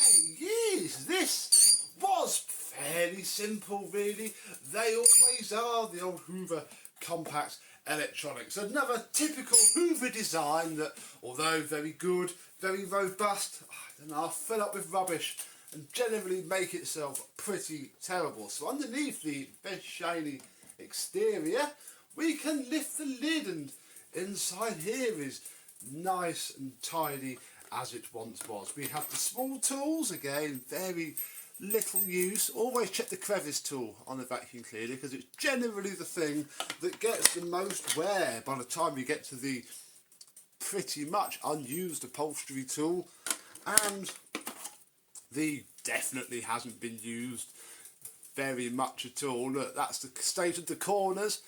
Very nice dusting brush. It's all fairly standard. We have ourselves a nice bag, our nice filter.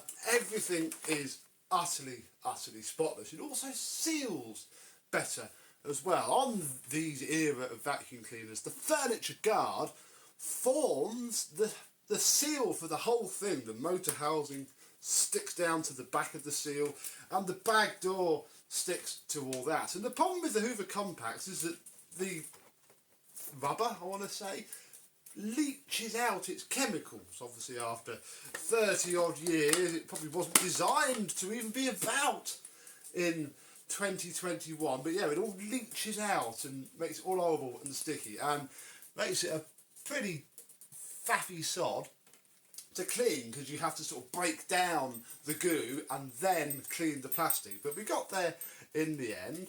I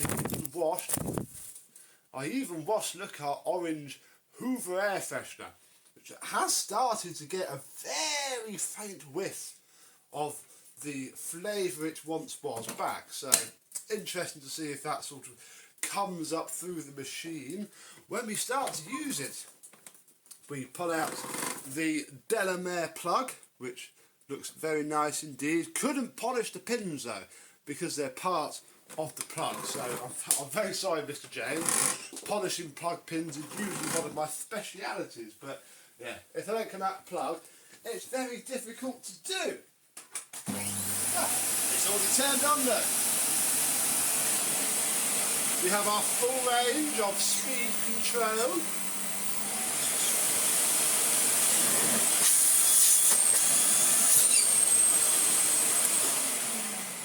And the whole thing will work a lot better anyway, because there's a little rubber seal around the bag full indicator, look, which clips in there. That are completely gone, so that's been siliconed in. Obviously it now seals itself to this part as well. Oh, where did all that dirt come from? Oh, it's all come out the bag, look. Ah, okay, here's another little flaw. Without the hose in, the bag isn't sealed. And look, we just pulled all of this out from the bag. We just turned it on there. Crikey, there's the thing. Let's just get rid of that. The old Apex will help us out here.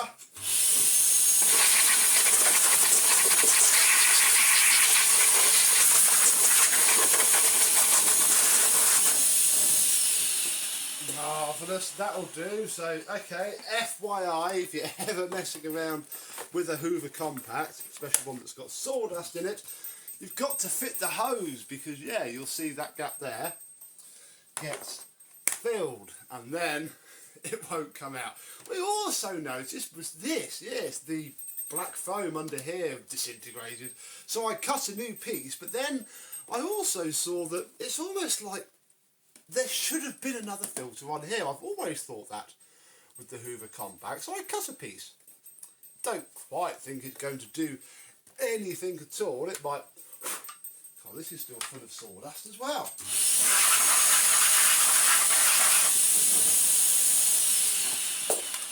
There we go, this should work a bit better now. So we will turn it on with the hose on.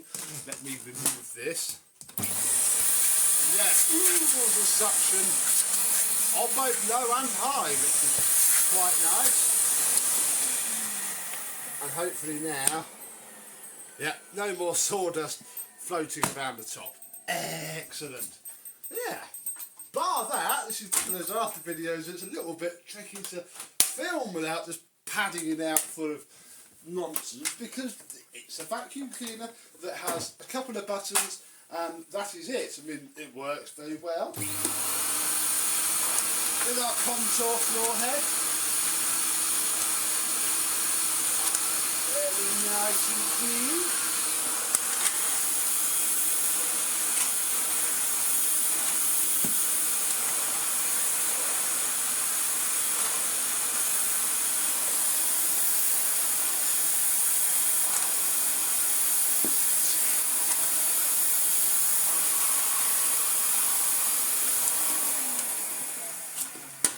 We can even be really beginning to realise why Hoover never bothered to put anything on there, because if it hasn't stopped running, it blows itself off.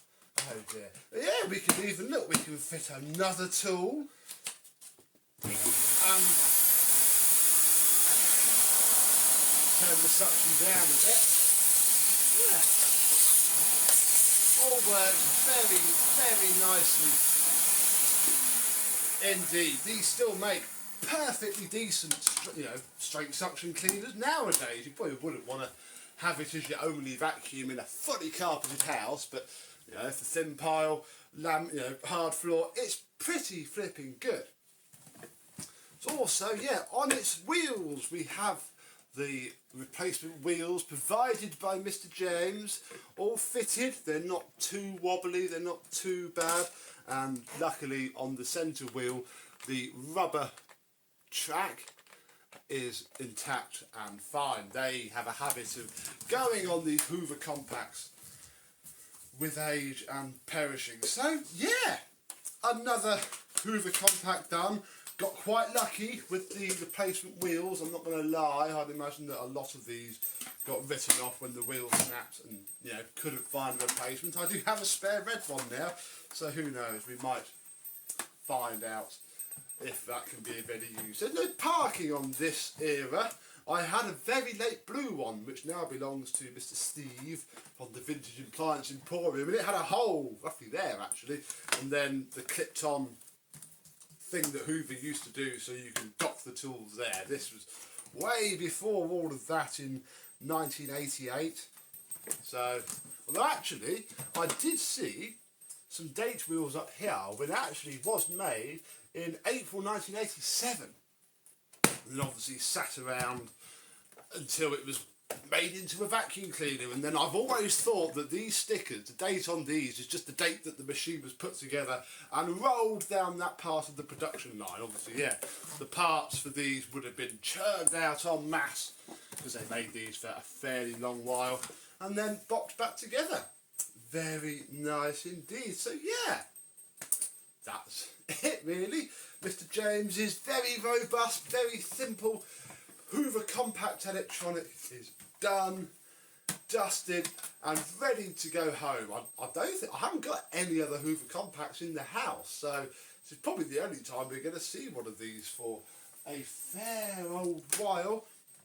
Yeah, always good to have one in. I suppose the last thing that we should have a look at is the very good cable rewind. Which is good because when they get sloppy and slow, there's not a great deal you can do about it, sadly.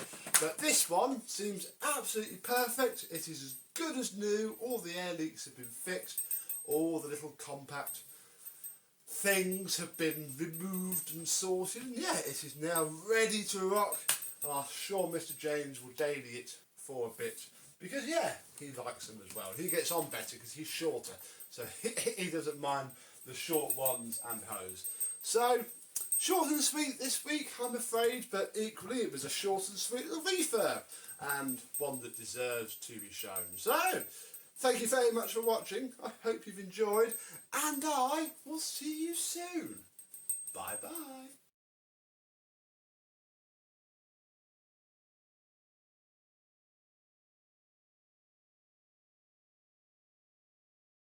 It's another project for me to repair, refurbish and make work as good as we can. What is it? Well, it's a cardboard box. That's right. In this episode we are going to restore this box back to pristine condition and stick it on eBay and see what it might be worth. So let's get on with that now.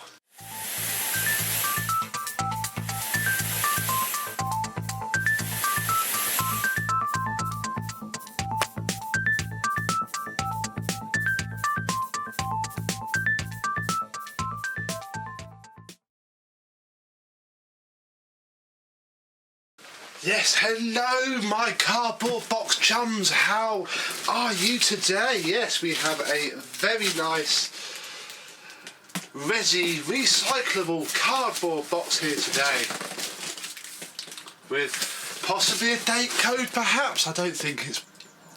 no, that can't be a date code. This box is from 2014. It would be far more cleaner if it wasn't. It's a shame that all of this tape's gone on it. I'm going to have to steam all this off, because if you steam it off carefully enough you can remove it all without ripping the top layer of the box. We have several generations of parcel tape on this particular box. And it seems that someone's filled it with rubbish. Isn't very kind. What have we got? We have some lovely polystyrene. Animals like that because they can make a nest out of it. We have some use packaging. That's always having... Oh! There's a thing in here. What the heck's this? This is a Hoover. Hoover? What do you want a Hoover for? Everyone knows that Dyson is how you clean your... Oh God, why do they put this in there? God, let's put that over there. Anything else in this box? No. Marvellous. So the box has been protected. This must have just been in here to weigh it down perhaps and stop it from crunching up. So let me move all this out of the way and we shall have a close look at this box. Yes, of course I am joking. I have not taken... Well, I have taken leave of my senses, but not any more than usual. Yes, we have here a Hoover. Another project from Mr. Stewart at Manchester Vax. This is one that he wants in his museum. So what do we have? Well, we'll start with the bag first, because it is in a bit of a state. I have no idea if that is staining or fading at this exact moment in time. So we need to look at that. It's also quite mouldy as well, which is always lovely to see. Oh God. This spring has been heavily mucked around with. I don't think there's much saving that. I do have a spare spring though, so it might be alright. It's also got the little fabric inner that stops it from really pulling itself down, so that's good. Oh, it does come off, that's not bad. This is going to need a bit of a repaint. How disgusting is it? Not terribly. That is okay. Smells a bit vintage. I've no idea where he got it from. I'll be honest, he likes to buy random stuff, does ours do, and hope that they come out alright in the end. This is the bag flange. That'll need a repaint as well. But solid, complete and all there, so that's not good. Not the original bag it would have had, but certainly a very fine replacement indeed. Wow. as you can see, we shall not be firing it up straight away because we need to get a cable. I hope that cable was like that initially. I do need to put another cable on it. I have been asked that already. So no, Stuart, he wouldn't have cut an alright cable because that is the original cable, the original ribbed brown rubber cable, which isn't too bad. The way to check these is to squeeze it, and as you can see, it's starting to go. As a collection piece, you know, it's okay, you get away with it. If you were, you know, properly using it, then nah, possibly not. Handle bail is fairly tatty. This is the remains of the spring. There, look, poking out the side like a tetanus infection. It's what covers the cable as it goes to the motor. But we have a very nice headlight lens with its gold decals, the Hoover logo. The paintwork, now obviously we have discussed this and he wasn't sure if it would have warranted a full repaint or not. And I think we might get away with it. All depends on how well it cleans up, really, because the problem with this is you've got to use Hammerite to paint it. I'm not that, we might give it a go. It's the one time of the year, really. It's belching down with rain and quite cold today. Filming this in May. Ooh. Look, we have lots of vintage fluff beneath the bumper. Right, let's come down and we shall have a closer look at the underside. I forgot I did that. Where we can see that it is a Model 612. Cannot date it because you need the serial number run for the serial number itself, so all I can do is show you it, and basically I might have found out by the after video, I don't know. Oh, one of the things I have just seen is that's a bit of a shame. But they're both quite worn and baggy. The rear wheels aren't, the rear wheels are destroyed as well. See if I can get a wheel set for it. If not, a Hoover Senior, like newer Senior set should fit it okay. Certainly these front wheels will. Back ones might be alright. If I can just sleeve the inners to stop them from being so wobbly, we might be alright. Obviously, to adjust the carpet thickness on this, you simply remove that lever and that makes it go into different places. You can probably hack it as well by packing it down. It's also how you insert the tools. There's an arm there, when you push that up, that comes back, and I'm not putting my fingers in because it will hurt like heck. That's where the tool holder goes.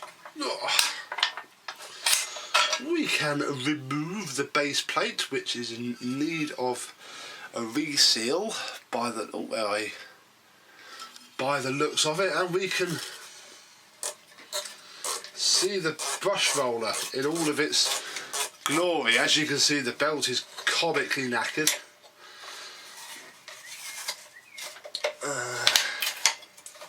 Lift this out. The belt is screwed. Genuine Hoover belt though. You probably won't see that, but there is writing on it. Put your fingers there so it focuses.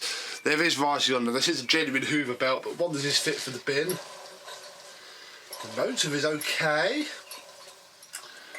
The shed itself isn't too bad either. In fact, that most of the, I say corrosion, but most of it's rubbing straight off, so that's not too bad either. God, we might have a little gem underneath all of this crap. Brush roll, however, that's going to need a lick of paint. Luckily though, God, look at those brush strips.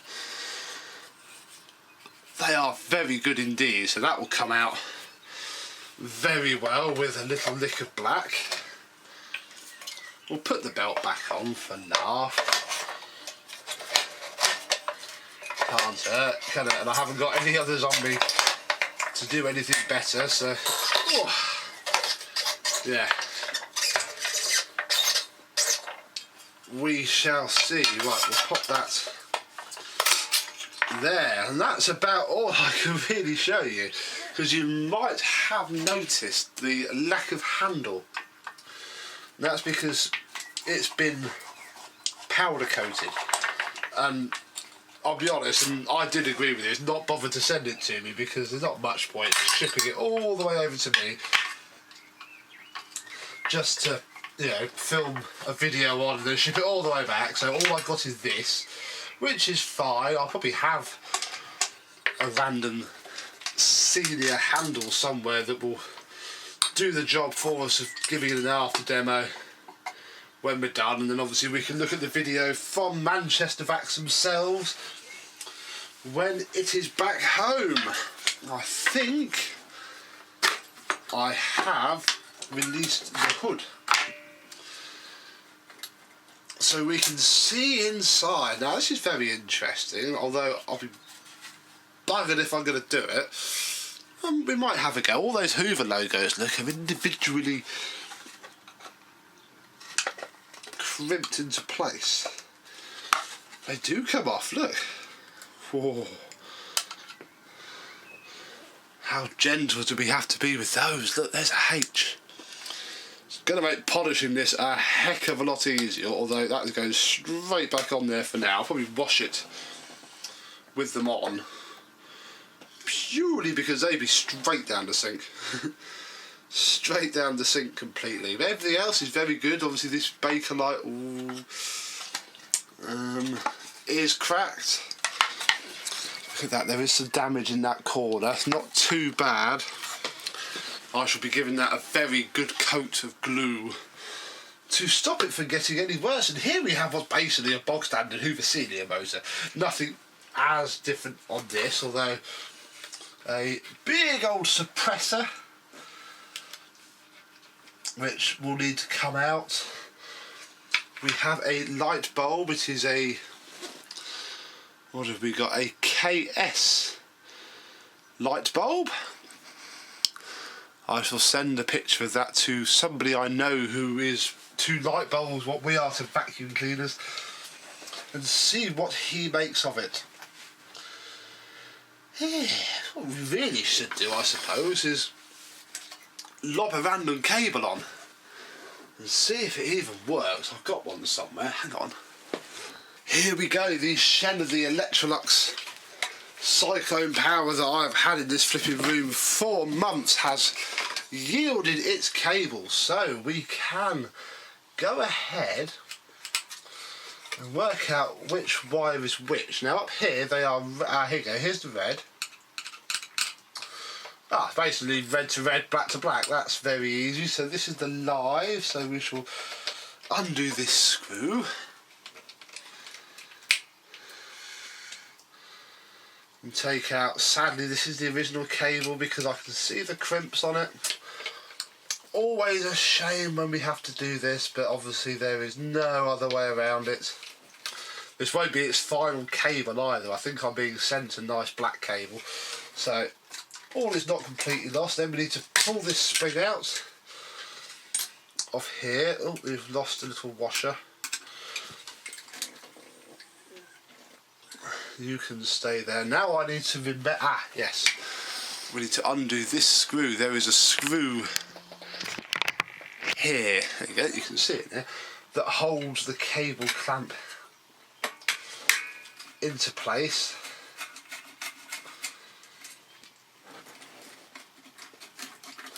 And we can withdraw that, because that's what clamps the cable in. Look, there's another. Oh, you're zoomed in, I forgot. Big massive chunk of vintage dust there. Now hopefully I can, I don't think I've got to remove everything, have I? What we will do is we shall take this large spring off that works all of the return mechanism. There we go, that's a little bit easier. So now I can roll it back and it flipping stays there. I'm hoping I don't have to go to all the massive hassle of taking all of the bail off just to get it working. There is a clip here that holds the cable in place, so we'll take that off. Oh, I think I'm going to have to. Oh, I don't want to take the bail out. Why? I haven't even got to get this inner spring back in. I just want to get the bloody cable on. I don't have my tools on me. Ah! Why is life so hard? I didn't bring the toolbox. I wasn't fully expecting this. God. So I'll just put it out. No. Oh, I've knackered that. Although, oh, yeah, right. Oh, I've already damaged it. But it was already damaged anyway, and I've got a spare from another cleaner. So all of that is effectively scrapped now. Whoops. That's fine, and that's not the end of the world. In fact, to be honest, probably don't need it for this machine. So we'll put that in the bin. The top was completely ruined anyway, so I'm a little bit annoyed, but not especially upset about that. But hopefully now I can feed this cable through.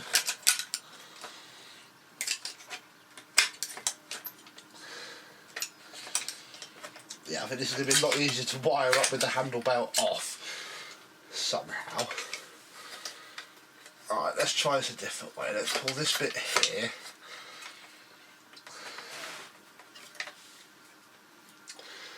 And then feed it. There we go. Back through.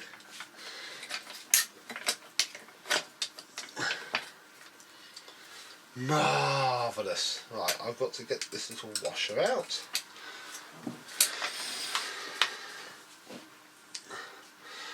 To be fair, what I'm going to do now is stop, wire this up, because you can't be bothered to see that, and we'll see if it runs.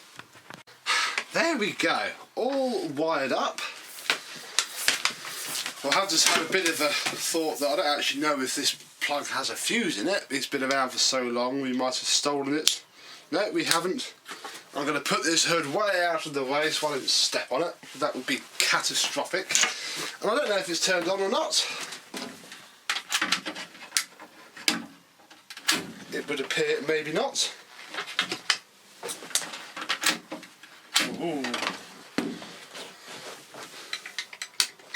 We don't have life.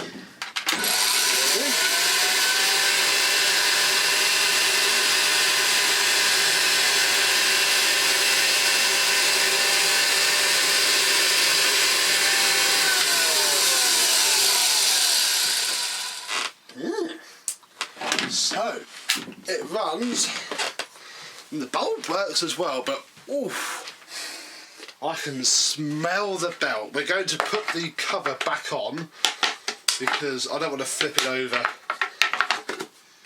without the hood on, and also don't want to lose the hood screws, so we shall pop those back in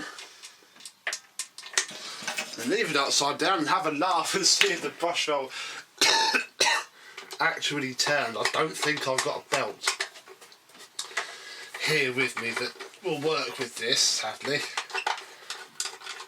I wasn't 100% expecting to be doing this today, I'll be honest. I don't bring a belt, although obviously that's game more for the after. Right, screw this, hang on. There we go, I had to line it up. And now,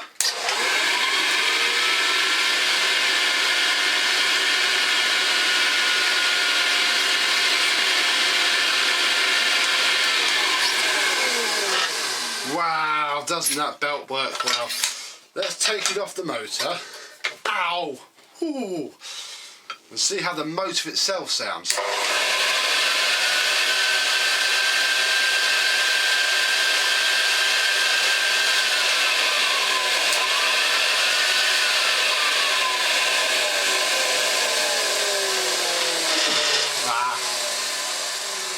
That's not too bad. A bit dry, but that's not too bad at all. I'm just searching for a belt. I don't think I have one. Yep, no, I don't have one on me, but we know it runs. Actually, yeah, well, I'm going to leave that belt off because it is slowing the motor down.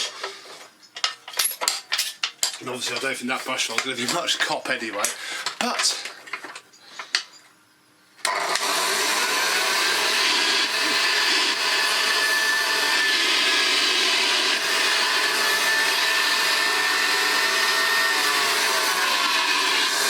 it most certainly clamps itself down to the carpet. Put the bag on for a bit of a laugh and see how it inflates it.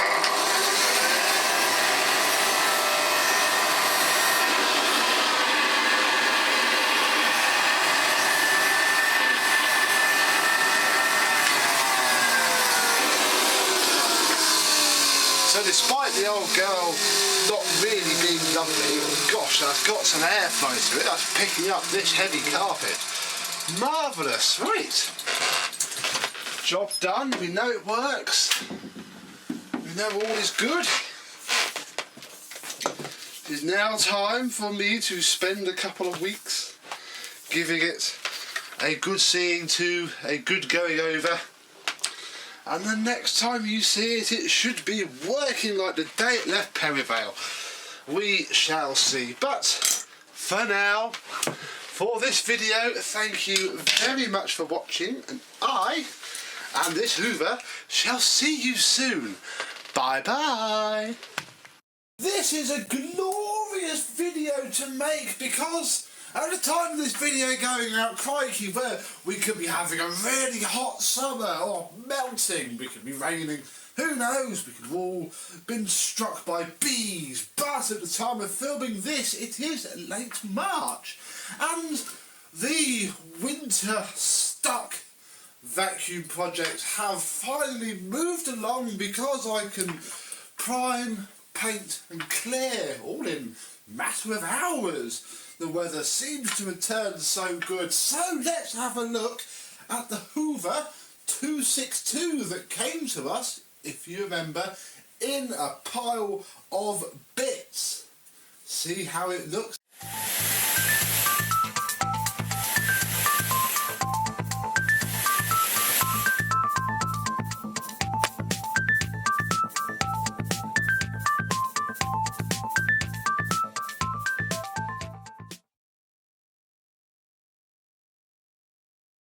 Yes, hello my vacuum cleaner and Hoover chums, how are you today? Yeah, it's time for an after video on this lovely old grandfather clock of a vacuum cleaner, the 262 or 262 for short.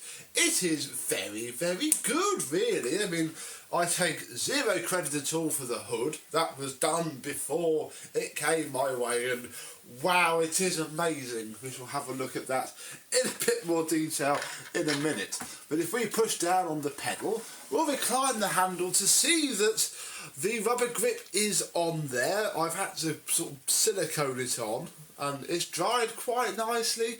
It's not perfect, but equally the grip itself is not perished at all, which in itself is an absolute miracle. The switch did absolutely nothing.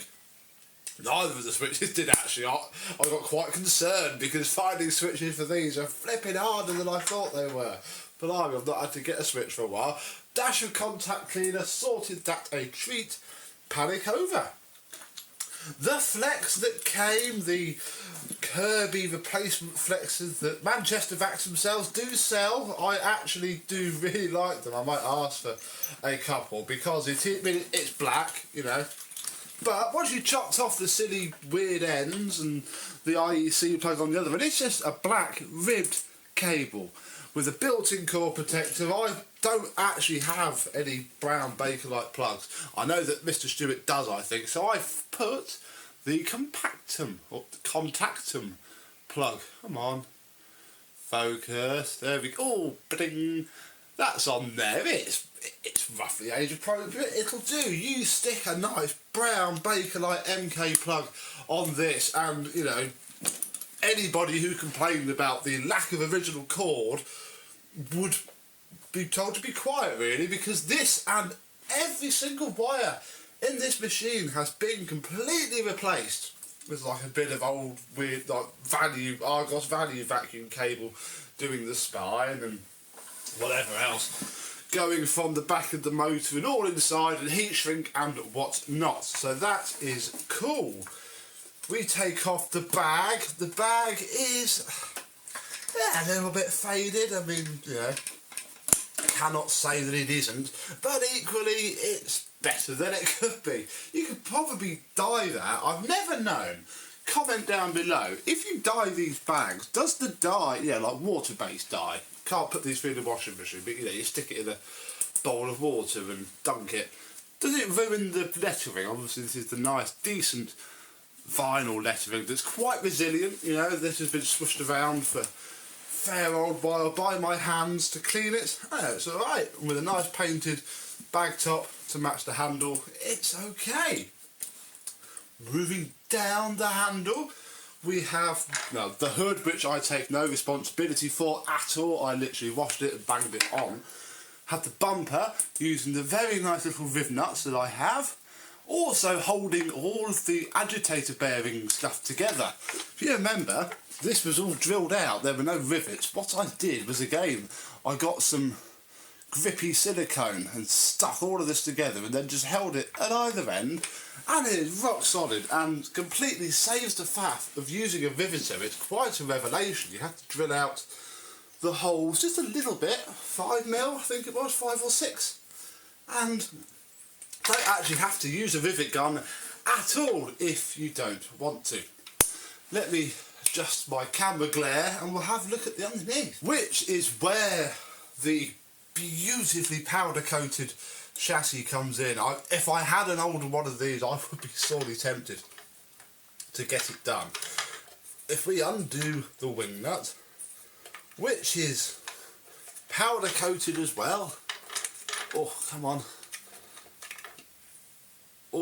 there you go, that nice powder coated wing nut, and we can lift off this belt spindle cover, tool entry port, and this rear wheel brackets are as we found them. Literally haven't cleaned them up at all. Well, I cleaned the fender, but I haven't repainted them because that is the original. This is how they came. It's the same with these mottled grey hammered finished bits and bobs. I left those well alone. That is a bit of originality. It's got the 4 best wheels I could find. The brush roll has been painted, and as a special treat and apology for this taking almost 6 months, when I said, no, send it over, I've that done in a week. I got busy at work. Really sorry. I went into my secret stash and found my last 2 actually really good curved brush strips. So there we go. And yeah, because it's powder coated, everything, even in here, is beautifully done. And it actually turns out that when obviously Mr. Stewart knocked this apart, or sorry, their technician would have knocked this apart, Mr. Stewart doesn't get his hands dirty, they put all of the screws back in, because obviously when you powder coat something you have to be careful of the screw threads, or you have to re-tap it all in. So they bossed the screws back in, which has the effect of literally every single screw thread is mint, because it got powder coated. And I actually think that's an unintentionally really good thing that happened, because yeah, once it's all buttoned up, it looks really, really good.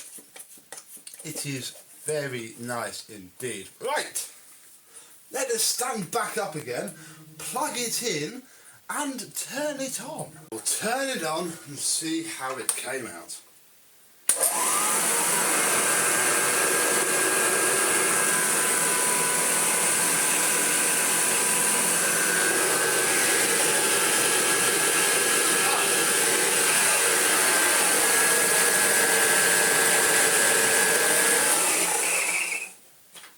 Methinks my incredibly cheap eBay bulbs that have been out in the shed for probably getting on 5 years now possibly aren't doing their best. Might need to perhaps find a new lamp for this one. I actually have any in a minute. Bit of a pain, isn't it? What we are going to do though is take off this because I don't want to use it, and then I'm going to put on this, which is my grey Hoover bag, which you have seen on many occasions. It's not even properly fitted to its bag clip because it is horrible to fit these. It's literally just going to sit there looking absolutely horrible. Oh no. Let me get this fitted properly. I can't have it sat like that. No, no. That'll do. It doesn't quite fit anyway. It's too big, but it'll be enough to pick up some dirt.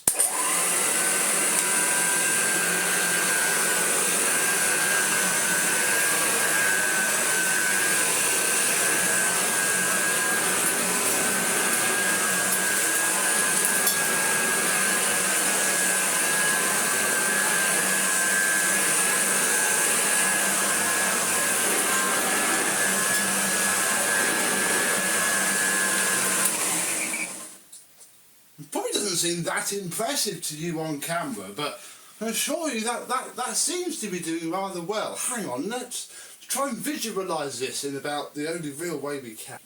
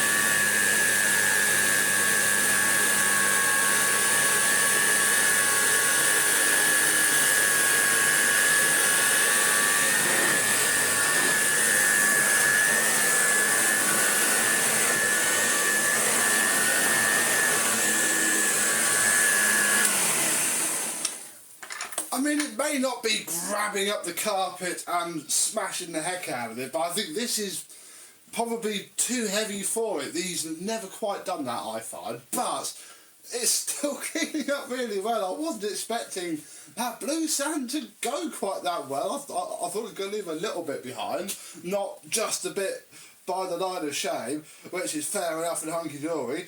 Awesome! I mean, I suppose it's going to work on a deeper pile as well.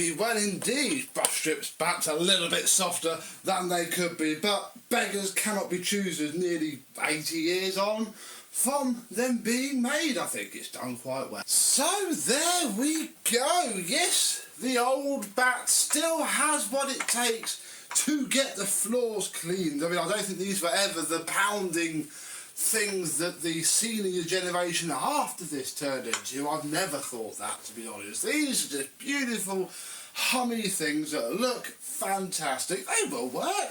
They will pick up your dirt all day long. You will perhaps want to HEPA skin the inner bag, otherwise it will drive you crazy trying to clean out whatever bag it comes with when you get one. But there we go. Nice, easy refurb project indeed.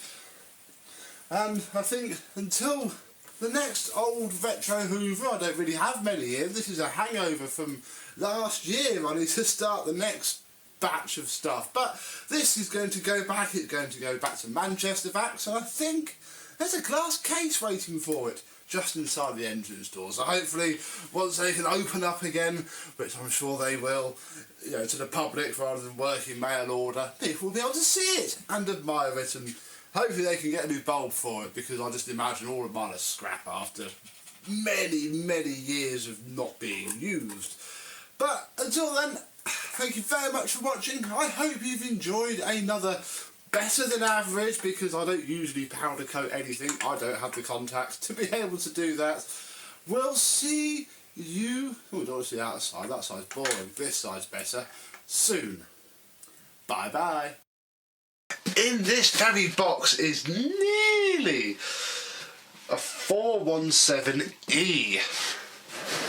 I have a 417E box.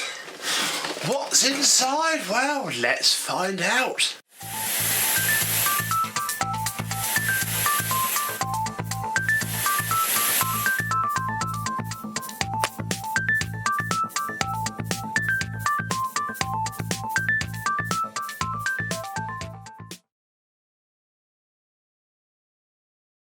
Yes, hello my vacuum cleaner chums, how are you today? This is another machine that I have had kicking around for quite some time and have neglected to really do anything with it. Now this box is not for this machine. I got given this box a couple of years ago. You'll see why in a second that I put the machine in it that I do. So this box is mainly for storage. It's a little bit tatty actually. It's probably going to need some tape around it to stop it from being destroyed completely. But we have a crevice tool. We have an wand.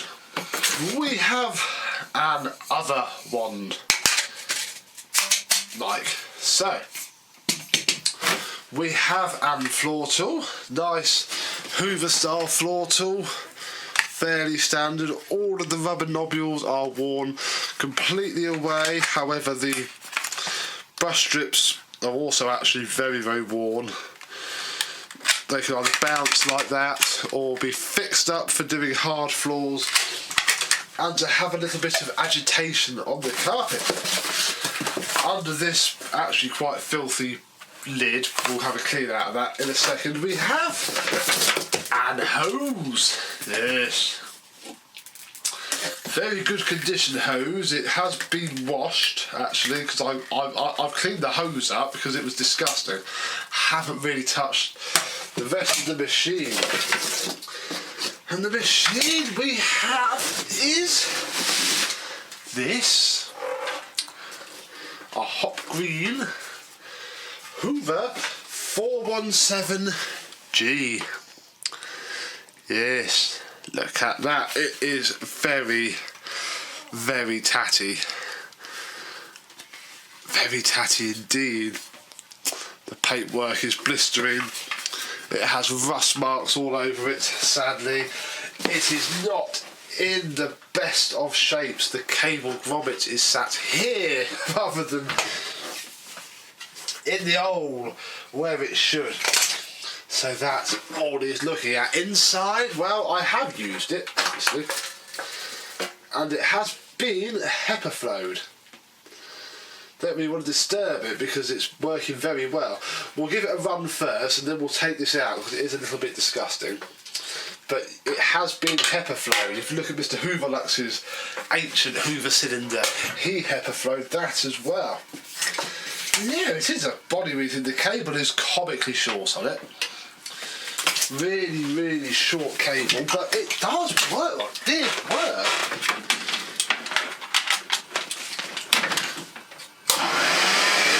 Really well, actually.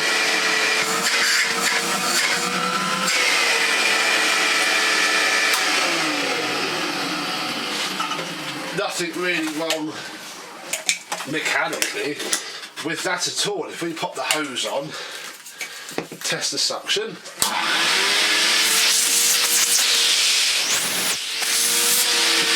It sounds sublime.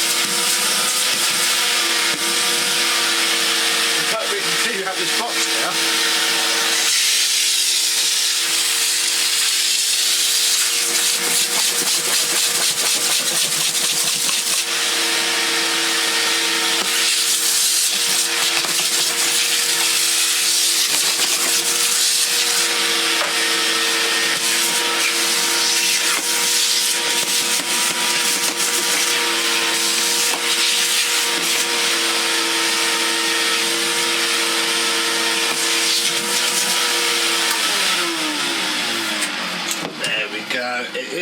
really nice.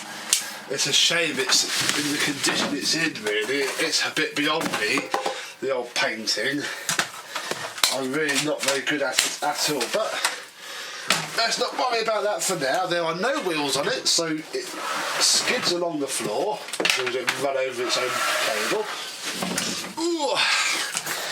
And it should work fairly well. It's nice to use. This small tool is notoriously very nice indeed.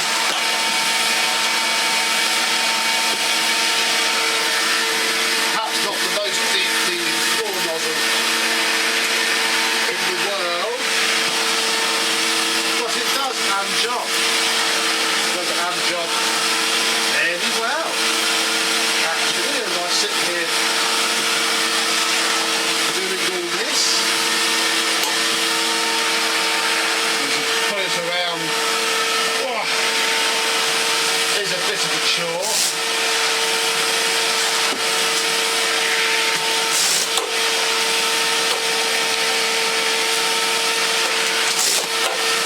Seems to be a iffy wheel somewhere. I think it's this catching on the carpet or something. Who knows? Anyway, it's fine. So, why don't we stick some sand down? There we go. Look, we'll put a nice wad of sand, rub it in like that. You can't see nothing. There we go. And we'll see if this can pick it up again. The hose is already twisting. You've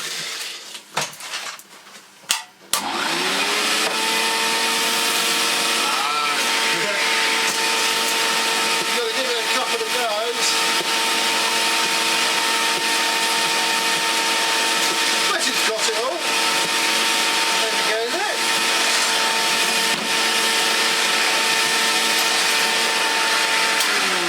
That's not bad. Right, let's unplug. Ooh.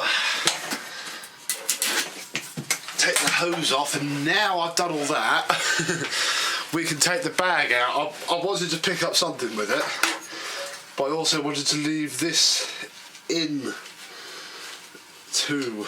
So I'll take this out, just try and, because I've used this a bit, not, you know, in anger, but it's being used. There we go. Look, how to make a little bag for one of these. The reason it has that little bag in it is because this original cloth one is scrap, but you need it for this big rubber seal. So the only way to really use it is to do that, and now we can see inside and see that there's quite a bit of rust in there. It's not great. It'll never be great without a lot of work, but it might get it. Not for me though. I think this video is pretty much all I'm going to do with it. I'm just not feeling the love. It's a lovely machine, but it's just a bit too far gone for me. So it is going to be up for sale. Probably be sold by the time this video goes live, but you never know. But yeah, this is from my collection, but I don't think we'll see it again. I think it's just, I don't feel the spark anymore. When I got it, it was lovely, but I have had it for about 3 years and have done absolutely nothing with it, and that's not right. Somebody needs to have it who will love it, and hopefully they will. But it's nice to show you all in it. You've all had a look. But yeah, I can't do paint. If it was fine paint wise, no problem. I can mint it up a treat. But this paint, this is blasting, sanding, filling, painting. That's not something that I can do, and is better placed elsewhere. But hey ho, there we go. Hope you've enjoyed watching this short little video on my 417G, and I shall see you soon. Bye bye.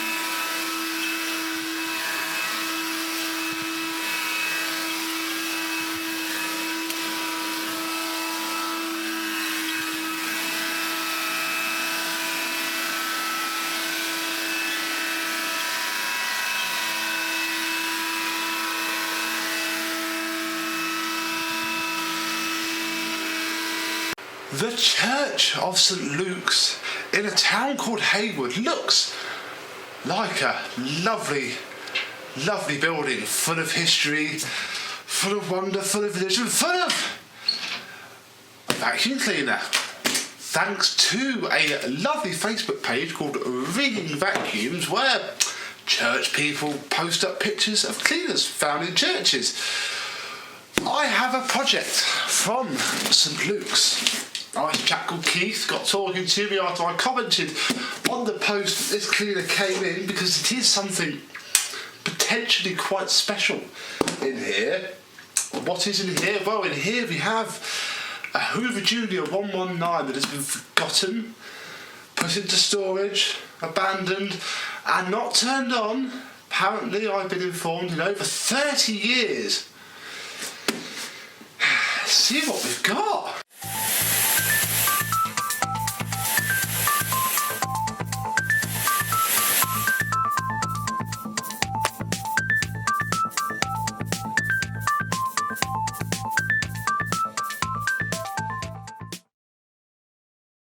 Yes, hello my vacuum cleaner chums, how are you today? I have a good covering of newspaper for this video, because in the pictures that I have seen of the machine, it looks a bit dirty. And obviously, you know, I never normally care too much about that, but this looked like something else. I don't know if it has been restored, well, not restored, if it's been restored I wouldn't know it, if it's been wiped down at all. So we'll play it safe. We have a lovely box. Guy runs a print company. So, little plug for Bamford Print Limited. So Keith Bamford is the person who got in touch with me about this. So there you go, Keith, have a little plug. What have we here? Well, the first thing out of the box is the top handle, and it's not too bad. It's filthy, and there's a couple of little rust spots, but by the time they've wiped off, you know, this isn't going to be a mint restoration, it's going to be a practical one. However, what might need to be changed is the handle grip. I think this has been somewhere that's been very hot, because that is quite ruined, really. Probably I'm going to try and see if anybody's got a Scrap Junior with the original handle on it. Otherwise, might have to lose that and put something else on it. Basically, everything else is together.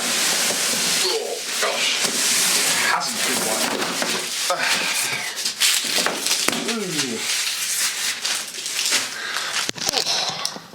There it is, folks.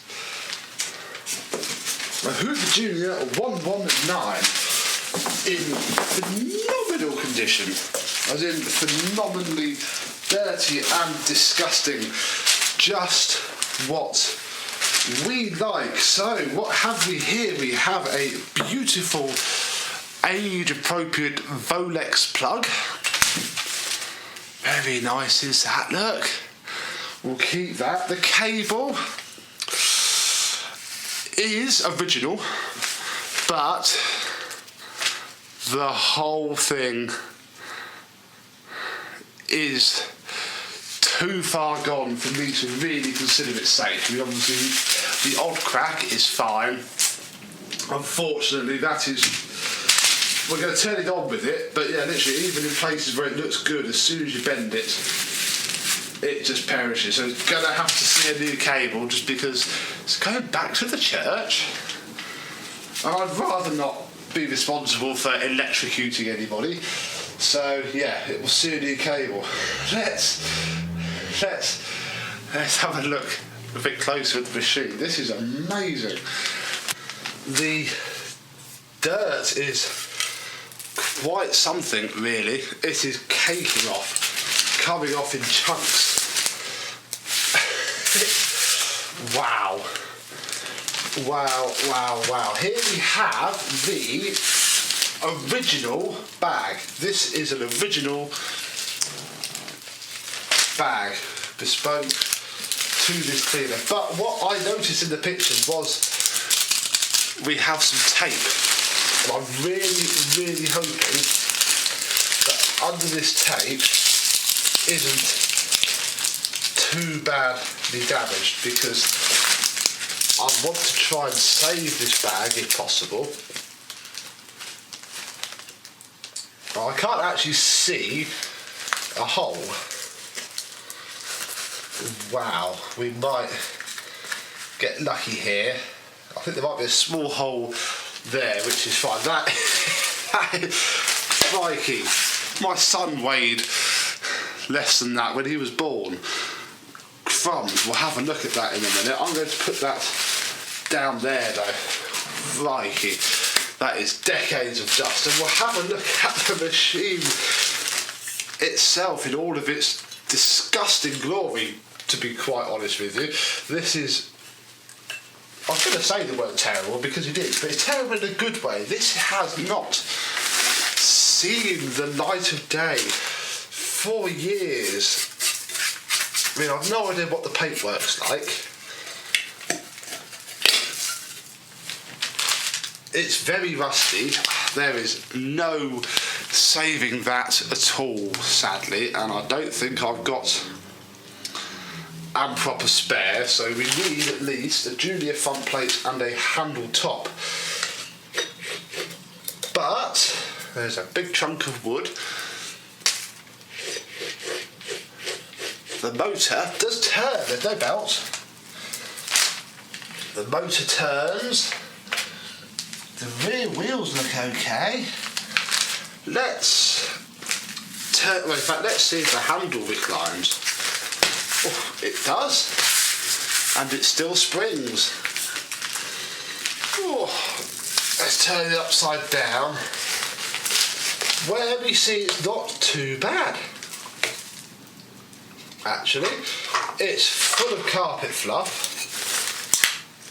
If I can release the...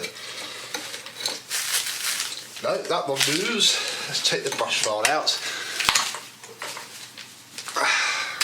Let me reposition myself and we'll take this brush fold out, because that is something else. There we go. I've just moved my lights because I noticed that looks a little bit dull on my viewfinder. So on these, you lift up these metal tabs, which, oh, there it goes, does lift up the brush fold. Now, it's always a lot easier to do this with a belt fitted. But we don't have that luxury. Sadly, there's not really any way you can pry, because I don't want to damage the end caps too much. You also can't really push it. Ah, there we go. Oh, hello. Aha! So we have and brush roll with what looks like, oh, just about turns, with what looks like a good couple of decades of vestibule. I'm not quite sure what you call the carpet in a church, the pew carpet inside of it. However, if I just scrape away a little bit of this, the brush strips aren't horrific. I was a bit worried. I think what's happened is the belt snapped, crikey, before I was born, and they tried to use it. Those brush strips, they're not bad. They're not great, but they're not bad either. Let's see if we can get one of the brush roll bearings out. I think we can. It does turn though. It's going to be very dry, but it does turn. We'll put that back there. Yeah, look. Oh, there's something iffy with that inside. Well, there's bits of plastic. It really is quite something how dirty this is. You see, everywhere is full of chunks of carpet. I'd imagine that if I can take these two screws off, oh, one turns. This is the worst screwdriver I have, by the way. There we go, two.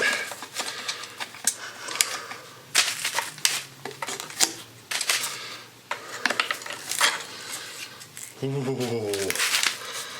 There we go. Look, lots of ancient cobwebs. I am half expecting something horrible to come crawling out of here at any moment. But we can have a look at the commutator, which is fine. So that's good. The internal wiring doesn't seem too bad, but I can't test that until it's all apart. That's all right. I must date it. The guy, Keith, said it was from 1954, and I don't actually know. I didn't ask him really, because I can date it with the serial number. I know a man who has them. He said it was from 1954, and that could be correct. That could very well be right. Oh, let's have a closer look at everything else. So yeah, this. Oh, put that down. There's just paint on everywhere. It's beautiful to see. I don't normally see them like this. Normally they at least get wiped down, you know, before.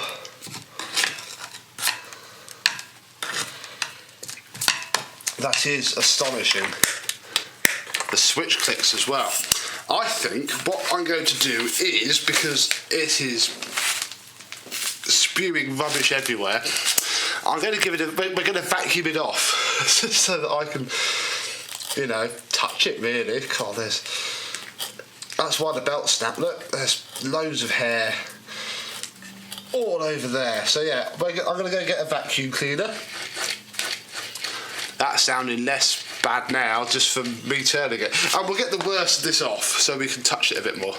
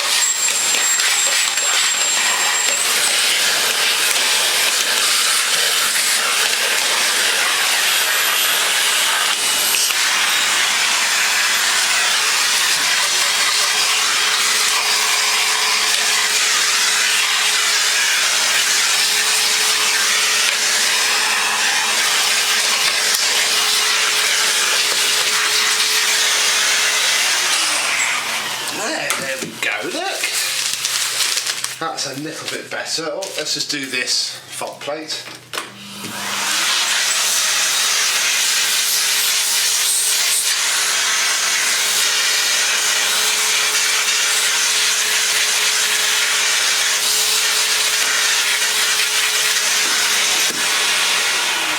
As far gone as it is, look.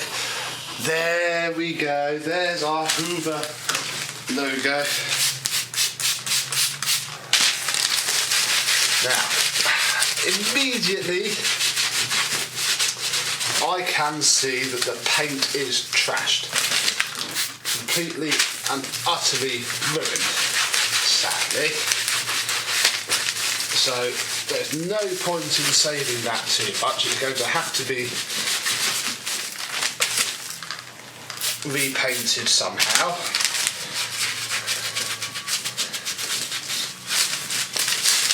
And we can give it a bit of a clean, just so that we can let that soak in a little bit, I think.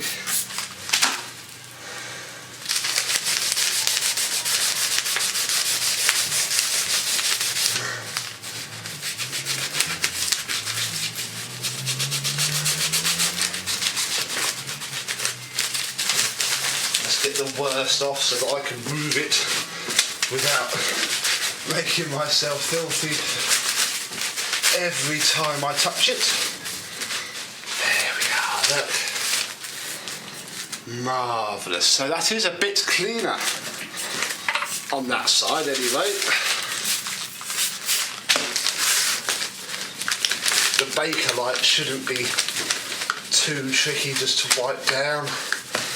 We're not going nuts here because it will get its full refurb in time.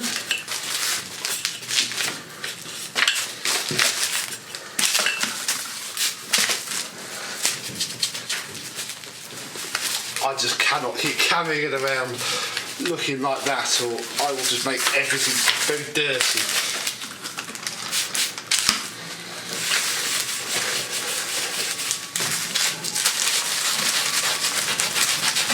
I'll give that a wipe down just because we can.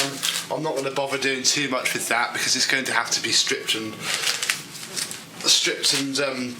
painted anyway. But that is instantly a lot better. Let's try and get this off.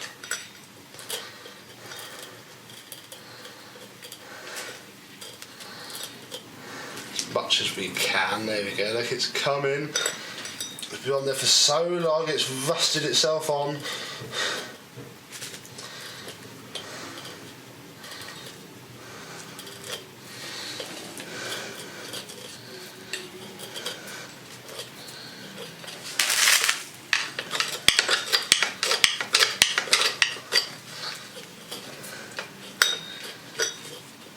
There we go, look.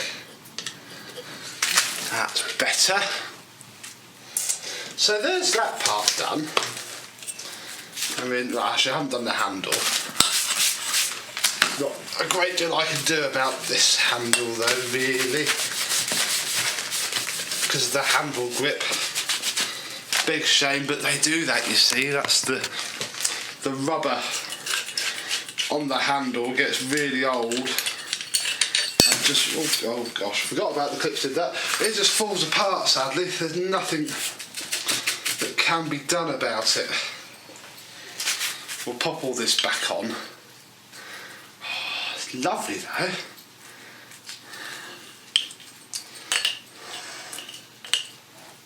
So nice to see one as it comes. I'm already planning what to do with this. It should come out quite well, because now I've seen that the motor turns, I'm going to be honest, it probably runs very well. These always do, because there is nothing really to them to make them not. It'll sound really dry, and I'm going to have to replace the cable because it's just too perish for me to want to let it back into what is essentially a commercial environment. You know, it's not just, if it was me having it to turn on twice a year and look pretty, I wouldn't bother. But because it's not, it can't go back as it was. So there we go, looking a fair bit better. Next thing I want to do is try and get this emptied. Now the problem is, it's rusted onto the bag slide. This obviously has been stored in a very damp place. And the way to do that the way to get this off is to very gingerly, so you don't damage the bag, bend out the bag slide, and now that was easier, and then it lets go. So there is our bag slide in need of a for repaint, and oh my gosh, I don't think I'll be able to get this out.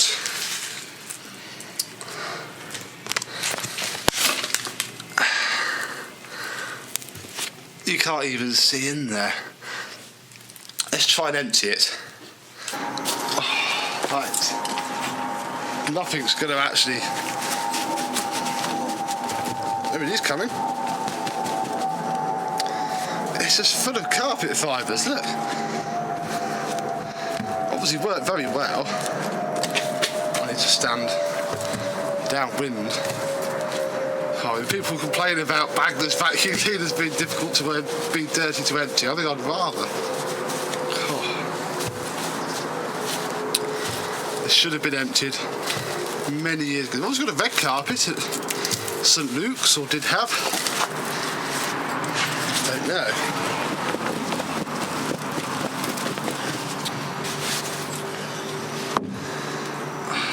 Oh, we have a sweet wrapper. Vintage Hubba Bubba, look.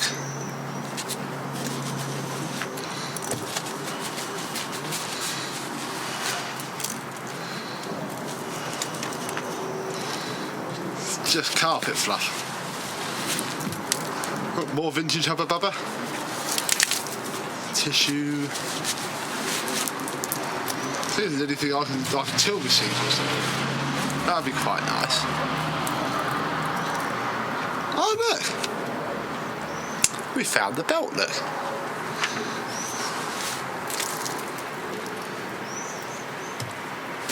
No. Nothing to date when it might have last been used. But we now have ourselves an empty cloth bag. Oh, I can close that. Oh, just give it a... Now hopefully... Oh, I hate this bit. Especially when it's not your dirt, if you know what I mean. I know I'm never one to be a squeamish man, as you know.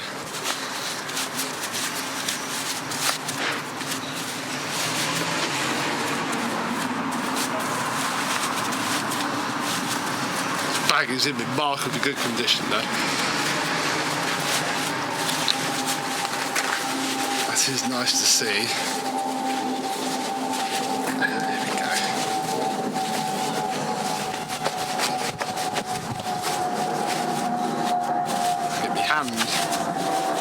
Into it now, but in a nice way.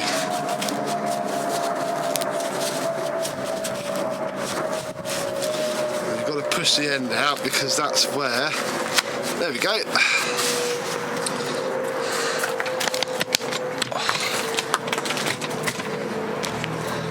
Ready?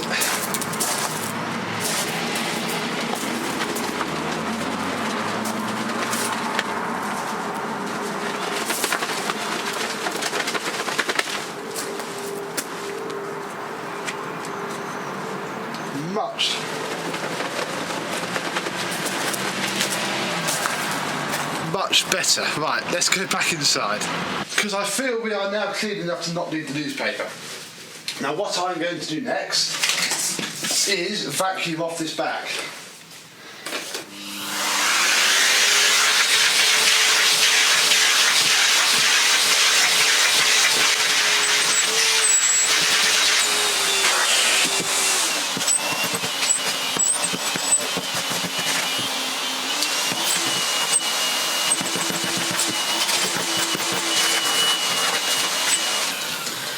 Which will stabilise it basically. The problem with these is that they rot, and this hasn't. This is in fantastic condition, and I'm probably going to wash it pretty soon, just so that I can store it washed really. Now we've got to turn it in. Now the outside is more dusty than the inside. So, yeah.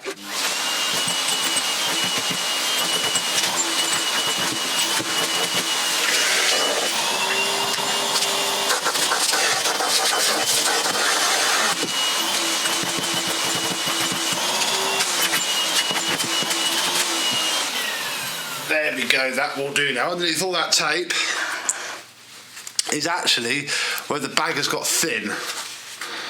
There's no real tears or rips, it's just thin. That is fine because I have plans for this. All we need is the actual bag itself to look lovely. I'm going to attempt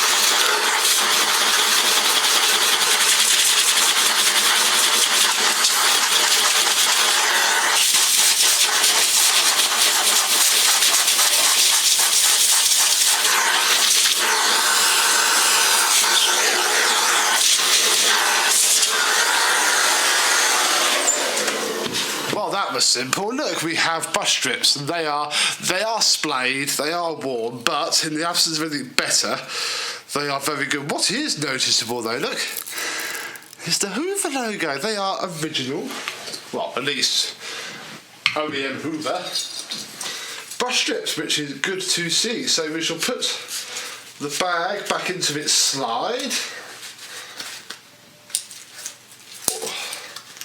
He says, not wanting to really force it, that'll do.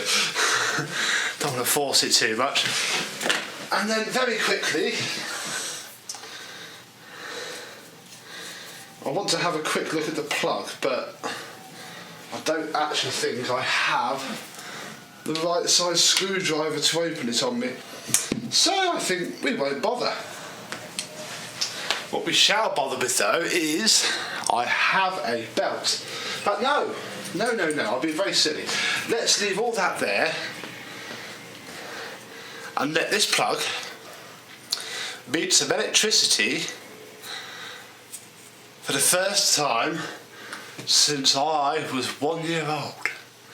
Where we can come and use the RCD protected socket that is in my mother's garage. So, I don't know if it's on or off. Ready?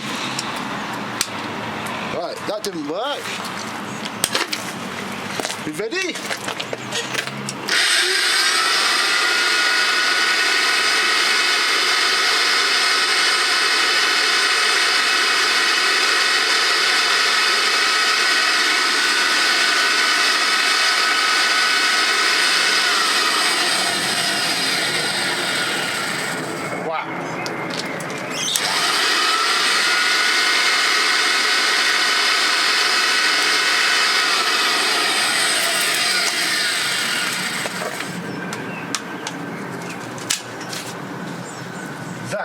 Is excellent. I think some of that cloud of dust was from the driveway rather than through it, but that runs really well. Right, back inside. So because we know it runs, I think that we should make it vacuum for the first time in a very long time. So we shall fit the belt, lift these back up,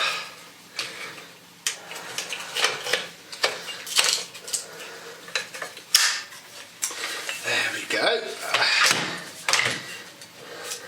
put that in there, follow the instructions to get the belt on, there we go. We'll fit the bag.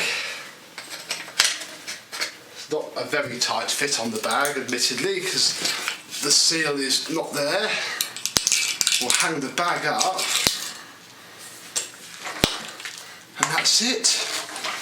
The Hoover Junior 119 is ready to see some carpet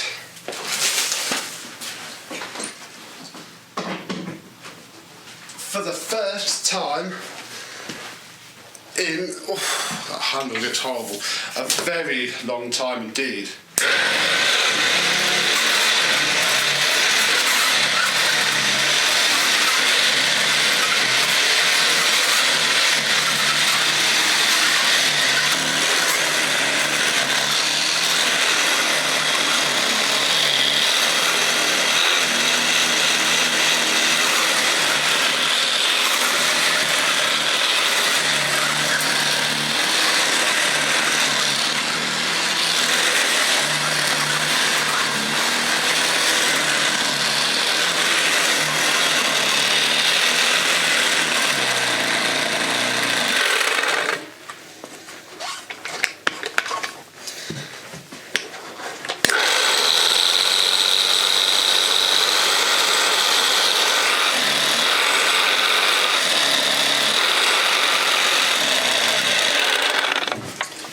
It's a little bit noisy.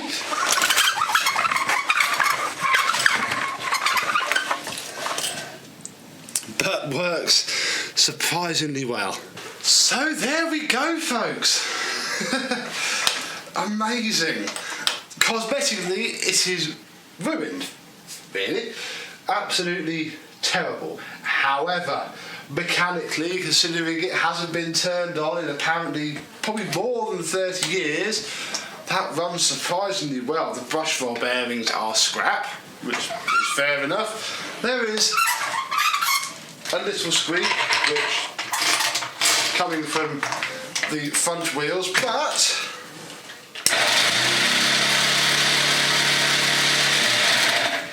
she runs and drives and is ready. Hello, my vacuum cleaner chums, and welcome to another, whilst he was in the bath, video of one of my pieces in the collection, the Hoover Junior 375. I know quite a few people have one of these, and they are lovely machines, still very collectible, quite popular still. You still see a fair few, although they are beginning to show their age a bit. This is mine that needs cosmetic restoration. Mechanically it's not too bad, although I could probably do with a bit of a tickle. It's been 5 or 6 years since I've done anything really with it, apart from use it. As you can see, it needs paint, and the bag is very fragile. I try not to use it too much with this bag. I fit a normal 119 bag on because it fits on the holder. I try and just keep this bag for display. As you can see, it doesn't quite fit in the holder anymore. I think the holder needs bending a little bit because any more pushing, that's going to rip the fabric even more. So I'm leaving that there until I take the bag off, which I do for storage. Moving up to the handle, if I can make the camera do something with it. It's a little bit cracked, rubber-wise, but it's still okay. And the cable, it needs a new cable because this one's not very long. You can see the cable grommet started to perish a little bit. But what do you expect for a machine that I think I dated for 1934? I'd have to recheck that. I have got a service manual for it, and I'm sure it was 1934, 1944. I don't know. We'll revisit this and have a look. However, with mine, I have the original instruction manual, which the cover is torn, sadly. But here she is. How to assemble the Hoover. Lovely manual. Lots of nice pictures of well-to-do ladies vacuuming with their Hoover. So on, such forth, etc. There's also a bit about the Dustette in here. So whether the Hoover Dustette would have been sold alongside the 375 at some point, I don't know. Maybe somebody will find out. As you can see, servant to the home, Hoover. That normally sits inside that plastic wallet. I'll pop that back in there.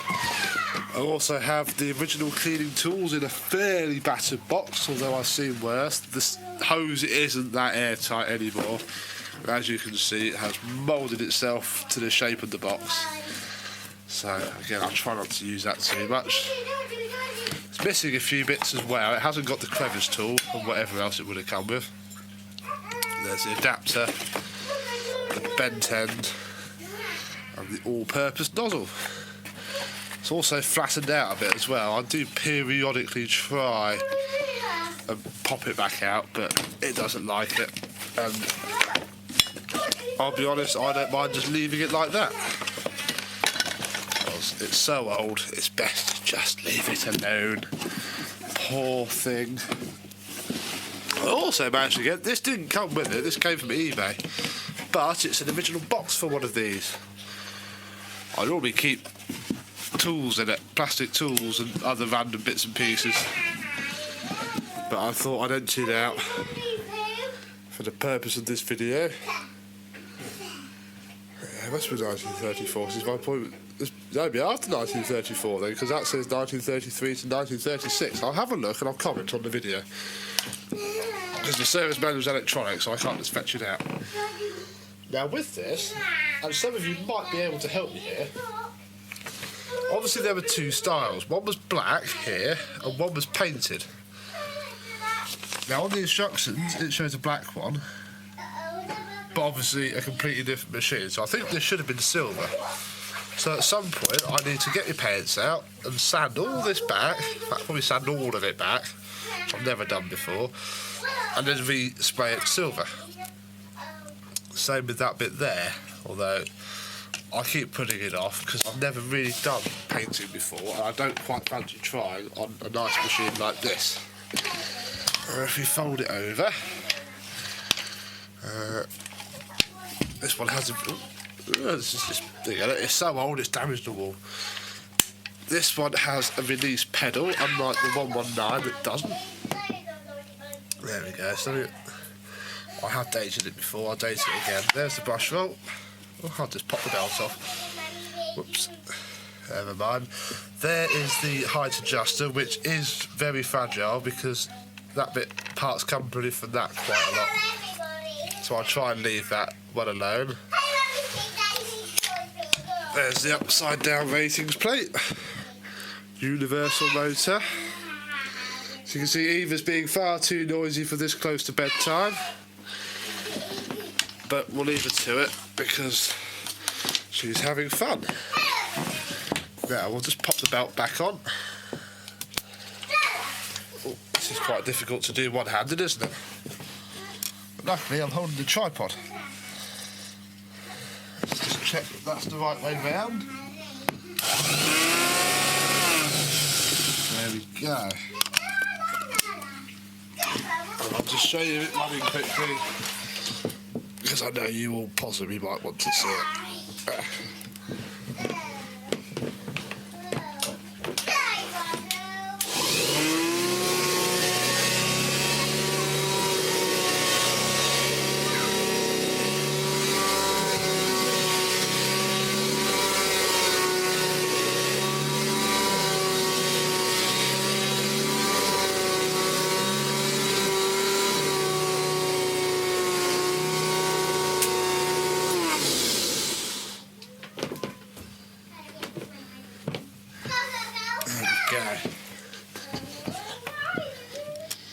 Let's fit the hose just for a bit of a laugh, shall we?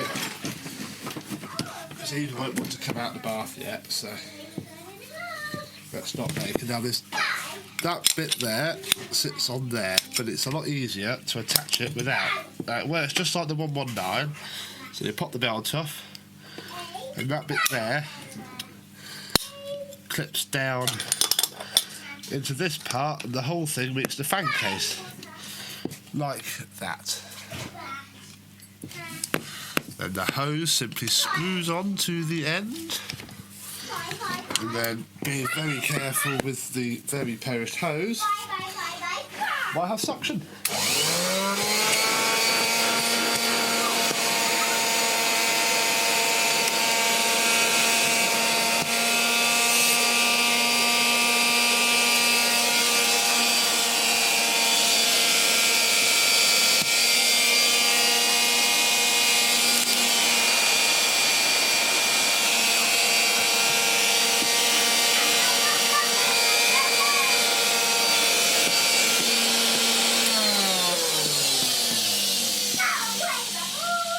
That's actually quite good. I'm quite surprised. Maybe that's better than I thought. But sadly with this bag, I'm not using it properly. Might have to do a little proper demonstration video one day before I get round to refurbishing it. It's not high priority because I've got other machines that have never seen attention. And this is an old timer. I've had this for years. In fact, the first video on my YouTube channel is of this. Not long after I got it. It came from eBay, I think. I don't think I'd even passed my test when I got this. I passed my test in 2010. One way round, this is how to check. There we go, look, you see I can do a nice video of the belt running, look, if I just do that.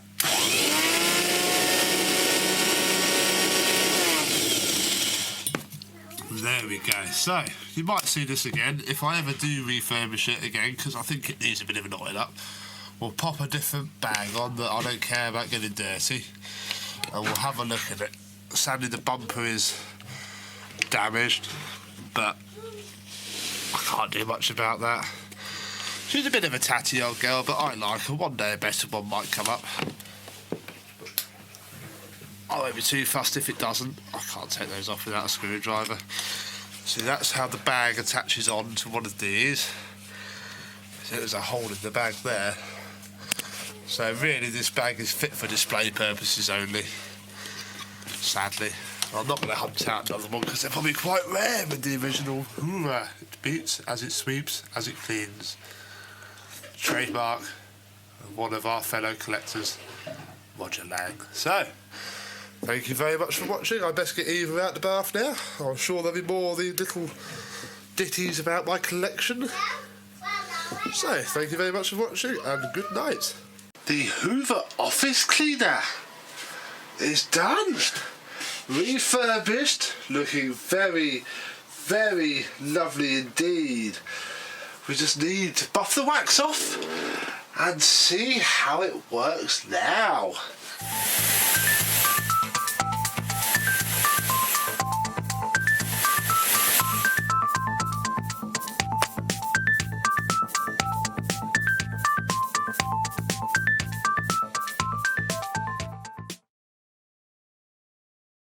Yes, hello my vacuum cleaner chums, how are you today? The orange beauty is all done, and apart from it exploding off camera as you saw, it didn't need a great deal of work, to be honest. All it's had is new brush roll bearings. It's still got the same belt on it. It has come up absolutely fantastically. The bag wasn't washed because I didn't want to lose the Hoover logo on the bag, so it has been cleaned by vacuuming the heck out of it. So it's not 100%, but it's certainly a lot nicer inside and outside. Much better indeed. Moving down the machine, I gave the orange plug a polish up so it matches the machine in its cleanliness, and basically it's just been cleaned. It hasn't really had much else. I did fit the handle back on properly. That got taken off so I could wash the handle and clean off all the old glue, and then it's had some new glue on it, and now it sits properly and has basically all those kinks have disappeared now, which is very, very nice indeed. Let us have a look more closely at the hood, because down here is very, very clean indeed, bar the few little bits and bobs that it's got on it from the past couple of days storage. It hasn't been painted. What I've done is it obviously got a good sieving to clean it, and it's actually got tyre gel on it, also Glim tyre gel, which has been buffed off so it's not greasy, but wow, it made it several shades darker. The other thing is the hood, which at the minute looks quite shiny but could be shinier, because I left this on so I can show you on film. We need to buff off the wax. Now, as you can see, the finish is very smeary. That's not grease or dirt. That is the now dried off wax, because I normally leave the wax on for a fair old while because it seems to like plastics better. So with our brand new microfiber cloth, we can very, very gently buff off all the wax and reveal this very, very shiny hood, because it came up ever so well. Literally, apart from there are a couple of little dinks and knocks on it, but overall I think you'll agree that that is a lot shinier than it once was. It's reflecting the lights beautifully now. You can see the window in the background. Much, much better indeed. Hoover.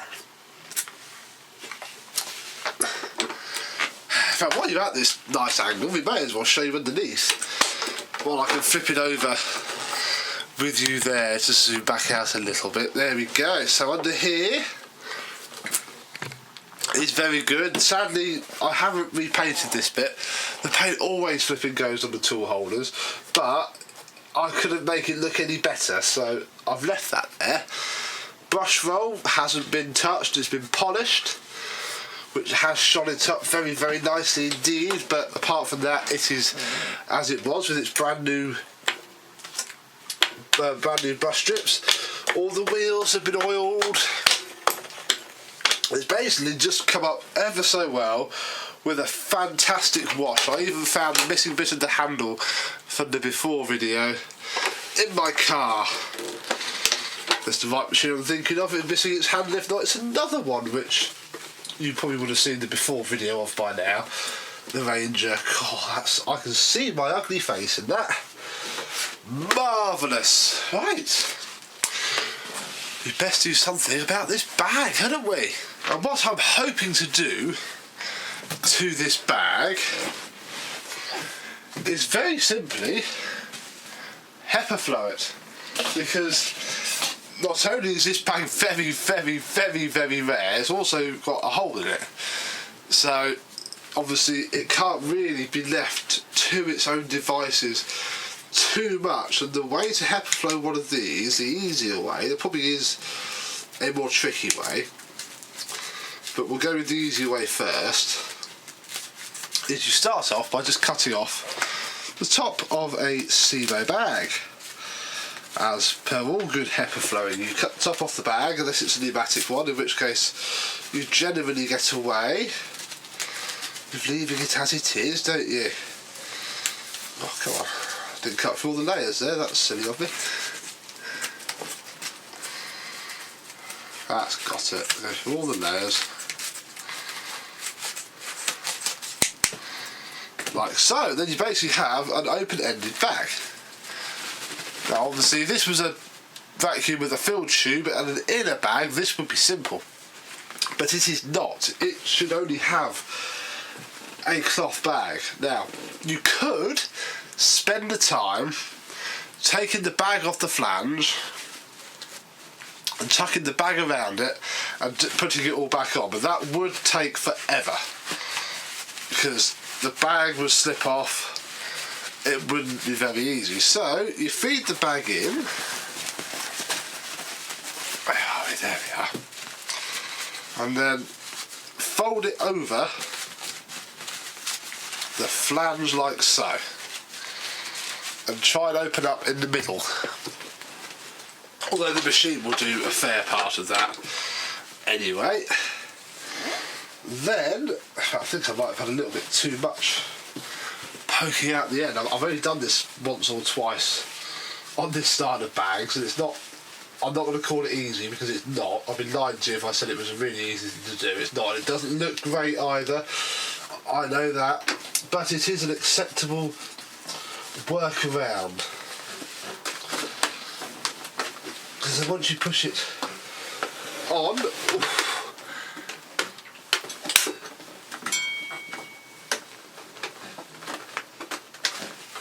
you can, in theory, although this isn't going to play ball today, obviously, just about get, there we go, the bag slide over. I haven't buffed the wax off the back end of the hood. There we go. So in theory, that is now HEPA flow. Yes, it doesn't look great, but it should be enough. Obviously we'll pull the bag out in the side, then we need to put the bag slide back on.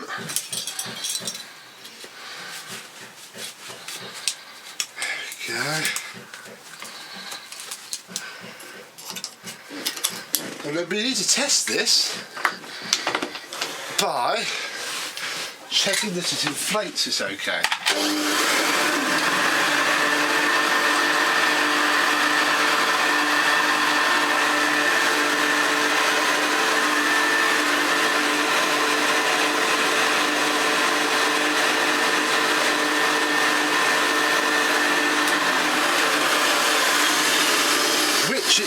So it's probably not as good as it would be without it, but obviously you would then be cleaning it up every 10 seconds. In fact, we can probably have a little play about with it, but if I pull that out,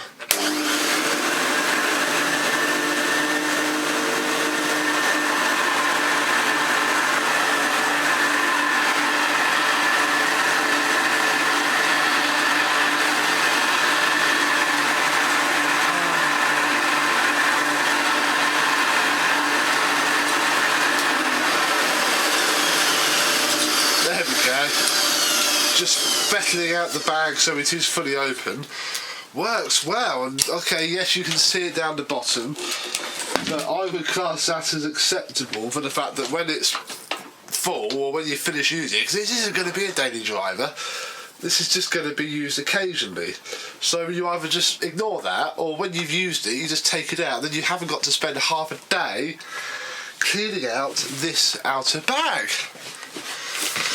Talking of spending all day, obviously you've just heard it run, it sounds so much better.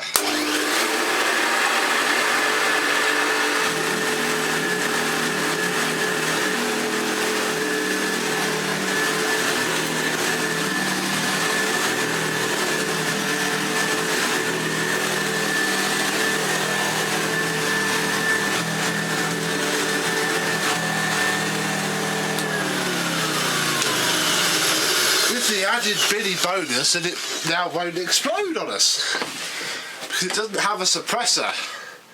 I think we should have another go at the agitation and see if it's any better. So here we have some good old Cheerios, and hopefully these good old Cheerios will start to dance.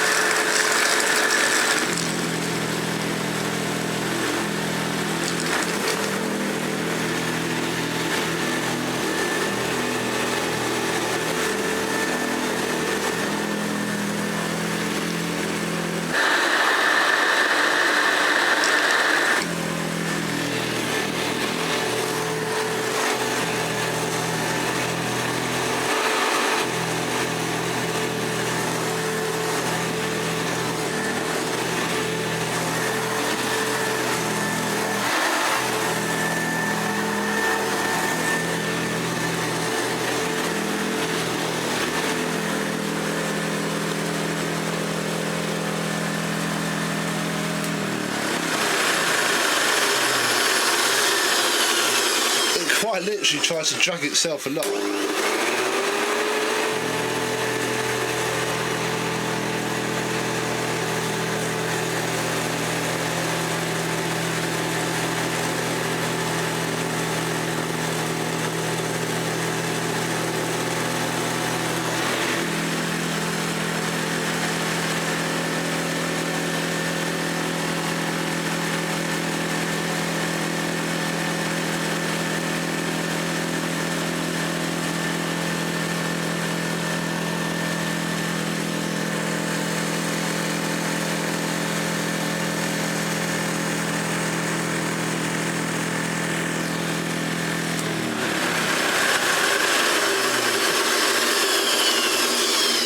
Really is quite lovely.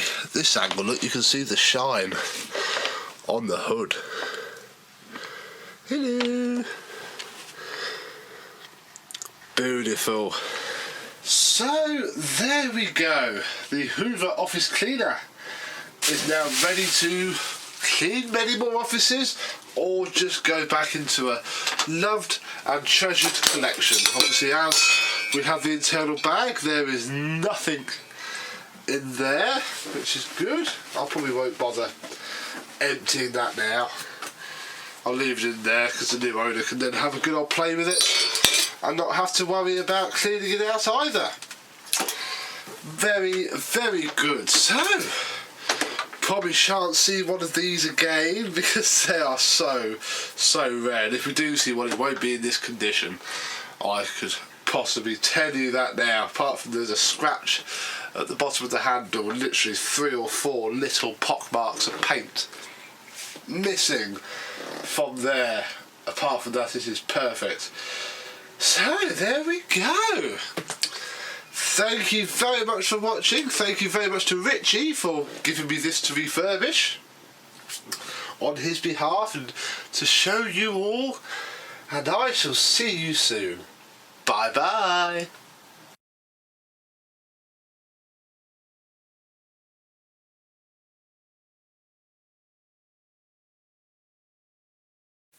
It turns out, ladies and gentlemen, that I got something very wrong in the before video of this Hoover Dustette. Obviously I said it was very early. Oh, wonder when it's from. What we are looking at here is the first ever run of the Hoover Dustette Model 100.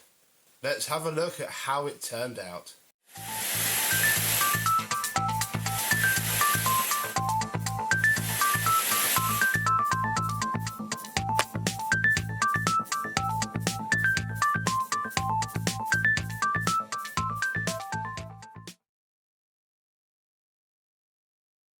Yes, hello, my vacuum cleaner chums. How are you today? Yes, this machine, oh, I've just noticed in the light that I haven't buffed the polish off that well, whoops, is serial number 20. Oh, where are you? I'll put a picture up. 2909. If we look at the service manual, 10, skip straight to 44. January 1946, and then obviously, where are we? It goes down throughout there.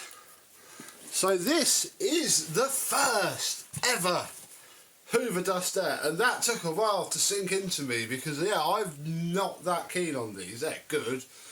I think every collector has had at least one. I know I started off pretty much with a Dustette. This one though is extra special, and as you can see from a cheeky little repaint in gloss black and then some lacquer, same with the top, and a few hours with the Dremel and the polishing wheel has got that much better. We have a stonking machine. The bag has been hand washed. I haven't gone to town on it because although it's not the original bag, I don't think nobody's actually confirmed or denied it. It's obviously very good condition and matches completely, so works quite well. And as much as I can say about it, it's got a nice black cable on it now with its original Volex plug, which has had its pins polished and is good to flipping well go. The only replacement part that this thing needed, oh, if I can just find some power, was this screw at the back, because obviously it was missing and I actually forgot about it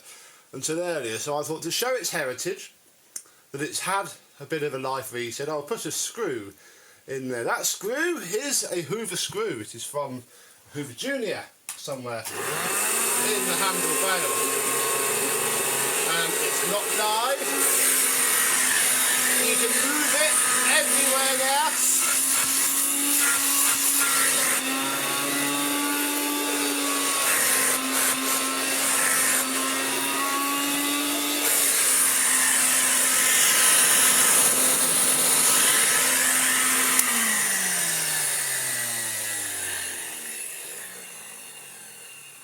God bless it, that is working really, really well. You know what, when they work like this, they do make very good, you know, vacuums for your sofa cushions, your stairs. If you don't really have pets, you know, you could use one of these as a very nice alternative to a sort of battery powered cleaner. In fact, you could use this as an alternative to a battery powered cleaner like this, because if we ignore the fact that this is just a normal V11, not the V11 oversized, it is at the time of filming this the most current, and I would say best, cordless vacuum cleaner you probably can buy, just based on everything, the reliability, the technology.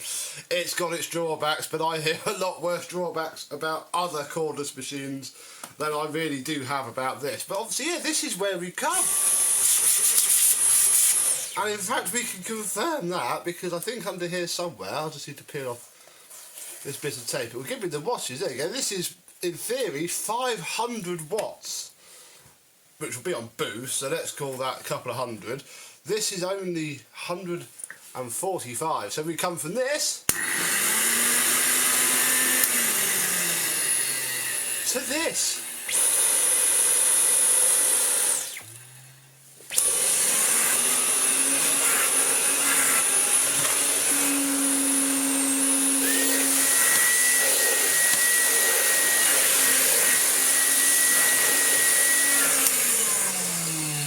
And you know what, I have to put the Dyson into boost for it to feel like it's sucking down as much as that does. And obviously, yes, this is set up in the same straight suction configuration. I'm not doing a dirt pickup test, I'll be honest, because this is the worst head anyway. This machine would do appallingly with this head, because it's horrible. It would then just completely smash this one behind if I put the turbo head on. This one is just more elegant. I mean, you can take your cushions and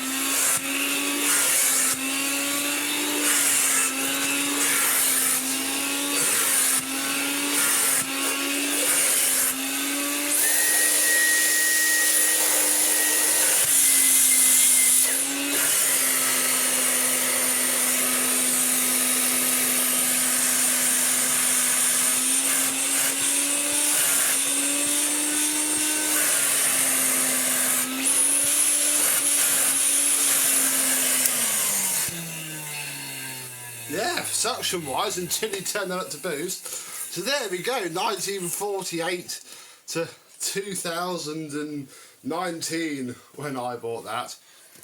What a lot of fun. But no, that turned this into something. Look, we'll even keep that there. That turned this into something special. That turned this into the catalyst, I think, because again, I'm fair to say that little handheld cleaners hadn't really taken off until they made this. This is what started everything, and today we have this. So my little rambling trip down memory lane is done. This machine is done and ready to go back to its owner who hasn't seen it yet. So thank you very much for watching. I hope you've enjoyed, and I, but not this, will see you soon. Bye bye.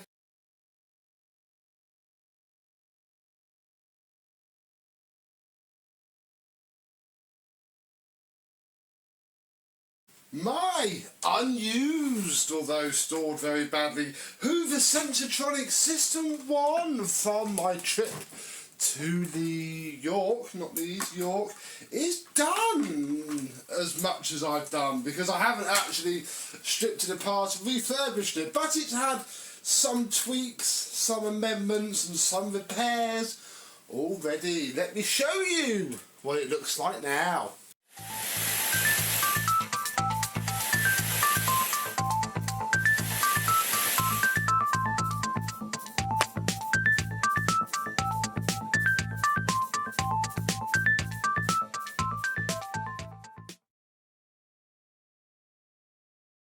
Yes, hello my vacuum cleaner and Hoover chums, how are you today? Yes, this thing is amazing. Amazing for being brand new and unused after, crikey, 35, 40 years. That would have been sat there. And it was never used. We put the plug, which is still on us, in fact there's still a little kink in the cable from where it's been sat, and I've still not taken off the sticky residue from the label. The label is actually tucked down the side of the cord rewind inside, so I have kept it, it's just not on the cable anymore. Let us take the tools off and we'll have a look at the machine in a minute. Pop that there. tools wise, well, this is the very same hose. It has been cleaned and washed and polished. I'll say polished, it's been wiped down. And this is not bad at all. It has seen some use. It is not a mint toolkit or hose by any means. And again, from what I pieced together from why there were 3 of these, it makes sense. Because I think every time something broke, he'd just buy a whole new Hoover. So this is probably the 3rd hose that this has had. And I have actually done this. I've caught it, taken the wand out, and already cracked. That bit needs to be glued back down. But that is the main problem with these plastic, especially the beige tools, and is why they were facelifted and superseded to black not very long afterwards. So there's the hose. I also turned the ends around, because when it was all apart, obviously I had both the ends off. This end unscrews, this end comes off as per normal. So the end, and that has straightened it out an awful lot, and it is now not kinked. The Hoover Contour Floor Tool came up very well. This has seen, I put that there, this has seen more use here than I think it has in its lifetime. It's come up okay. Floor tool is a little bit rusty. There's nothing I can do about that, unless someone develops some sort of laser to remove rust that's actually available.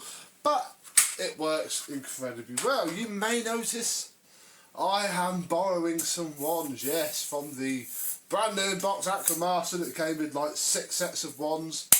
I've taken a pair because I didn't have the plastic ones anyway, and even if I did, they'd be bendy and short, and I thought I may as well enjoy using it, and yeah, it fits on absolutely fine. So yeah, temporarily this is its wand. And that's the tools. We've had a nice tool set together. It's been very nice. I've been using it because it's a bit, you know, bit scuffed and scratched and not mint. It's actually been quite nice to use. The sticker went back on nicely. It's had a clean and a polish and a wax, and I've not fully stripped it, only to take out the suppressor, which blew up about a minute after I used it after doing the video. So under here we will see that I found an brown upholstery tool. I've still not used the crevice tool. I don't think I could ever use that crevice tool. Oh, it's a bit dirty in here. And then underneath here we can see a dodgy HEPA flow bag using the 40mm waste pipe connector mod, which just pushes in there. Obviously you then have to fumble this around the back door latch, but it works very well, and I have been using it quite a lot. At the time of filming this, I've had 2 main bodies ordered for my Dyson V11 that I use daily, and neither have turned up, and in fact on one of the emails it said not available. It's tomorrow's job to phone them up. So there's the machine, looking pretty similar, I'll be honest, to how it looked before. It's just a heck of a lot cleaner. Oh, and if we plug it in and put the hose on, with the HEPA mod, it's phenomenally powerful. You can easily hold up this heavy weight hose.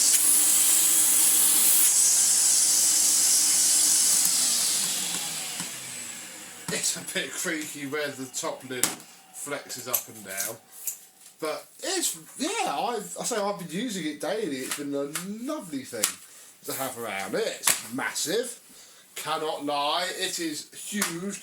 The hose is so heavy, oh, you can feel it pull you down every time you pull the machine around. But in terms of, you know, picking the dirt up off the carpet and the other such boring things that we like to do as vacuum cleaner collectors, it is very, very good. I'm paranoid about these ones.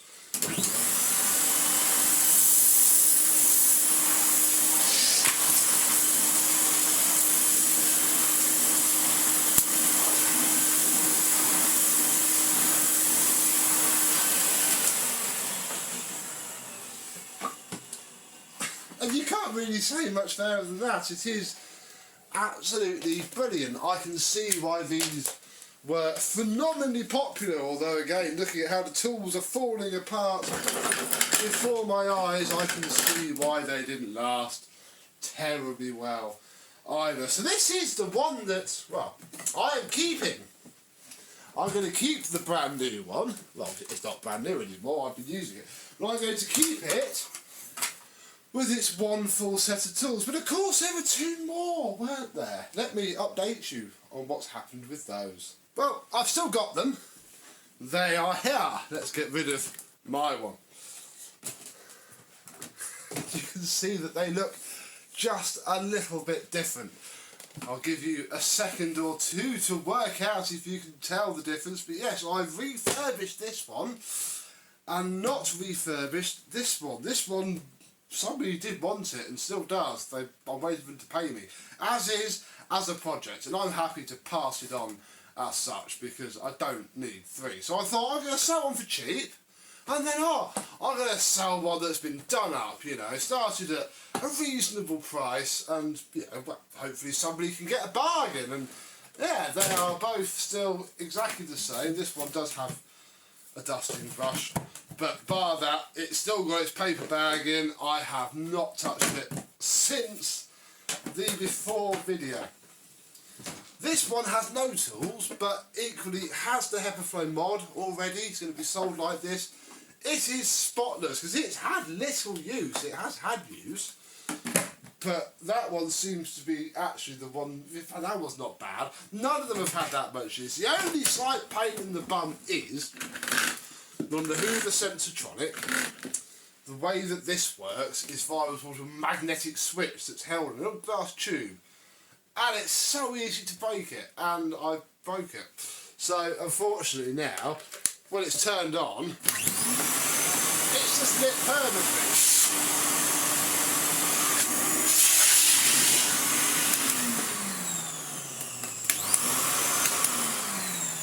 So rather than coming on as a self-test and then going off again, it's on permanently, which is a little bit of a pain. But equally, for what I was going to start this machine off at, it's, you know, and the fact that it's got no tools is, I suppose, fair. The cable cleaned up an absolute treat. Just as a comparison, actually this one's not too bad, but it is a bit dirty. This, yeah, that was a rubbish comparison. You can sort of see the difference. Look, justify why I do this rubbish. We also kept the beautiful Dura plug. Look at that. Look, it's never been cut to be fit. Ted, never been cut to be fitted. The pins have been polished. Whole thing is just very nice indeed, even if I do say so myself. So yeah, that's the update on the others. This one probably have hopefully sold by the time this video goes live, I'll be honest, and I think I've got rid of both, and I can say that for my trip out and the hard work I've done, I've got what is objectively a very rare vacuum cleaner, the Hoover Sensotronic. In fact, any Sensotronic's rare, and I'm phenomenally lucky to have mine too. Look, I went and got the System 40 out, which is the same machine, apart from the top. In fact, I think it's only the back switch plate. Yeah, look. Oh, hello. Ooh, no, okay, that is a little bit, okay, oh, that has made it a little bit different. We may have to give them that. I think it'll probably still fit though. Yeah, it's just, they've just changed the design. Oh, there you go, that fits on their thumb, though not on the side. So, okay, it's not quite as identical as I thought it was. I thought it was a lot closer than that. But hey, I've still got two of them, and yeah, I'm perfectly happy with that, especially since both were, well, technically free. I was paying about 45 quid's worth of diesel to go and get these, and I suppose this did cost me 3 or 4 refurbs, but, you know, I have two. And what that means is that I've also got the two toolkits, and one of the first things that I decided to try especially since this now has a brand new old stock brush roll in it that I found on eBay, which is absolutely amazing. But what's more fun is that obviously this is still wired up for electricity. And of course the hose fits. The wires are there, and if I pull this cable out I have to be ever so careful because, again, unlike other Sensotronics, that is not worn. I've caught it a few bits, you can see where it has been, but oh, you can tell why that's so sensitive to it. The plastic is so soft. But with that all hooked up, we should be able to turn it on.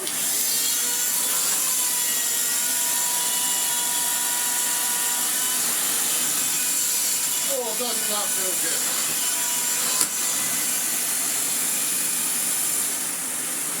Why are you not running that?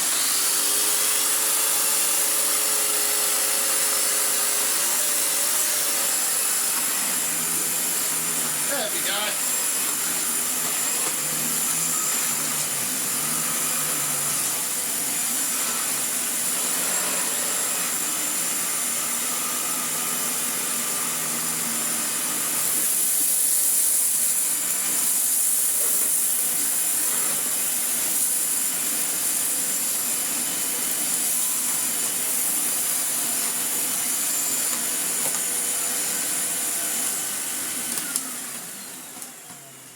That would have worked very well, except this Turbo 300 isn't working terribly well. Let me just go and troubleshoot this and then we'll come back. Yeah, my Turbo 300 head isn't fantastic. It's just worn. It just hasn't lasted the test of time. So this is actually my Sensotronic pair, my System 1 and my System 40, which is a couple of generations further along. The System 40 still has that weird sound on its wind down. I haven't touched that yet. I probably won't now, I'll be honest. But once it's running, it runs really well. Yeah, I can use either tools with it. I don't really know which is best to use because these aren't renowned for not being fragile either. But obviously neither are these. But the biggest issue is that this hasn't got any speed control. And if I go onto my rug or an other delicate thing, usually I have been just opening the bleed valve on the hose. However, this hose doesn't have a bleed valve because you're obviously supposed to just turn the electronic speed control up and down. So again, even as something as simple as swapping the hoses round actually involves more flipping thought than it should, because yeah, each machine brings something else to the table, and if your power's too much on this, you need a bleed valve. You don't need a bleed valve because you have electricity. I'm warbling, you don't care about that. So there we go, my two Hoover Sensotronics, the after video of this one. We might see them, well, we'll see them both again soon. Oh, there's the difference, look. I just realised that. That's what they normally look like, all chewed up and horrible. This one's really faded as well, but I haven't got the cojones to give it a go at retro biting yet, so it could stay a little bit yellow. So, yeah, right, there we go. Two Hoover Sensotronics. Thank you very much for watching. I hope you've enjoyed, and I and these will see you soon. Bye bye.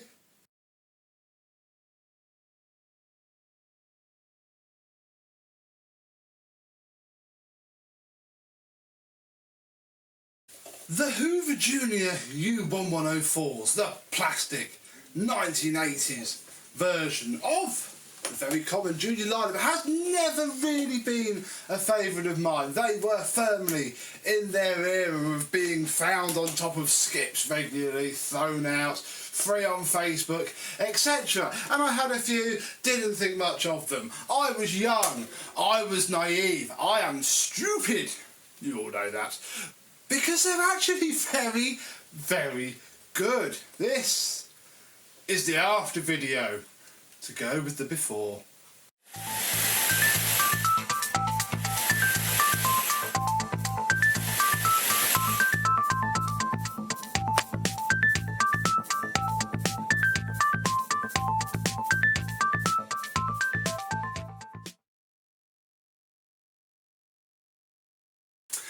Yes, hello my vacuum cleaner chums. How are you today? Apologies if you hear anything falling down anywhere in my house. It's really windy outside.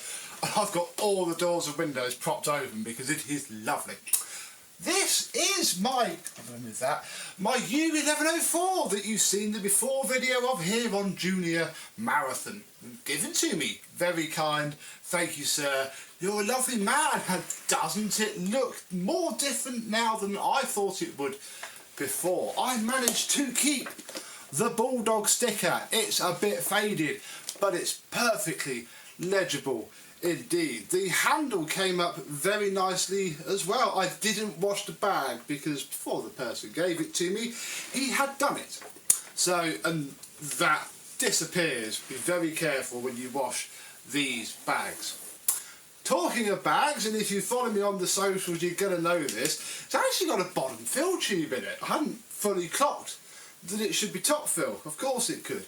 And it doesn't have its top fill tube yet. I do have one somewhere, but I haven't dug it out for this video because it gives us something to do in the future, doesn't it? And this bag is perfectly good and just in need of using. So yeah, ignore the fact that it's bottom fill.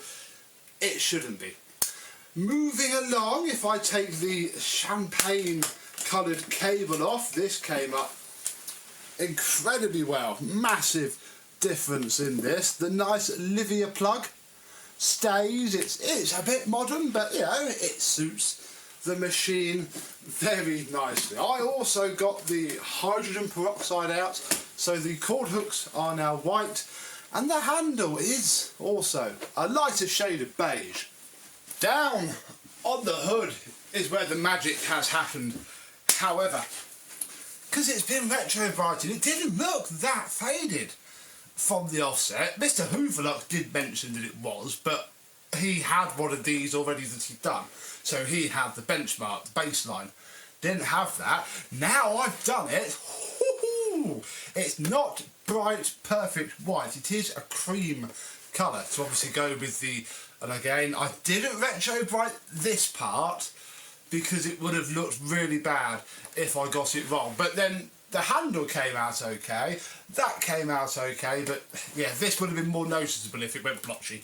So I just polished it up, re-put the Hoover logo on with a Sharpie, and it looks really, really good.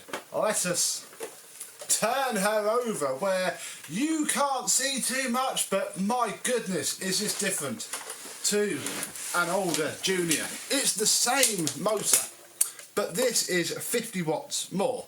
This is 300 watts. The Junior's old ones are 250. And it's to do with the firewall design, the brush roll design. Obviously this has the activator, not the old style, you know. There we go, look. Ooh. Not the old style agitator. This is an activator. It's just more streamlined, and that does show really, really well. The brush roll isn't the best, but equally they seem quite difficult to get a decent brush roll for, so I think I'm just going to be happy taking it as it comes, really. Certainly not going to pay a lot of money for one. But what surprised me is this is, I think, the first one of these I have used as I would call fully refurbished. I didn't do this back when I was a kid and were putting these out of here, there and everywhere, so they never got done, and I always thought they were a bit meh. But I've been using this quite a bit and I am amazed.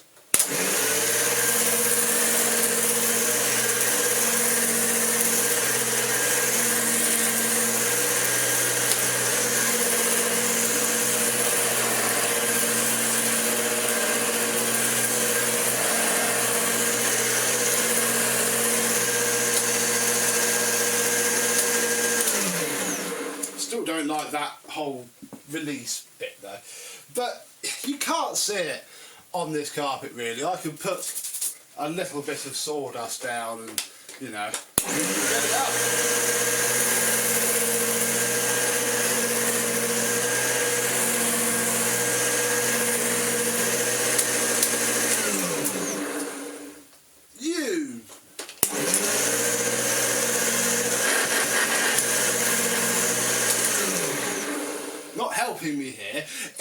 does a very good job. I could see groom lines in this carpet. You won't be able to, but where it does amaze me is on my IKEA rug.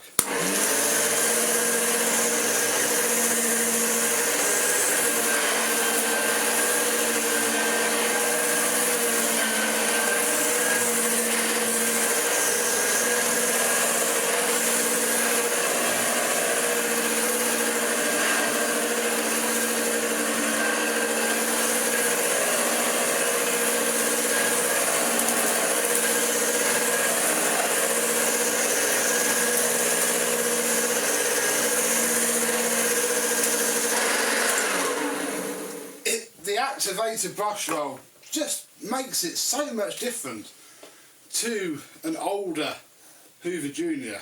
Really is amazingly weird. I think it works okay on deep pile too.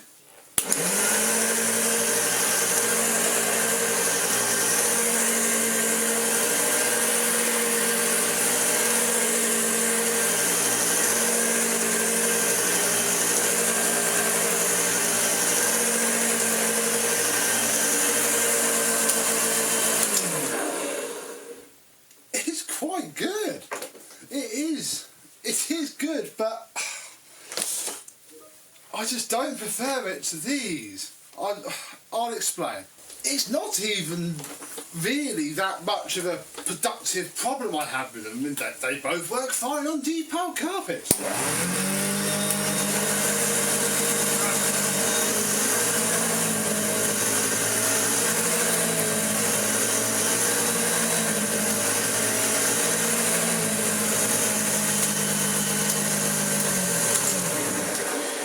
Both try and chew themselves down and slow themselves to a stop. No, it's not the deep pile carpet. I'd imagine their short pile carpet cleaning performance is on par as well. Here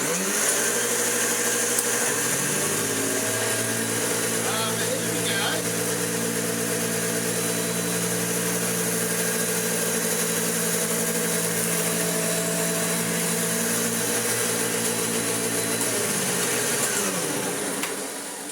That was it. That was my point. Crikey, I wasn't expecting it to pop up so soon. That's a very even line. They both have their lines of shame, because all of them do. They did very well. But did you notice that this one,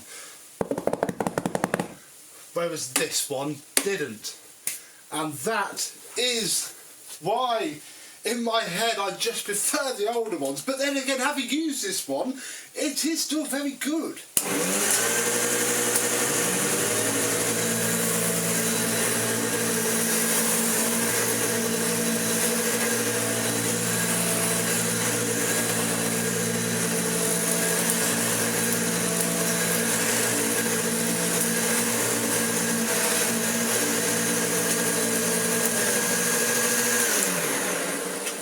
The simple truth is that the metal agitator on this Hoover,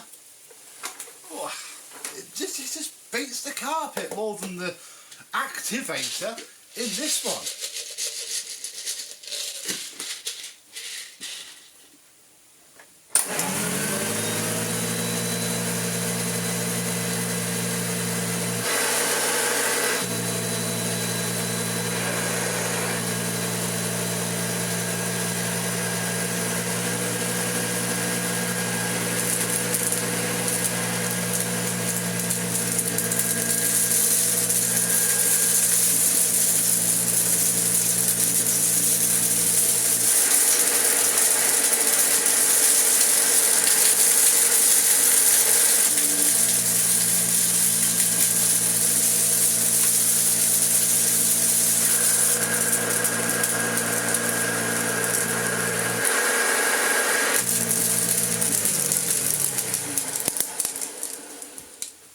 There's a bit more of my point having home as well. Despite having 50 watts more power, it spat out most of the beads it picked up, whereas this straight up into the bag. It's really, really petty, I know, and if you didn't know the difference, you'd be alright. I mean, it's strange because I love the Hoover Turbo Power line with its plastic activator. I really love it. It works a lot better than this. But yeah, I don't know. The old ones are the better ones. Sorry, and I'm still very appreciative to the person that gave this to me, because you know what? If you're just pushing it around your front room or you're upstairs for a normal vacuum, it is really nice. I can't use this upstairs in my house too late, because it's too noisy on the floor, which is ironic, really. So yeah, this is actually quite a nice daily driver, but it just lacks the oomph and the kapow of the older metal series. However, they're flipping rare now. I hadn't realised how rare these have got. I've had a lot of people asking me if it's for sale, and not at the minute, I'm afraid. I think this is finally the machine that is going to make me love, rather than not love, the 1980s Hoover Junior. So, there we go! Last after video that I shall be filming for the Juniors is done as of this. One more to film. Don't know what order I'm showing you them in though, so who knows? You'll work it out based on the date that this goes out. But yeah, quite happy to have this. Certainly a machine that I'm going to grow to love for sure. And yeah, one day we'll fit the top fill bag fill tube as well. So thank you very much for watching. I hope you've enjoyed, and I and all of the Hoover Juniors that you've just seen. We'll see you very soon. Bye bye. It was Christmas Eve, baby, in the drunk house. I'm not in the drunk house, I'm in the Hooverlux house. And we have a very rare, very special vacuum to unbox and have the first look at. So, on Christmas Eve special, let's have a look.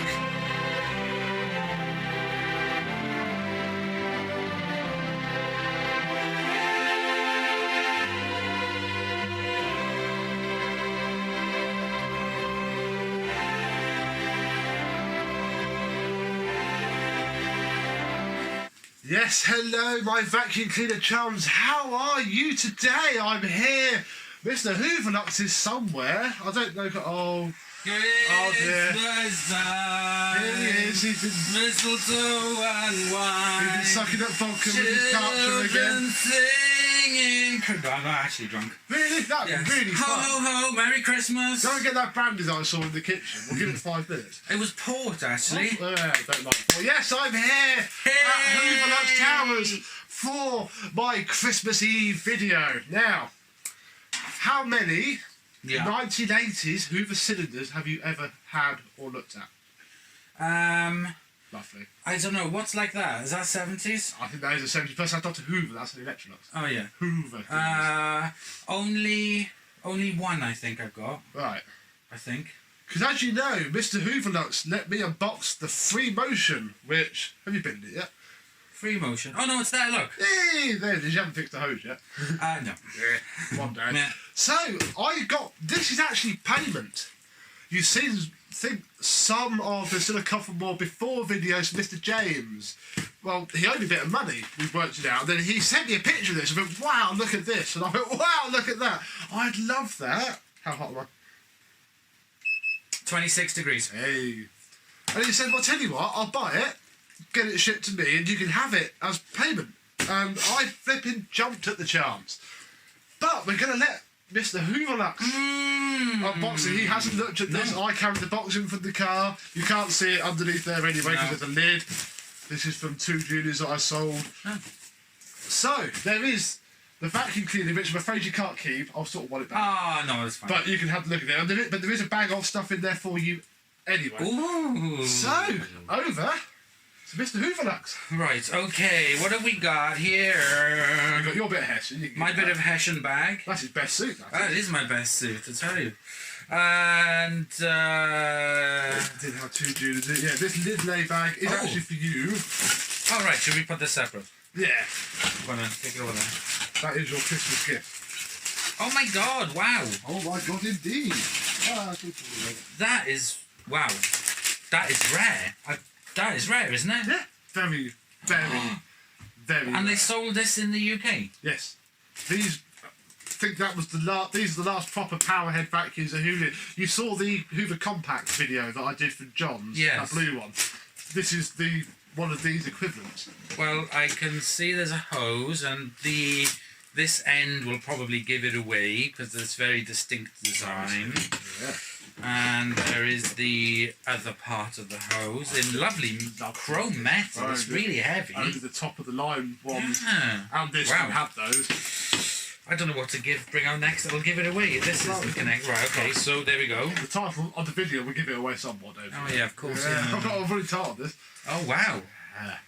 That's really nice. Contour hand grip. Mm-hmm. And the electronic hose. Electronic 2-wire hose for those that are in the know. And this is what surprised me the most, is having a look at that. Look at that. Turbo 300. Wow, God, it weighs a ton. Hoover model S8140-001. Does that mean it's the first one off the production line? No, it doesn't. but that's the date. That's it. What? Little Christmas test for you. That's the same date code as usual. So how old is it? What year is it? Right, okay, so it's the S8140-706. So 87, June 87. 3 months older than me. Oh God, Steve will be happy. Yeah. That I knew that. See, That was Steve, you taught him guess. well. 90 watts, 240 volts. Yes. And it's got. It's a bit careworn. Yeah, but it's really nice. That is a bit of structural cardboard in there. Don't pull that out. Okay. So it's got these little mini beta pads on it, and the brushes very. This nice. is the one after the electrokinetic, which was, I think, because I've never seen one, a full-blown junior agitator in it. Wow.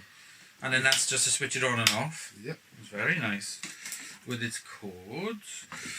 And if I lift this, you can move the box. Yep. This is huge! Oh my God, that is so heavy! Hoover Sensotronic Total System 40! I'm so happy. I had the Sensotronic 50 years ago. We got it from the paper. And I gave it actually to James. Do you talk? No, that was the model out of it. Oh my God, I've done one of those. Oh God. Jesus. Wow. So this is the Hoover model S3454, 1000 watts to 1090 watts with the head. Oh, it's French. Yes, these are made in France. Oh, bonjour, mon aspirateur. Comment ça va the bien? Compacts, the Galaxy. These are a Dijon. Bien sûr, parle français. They're all made in Dijon actually, because my 1983 green one was French as well. Where in France, I wonder? What was the factory? I think it's Dijon. Oh, like the mustard. Yeah. Oh, wow, that is so cool. Look at that. Amazing. Hoover Sensotronic Total System 40. Not quite the top of the line. Air freshener.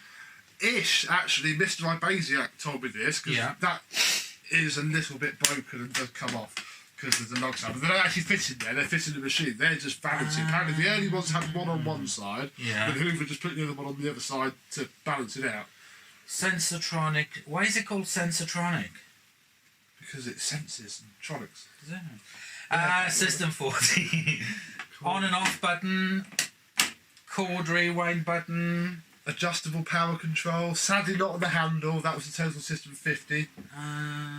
This. Do you know what this reminds me of? Right, is the Turbomaster Total. I'm going to come on to that because I've got the matching Turbomaster. Well, so have you. Oh, yeah, we do. Yeah, because that looks like it. I think that's very similar. This is the equivalent of that. I've also got Turbo Power U2604 toasters, which are also in this bay. It's all heavily folded. This should be much whiter than that. That knocks the hose in.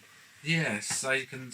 When you pull that, there's a bit of plastic that comes across. It weighs a ton. It doesn't it? Absolute ton. I have used it, and literally you can leave it in the centre of the room and just vacuum around it. Wow. Beautiful. Okay. Yep. So underneath, we have. This is where things go downhill a little bit. So you can take the tools out without and have it still on. Yes. Okay. Tools themselves. That's the best tool of the lot. Oh my gosh, it's down to the nubbin. Someone's been going with the scissors with that. I thought I had a flipping Turbo Power toolkit with the same brush, but I haven't, so I might do that. Yeah. And then we have this tool caddy that comes out. It came with a packet back. Oh, hang on, there's a date wheel here. That's been there first again. 87, 587. So a little bit there, but these were the same tool kits that fitted the other ones anyway, so probably rattled off 1,000 of those. Okay. And then So I've got lots of bags, thankfully. So dust bag. It's very much reminiscent. It reminds me a lot of the early Miele's. yes. Well, they were boxy, weren't they? Yeah, exactly. Yeah. We'll test the suction first, then we do to give that filter a key. Yeah, go on, and it's all plugged in. Yeah, we'll try it first. Oh, okay. It's surprisingly powerful. I'll tell you, while you put that back together, I shall go behind camera, come a little bit closer, so you can see the lights, and maybe not so much him. Yeah, exactly. Yeah. Woo! Oh, matron. Okay, so I've been left to my own devices. It's not my fault. Break it! It's not my fault. I was left unsupervised Whilst drunk. whilst drunk. Valex, that's an old plug, isn't it? It's fairly age appropriate, I think, because that wouldn't have come with a fitted plug. I don't think. A little bit of lube, that'll sort out fine. Yeah. Right, so let's gently pull it out. It'll probably bounce off the floor if it drops, I'll be honest. It seems like that sort of Well, vacuum. I'll check the wattage that it's using. Oh yeah, you can turn it on. That's on full power as well. Yeah, we're on full power, so let's start off on minimum.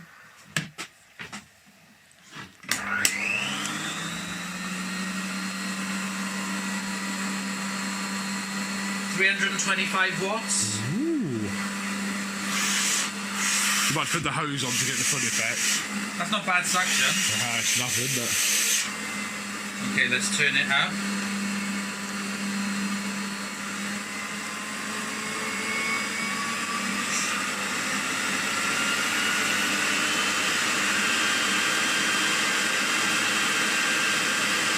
$1,030 watts.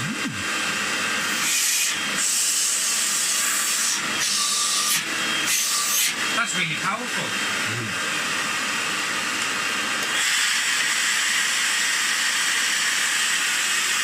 I think you need to put the hose on for the full effect because there's quite a lot of air gap in there. I like that. It's very quiet. Let me connect up the hose.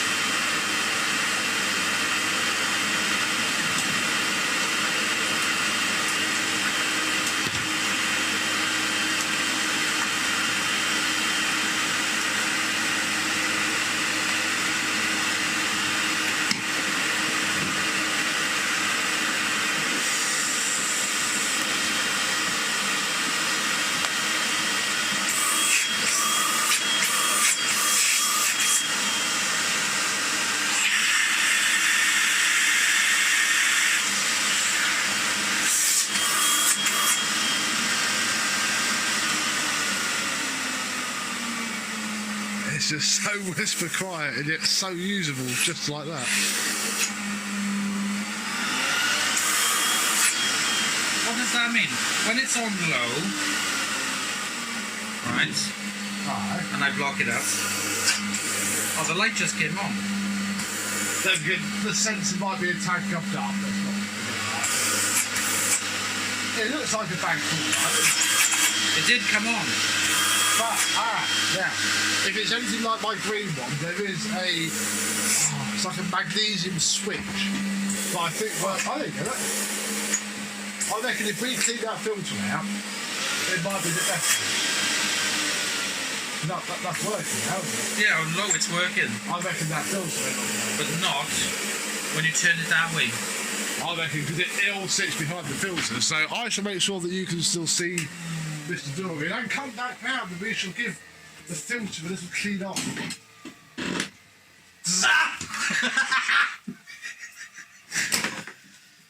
I'm very ticklish. Yeah. Very good. Yeah, I'll put that there. We can get that as full as we like because I've got loads. Now this, let's take this off a second. Merci. Yeah, this has the annoying filter here which is absolutely clogged. I'll never... You've got a small flat blade screwy driver. I do. Perhaps. Wow, you tidied up since I was last here. Well, you put me to shame. Look at the lights. Look at my Kirby wall. It's got lights on it now. Oh, wow. Yeah. Play with that later. There we go. Yeah, in there somewhere I think you can take this bit out. Oh, no, you can't. In hit behind there is where, because I broke it on the green Sensotronic. I think I showed you. I showed it in the strip down video. I snapped it. We had to refix it. This. Oh god. Oh yeah. Oh god, that is blocked. But the suction was still It was amazing. still there, yeah. But look at that. Looks like something the cat slept on for a week. Yeah. Look at me, looking like I know what I'm doing in your workshop now. What do you do? You practically move on. What do you think of that? Ooh. I haven't cleaned it up. Is that from Australia? Australia. You need the matching Hoover Senior for that. Yeah, I do, yeah.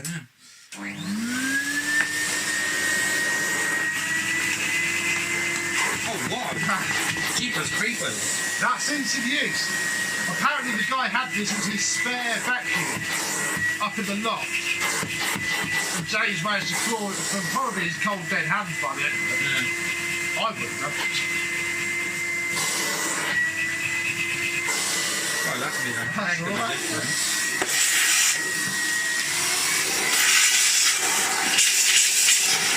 Oh god, there's all the stuff. There's lots of stuff in it.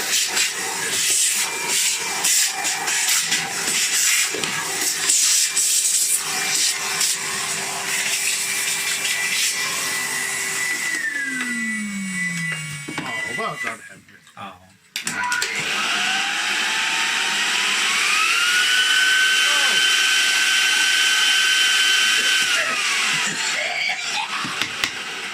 Lovely.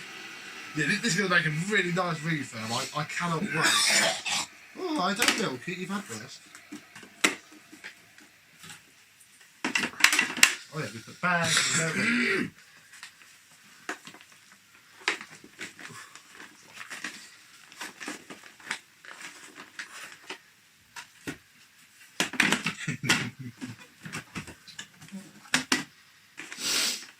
What have I done? There we go. Right, let's see how reliable that light is now, shall we? Okay. Because yeah, there's a big chunk of crap came out. Start it on low. Yeah. Because that now comes up. Ooh. That's much more reliable, isn't it?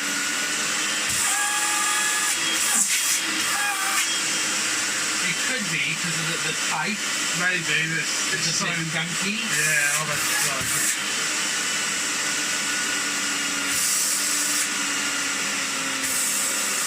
Yeah, I think so, because it works on air pressure. Yeah. All it does then goes to the bag being really clogged. Yeah. Who knows? But the one thing I have noticed is that the wire or the tube, I should say, that it uses, it's just fish tank. It's just fish tank Yeah, tubing. I've noticed that. So it's like 20 pence for a metre of it. Yeah, and they don't be washes for anyway. Yeah, that's true. Yeah. So, I tell you what I find is actually using it to drink something out of, and then that clears it. do you have to take it off the vacuum first? Yeah. Oh, that's all Yeah. right. Try that. I'll have a nice vodka when I do it. Right. So, Yes. That we haven't is tried the the best machine. part yet. should we do this up here on the floor? Well, let's test it up here, and then we'll take I'll it tell on you the what, floor. then we can do it bodily without those. Oh, I like bodgingly. Bodily. So that Go in rogue. only one way though. I think you have to do it flat side. Oh yes, first. it's shaped. There we go.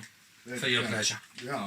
Do you want to have it plugged in or just see what it's like? Yeah, go on. Yeah, just plug it in. Yeah. Right. So I'll start it. Oh, hang on. Am I off? Yeah, have it off first. Trust Yeah. me. Okay, it's off. And this is a great thing about having an electric power head. This can be on minimum and that'll still work. Okay. So, it's very low now. Oh wow. It's a little bit iffy as well. There's It's a just the bearings, I think. Is it? I'm a little quiet in there.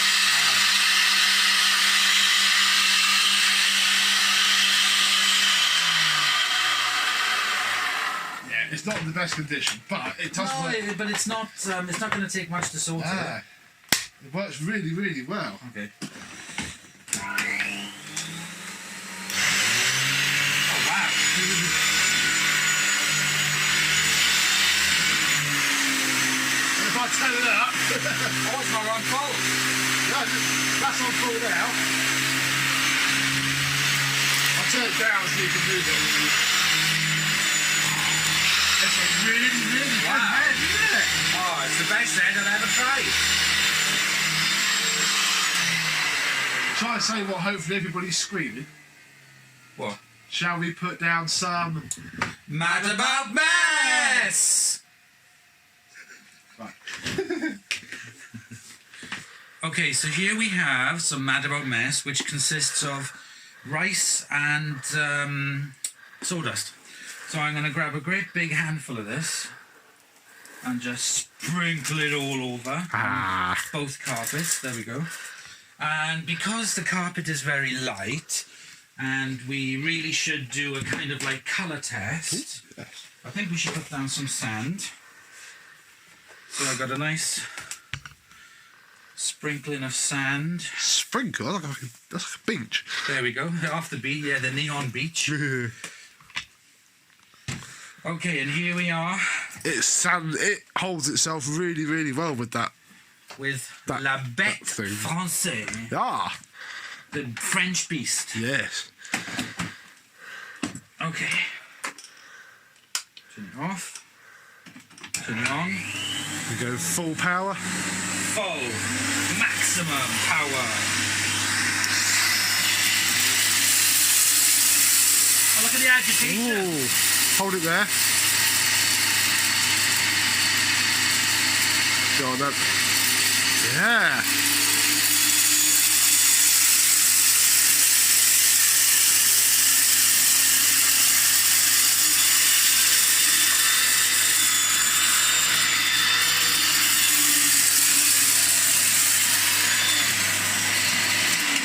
Wow. You can see those track marks are amazing. Because that brush roll doesn't look all that. No, it doesn't. It doesn't look that fantastic. I think it is a little bit worn. But yeah, you can see there's a line of shame as well. Yeah, it may not stand up by itself. So yeah, there is a line of shame, but it is really brought up the pile. It has. There are some bits in the carpet, but not... Well, try using it normally. It's a lovely thing to just use to vacuum. Yeah, it is. I have used it a fair bit, I'll be honest, before I filmed it, because I was like, it's gorgeous. Okay, here we go.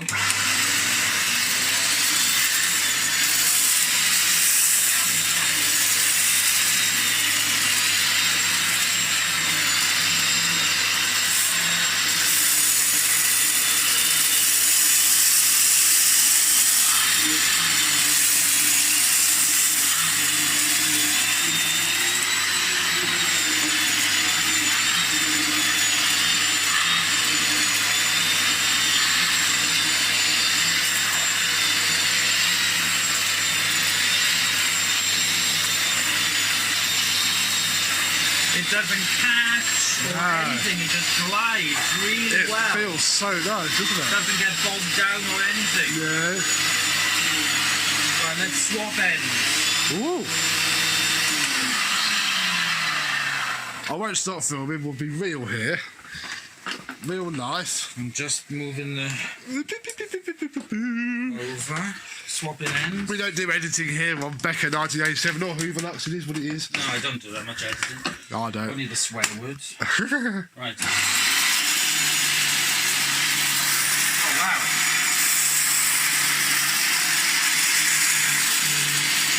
That works very well on that. Yeah, turn it right down. It still works alright. Let's try it now lower.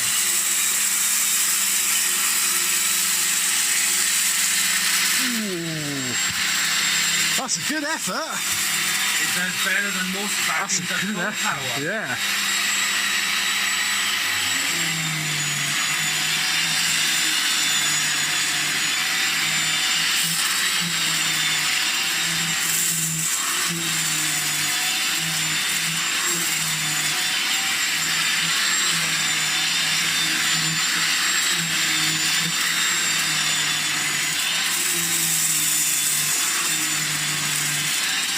Push that modern Hoover rubbish out the way. Yes, this is when Hoover used to be Hoover. Yes.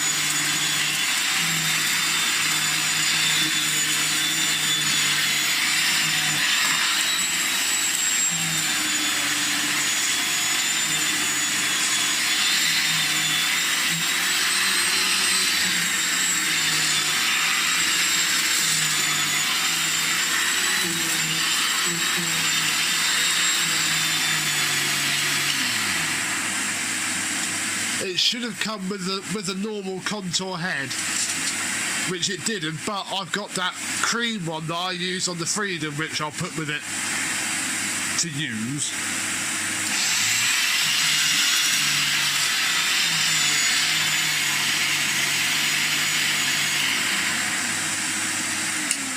Wow. That's good, isn't it?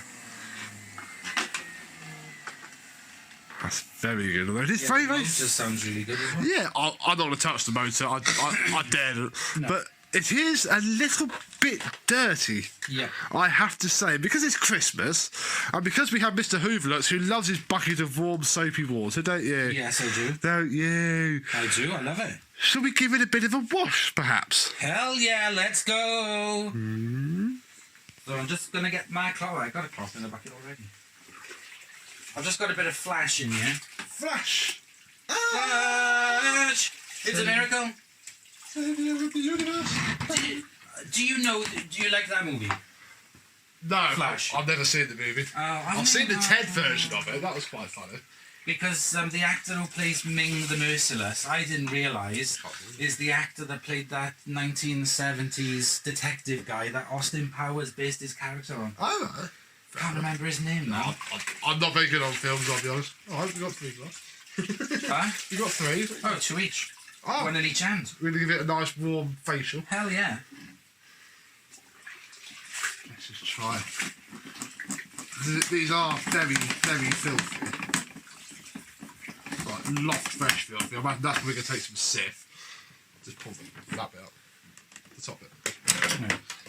Done. Right, move your ass down. There we go. Yeah, I just thought we'd give a little bit, because I'm probably not going to get round to this for a while. Yes. I'll be honest. This is going out Christmas Eve, but I have lots of other stuff to get rid of. This is a long-termer, so I'm not too fast if it sits. Yeah, it's the same. I've got a couple of long-termers as well. I keep saying that I was going to do it last year, but I didn't get a chance. I didn't even get to do any Kirby's like this year. Oh, I've got Kirby's to do. You need to hurry up so I know what to do. I know. Can you do a Heritage and a Legend? Oh, they're already on. I've got videos already on my channel. Ah. Yeah, because he watches them so much. I didn't have a Kirby at the time, so I didn't... I'm rubbish with YouTube. If I get 5 minutes, I'll just put the telly on and what comes up, comes up. Otherwise, I don't... exactly. Yeah. Oh, this is filth. I tell you what, though, you'd have loved going to the Australian stores. Oh, I saw the video. Vlog. Sam, you would have loved it. Give me that tray. Did you sort of tell them why? Did they ask you why you were filming and stuff? Yeah, I did. You start filming and go, what the fuck? Well, I did start sort of like stealth filming, like I normally do. Right. But I thought, I'll ask him because he seemed really nice, and fair enough. He was like, yeah, fire away, use whatever have a go wherever you want. Yeah, there seemed to be an odd layout. We don't get that in the UK. They were just there, but they all sort of plugged in and ready to go. Yeah. Wow. But that, oh god, here we go. It's a cylinder one. I can't remember the name of it. I'd never heard of it before. There were so many what looked like really rubbish bagless Hoovers with the most amazing power head I've ever seen. But I tell you what was really good was that cordless Hoover bagged. Yes, they look like an I would have loved one of them. Yeah, because you bought one back, didn't you? I bought yourself one. 2 back, and there's 1 in transit. You bought that brand new one, didn't you? Yeah, I did. All those ones you could have bought. I know. And you bought the probably most rubbish looking one there. Basically, like one of our Hoover thingy-majigs. Yes. You're going to try and convert it to run like off of a normal bagless, or just keep it as it is? You just it is bagged. Oh, it's bagged? Yeah, it's a bagged one. And they're 240 volts, aren't they? Yeah. So you can just knob a plug on it and... Yeah, exactly. Or would you just leave the plug on it and buy an adapter? And... Yeah. Just use an adapter. Yeah, so you don't ruin it too much. So that's what I do with my automatic G. My idea is to either... I have been put onto a snifter about how to convert it to 240 volts as is. Right, okay. Or stick another motor on it, but... I don't want to cut the nice moulded Electrolux branded plug off, so I've got to get into it to work out how the cord, basically change the cable so that I can keep the American cable just in case. I'm a little bit like, oh my gosh. Yeah, I know what you mean. I've seen a few bits. I've been scouring Vacuum Lab with information. My man Scott McMillan's been telling me lots of cool, interesting stuff. I tell you who might be able to help you as well. It's performance reviews. Yes, that's true, yeah. He's a wizard, all that. Oh, he's excellent, isn't he? The funny thing is, when he subbed to the channel and started talking to me, I was like, I'm not worthy, I'm not worthy. He's talking to me, oh my god. Like when you did, first of all. Yeah. Remember the first time I came to your house? Yes, that was lovely. I was excited. I was out of flipping Sainsbury's Vision. You came I to came that. early. And you sent me out for shopping. Ruined your filming thing for... Yeah. You got a little bit of Sif or something? Yes, in that... where's that spray stuff that I used on your Electrolux filter? That was amazing. That's it, the degreaser one, yeah. How is that filter going? Have you done anything with it yet? Filter? What's the filter? That bagged up like Electrolux that I did for you. Bagged up right. Yeah, the white Electrolux. Filter? Yeah. Oh my god. Oh my god, yeah, no, my mind's gone blank. Is it still here? Is it here? We took it upstairs. I must be still upstairs. White filter? Yeah, the white one that you got from the charity shop somewhere. You told us all the story about. Oh, this is... What brand, what make was it? Electrolux. Your spray bottle was doing what my spray bottle's doing. They What, can't gunking? flipping handle them. I had a dodo. Oh, Oh wow! Look at that! that's amazing. Ooh, that is cracked. Bit of bonding. Throw it in the bed. Yeah, I'll just glue the back of it to hell. So it is just strong, because I'll never find one of those in any colour. No. Oh, I tell you, I was talking to somebody, and we'd both thought about what it would be like to go back in time to go and buy these brand new in Comet, and I've had those thoughts before. oh, In the present day, you go and find like a garage block that's still there now. yeah. Go and rent it out there and fill it full of rubbish. Bring a few home in the old DeLorean. Yeah, exactly. And then to come back to the present day and then win the vacuum. Look at that, that's filth. It's more filthy than your mind. We're not going to go perfect, because obviously it will come apart and be done anyway, but because it's Christmas. Christmas time. Oh, this thing. Yeah, I don't... If it's easy to do, I'll fiddle with it. If it's not, I'll be honest, I'm just going to leave it. Well, to be honest, because, Performance Reviews did it on that one, and it just needed a bit of a retention in it. If it just needs a bit of retention, And it was like brand new. WD-40 over the spring, great. If it then doesn't work, I'm just going to leave it well alone, because, again, well, we have to do a whole scrap machine, I think, to get... Yeah, I keep needing to buy some of that stuff. So this stuff don't put on the letters. I don't know, actually. I put on the letters on here and it seemed okay.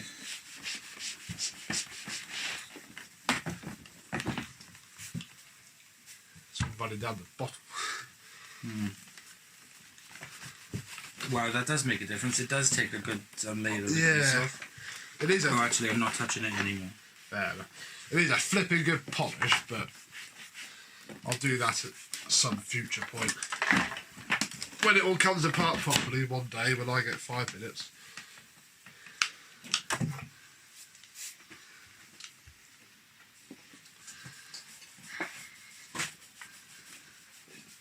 Ooh, magic sponge.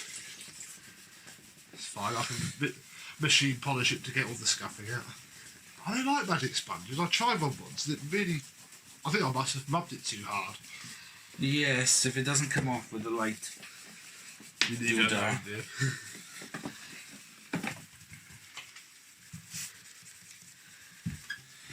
Look at the difference now. Oh wow, that doesn't look as faded now either. I think it is very faded anyway, but... Yeah, it is, you can see. Yeah. You have to do some retro brighting. Oh, I do always think about it, but this wouldn't be the machine that I would do it on until I was ever so flipping sure. Yep. But Alex has got the best way of doing it. Oh. What's his way? Oh, he was painting a bit on, leaving it half an hour, painting a bit on, leaving it half an hour. So I'm used to watching 8-bit guy who literally just cuts the whole thing in cling film, leaves it outside, and then just boils the smaller bits. But the thing is, we just don't have the climate to do that. That white DCO1 that you saw last year, well, this year still. I really almost wanted to do that, but A, never as a first go. B, you would just lose all the stickers. Yeah, exactly. It's not mine to lose the stickers on, so I can't really do that. Yeah, go on. Wow.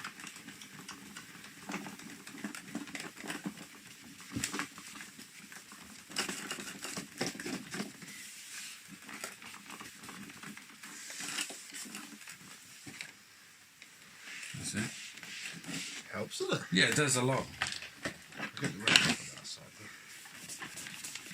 And we've got the turbo 300 to do.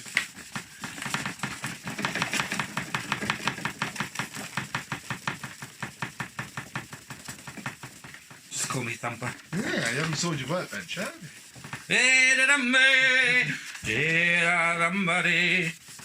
There we go. Very cool, sir. Beautiful, that will do. Good thing is, this whole plastic bit here isn't all the writings underneath it, so I can machine polish that up to new-ish, hopefully, and not write off all of that. Yeah, exactly. God, that sounds better already. Look at that. Now that worked really well on that texture plastic, because you can push it down really high, can't you? Yeah, that'll just machine up a treat. Beautiful. Where's the tools? Then we'll put this back together, and then you've got to do the 300. I don't want to change about tools. I'm going to try and find new tools for those, because that's very, very worn. So the tools aren't the most difficult thing to find. I've probably got many crevice tools. It's just that flipping dusting brush. But I've seen them. Someone will have one somewhere.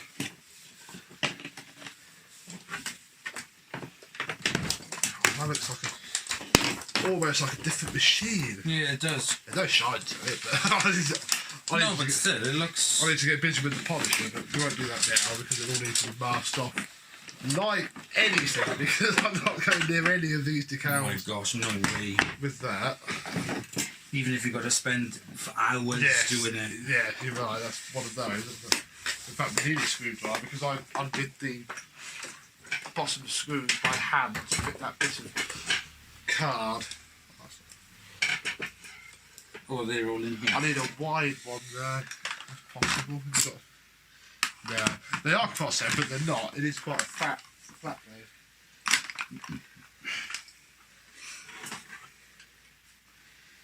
That's it. But let's take the.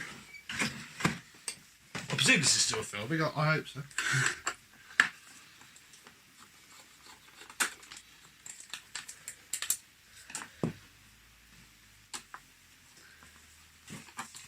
Yeah, the brush roll does move about in the head.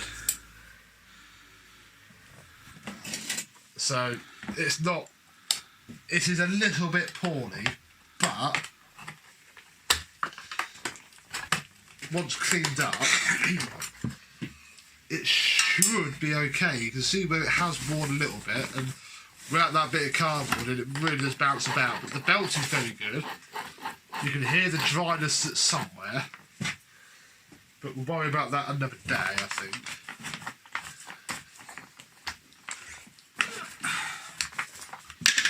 Oh, wow. I'll tell you what, why you got that out there? Where's my gloves? Have you seen my... Gloves? Yeah. Oh. They're orange. Oh, there they are, underneath. No? Yeah, the last one, Yeah, that's it. You wuss bag. Can't damage my Kirby nails. No, that's true. Yeah, I think there was some sort of seal there which has long gone, but I won't worry about that now. Yeah, I'm quite happy that this brush was in such good condition, because I think they are a little bit unobtainium there. Yeah. They did crop up on eBay though. There was one on there earlier on in the year, but I did stick a bit on it, but I didn't know I was getting this, so I sort of didn't go too high. So I was like, oh, that, you know, someone might actually have a need for it. I'm hoping that the break in the cable's somewhere near the end as well, because the machine end's moulded on, so I can't do anything with that, and I can't just pop down the local Hoover showroom and get a new one. No, or contact Paraville. Exactly. So I think be fair, it's only an issue when it's not clipped onto the wand, so... Somebody sent me a link a while ago of the documentary made in the Hoover factory, and the person who was doing the video was Kat from EastEnders. Oh, really? Yeah, I know. But it was a really good little sort of like segment. Oh. Talking about the Art Deco of the building and how much Tesco have spent. Oh, I bet. Tesco spent a fortune on restoring the building. I ruined it. I suppose. No. Ruined it's probably a little bit strong because if it wasn't for Tesco, it wouldn't be there now, would it? No. What they've done is sort of like where the Tesco is, but the rest of the building they spent millions on restoring it back to its Art Deco. Ah, okay. It was really it's all flats now, isn't it? Well, yeah, that's just it. Yes. This documentary was a bit old. Oh, they had twist. Yeah, it's been trying to pull them. Look, and they just done a twist. Ah. Oh God, they're actual ball bearings. Are they like junior bearings or are they different? No, they're different. Hang on, I think. How's that? Wow. No, they're open-ended ball bearings. Oh gosh. Have you got a bit of grease? Yeah, I do. Yeah. It's the one that you used with the. You made fun of my little brush in it. Oh yes. Hang on. That's it. Need to get rid of the red gloves though. Side cutters will work because I can grip the thread. There you go. Oh wow, there you go, there's a bit of fluff there. That's what I was starting to pull out when I realised I should probably take this out and do it. I don't know how much of that is hair that's wrapped around itself or like old felt, so I'll probably leave it a little bit alone for now. Where yeah, that's very dry. Let's scoop a little bit of reset into it.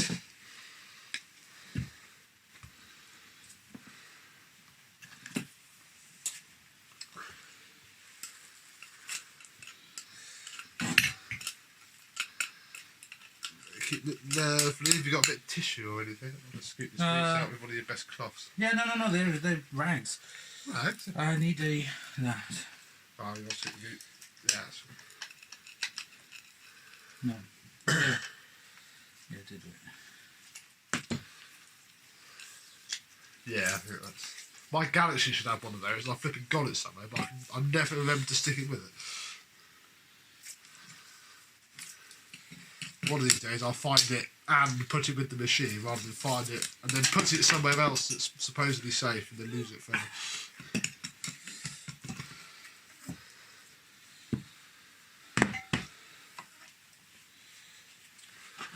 There's like a normal bearing in there, so that'll be. We might be able to do something with that during the full refurb. I forgot to put the cover back on because I'm a bit of an idiot. So there we go. Nobody'd ever say that to your face. I do. Where's it? There it is. So Veritylux was excited that you were coming up today. She was gutted she wouldn't get to meet you. Oh, she could have come down. Because it's the works dinner tonight. Oh, you not gone to that because I'm coming? No, but I'd already organised this with you ages beforehand. I see, yeah. So, and I was like, well, I'm not... I'm missing my worst dinner because I've been invited out with friends before, like, way before it was arranged. And I'm not that first anyway. That belt is amazing, which is good. Yes, because I gave my brand new belt to John Self. It's compact. And then I got this. I was like, oh my God, I hope he doesn't need a belt because I now haven't got one. I have to find a Dirt Devil handy belt or something. But I don't think there's anything wrong with that belt at all. There's not going to see enough use to wear it out. How's that? That's only just a little whiteboard as well. Yeah, you see that end cap there just moves about. So we have some structural cardboard, which I've wedged in there professionally, of course. Nothing but professionalism here. Yeah, that's lovely. I'm ready to touch that. I'll give it a wash to do the inside, but... Well, next time bring them up and I'll put them on the machine. Can you imagine what they'll come out on the machine like that? I'll just post it up to you. What's his name? Yeah, yes, that 725, wasn't it? Yeah.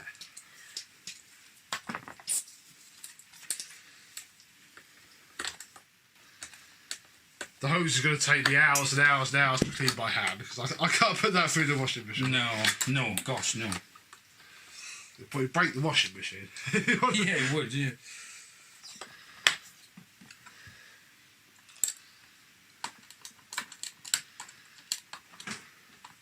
Well, I might fire it up quickly and see if it's a bit quieter. Oh, yeah, sorry, I pinched your screw. That's worry. I'm not worried, I'll just say so.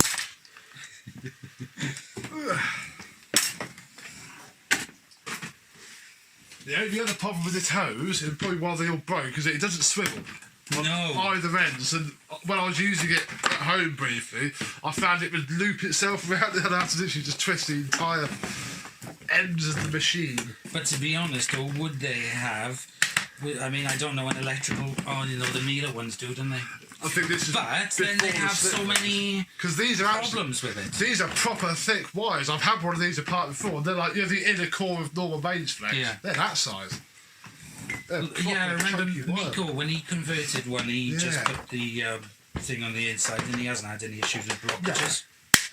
Well, I think because if you use it properly, you might do. Being a collector and whatnot, you sort of know to be a little bit careful. Right, let's just plug that in there.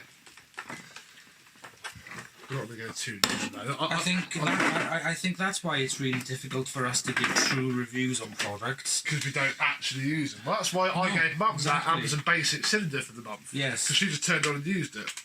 And Verity's got my Shark. Yeah, so we can get some nice real. And then that one then over there, that 4-home one, is going to go to Tom. Have you unboxed it yet? No. I won't do it with you because you want to do it another day. Right, let's just turn this down.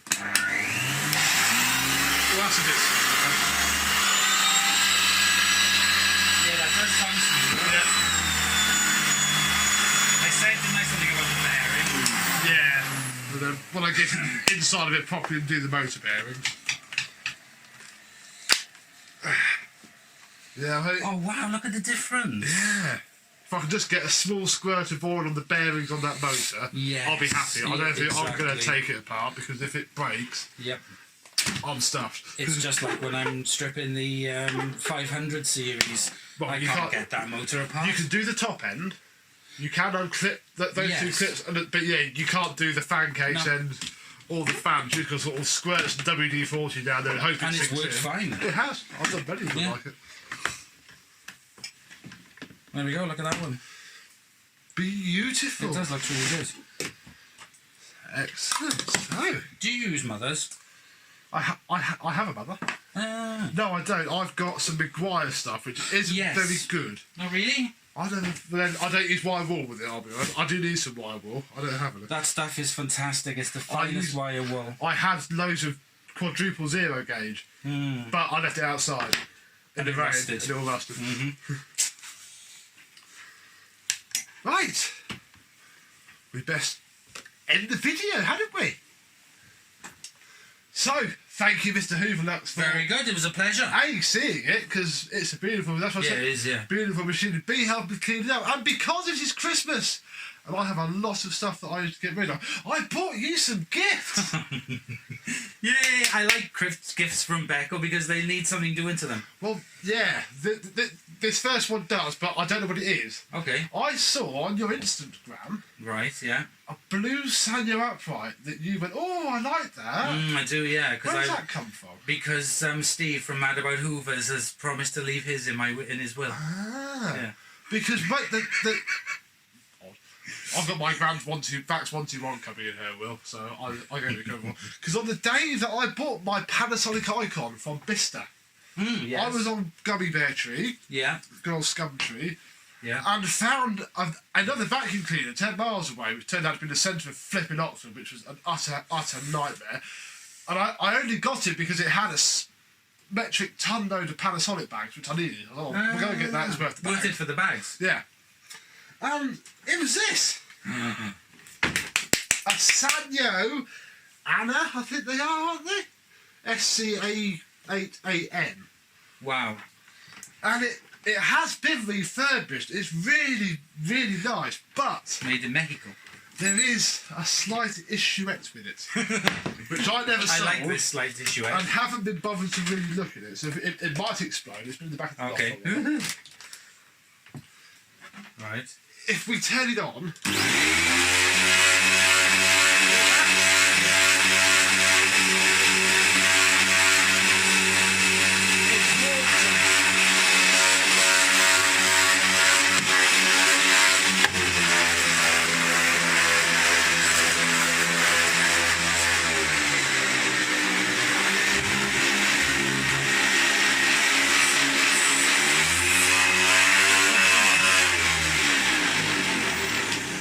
it was a refurb project. I think I took the pictures for a thread and everything, but as soon as that hood goes on, it makes that noise, and I just haven't. Yeah, there's something squiffy with that as well.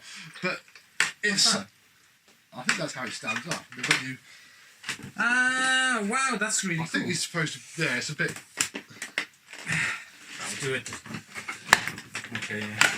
Yeah. Wow. So it's got a great brush roll.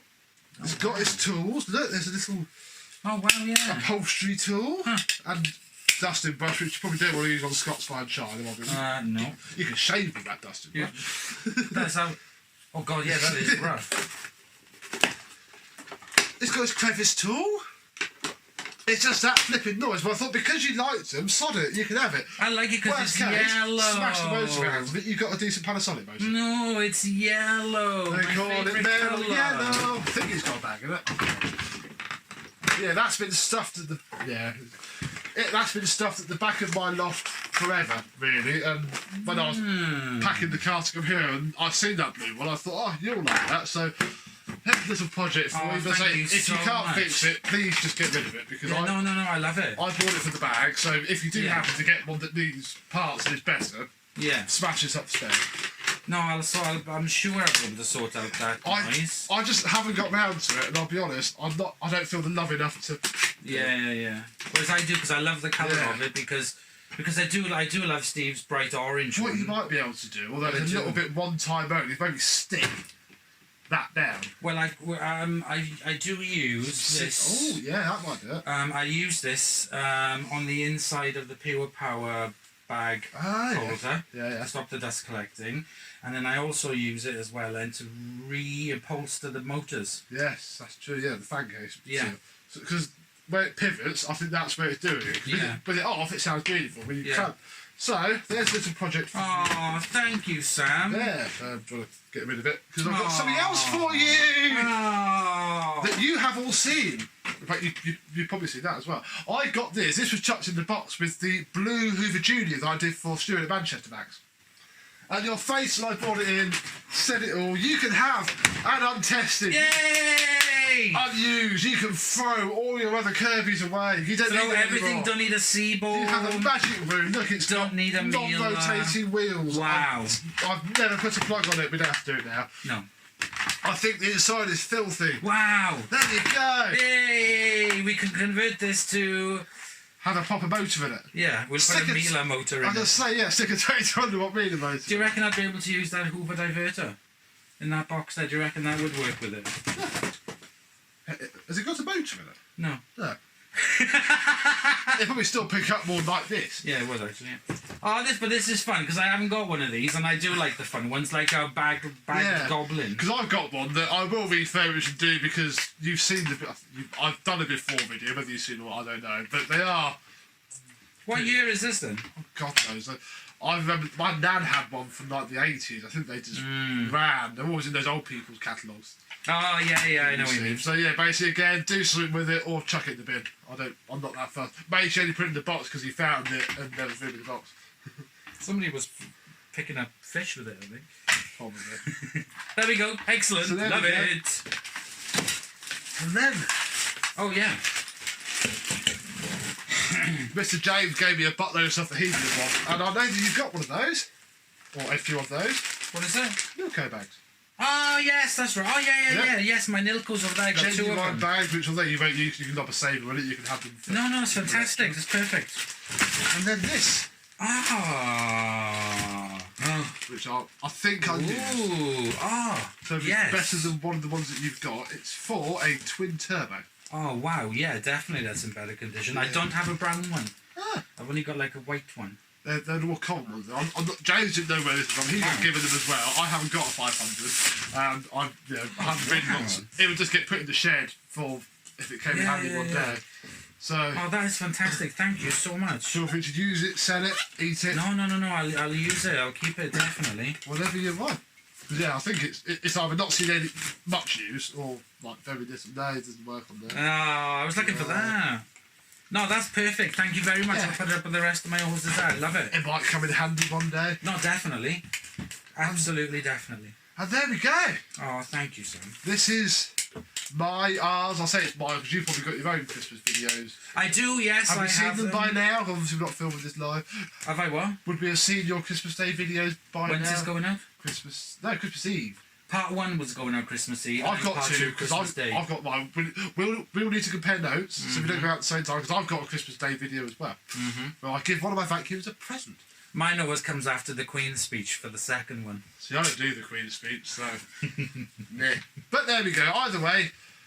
Over the course of this video, we've got a lot to do in this video. One video for you. I'm expecting it to take a couple of days for me to film because we have a before video from a chap called John. Hi John. John bought a U233 2 turbo power from me in December 2018 and when he did the trip over, he drove over to collect it, he gave me some other projects and asked me if I could sort some machines out for him. So we have this incredibly nice Dirt Searcher Junior look with its original bag, both cord hooks intact. It's not too bad. What he also gave me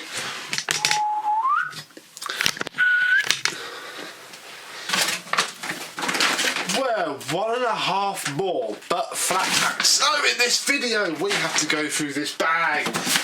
We have to go through this box. We have to see what we have because John gets the mint one back.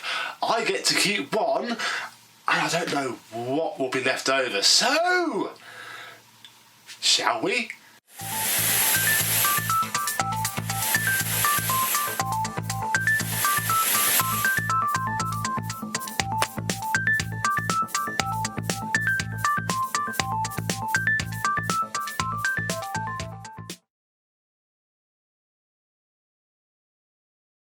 Yes, hello my vacuum cleaner chums, how are you today? We shall start with the one that is together. It may not be its final form, because obviously I shall do what I usually do and make the best one for the customer. That's what you should always do in any sort of scenario like that. So we shall have a quick look at this. It works really well. In fact, let's dive straight in. I have been pushing it around quite a lot. If you follow me on Instagram and obviously in the groups on Facebook, you just see the video or two of this here and there because it's not too bad really.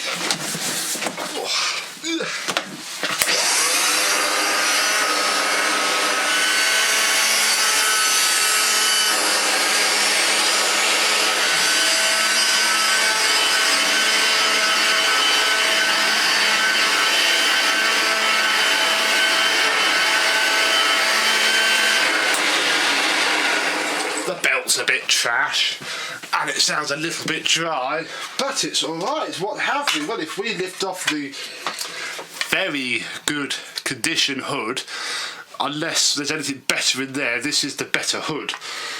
Perhaps with a new roundel, we'll see. The new seal that I must buy some rubbery stuff for stuff like this. There's been a few occasions where I've needed it. We have a 1354A. From 1974. Very nice indeed, and it is in very good condition, actually. Very good. Obviously, it's a little bit faded. In fact, it's very faded, but that is okay. It has its original bag in mint condition. There is a paper bag in it. which is fine. It's actually spotless inside. I think John has tidied these up a little bit, but wanted the whole hurrah. Nice cable, possibly original. I'm not sure when Hoover moved away from ribbed cables. They probably had by now, but then they kept it on other machines, so I'm gonna guess it's not original, but it's obviously perfectly good. And if you know, please tell me. We have a plastic cord hook at the top, which rotates, which I think is correct. And we have a metal one at the bottom. Nice, genuine handle grip. Let me just unplug it before I turn it over and accidentally turn it on and chop my fingers off. We have a beautiful MK plug. It's had a pack test in 2012, so probably came from a charity shop or somewhere else where they have to you have to legally pack test stuff in the UK. When my little shot at fame on ITV, they pack tested all of the cleaners that I sent. I was quite surprised because I sent them like the Ropey 375 or whatnot. Pack tested. Underneath, there we go, a little chip out the hood. Although actually with the bumper fitted properly, because it should go down there.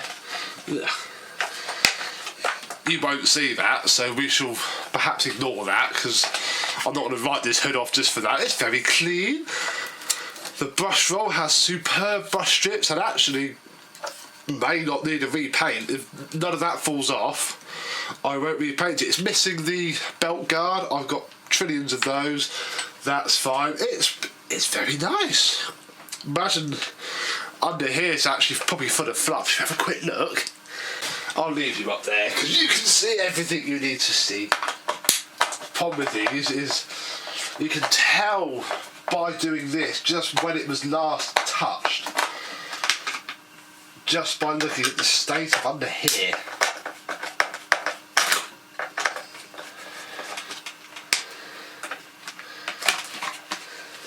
Wow. They always happen. That is the spark arrestor. And the problem with these spark arrestors is that the foam just crumbles to dust. I never normally replace them. They're normally okay. But yeah, we've got quite a lot of dirt in there. So that is a good sign. And I think looking at it more, so that's not been touched. You can't see it on camera, but where the mains cable goes in, it's got its round crimps, which means that it probably actually is a genuine cable, because people never, Hoover obviously stamped them out in bulk. Any pattern cable never really went to the effort of that. Oh, there is a little bit of a melty burny mark there. I think it's just a wear mark, because it'll be where this sits, and that's fine. But we don't need to worry about details on that. In fact, let's make a mess, then we can have something to clean up after this, and when I take it apart at home it won't go everywhere. There you go, a little bit of mess to go with. Oh. So we'll pop this back on because I don't want it all in bits, because it's got to go home after this to be taken apart. I don't like taking it back home in boxes and whatnot.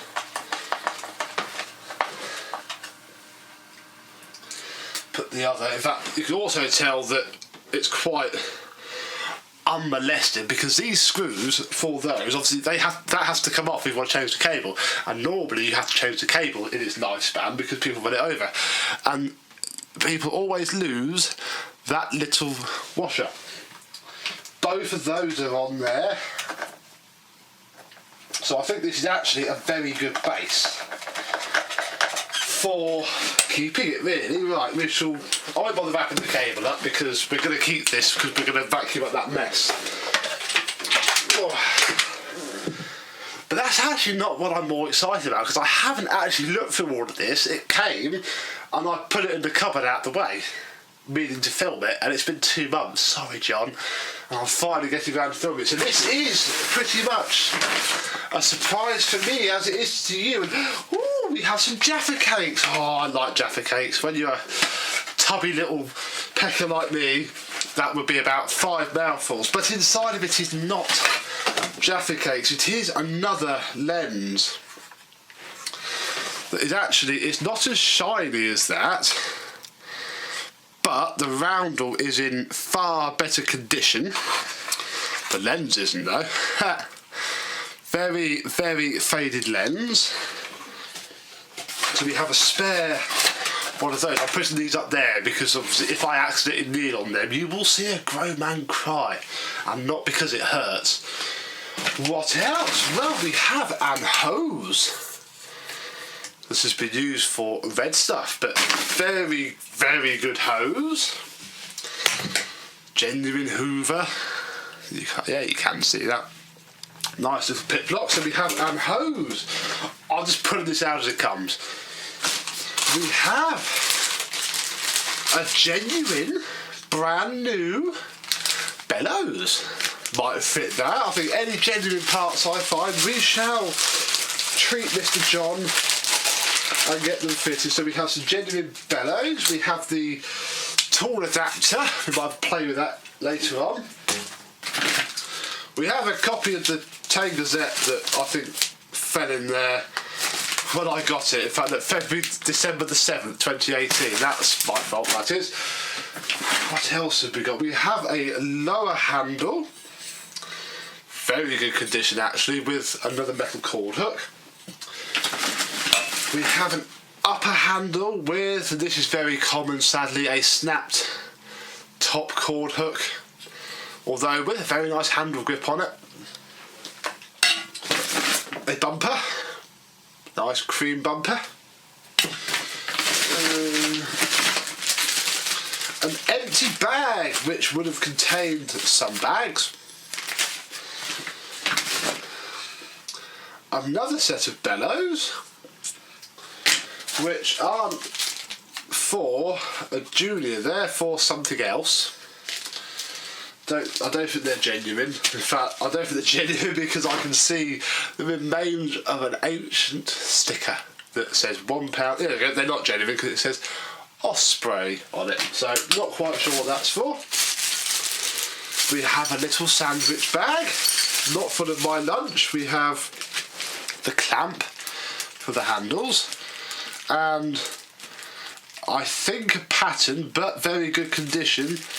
That's for it as well. That's the bag holder, that's the spring, and that's the bar that holds it to the handle. There should be a circlip on the end, so we have those. Might just tie these up so they don't all fall over everywhere. Crikey, it's hard to know where to start. We have a motor here. Ooh. Not a very happy little motor, but we have a motor all the same, so there's a spare motor. A cable, a whole complete cable. This has been fettled with because obviously it's got different crimps on it. Does have an 80s-ish, what's that? That is a nettle plug. So yeah, a cable. It's still got the clip that holds it to the lower bail and the middle one. So there's that. We have another bumper. It's a different bumper as well. Can't actually tell you off my head what this one's off, because that's the right one for the juniors, because the other one's got one on it. That one's got, I think it might be from an older junior. We have a brush roll shell, very poor condition. Oh my gosh. We have various, we've got lots of stuff. There's like an axle for probably that brush roll with a knackered bearing in it, end caps, pattern plastic brush roll ends, lots of stuff in there.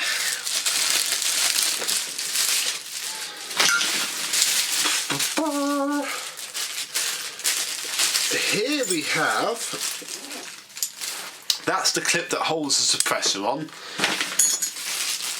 That is an old ratings plate. You won't be able to see that, but I can. That is from a 1354A from 1970. So an earlier one. Then we seem to have a nice assortment of wood screws. These are the screws that hold the motor to the firewall. They are firewall screws.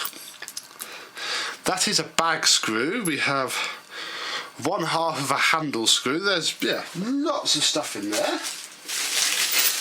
So we'll pop all those back in the bag. This bag I'll go for now, it's full of this, so go make a drink if you don't want to watch me unbox loads of stuff. Here we have one solitary handle bolt. I've got oodles of brand new ones of those.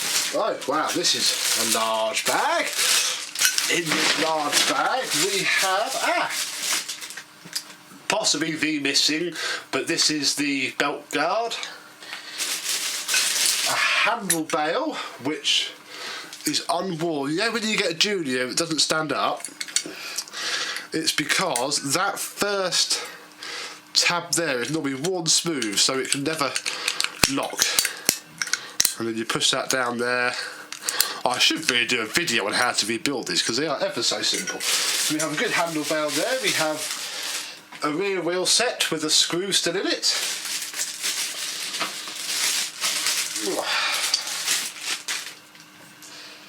In fact, this is a whole rear axle assembly because they're the screws that hold the whole thing to the cleaner, that style.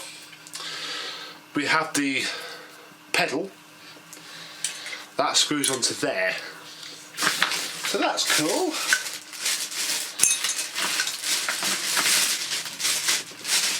Pop that back together. Oh, we're getting through it though. We have another bottom cover with, if actually it's got a spark. That's a good idea actually. That's just been glued straight to there. That's a fair shout actually. Might pinch that idea. Let's take this out now because we have this is the rubber bung that actually sits over there and is what helps it sit square in the handle bail which we just put over there.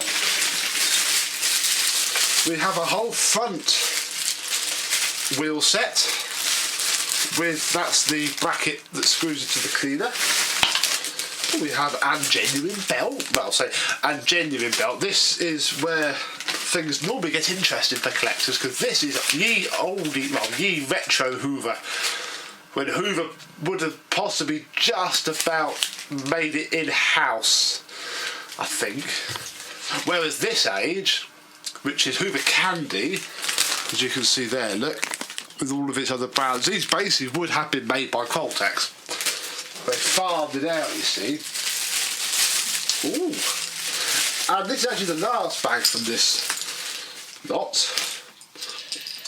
We have, that is the plate that covers the prongs for that. So when you stick it in the machine, that's what holds all the connectors to it, and a cable clamp screw.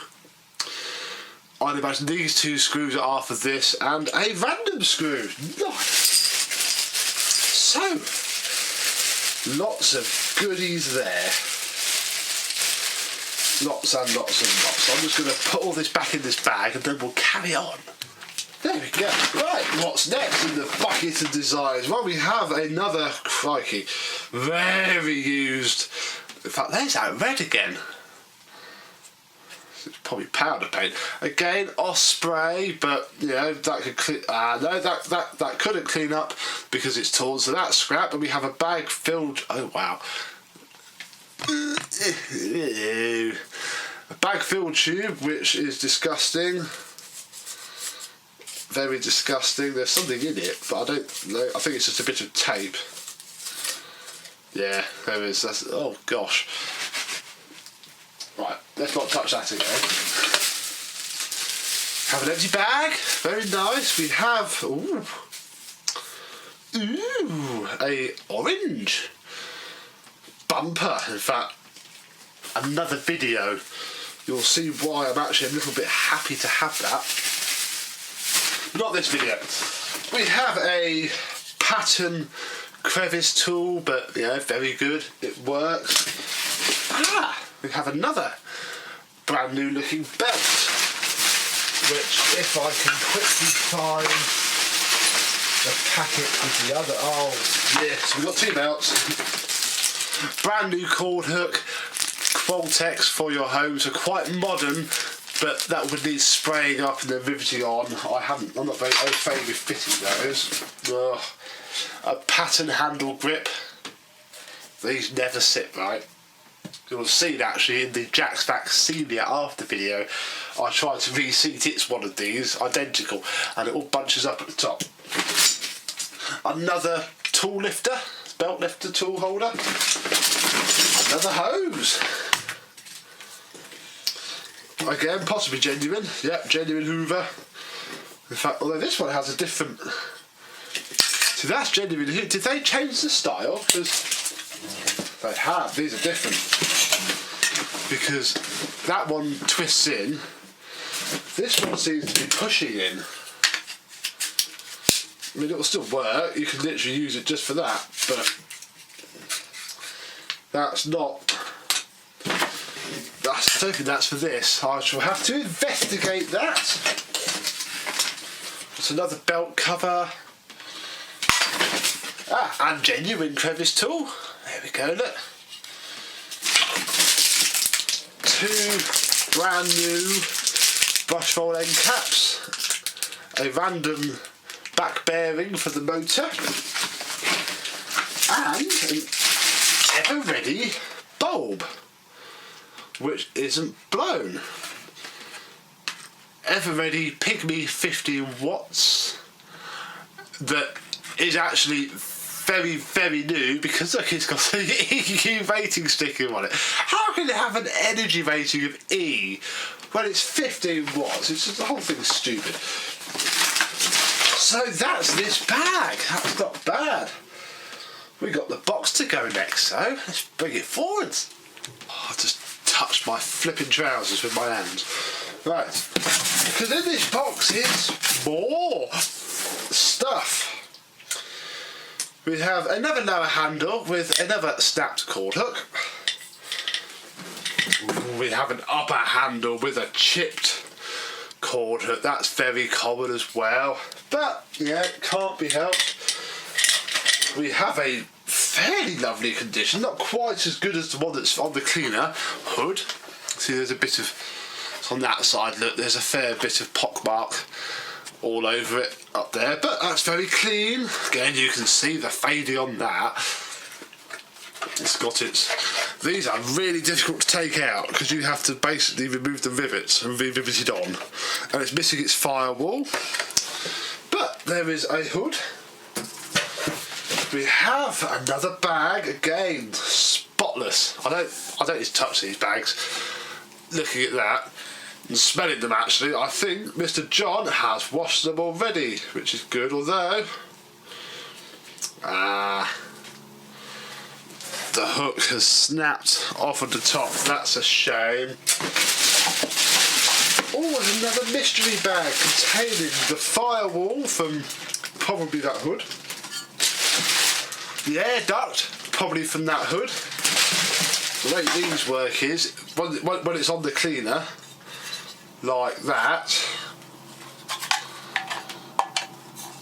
they screw off. Yeah, it's more like that.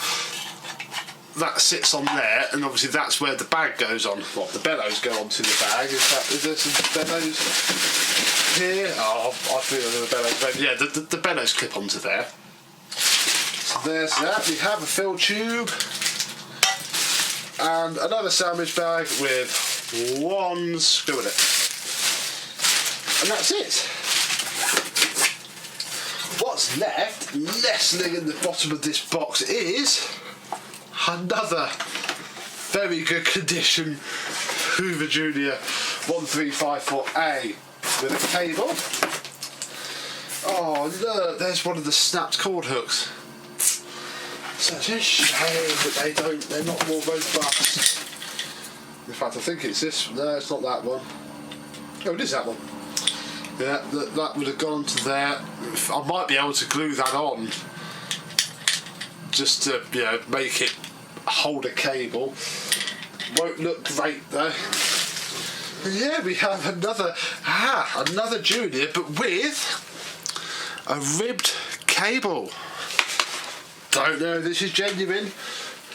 Could not tell you, but it's ready to go. In fact, it's even clipped in to the handle belt. Utterly filthy. It's got more of its foam sealing strip though. Very faded lens. Once more, this is a 1354A from September 1975. That's very good. Nice bumper on it. The hood is again actually quite immaculate under all the filth.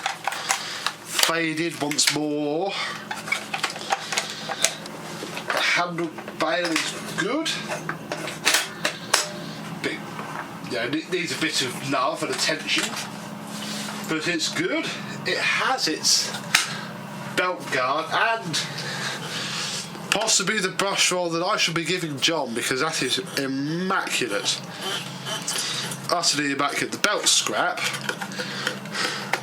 you can tell that from the way that's sitting there. Doesn't look to be as filthy as that other Junior we did. So I think, what I think is, we'll take the brush roll out and we'll fit one of the new belts, because I think it might be needed. I do sometimes on these belts they actually stamp them, and they haven't on that. That's very good actually. Nothing really wrong with that. Inside is quite mint. Filthy, but yeah, quite mint. So we shall put this brush roll back in. I don't know if this works. We shall find out. Turn it over. I'll fit the belt, which is going to be a lot more trickier now that it's got a new belt, so that will help a lot. Don't know what it's got a bulb in it. I don't quite fancy taking the lens off. So it may light up, it may not. Who knows? Sod it. I think we'll lob a handle on it because we have a handle set here. Oh, obviously dropped 2 screws out of one of the bags. So we shall put the handle on. The notch at the back of these goes at the back of there. In fact, if I do this, I can get rid of that box. It'd be a fair bit easier to just have 2 Juniors lying around than the box. Oh. Let's fit the handle bolt. Won't do it fantastically, I'll just screw it up fairly robustly. I don't even have my keys on me, but a pair of flat-ended scissors will. Use a coin, bottle opener, that'll do. It's just for a quick run around. We've got the top handle. I think this will be the handle that I keep because of its snapped cord hook. Fair enough. Oh. Although I might try and take these top ones off and give them a bit of a clean up. So you have to put, you can't even see me. You have to put that on first. Then you put the handle on. Then obviously you bring it up like so. Find the small hole. Put the bolt through. Where you've got to sort of line everything up, or it won't work, and you have to be a little bit precise with it as well. There we go. We'll do this one up. Luckily these bolts are already on the handle, otherwise we'd have had to, I'd have had to go all the way through that bag again. So that's lucky, isn't it? Marvellous. Now we can't wrap the cable up. I'll probably give John this cable because it's ribbed for his pleasure. Ooh, bag. Now obviously this is lovely and all, but I'm not going to go building it all up for literally these 5 seconds. Well, plus actually it's missing its clip. So we're going to borrow it from this. That's a thing. That hood is scrap. Well, say scrap, it's not worth fixing. Oh yeah. Okay, now this hood, this machine will not go back into this hood. It will go back into one of these. In fact, this one's got a crack on it as well. But that, you probably can't see that. That's very glueable. I can just about open it up. It should be fine. Little bit of Q-bond on the inside of that will fix that completely. So yes, actually that one's not as great as I thought it was. This one's okay though. So we had 2 good hoods. That's alright. Nah, wrong with that. Let's just put the bag onto here. Oh, which is so much more difficult without the right tools. I wasn't fully I wasn't fully expecting to be doing this today. Like this much detail. I thought we would just be looking at it. I didn't actually realise that there was a ready to go machine in there. I'll just whip that screw up a little bit. I can fit the bag. But also, just before we turn the thing on, I am going to whip this one's cover off just to check that nobody's started half a job and left the wires touching and it will kill me. This has both of its little screw grips as well. That's nice to see. That's very nice to see. Oh. Ooh, well. We might have discovered a cure for penicillin, or I might be about to die. Oh. It's melted itself to the cables. I don't know what the heck that is on there. Oh, that's just greasy, horrible crap from the back bearing. But no, nothing to worry me here. That's all fine. So we'll pop that back on for now. Marvellous. Oh.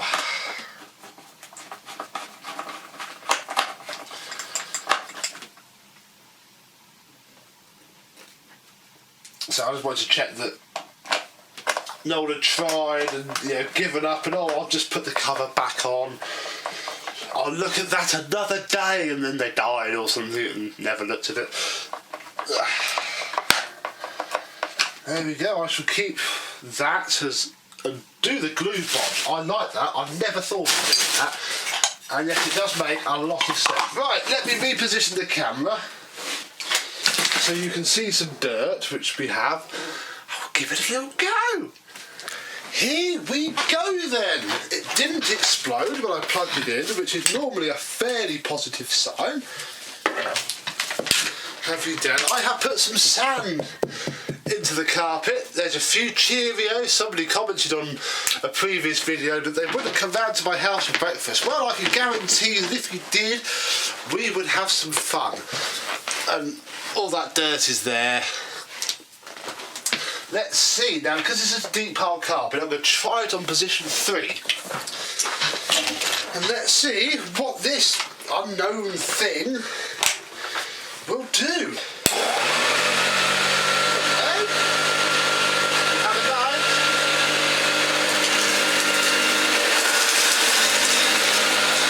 Oh, look, now that being melted helps the tree.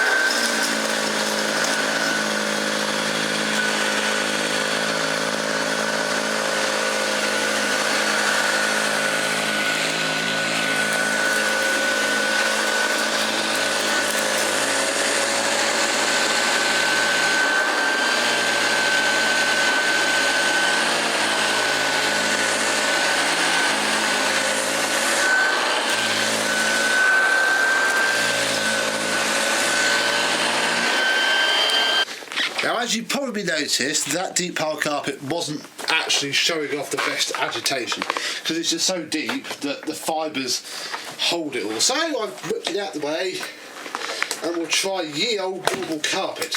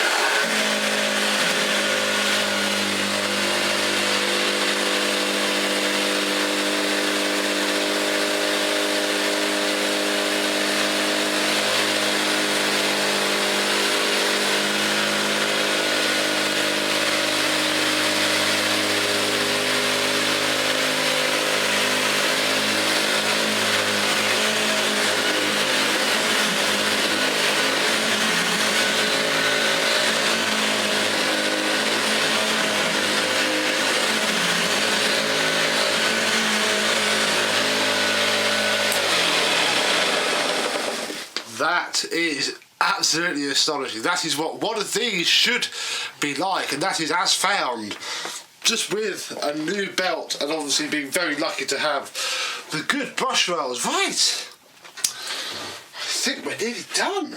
Oh wait, there is one more thing to try, and that is to very quickly whip the hose on. Yes, I forgot about the hose, so we'll take that off. You get ye old hose adapter, twist it, because that was going to go to the belt first. There we go. And as you turn it, just like a Kirby, it lifts the belt off of the spindle.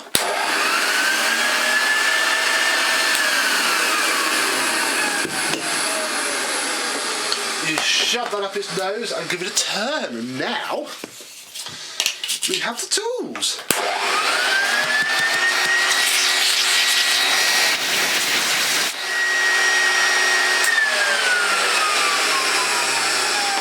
I suppose you'd best get the old disgusting Cheerios back out, hadn't we? Now this is a little tale from my youth, and it's a little bit sad, but I think a lot of you will understand, unless you don't like vacuum cleaners, in which case, hi, welcome to a video that you're not going to understand. I used to put biscuits up these, because you could hear it mash around in the fan, and it was great. Obviously it's making up a treat. Now I'm going to try and position this so you can see that as well. Just see if you can hear it over the motor.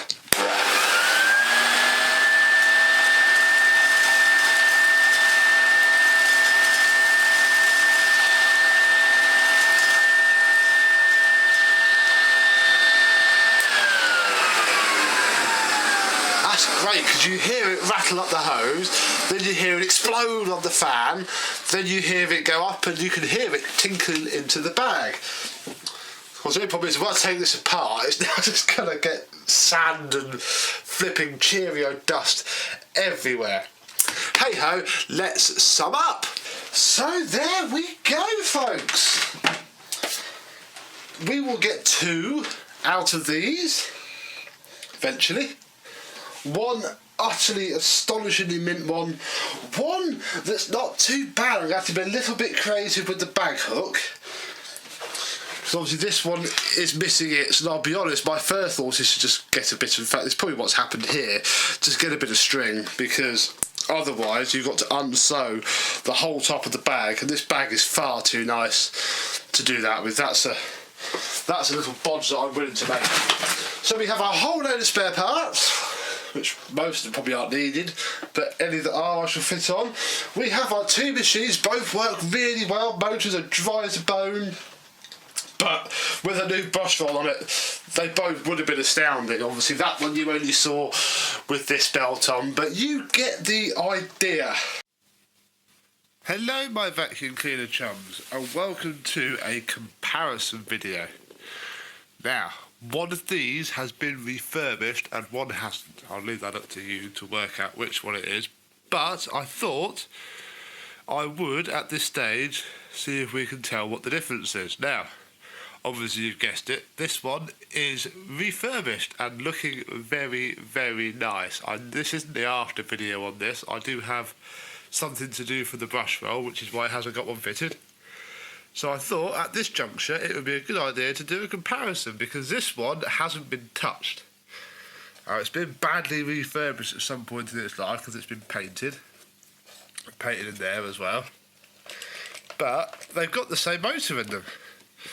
So let's see what the differences are. So neither have belts, neither have brush rolls, both have the same motor, both are the same machine. Let's see what this one sounds like first, untouched since I had it.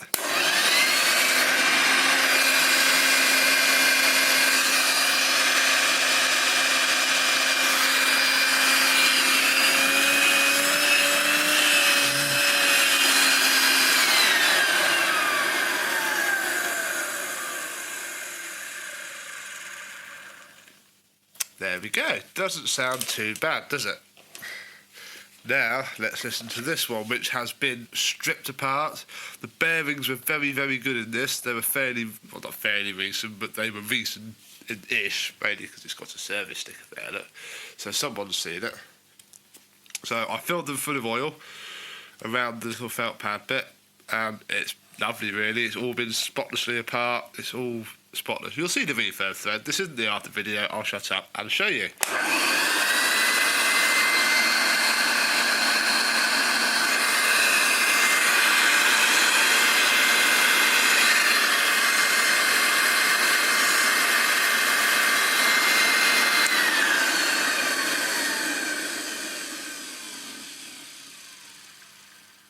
Sounds much, much smoother, doesn't it?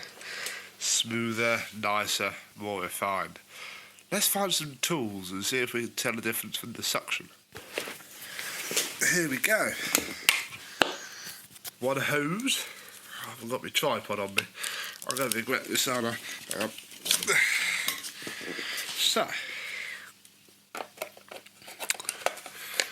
let's fit the adapter onto this one.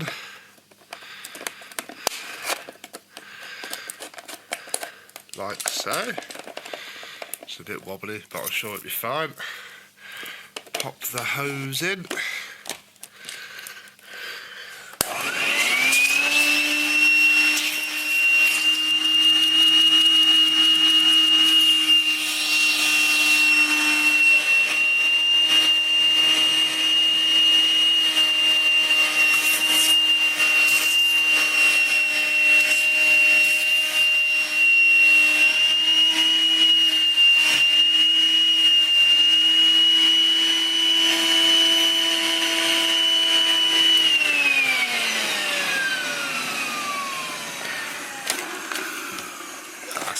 Some suction to it.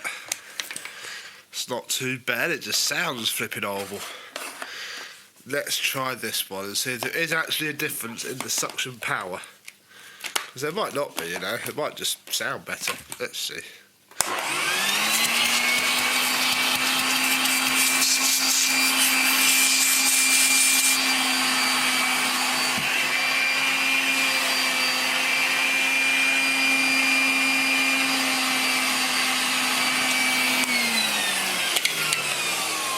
I've just realised this isn't a completely fair test because that one's got a bag fitted. So let's take the bag off, because of course this one has a bag, that one doesn't. So this isn't a fair test. I'm lying to you all. Come on. Oh, I really should have set my tripod up. I didn't realise I was going to go this in depth with it all. There we go, right, this should be a bit fairer, both are unrestricted.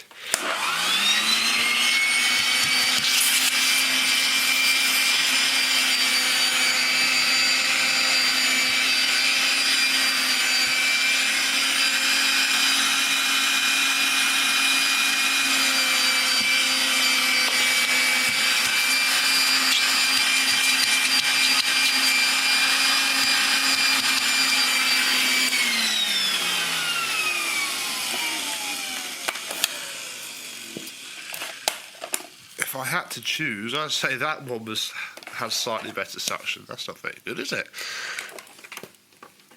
What's the wattage on it? It's not going to be much, is it? It's going to be just about there. 250 watts. That'll add to a 250 watt motor in it as well. It hasn't got its ratings plate on it though, so I can't show you. Look, sneak peek. Very clean. Very clean. Look, you can probably read that on the camera if I get the light in the right place. 230, 50, 207 watts.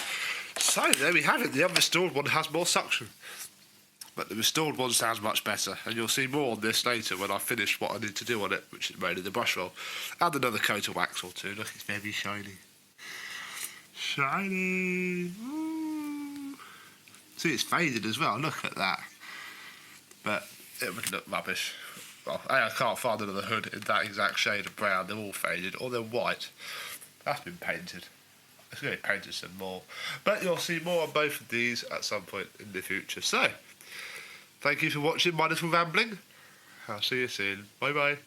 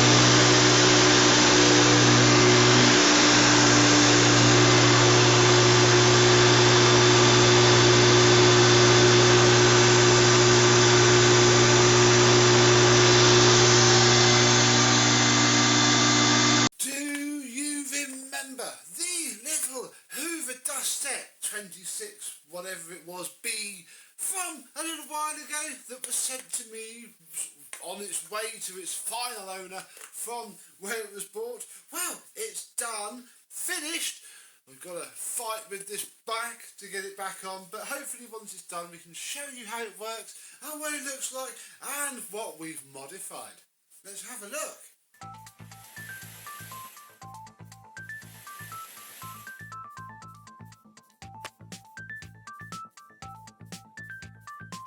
Yes, hello, my vacuum cleaner chums. How are you today? Yes, I am using the time-honoured incorrect way of winding the cable up, a way that is sure to damage the end of the cord protector, so I possibly shouldn't do that, of a Hoover Dustette, because yes, the little Dustette, bless it, is done. And for such a small, tiny machine, oh my goodness, in there was packed, and I wonder if I can, boop, there you go, look, you can probably roughly see that, yeah, in there, which was all packed up with gunk and a lot of fluff. It's all out, the motor's been apart, it was on the edge of its life, but now it's pretty flipping good. The replacement cable, which is in no way correct and isn't that nice, is okay, it's cleaned up fine. The plug, I mean, I couldn't do much about the pins because can't remove the pins on these, but that'll clean up in use. And it came up all right. Yeah, where are we? Oh, they're over here, look. These are the carbon brushes that came out of the thing. I mean, this one here is just, oh, let me get a focus on it. Yeah, there's nothing.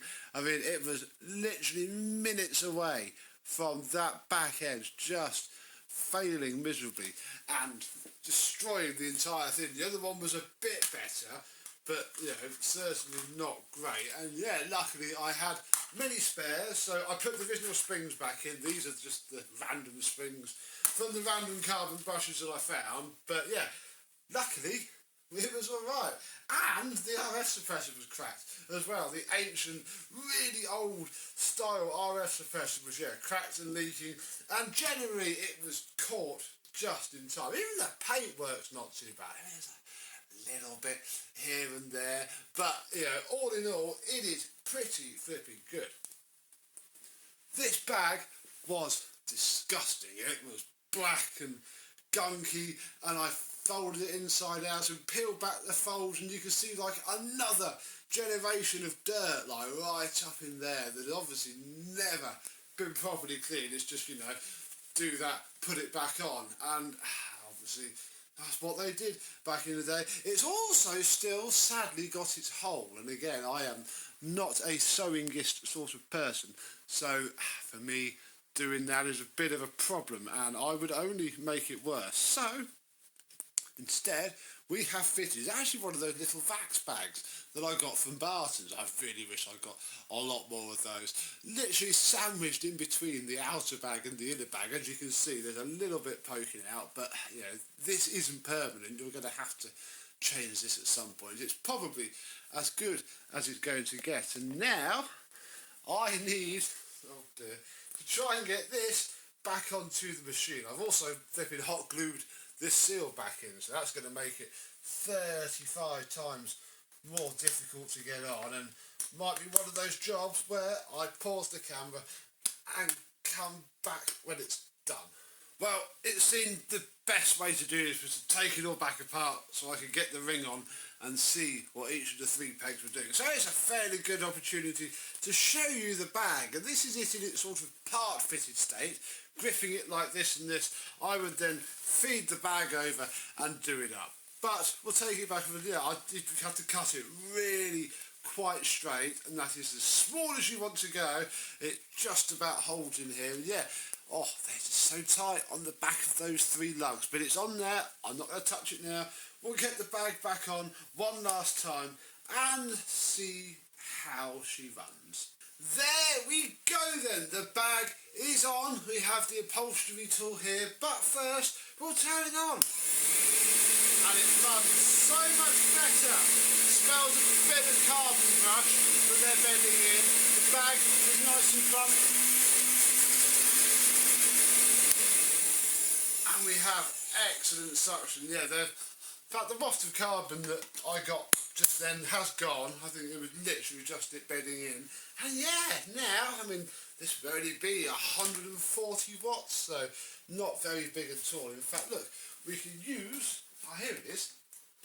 This is just a bit of an offcut from the bag. Let's make some test. Click, click, click. Obviously, it can't be too big because it will clag up the fan. The fan was okay. It was just the air path.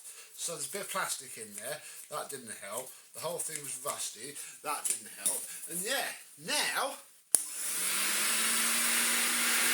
Oh, whoa! Yeah!